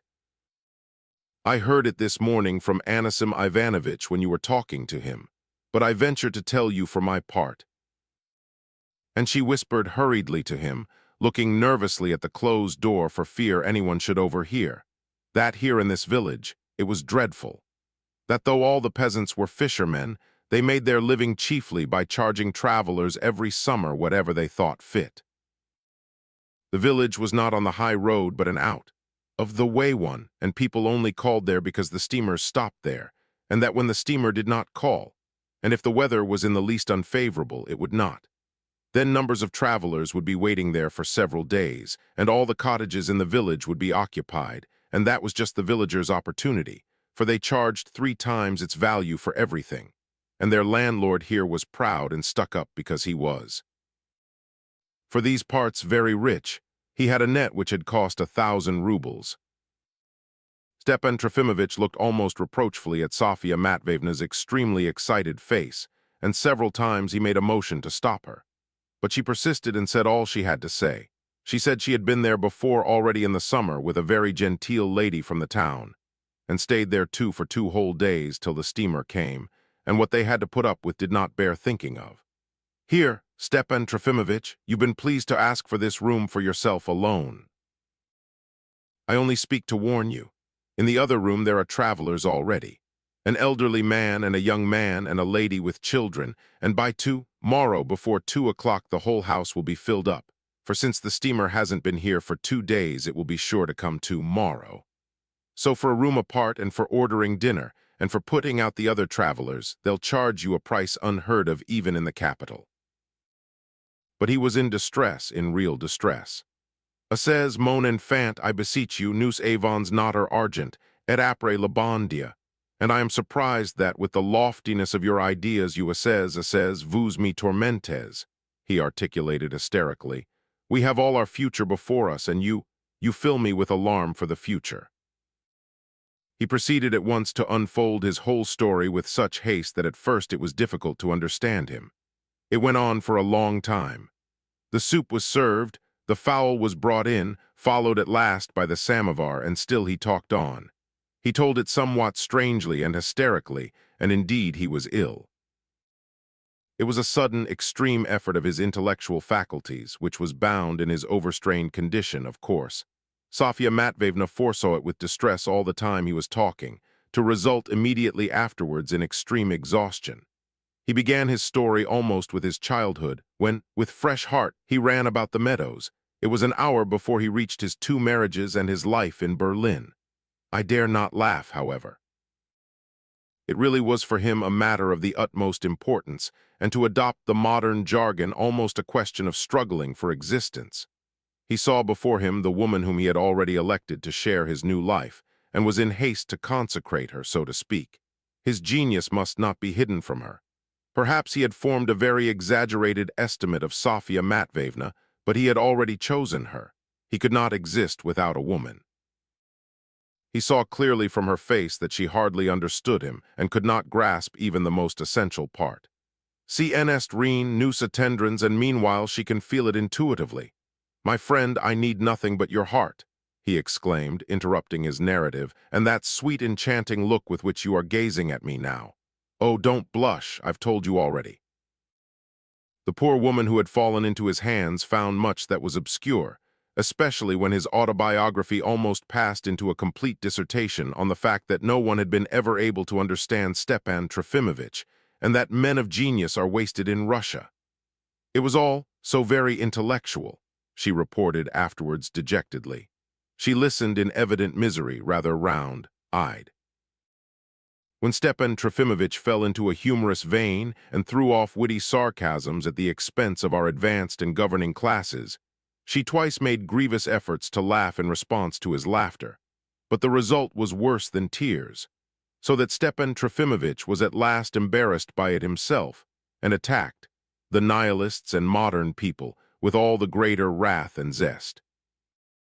At this point he simply alarmed her, and it was not until he began upon the romance of his life that she felt some slight relief, though that too was deceptive.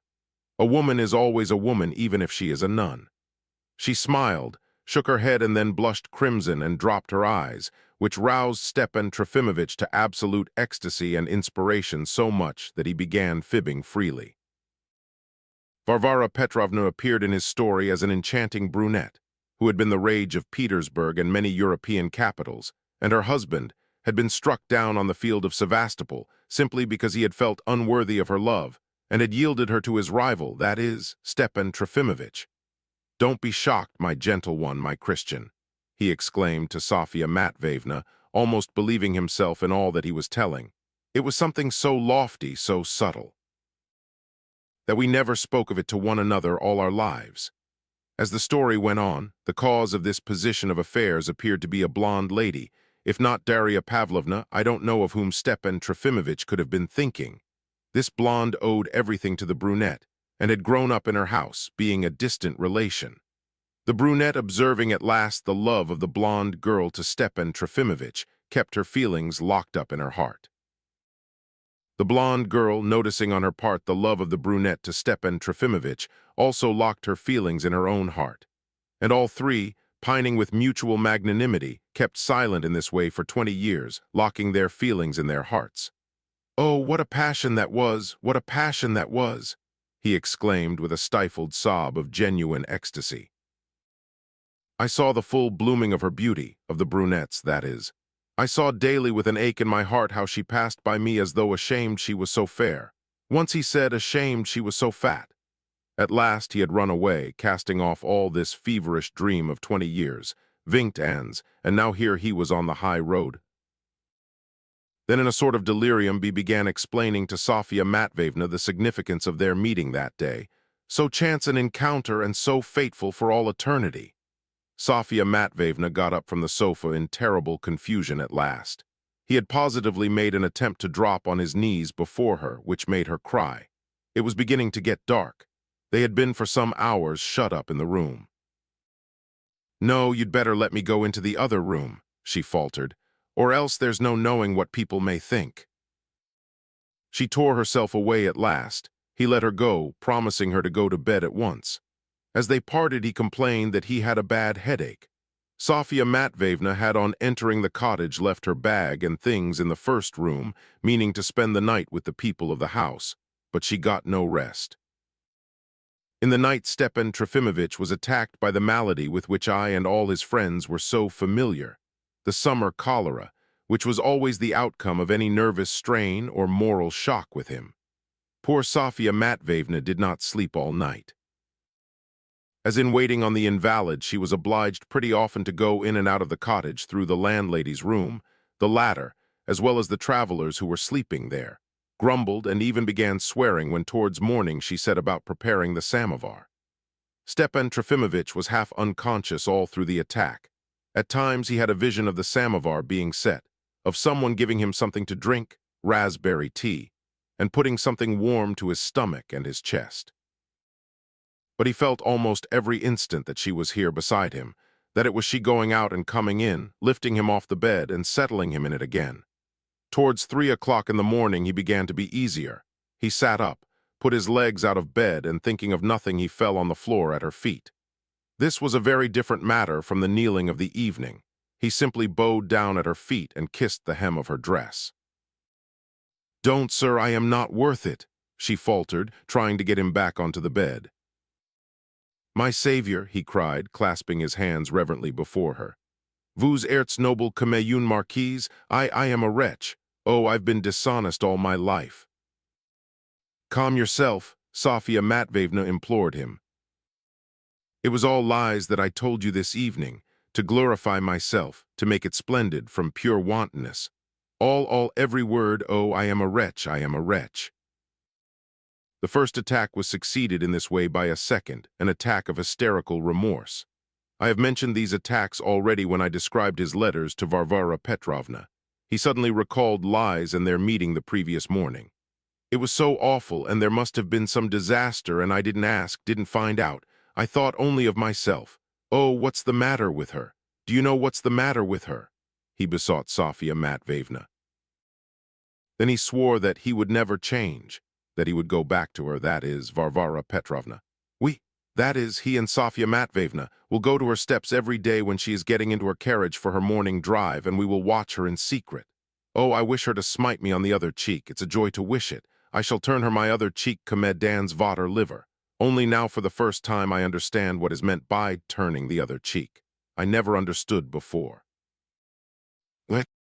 The 2 days that followed were among the most terrible in Sofia Matveyevna's life. She remembers them with a shudder to this day. Stepan Trofimovich became so seriously ill that he could not go on board the steamer, which on this occasion arrived punctually at 2 o'clock in the afternoon. She could not bring herself to leave him alone, so she did not leave for Spasov either. From her account, he was positively delighted at the steamer's going without him. "Well, that's a good thing, that's capital," he muttered in his bed. "I've been afraid all the time that we should go. Here it's so nice, better than anywhere. You won't leave me. Oh, you have not left me." It was by no means so nice here, however. He did not care to hear of her difficulties. His head was full of fancies and nothing else. He looked upon his illness as something transitory, a trifling ailment, and did not think about it at all, he though of nothing but how they would go and sell these books. He asked her to read him the Gospel. "I haven't read it for a long time in the original. Someone may ask me about it, and I shall make a mistake. I ought to prepare myself after all." She sat down beside him and opened the book. "You read beautifully," he interrupted her after the first line. I see, I was not mistaken," he added obscurely but ecstatically. He was, in fact, in a continual state of enthusiasm. She read the Sermon on the Mount. Says, mon enfant, enough. Don't you think that that is enough?" And he closed his eyes helplessly. He was very weak, but had not yet lost consciousness. Sofia Matveyevna was getting up, thinking that he wanted to sleep, but he stopped her. "Friend, I've been telling lies all my life. Even when I told the truth, I never spoke for the sake of the truth, but always for my own sake. I knew it before, but I only see it now. Oh, where are those friends whom I have insulted with my friendship all my life? And all, save as vous, perhaps I am telling lies now. No doubt I am telling lies now. The worst of it is that I believe myself when I am lying. The hardest thing in life is to live without telling lies and without believing in one's lies." Yes, that's just it. But wait a bit, that can all come afterwards. We'll be together, he added enthusiastically. "Stepan Trofimovich," Sofia Matveyevna asked timidly, "hadn't I better send to the town for the doctor?" He was tremendously taken aback. "What for est si que sois si malade? Mais rien de seria. What need have we of outsiders? They may find, besides, and what will happen then? No outsiders, and we'll be together." "Do you know," he said after a pause, "read me something more, just the first thing you come across." Sofia Matveyevna opened the Testament and began reading. "Wherever it opens, wherever it happens to open," he repeated. "And unto the angel of the church of the Laodiceans." "What's that? What is it? Where is that from?" "It's from the Revelation. OGMN Suvians, we el Apocalypse. Lyses, I am trying our future fortunes by the book. I want to know what has turned up. Read on from there. And unto the angel of the church of the Laodiceans write, These things saith the Amen, the faithful and true witness, the beginning of the creation of God. I know thy works, that thou art neither cold nor hot. I would thou wert cold or hot. So then, because thou art lukewarm, and neither cold nor hot, I will spew thee out of my mouth. Because thou sayest, I am rich and increased with goods, and have need of nothing. And thou knowest not that thou art wretched, and miserable, and poor, and blind, and naked. That too, and that's in your book too, he exclaimed, with flashing eyes and raising his head from the pillow. I never knew that grand passage. You hear, better be cold than only lukewarm. Oh, I'll prove it. Only don't leave me alone. We'll prove it.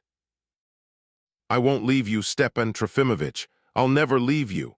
She took his hand, pressed it in both of hers, and laid it against her heart, looking at him with tears in her eyes. I felt very sorry for him at that moment, she said, describing it afterwards.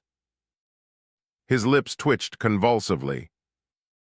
But Stepan Trofimovich, what are we to do, though? Oughtn't we to let some of your friends know, or perhaps your relations?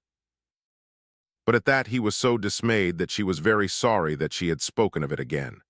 Trembling and shaking, he besought her to fetch no one, not to do anything. He kept insisting, no one, we'll be alone, by ourselves, alone, nous partons ensemble. Another difficulty was that the people of the house too began to be uneasy.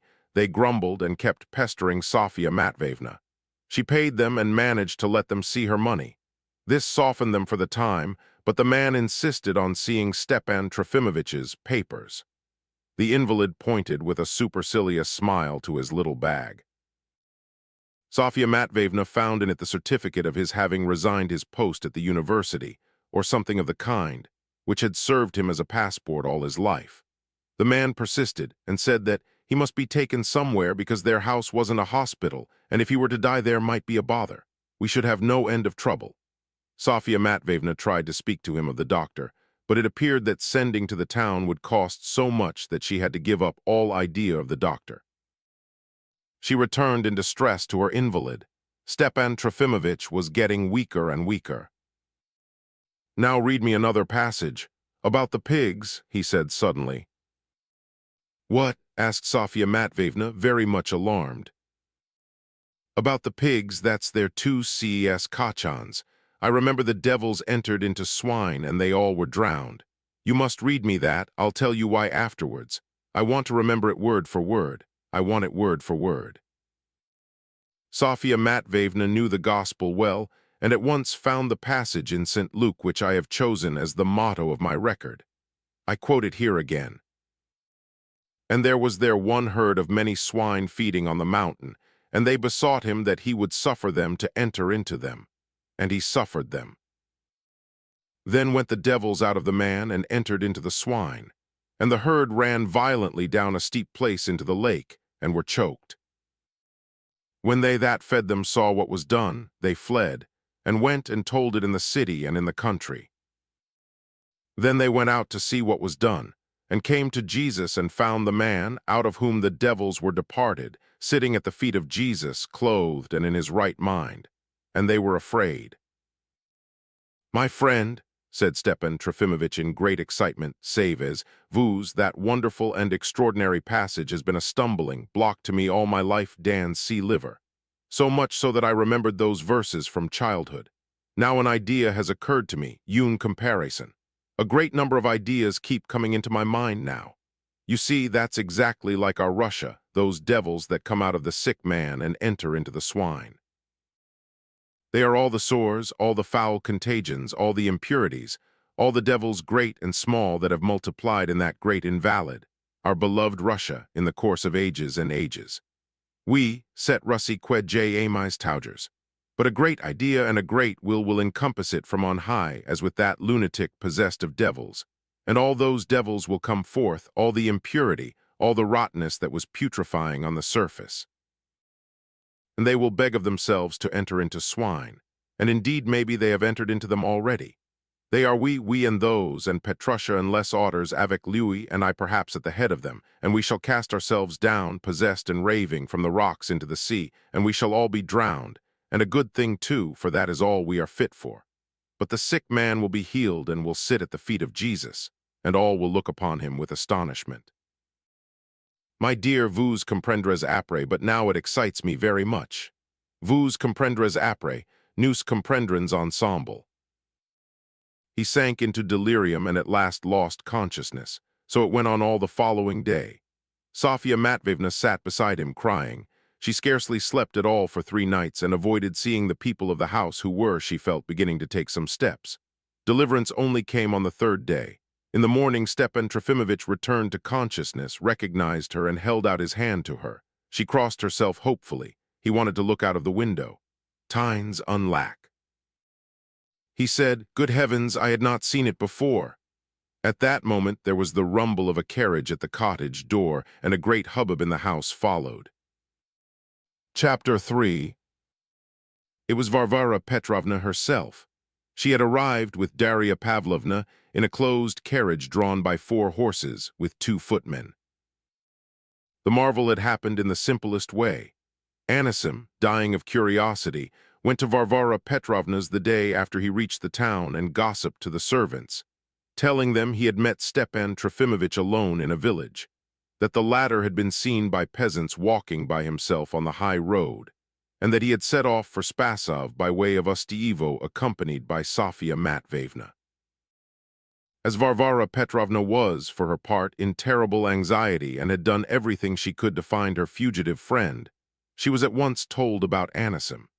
When she had heard his story, especially the details of the departure for Ustyevo in a cart in the company of some Sofia Matveyevna, she instantly got ready and set off post, haste for Ustyevo herself. Her stern and peremptory voice resounded through the cottage. Even the landlord and his wife were intimidated. She had only stopped to question them and make inquiries, being persuaded that Stepan Trofimovich must have reached Spasov long before. Learning that he was still here and ill, she entered the cottage in great agitation. "Well, where is he? Ah, that's you," she cried, seeing Sofia Matveyevna, who appeared at that very instant in the doorway of the next room. "I can guess from your shameless face that it's you. Go away, you vile hussy. Don't let me find a trace of her in the house. Turn her out, or else, my girl, I'll get you locked up for good. Keep her safe for a time in another house. She's been in prison once already in the town. She can go back there again. And you, my good man, don't dare to let anyone in while I am here, I beg of you. I am Madame Stavrogin, and I'll take the whole house. As for you, my dear, you'll have to give me a full account of it all." The familiar sounds overwhelmed Stepan Trofimovich. He began to tremble, but she had already stepped behind the screen.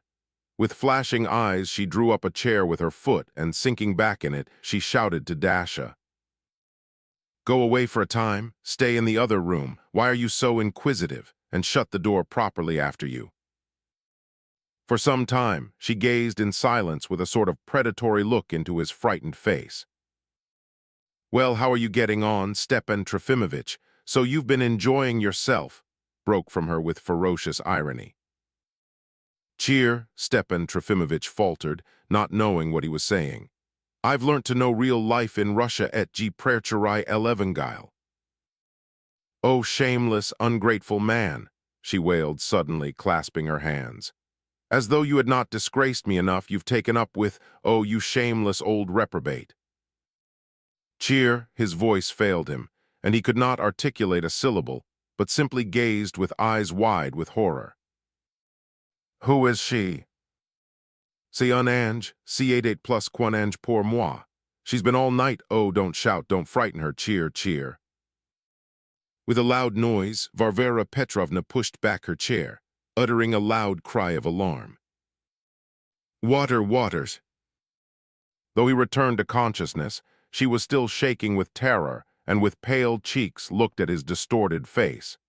It was only then, for the first time, that she guessed the seriousness of his illness. "Daria," she whispered suddenly to Daria Pavlovna, "send at once for the doctor, for Salzfish. Let Yegorich go at once. Let him hire horses here and get another carriage from the town. He must be here by night." Dasha flew to do her bidding. Stepan Trofimovich still gazed at her with the same wide, open, frightened eyes. His blanched lips quivered. "Wait a bit, Stepan Trofimovich, wait a bit, my dear," she said, coaxing him like a child. There, wait a bit. Daria will come back and, my goodness, the landlady, you come anyway, my good woman. In her impatience, she ran herself to the landlady. Fetch that woman back at once this minute. Bring her back, bring her back. Fortunately, Sofia Matveyevna had not yet had time to get away and was only just going out of the gate with her pack and her bag. She was brought back. She was so panic-stricken that she was trembling in every limb. Varvara Petrovna pounced on her like a hawk on a chicken, seized her by the hand and dragged her impulsively to Stepan Trofimovich. Here she is then. I've not eaten her. You thought I'd eaten her. Stepan Trofimovich clutched Varvara Petrovna's hand, raised it to his eyes and burst into tears, sobbing violently and convulsively. There, calm yourself, there, my dear, there, poor dear man. Och, mercy on us, calm yourself, will you? She shouted frantically. Oh, you bane of my life. My dear, Stepan Trofimovich murmured at last, addressing Sofia Matveyevna. Stay out there, my dear, I want to say something here. Sofia Matveyevna hurried out at once. Sherry, he gasped. Don't talk for a bit, Stepan Trofimovich, wait a little till you've rested. Here's some water. Do wait, will you? She sat down on the chair again. Stepan Trofimovich held her hand tight. For a long while she would not allow him to speak. He raised her hand to his lips and fell to kissing it. She set her teeth and looked away into the corner of the room. Je vous aimais, broke from him at last. She had never heard such words from him, uttered in such a voice. Hm, she growled in response. Je vous aimais tout ma vie 20 ans. She remained silent for 2 or 3 minutes. And when you were getting yourself up for Dasha, you sprinkled yourself with scent, she said suddenly, in a terrible whisper. Stepan Trofimovich was dumbfounded. You put on a new tie. Again silence for 2 minutes. Do you remember the cigar? My friend, he faltered, overcome with horror. That cigar at the window in the evening, the moon was shining after the arbor at Vorshniki. Do you remember? She jumped up from her place, seized his pillow by the corners and shook it with his head on it. Do you remember, you worthless, ignoble, cowardly, worthless man, always worthless? She hissed in her furious whisper, restraining herself from speaking loudly. At last she left him and sank on the chair, covering her face with her hands. Enough. She snapped out, drawing herself up. 20 years have passed, there's no calling them back. I am a fool too. Je vous aimais, he clasped his hands again. Why do you keep on with your aimais and aimais? Enough, she cried, leaping up again. And if you don't go to sleep at once, you need rest. Go to sleep at once, shut your eyes. Och, mercy on us, perhaps he wants some lunch. What do you eat? What does he eat? Och, mercy on us. Where is that woman? Where is she? There was a general bustle again. But Stepan Trofimovich faltered in a weak voice that he really would like to go to sleep un hura, and then bullion the. En fin il est si huru. He lay back and really did seem to go to sleep. He probably pretended to. Varvara Petrovna waited a little and stole out on tiptoe from behind the partition. She settled herself in the landlady's room, turned out the landlady and her husband, and told Dasha to bring her that woman. There followed an examination in earnest. Tell me all about it, my good girl. Sit down beside me, that's right. Well, I met Stepan Trofimovich. Stay, hold your tongue. I warn you that if you tell lies or conceal anything, I'll ferret it out. Well, Stepan Trofimovich and I, as soon as I came to Hatovo, Sofia Matveyevna began almost breathlessly. Stay, hold your tongue, wait a bit. Why do you gabble like that? To begin with, what sort of creature are you? Sofia Matveyevna told her after a fashion, giving a very brief account of herself, however, beginning with Sevastopol. Varvara Petrovna listened in silence, sitting up erect in her chair, looking sternly straight into the speaker's eyes. Why are you so frightened? Why do you look at the ground? I like people who look me straight in the face and hold their own with me. Go on. She told of their meeting, of her books, of how Stepan Trofimovich had regaled the peasant woman with vodka. That's right, that's right, don't leave out the slightest detail, Varvara Petrovna encouraged her. At last she described how they had set off, and how Stepan Trofimovich had gone on talking, really ill by that time, and here had given an account of his life from the very beginning, talking for some hours. Tell me about his life. Sofia Matveyevna suddenly stopped and was completely nonplussed. I can't tell you anything about that, madam, she brought out, almost crying. Besides, I could hardly understand a word of it. Nonsense, you must have understood something. He told a long time about a distinguished lady with black hair. Sofia Matveyevna flushed terribly, though she noticed Varvara Petrovna's fair hair and her complete dissimilarity with the brunette of the story. Black-haired, what exactly? Come speak. How this grand lady was deeply in love with his honor all her life long and for 20 years, but never dared to speak, and was shamefaced before him because she was a very stout lady. The fool, Varvara Petrovna rapped out thoughtfully but resolutely. Sofia Matveyevna was in tears by now. I don't know how to tell any of it properly, madam, because I was in a great fright over his honor, and I couldn't understand, as he is such an intellectual gentleman. It's not for a goose like you to judge of his intellect. Did he offer you his hand? The speaker trembled. Did he fall in love with you? Speak. Did he offer you his hand? Varvara Petrovna shouted peremptorily. That was pretty much how it was, she murmured tearfully. But I took it all to mean nothing because of his illness, she added firmly, raising her eyes. What is your name? Sofia Matveyevna, madam. Well then, let me tell you, Sofia Matveyevna, that he is a wretched and worthless little man. Good Lord, do you look upon me as a wicked woman? Sofia Matveyevna gazed open-eyed. A wicked woman, a tyrant, who has ruined his life. How can that be when you are crying yourself, madam? Varvara Petrovna actually had tears in her eyes. Well, sit down, don't be frightened. Look me straight in the face again. Why are you blushing? Dasha, come here, look at her. What do you think of her? Her heart is pure.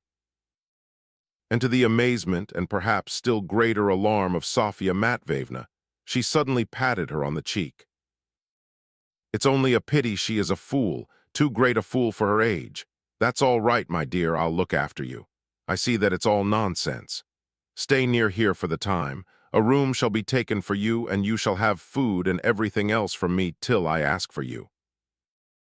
Sofia Matveyevna stammered in alarm that she must hurry on. You've no need to hurry. I'll buy all your books, and meantime you stay here. Hold your tongue, don't make excuses. If I hadn't come, you would have stayed with him all the same, wouldn't you? I wouldn't have left him on any account, Sofia Matveyevna brought out softly and firmly, wiping her tears. It was late at night when Dr. Saltzfish was brought. He was a very respectable old man and a practitioner of fairly wide experience who had recently lost his post in the service in consequence of some quarrel on a point of honor with his superiors. Varvara Petrovna instantly and actively took him under her protection. He examined the patient attentively, questioned him, and cautiously pronounced to Varvara Petrovna that the sufferer's condition was highly dubious in consequence of complications, and that they must be prepared even for the worst. Varvara Petrovna, who had during 20 years got accustomed to expecting nothing serious or decisive to come from Stepan Trofimovich, was deeply moved and even turned pale. Is there really no hope? Can there ever be said to be absolutely no hope? But she did not go to bed all night and felt that the morning would never come. As soon as the patient opened his eyes and returned to consciousness, he was conscious all the time, however, though he was growing weaker every hour. She went up to him with a very resolute air. Stepan Trofimovich, one must be prepared for anything. I've sent for a priest. You must do what is right. Knowing his convictions, she was terribly afraid of his refusing. He looked at her with surprise. Nonsense, nonsense, she vociferated, thinking he was already refusing. This is no time for whims, you have played the fool enough. But am I really so ill then? He agreed thoughtfully, and indeed I was much surprised to learn from Varvara Petrovna afterwards that he showed no fear of death at all. Possibly it was that he simply did not believe it and still looked upon his illness as a trifling one. He confessed and took the sacrament very readily. Everyone, Sofia Matveyevna, and even the servants, came to congratulate him on taking the sacrament. They were all moved to tears looking at his sunken and exhausted face and his blanched and quivering lips. "Oui, mes amis, and I only wonder that you'd take so much trouble. I shall most likely get up tomorrow and we will set off." Tout cette ceremony, for which, of course, I feel every proper respect, was. "I beg you, father, to remain with the invalid," said Varvara Petrovna hurriedly, stopping the priest, who had already taken off his vestments. "As soon as tea has been handed, I beg you to begin to speak of religion to support his faith." The priest spoke. Everyone was standing or sitting round the sick bed. "In our sinful days," the priest began smoothly, with a cup of tea in his hand, "faith in the Most High is the sole refuge of the race of man in all the trials and tribulations of life, as well as its hope for that eternal bliss promised to the righteous." Stepan Trofimovich seemed to revive. A subtle smile strayed on his lips. "Mon père, je vous remercie, et vous êtes bien bon, mais." "No mais about it, no mais at all," exclaimed Varvara Petrovna, bounding up from her chair. "Father," she said, addressing the priest, he is a man who you will have to confess him again in another hour. That's the sort of man he is." Stepan Trofimovich smiled faintly. "My friends," he said, "God is necessary to me, if only because he is the only being whom one can love eternally." Whether he was really converted, or whether the stately ceremony of the administration of the sacrament had impressed him and stirred the artistic responsiveness of his temperament or not, he firmly, and I am told, with great feeling uttered some words which were in flat contradiction with many of his former convictions. "My immortality is necessary if only because God will not be guilty of injustice and extinguish altogether the flame of love for him once kindled in my heart. And what is more precious than love? Love is higher than existence. Love is the crown of existence. And how is it possible that existence should not be under its dominance? If I have once loved him and rejoiced in my love, is it possible that he should extinguish me and my joy and bring me to nothingness again? If there is a God, then I am immortal. Voilà ma profession de foi." "There is a God, Stepan Trofimovich, I assure you there is," Varvara Petrovna implored him. "Give it up, drop all your foolishness for once in your life." I think she had not quite understood his profession de foi. "My friend," he said, growing more and more animated, though his voice broke frequently, "as soon as I understood that turning of the cheek, I understood something else as well.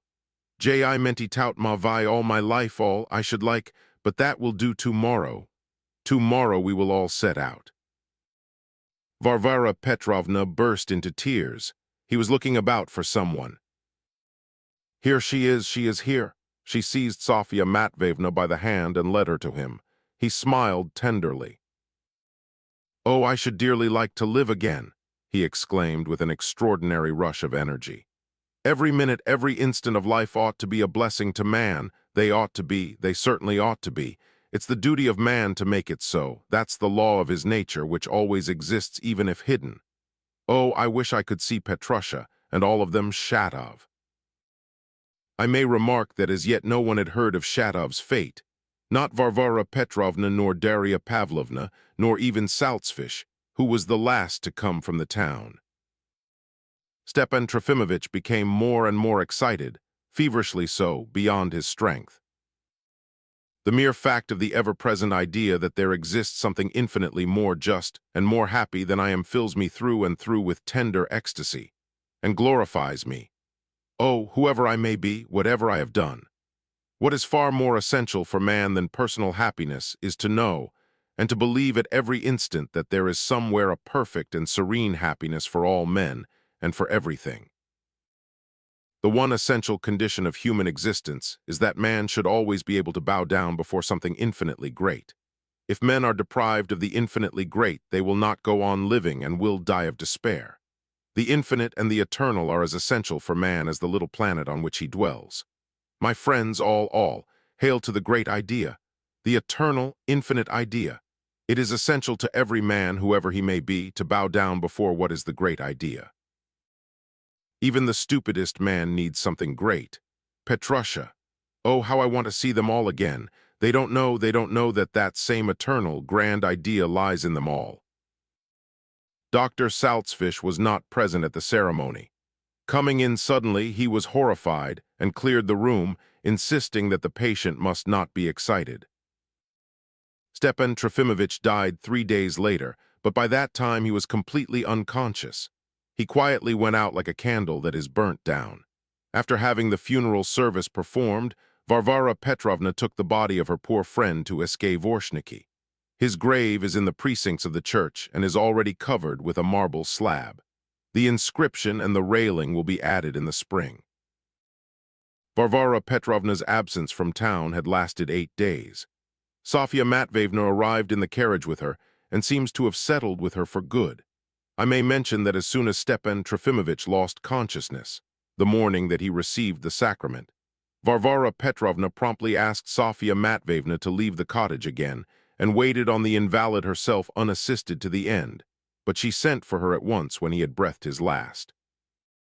Sofia Matveyevna was terribly alarmed by Varvara Petrovna's proposition, or rather command, that she should settle for good at Vorshniki, but the latter refused to listen to her protests. "That's all nonsense. I will go with you to sell the gospel. I have no one in the world now." "You have a son, however," Saltzfish observed. "I have no son," Varvara Petrovna snapped out, and it was like a prophecy. Chapter 8. Conclusion. All the crimes and villainies that had been perpetrated were discovered with extraordinary rapidity, much more quickly than Fyodor Stepanovich had expected. To begin with, the luckless Maria Ignatievna waked up before daybreak on the night of her husband's murder, missed him and flew into indescribable agitation, not seeing him beside her. The woman who had been hired by Anna Prohorovna and was there for the night could not succeed in calming her, and as soon as it was daylight ran to fetch Irina Prohorovna herself, assuring the invalid that the latter knew where her husband was and when he would be back. Meantime, Irina Prohorovna was in some anxiety too. She had already heard from her husband of the deed perpetrated that night at Vorshniki. He had returned home about 11 o'clock in a terrible state of mind and body. Wringing his hands, he flung himself face downwards on his bed and, shaking with convulsive sobs, kept repeating, "It's not right, it's not right, it's not right at all." He ended, of course, by confessing it all to Irina Prohorovna, but to no one else in the house. She left him on his bed, sternly impressing upon him that, if he must blubber, he must do it in his pillow so as not to be overheard, and that he would be a fool if he showed any traces of it next day. She felt somewhat anxious, however, and began at once to clear things up in case of emergency. She succeeded in hiding or completely destroying all suspicious papers, books, manifestos perhaps. At the same time, she reflected that she, her sister, her aunt, her sister-in-law the student, and perhaps even her long-eared brother had really nothing much to be afraid of. When the nurse ran to her in the morning, she went without a second thought to Maria Ignatievna's. She was desperately anxious, moreover, to find out whether what her husband had told her that night in a terrified and frantic whisper, that was almost like delirium, was true. That is, whether Fyodor Stepanovich had been right in his reckoning that Kirillov would sacrifice himself for the general benefit.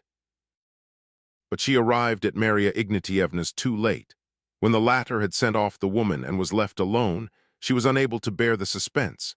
She got out of bed, and throwing round her the first garment she could find, something very light and unsuitable for the weather, I believe, she ran down to Kirillov's lodge herself. thinking that he perhaps would be better able than anyone to tell her something about her husband. The terrible effect on her of what she saw there may well be imagined. It is remarkable that she did not read Kirilov's last letter, which lay conspicuously on the table, overlooking it, of course, in her fright. She ran back to her room, snatched up her baby, and went with it out of the house into the street. It was a damp morning, there was a fog. She met no passers-by in such an out-of-the-way street. She ran on breathless through the wet, cold mud, and at last began knocking at the doors of the houses. In the first house no one came to the door. In the second they were so long in coming that she gave it up impatiently and began knocking at a third door. This was the house of a merchant called Titov. Here she wailed and kept declaring incoherently that her husband was murdered, causing a great flutter in the house. Something was known about Shatov and his story in the Titov household. They were horror-stricken that she should be running about the streets in such attire and in such cold with the baby scarcely covered in her arms, when, according to her story, she had only been confined the day before. They thought at first that she was delirious, especially as they could not make out whether it was Kirilov who was murdered or her husband. Seeing that they did not believe her, she would have run on farther, but they kept her by force, and I am told she screamed and struggled terribly. They went to Filipov's, and within 2 hours Kirilov's suicide and the letter he had left were known to the whole town. The police came to question Maria Ignatievna, who was still conscious, and it appeared at once that she had not read Kirilov's letter, and they could not find out from her what had led her to conclude that her husband had been murdered. She only screamed that if Kirilov was murdered, then her husband was murdered, they were together. Towards midday she sank into a state of unconsciousness from which she never recovered, and she died 3 days later. The baby had caught cold and died before her. Irina Prohorovna, not finding Maria Ignatievna and the baby, and guessing something was wrong, was about to run home. But she checked herself at the gate and sent the nurse to inquire of the gentleman at the lodge whether Maria Ignatievna was not there and whether he knew anything about her. The woman came back screaming frantically. Persuading her not to scream and not to tell anyone by the time, honored argument that she would get into trouble, she stole out of the yard. It goes without saying that she was questioned the same morning as having acted as midwife to Maria Ignatievna, but they did not get much out of her. She gave a very cool and sensible account of all she had herself heard and seen at Shatov's, but as to what had happened she declared that she knew nothing and could not understand it. It may well be imagined what an uproar there was in the town. A new sensation, another murder. But there was another element in this case. It was clear that a secret society of murderers, incendiaries, and revolutionists did actually exist. Liza's terrible death, the murder of Stavrogin's wife, Stavrogin himself, the fire, the ball for the benefit of the governesses, the laxity of manners and morals in Yulia Mihailovna's circle. Even in the disappearance of Stepan Trofimovich, people insisted on scenting a mystery. All sorts of things were whispered about Nikolai Vsevolodovich. By the end of the day, people knew of Fyodor Stepanovich's absence too, and strange to say, less was said of him than of anyone. What was talked of most all that day was the senator. There was a crowd almost all day at Filipov's house. The police certainly were led astray by Kirilov's letter. They believed that Kirilov had murdered Shatov and had himself committed suicide. Yet, though the authorities were thrown into perplexity, they were not altogether hoodwinked. The word park, for instance, so vaguely inserted in Kirilov's letter, did not puzzle anyone as Fyodor Stepanovich had expected it would. The police at once made a rush for Vorshniki, not simply because it was the only park in the neighborhood, but also led thither by a sort of instinct, because all the horrors of the last few days were connected directly or indirectly with Vorshniki. That at least is my theory. I may remark that Varvara Petrovna had driven off early that morning in chase of Stepan Trofimovich and knew nothing of what had happened in the town. The body was found in the pond that evening. What led to the discovery of it was the finding of Shatov's cap at the scene of the murder, where it had been with extraordinary carelessness overlooked by the murderers. The appearance of the body, the medical examination, and certain deductions from it roused immediate suspicions that Kirilov must have had accomplices. It became evident that a secret society really did exist of which Shatov and Kirillov were members and which was connected with the manifestos. Who were these accomplices? No one even thought of any member of the quintet that day. It was ascertained that Kirillov had lived like a hermit and in so complete a seclusion that it had been possible, as stated in the letter, for Fedka to lodge with him for so many days, even while an active search was being made for him. The chief thing that worried everyone was the impossibility of discovering a connecting link in this chaos.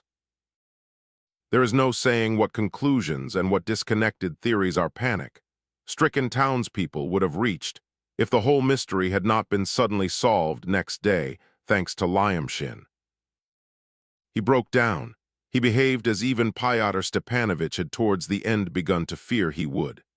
Left in charge of Tolkachenko and afterwards of Urkel, he spent all the following day lying in his bed with his face turned to the wall, apparently calm, not uttering a word, and scarcely answering when he was spoken to. This is how it was that he heard nothing all day of what was happening in the town. But Tolkachenko, who was very well informed about everything, took into his head by the evening to throw up the task of watching Lyamshin which Pyotr Stepanovich had laid upon him, and left the town. That is, to put it plainly, made his escape. The fact is, they lost their heads as Urkel had predicted they would. I may mention, by the way, that Liputin had disappeared the same day before 12 o'clock. But things fell out so that his disappearance did not become known to the authorities till the evening of the following day, when the police went to question his family, who were panic-stricken at his absence but kept quiet from fear of consequences. But to return to Lyamshin, as soon as he was left alone, Urkel had gone home earlier, relying on Tolkachenko. He ran out of his house and, of course, very soon learned the position of affairs. Without even returning home, he too tried to run away without knowing where he was going. But the night was so dark and to escape was so terrible and difficult that after going through 2 or 3 streets, he returned home and locked himself up for the whole night. I believe that towards morning he attempted to commit suicide but did not succeed. He remained locked up till midday, and then suddenly he ran to the authorities. He is said to have crawled on his knees, to have sobbed and shrieked, to have kissed the floor, crying out that he was not worthy to kiss the boots of the officials standing before him. They soothed him, were positively affable to him. His examination lasted, I am told, for 3 hours. He confessed everything, told every detail, everything he knew, every point, anticipating their questions, hurried to make a clean breast of it all, volunteering unnecessary information without being asked. It turned out that he knew enough and presented things in a fairly true light. The tragedy of Shatov and Kirillov, the fire, the death of the Lebyadkins, and the rest of it were relegated to the background. Pyotr Stepanovich, the secret society, the organization, and the network were put in the first place. When asked what was the object of so many murders and scandals and dastardly outrages, he answered with feverish haste that it was with the idea of systematically undermining the foundations, systematically destroying society and all principles. With the idea of nonplussing everyone and making hay of everything. And then, when society was tottering, sick and out of joint, cynical and skeptical, though filled with an intense eagerness for self-preservation and for some guiding idea, suddenly to seize it in their hands, raising the standard of revolt and relying on a complete network of quintets, which were actively, meanwhile, gathering recruits and seeking out the weak spots which could be attacked. In conclusion, he said that here in our town Pyotr Stepanovich had organized only the first experiment in such systematic disorder, so to speak, as a program for further activity, and for all the quintets, and that this was his own, Lyamshin's, idea, his own theory, and that he hoped they would remember it and bear in mind how openly and properly he had given his information, and therefore might be of use hereafter. Being asked definitely how many quintets there were, he answered that there were immense numbers of them, that all Russia was overspread with a network, and although he brought forward no proofs, I believe his answer was perfectly sincere. He produced only the program of the society, printed abroad, and the plan for developing a system of future activity roughly sketched in Pyotr Stepanovich's own handwriting. It appeared that Lyamshin had quoted the phrase about undermining the foundation, word for word from this document, not omitting a single stop or comma, though he had declared that it was all his own theory. Of Yulia Mihailovna he very funnily and quite without provocation volunteered the remark that she was innocent and had been made a fool of. But strange to say, he exonerated Nikolay Stavrogin from all share in the secret society, from any collaboration with Pyotr Stepanovich. Lyamshin had no conception of the secret and very absurd hopes that Pyotr Stepanovich was resting on Stavrogin. According to his story, Nikolay Stavrogin had nothing whatever to do with the death of the Lebyatkins, which had been planned by Pyotr Stepanovich alone, and with the subtle aim of implicating the former in the crime, and therefore making him dependent on Pyotr Stepanovich. But instead of the gratitude on which Pyotr Stepanovich had reckoned with shallow confidence, he had roused nothing but indignation and even despair in the generous heart of Nikolay Vsyevolodovich. He wound up by a hint, evidently intentional, volunteered hastily, that Stavrogin was perhaps a very important personage, but that there was some secret about that he had been living among us, so to say, incognito, that he had some commission, and that very possibly he would come back to us again from Petersburg. Lyamshin was convinced that Stavrogin had gone to Petersburg, but in quite a different capacity and in different surroundings, in the suite of persons of whom perhaps we should soon hear, and that all this he had heard from Pyotr Stepanovich, Nikolay Vsyevolodovitch's secret enemy. Here I will note that 2 months later, Lyamshin admitted that he had exonerated Stavrogin on purpose, hoping that he would protect him and would obtain for him a mitigation in the second degree of his sentence, and that he would provide him with money and letters of introduction in Siberia. From this confession, it is evident that he had an extraordinarily exaggerated conception of Stavrogin's powers. On the same day, of course, the police arrested Virginsky and in their zeal took his whole family too. Irina Prohorovna, her sister, aunt, and even the girl student were released long ago. They say that Shigulov too will be set free very shortly because he cannot be classed with any of the other prisoners. But all that is so far only gossip. Virginsky at once pleaded guilty. He was lying ill with fever when he was arrested. I am told that he seemed almost relieved. It was a load off his heart, he is reported to have said. It is rumored that he is giving his evidence without reservation, but with a certain dignity, and has not given up any of his bright hopes, though at the same time he curses the political method, as opposed to the socialist one, in which he had been unwittingly and heedlessly carried by the vortex of combined circumstances. His conduct at the time of the murder has been put in a favorable light, and I imagine that he too may reckon on some mitigation of his sentence. That at least is what is asserted in the town. But I doubt whether there is any hope for mercy in Urkel's case. Ever since his arrest, he has been obstinately silent or has misrepresented the facts as far as he could.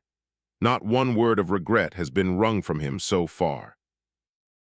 Yet even the sternest of the judges trying him has been moved to some compassion by his youth, by his helplessness, by the unmistakable evidence that he is nothing but a fanatical victim of a political impostor, and most of all by his conduct to his mother, to whom, as it appears, he used to send almost the half of his small salary. His mother is now in the town. She is a delicate and ailing woman, aged beyond her years. She weeps and positively grovels on the ground, imploring mercy for her son. Whatever may happen, many among us feel sorry for Urkel. Liputin was arrested in Petersburg, where he had been living for a fortnight. His conduct there sounds almost incredible and is difficult to explain. He is said to have had a passport in a forged name and quite a large sum of money upon him, and had every possibility of escaping abroad, yet instead of going he remained in Petersburg. He spent some time hunting for Stavrogin and Pyotr Stepanovich. Suddenly he took to drinking and gave himself up to a debauchery that exceeded all bounds, like a man who had lost all reason and understanding of his position. He was arrested in Petersburg drunk in a brothel. There is a rumor that he has not by any means lost heart, that he tells lies in his evidence and is preparing for the approaching trial hopefully, and, as it were, triumphantly. He even intends to make a speech at the trial. Tolkachenko, who was arrested in the neighborhood 10 days after his flight, behaves with incomparably more decorum. He does not shuffle or tell lies. He tells all he knows, does not justify himself, blames himself with all modesty, though he, too, has a weakness for rhetoric. He tells readily what he knows, and when knowledge of the peasantry and the revolutionary elements among them is touched upon, he positively attitudinizes and is eager to produce an effect. He, too, is meaning, I am told, to make a speech at the trial. Neither he nor Liputin seem very much afraid, curious as it seems. I repeat that the case is not yet over. Now, 3 months afterwards, local society has had time to rest, has recovered, has got over it, has an opinion of its own, so much so that some people positively look upon Fyodor Stepanovich as a genius, or at least as possessed of some characteristics of a genius. Organization, they say at the club, holding up a finger. But all this is very innocent, and there are not many people who talk like that. Others, on the other hand, do not deny his acuteness, but point out that he was utterly ignorant of real life, that he was terribly theoretical, grotesquely and stupidly one-sided, and consequently shallow in the extreme. As for his moral qualities, all are agreed. About that there are no two opinions. I do not know whom to mention next so as not to forget anyone. Mavriky Nikolaevich has gone away for good, I don't know where. Old Madame Drozdov has sunk into dotage. I have still one very gloomy story to tell, however. I will confine myself to the bare facts. On her return from Ostyevo, Varvara Petrovna stayed at her town house. All the accumulated news broke upon her at once and gave her a terrible shock. She shut herself up alone. It was evening, everyone was tired and went to bed early. In the morning, a maid with a mysterious air handed a note to Daria Pavlovna. The note had, so she said, arrived the evening before, but late, when all had gone to bed, so that she had not ventured to wake her. It had not come by post, but had been put in Alexei Yegorich's hand in Eskavorniki by some unknown person. And Alexei Yegorich had immediately set off and put it into her hands himself, and had then returned to Eskavorniki. For a long while Daria Pavlovna gazed at the letter with a beating heart and dared not open it. She knew from whom it came. The writer was Nikolai Stavrogin. She read what was written on the envelope, to Alexei Yegorich, to be given secretly to Daria Pavlovna. Here is the letter word for word, without the slightest correction of the defects, in style of a Russian aristocrat who had never mastered the Russian grammar in spite of his European education. Dear Daria Pavlovna, at one time you expressed a wish to be my nurse and made me promise to send for you when I wanted you. I am going away in 2 days and shall not come back. Will you go with me? Last year, like Herzen, I was naturalized as a citizen of the canton of Uri, and that nobody knows. There I've already bought a little house. I've still 12,000 rubles left. Will go and live there forever. I don't want to go anywhere else ever. It's a very dull place, a narrow valley. The mountains restrict both vision and thought. It's very gloomy. I chose the place because there was a little house to be sold. If you don't like it, I'll sell it and buy another in some other place. I am not well, but I hope to get rid of hallucinations in that air. It's physical, and as for the moral, you know everything. But do you know all? I've told you a great deal of my life, but not all. Even to you, not all. By the way, I repeat that in my conscience I feel myself responsible for my wife's death. I haven't seen you since then, that's why I repeat it. I feel guilty about Lizaveta Nikolaevna too, but you know about that. You foretold almost all that. Better not come to me. My asking you to is a horrible meanness. And why should you bury your life with me? You are dear to me, and when I was miserable it was good to be beside you. Only with you I could speak of myself aloud. But that proves nothing. You defined it yourself. A nurse, it's your own expression. Why sacrifice so much? Grasp this, too, that I have no pity for you since I ask you, and no respect for you since I reckon on you. And yet I ask you and I reckon on you. In any case, I need your answer, for I must set off very soon. In that case, I shall go alone. I expect nothing of Yuri. I am simply going. I have not chosen a gloomy place on purpose. I have no ties in Russia. Everything is as alien to me there as everywhere. It's true that I dislike living there more than anywhere, but I can't hate anything even there. I've tried my strength everywhere. You advised me to do this that I might learn to know myself. As long as I was experimenting for myself, and for others it seemed infinite as it has all my life. Before your eyes I endured a blow from your brother. I acknowledged my marriage in public. But to what to apply my strength, that is what I've never seen, and do not see now in spite of all your praises in Switzerland, which I believed in. I'm still capable, as I always was, of desiring to do something good and of feeling pleasure from it. At the same time, I desire evil and feel pleasure from that too. But both feelings are always too petty and are never very strong. My desires are too weak. They are not enough to guide me. On a log one may cross a river, but not on a chip. I say this that you may not believe that I am going to Uri with hopes of any sort. As always, I blame no one. I've tried the depths of debauchery and wasted my strength over it. But I don't like vice, and I didn't want it. You have been watching me of late. Do you know that I looked upon our iconoclasts with spite from envy of their hopes? But you had no need to be afraid. I could not have been one of them, for I never shared anything with them. And to do it for fun, from spite I could not either, not because I am afraid of the ridiculous. I cannot be afraid of the ridiculous, but because I have, after all, the habits of a gentleman, and it disgusted me. But if I had felt more spite and envy of them, I might perhaps have joined them. You can judge how hard it has been for me, and how I've struggled from one thing to another. Dear friend, great and tender heart which I divined, perhaps you dream of giving me so much love and lavishing on me so much that is beautiful from your beautiful soul, that you hope to set up some aim for me at last by it. No, it's better for you to be more cautious. My love will be as petty as I am myself, and you will be unhappy. Your brother told me that the man who loses connection with his country loses his gods, that is, all his aims. One may argue about everything endlessly, but from me nothing has come but negation with no greatness of soul, no force. Even negation has not come from me. Everything has always been petty and spiritless. Kirillov, in the greatness of his soul, could not compromise with an idea and shot himself.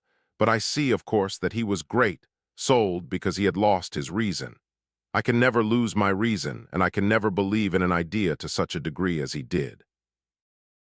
I cannot even be interested in an idea to such a degree. I can never shoot myself. I know I ought to kill myself, to brush myself off the earth like a nasty insect.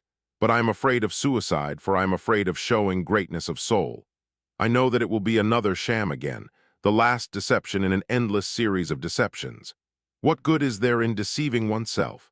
Simply to play at greatness of soul? Indignation and shame I can never feel, therefore not despair. Forgive me for writing so much. I wrote without noticing. 100 pages would be too little, and 10 lines would be enough. 10 lines would be enough to ask you to be a nurse. Since I left Vorshniki, I've been living at the 6th station on the line at the station master's. I got to know him in the time of debauchery 5 years ago in Petersburg. No one knows I am living there. Write to him. I enclose the address. Nikolay Stavrogin. Daria Pavlovna went at once and showed the letter to Varvara Petrovna. She read it and asked Dasha to go out of the room so that she might read it again alone, but she called her back very quickly. "Are you going?" she asked almost timidly. "I am going," answered Dasha. "Get ready, we'll go together." Dasha looked at her inquiringly. "What is there left for me to do here? What difficulty will it make? I'll be naturalized in Uri, too, and live in the valley. Don't be uneasy, I won't be in the way." They began packing quickly to be in time to catch the midday train. But in less than half an hour's time, Alexei Yegorich arrived from Vorshniki. He announced that Nikolay Vsevolodovich had suddenly arrived that morning by the early train and was now at Vorshniki, but in such a state that his honor did not answer any questions, walked through all the rooms and shut himself up in his own wing. "Though I received no orders, I thought it best to come and inform you," Alexei Yegorich concluded with a very significant expression. Varvara Petrovna looked at him searchingly and did not question him. The carriage was got ready instantly. Varvara Petrovna set off with Dasha. They say that she kept crossing herself on the journey. In Nikolai Vsevolodovitch's wing of the house, all the doors were open, and he was nowhere to be seen. Wouldn't he be upstairs? Fomushka ventured. It was remarkable that several servants followed Varvara Petrovna while the others all stood waiting in the drawing room. They would never have dared to commit such a breach of etiquette before. Varvara Petrovna saw it and said nothing. They went upstairs. There were 3 rooms, but they found no one there. Wouldn't His Honor have gone up there? Someone suggested, pointing to the door of the loft. And in fact, the door of the loft, which was always closed, had been opened and was standing ajar. The loft was right under the roof and was reached by a long, very steep and narrow wooden ladder. There was a sort of little room up there, too. "I am not going up there. Why should he go up there?" said Varvara Petrovna, turning terribly pale as she looked at the servants. They gazed back at her and said nothing. Dasha was trembling. Varvara Petrovna rushed up the ladder. Dasha followed, but she had hardly entered the loft when she uttered a scream and fell senseless. The citizen of the canton of Uri was hanging there behind the door. On the table lay a piece of paper with the words in pencil, "No one is to blame, I did it myself." Beside it on the table lay a hammer, a piece of soap, and a large nail, obviously an extra one in case of need. The strong silk cord upon which Nikolai Vsevolodovitch had hanged himself had evidently been chosen and prepared beforehand and was thickly smeared with soap. Everything proved that there had been premeditation and consciousness up to the last moment. At the inquest, our doctors absolutely and emphatically rejected all idea of insanity. The end.